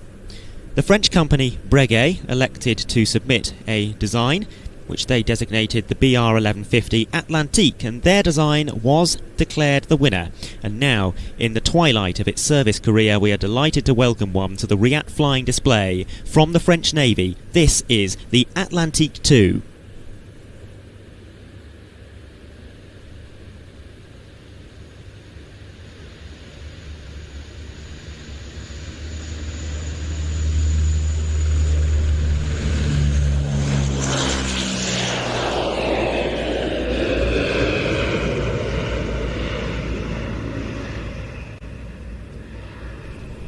It has always been fairly common practice for aircraft in the maritime patrol role to be built from older civilian designs. Take the P-8 Poseidon, for example, developed from the 737-800, or the Nimrod, developed from the de Havilland Comet. But the Atlantique is a clean sheet design, and therefore it has some rather unusual characteristics. Perhaps the most obvious feature is its double bubble fuselage. The top bubble contains the pressurised crew compartment, which can accommodate a crew of up to 14. The lower fuselage is unpressurised, and that houses a 9-metre long weapons bay, a retractable radome, and a sonar buoy dispenser. Extending rearwards from the tail, and you can see it very nicely in this shot now, is another distinctive feature, a magnetic anomaly detector used to detect small changes in the Earth's magnetic field, and those anomalies can indicate the presence of submarines. There are also ESM pods on the wingtip which intercept and decipher radio transmissions.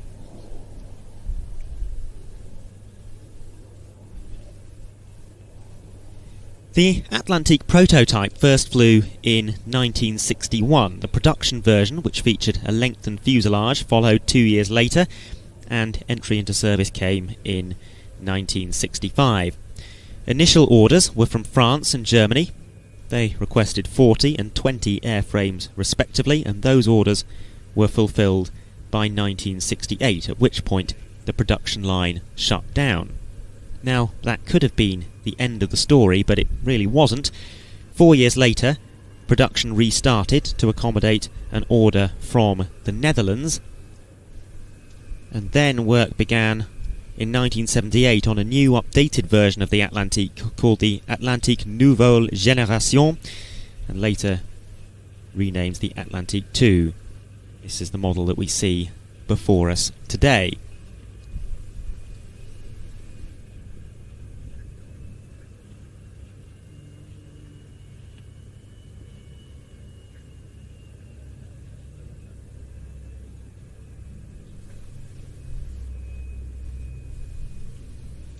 Now, what we're expecting to see on this first pass is what the French call a passage anglais.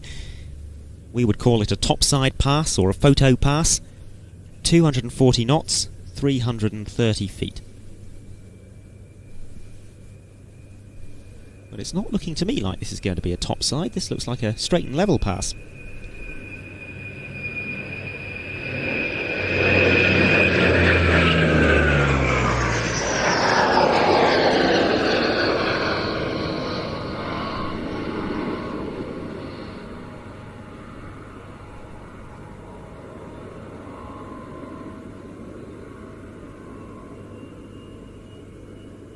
The new Atlantique 2 featured the same fuselage and power plant as the original, but the equipment, sensors and avionics were all updated.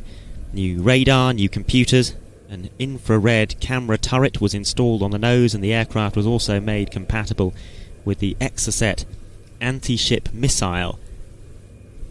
28 Atlantique 2s were built, and they began entering service in 1989. They've been subject to various upgrades in recent years, most recently updating the aircraft to what's known as Standard 6. The key improvement has been installing Thales Searchmaster active electronically scanned array radar, which is capable of tracking 1,000 targets simultaneously.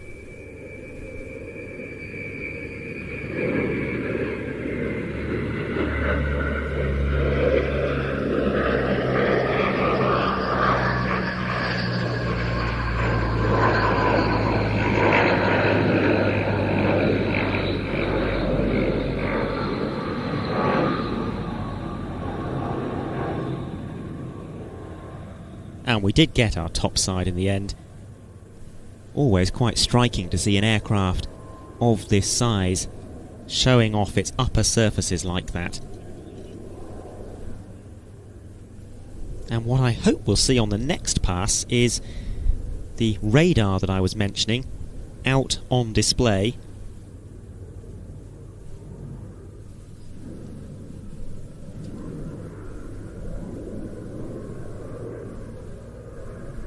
And that is the bulge under the forward fuselage. That is the radome, extended now as the aircraft performs a belly-up pass at 180 knots.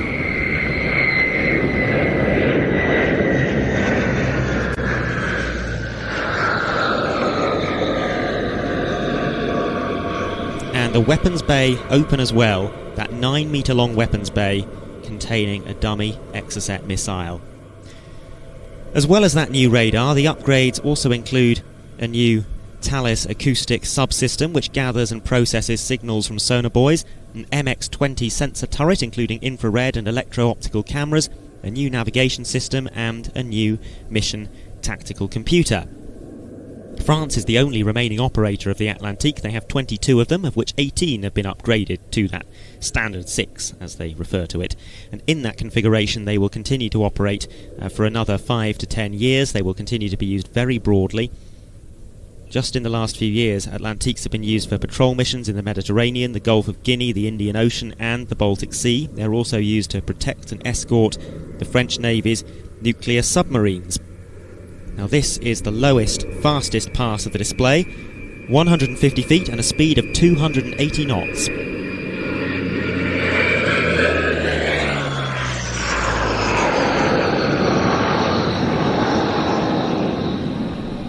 The Atlantique's job can be a dangerous one. Several times this year, French Atlantiques have come under threat from Russian forces. In January, one was locked onto by an S-400 surface-to-air missile system while patrolling international airspace in the Baltic, and again in March, one was painted by the fire control radar of a Russian warship, something that is usually seen as a significant offensive act. 2 Rolls-Royce Tyne engines powering this aeroplane, producing a very strange noise indeed, 6,100 shaft horsepower apiece. The aircraft has a range of 4,300 nautical miles and endurance of up to 14 hours, making this aircraft extremely well suited to long-duration patrol missions far offshore. During this next pass, the aircraft will be flying at 150 knots in the search and rescue configuration.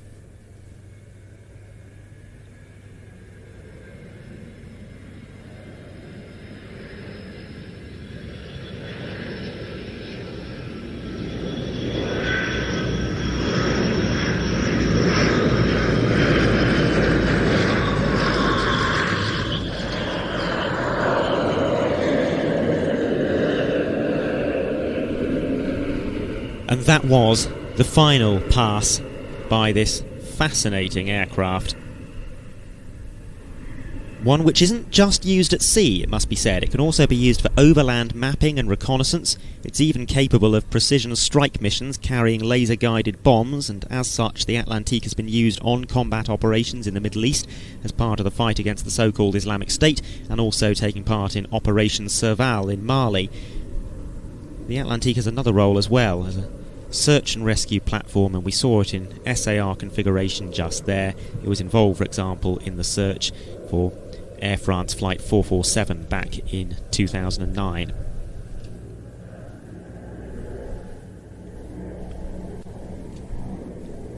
And as we saw during its belly-up pass with that 9-metre long weapons bay on display, it can be very heavily armed as well. Missiles, depth charges, mines, torpedoes. It can also be used to drop sonar buoys for submarine detection purposes.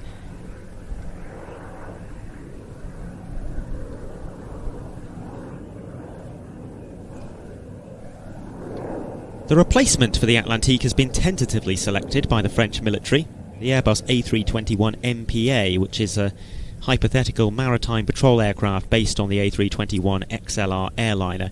Much like the Atlantique, the A321 MPA will probably feature a double bubble fuselage, at least in the rear.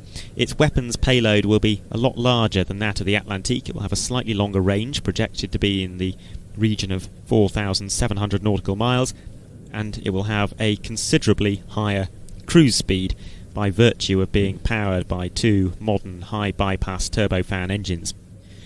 The A321 MPA project is yet to be formally launched. That should happen in 2026, and entry to service is not due until the late 2030s.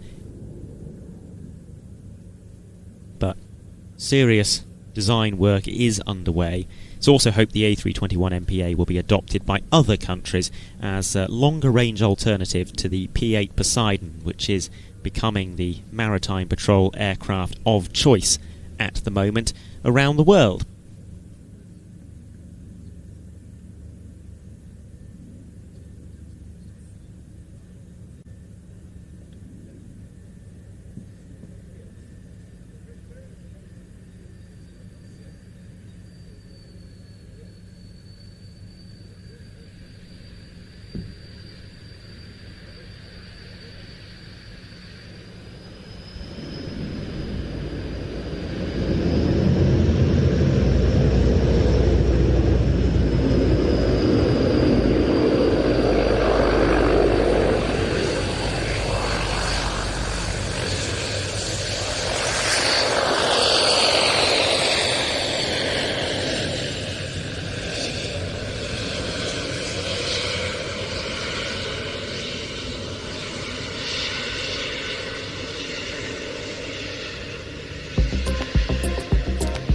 The UH-60 is one of the most versatile helicopters in the world, with thousands built for dozens of nations during a production run of over 50 years.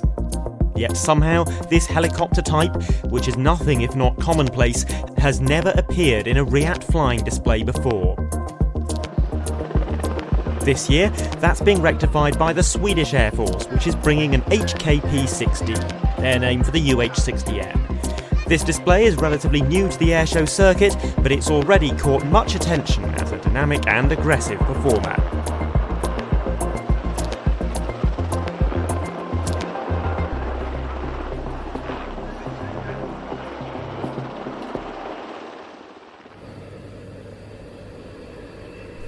So we're now going to see a platform which is among the most commonplace military helicopters in the world, but somehow a type that has never participated in a RIAT flying display. It made its first flight 51 years ago, more than 5,000 have been built, and it's operated by over 35 nations. Here it comes, the UH-60 Black Hawk.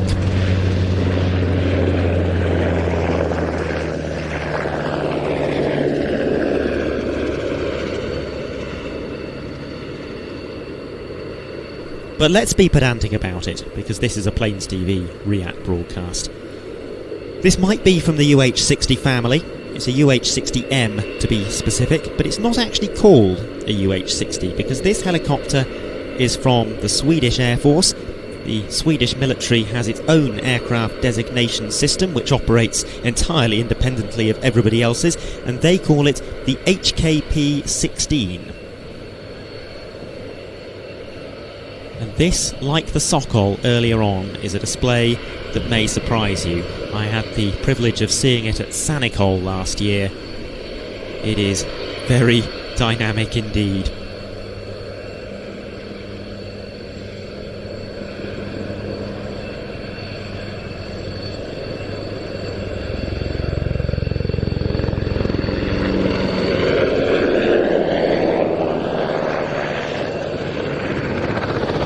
So let's watch as the aircraft performs a pedal turn, manipulating the tail rotor there to leverage the torque of the main rotor in order to spin the aircraft around and get it flying back in towards us.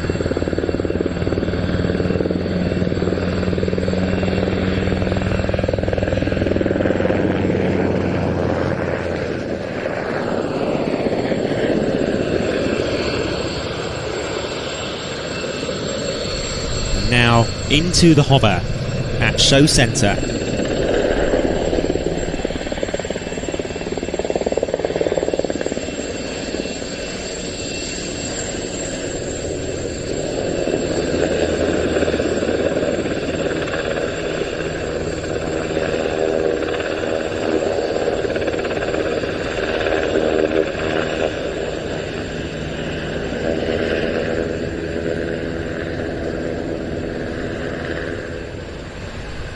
Climbing in the vertical to 350 feet, shortly to turn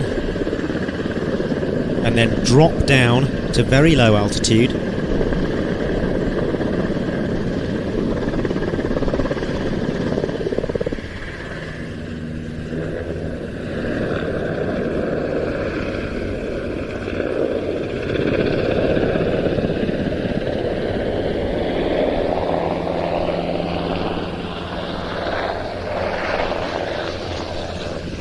This is a display that gets increasingly aggressive as time goes by.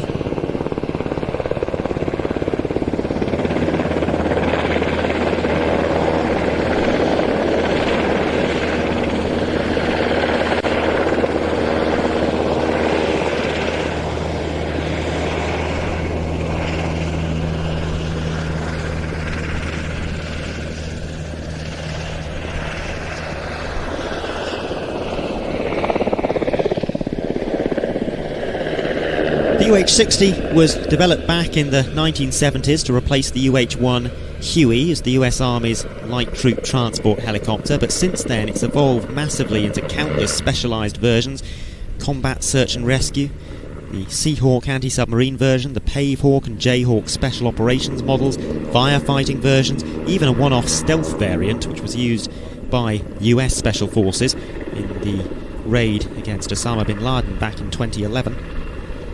Some very impressive rotations there while maintaining a speed of between 30 and 50 knots. And now we're going to see what's called the cone turn, the aircraft flying sideways down the display line, and at show centre it'll pitch the nose downwards. There it goes, and it will perform 3 rotations before continuing on its way.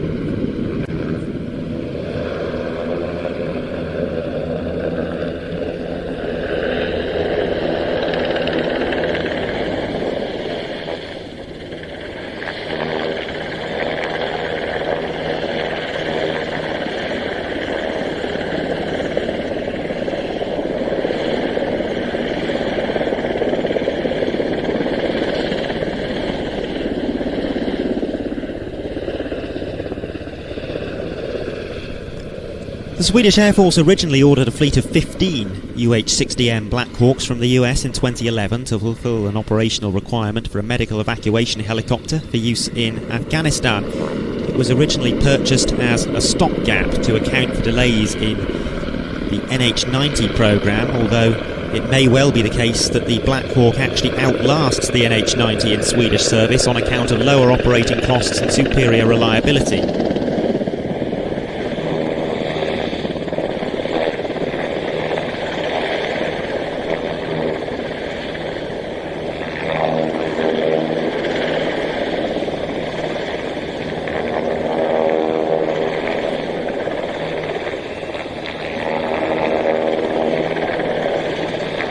Ending its display with the traditional bow, but a bow flown with considerable vigour.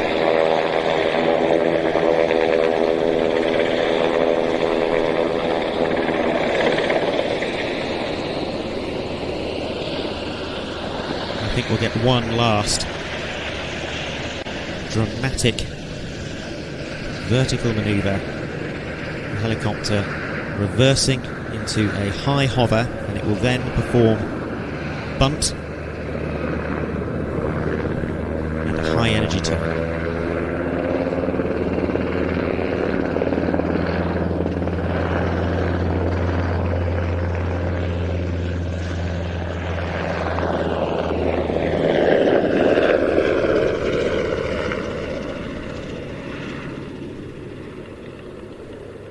And there we go. It's only taken 50 years.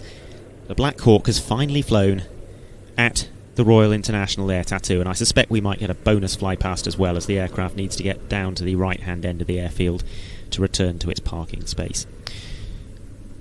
As a vote of confidence in the Black Hawk, by the way, a further 12 airframes were ordered by the Swedish military last summer. Sweden is also upgrading its Black Hawk fleet by fitting auxiliary fuel tanks, extending their range by some 50%. This is an aircraft that has proved very capable and very popular in Swedish service.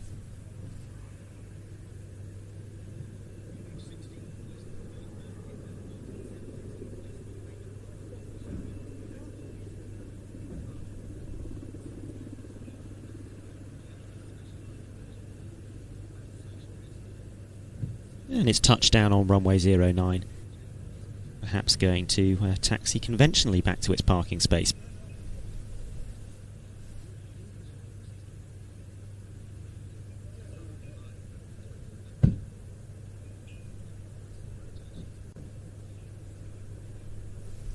A big thanks to Tom Davis, who sent us another £10 for the beer fund. He says thanks for great coverage these past 2 days.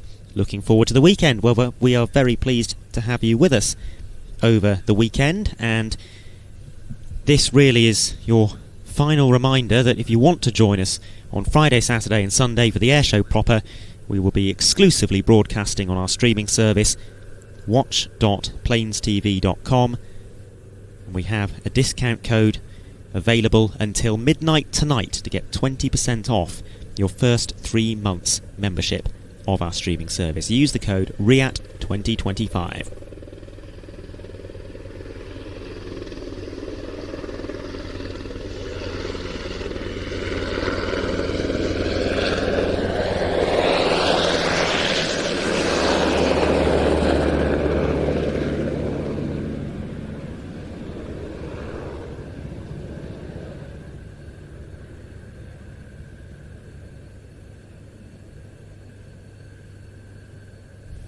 A huge thanks also to Darren E, who sent us 15, is that Australian dollars? I think that's Australian dollars. Thank you so much, and we are pleased that so many of you seem to have enjoyed our live coverage over the past few days. All of us, it must be said, are massive aviation enthusiasts. There is no place we would rather be than RAF Fairford, providing the official live broadcast of the Royal International Air Tattoo, and we look forward to this all year, we really do. And yes, they are long days, early mornings, late nights, and some very long shifts on duty, but we love it really.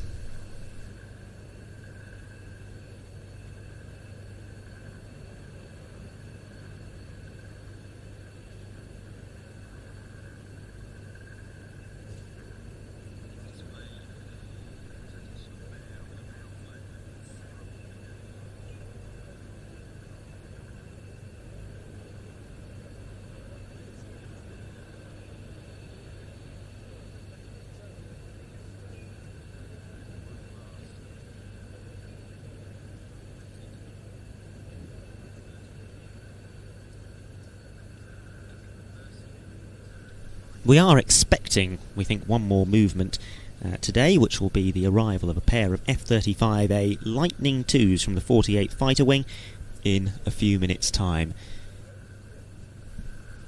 So do stick with us for the very last movement of our Thursday live broadcast.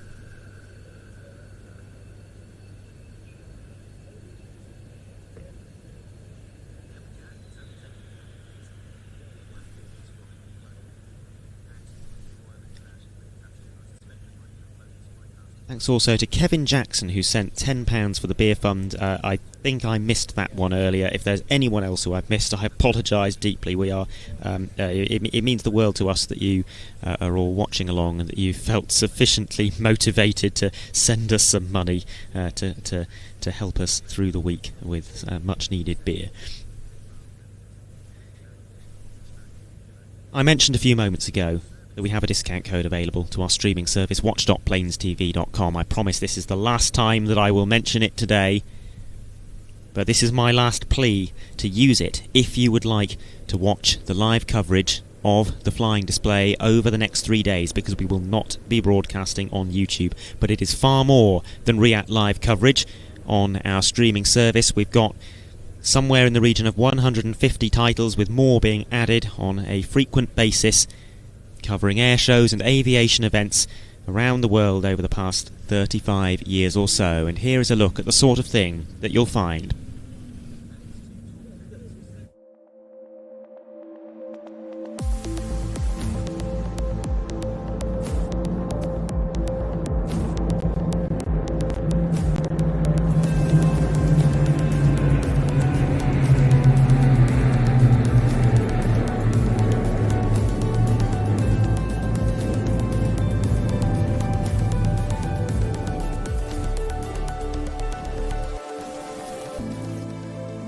And now that amazing tactical approach.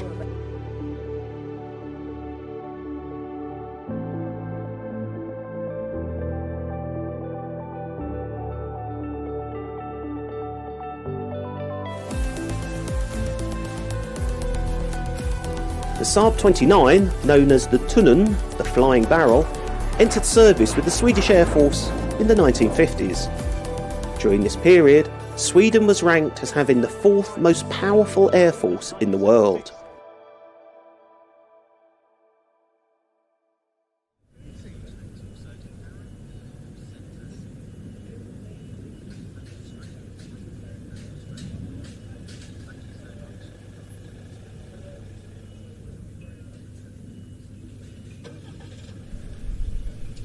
All of that and more available to watch on our streaming service, and we do very much hope that you'll sign up and that you will stay with us over the course of the winter as we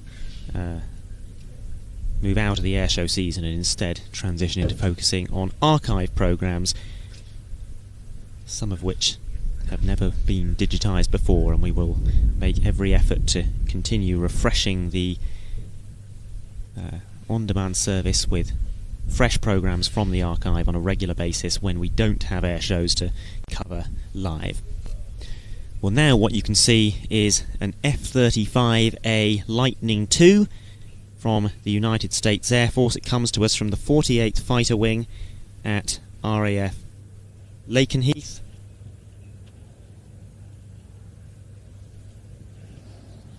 Arriving to take its place in the static display. This, a 5th generation fighter, designed to be used across NATO to replace a variety of older types, but particularly the F-16, and, in the case of the B model, the Harrier.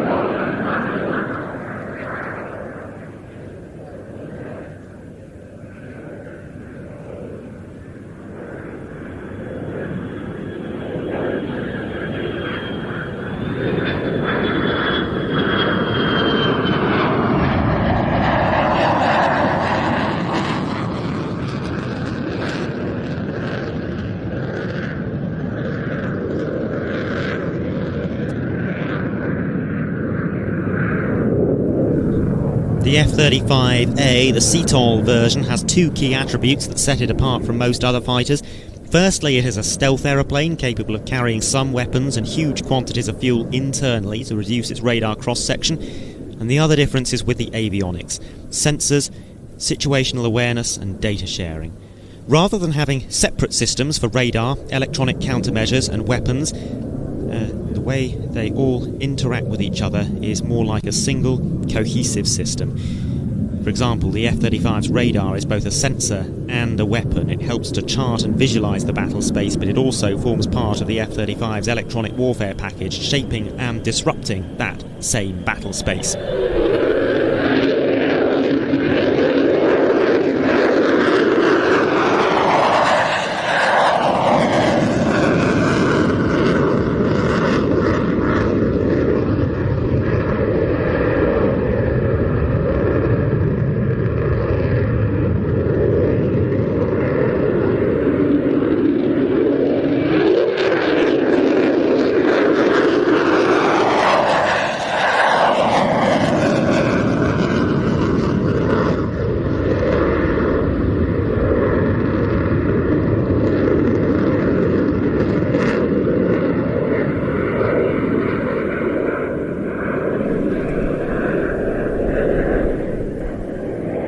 Likewise, the F-35's navigation, communication and tracking systems are all integrated into that single system. The electronic warfare suite will soon be integrated into that unit also, allowing for a comprehensive, all-encompassing and highly automated approach to battle space management. In total, the US Air Force plans to order 1,700 F-35s. Initial operating capability was reached in 2016, and the first permanent European detachment was to the 48th Fighter Wing at Lakenheath, where the F-35 has now replaced the F-15C. These aircraft specifically come from the 495th Fighter Squadron of the 48th Fighter Wing, that wing going by the name of the Liberty Wing.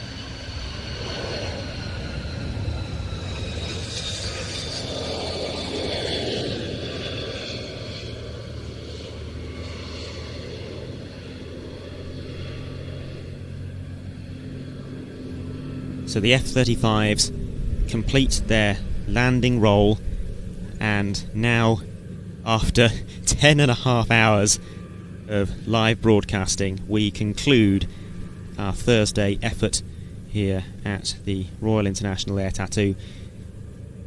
Although, before we go, I would like to say huge thanks to Suzanne Schneider, who sent us another €10 for the beer fund. Once again, tomorrow we will be exclusively on our streaming service, watch.planestv.com. You will need to be a paying member in order to continue watching our RIAT coverage. We do have that discount code available until midnight tonight. It is RIAT25 so head over to watch.planestv.com in order to avail yourself of that.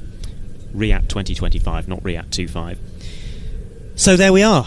That's the end of our Thursday broadcast, and what a couple of days it has been. Some marathon shifts for all of us, and some very intense aviation action at times. You'll have seen some people say that this show isn't what it used to be. It's been said on the live chat, on forums and on social networks, and they're right.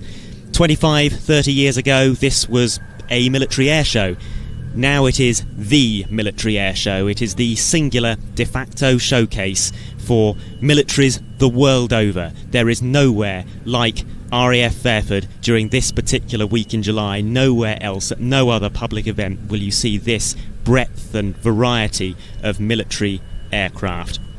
What we've seen so far is just the warm-up. Tomorrow the show starts in earnest, and we'll be with you every step of the way. We hope that you'll join us from tomorrow morning as the official live coverage from the Royal International Air Tattoo 2025 continues exclusively on Plains TV.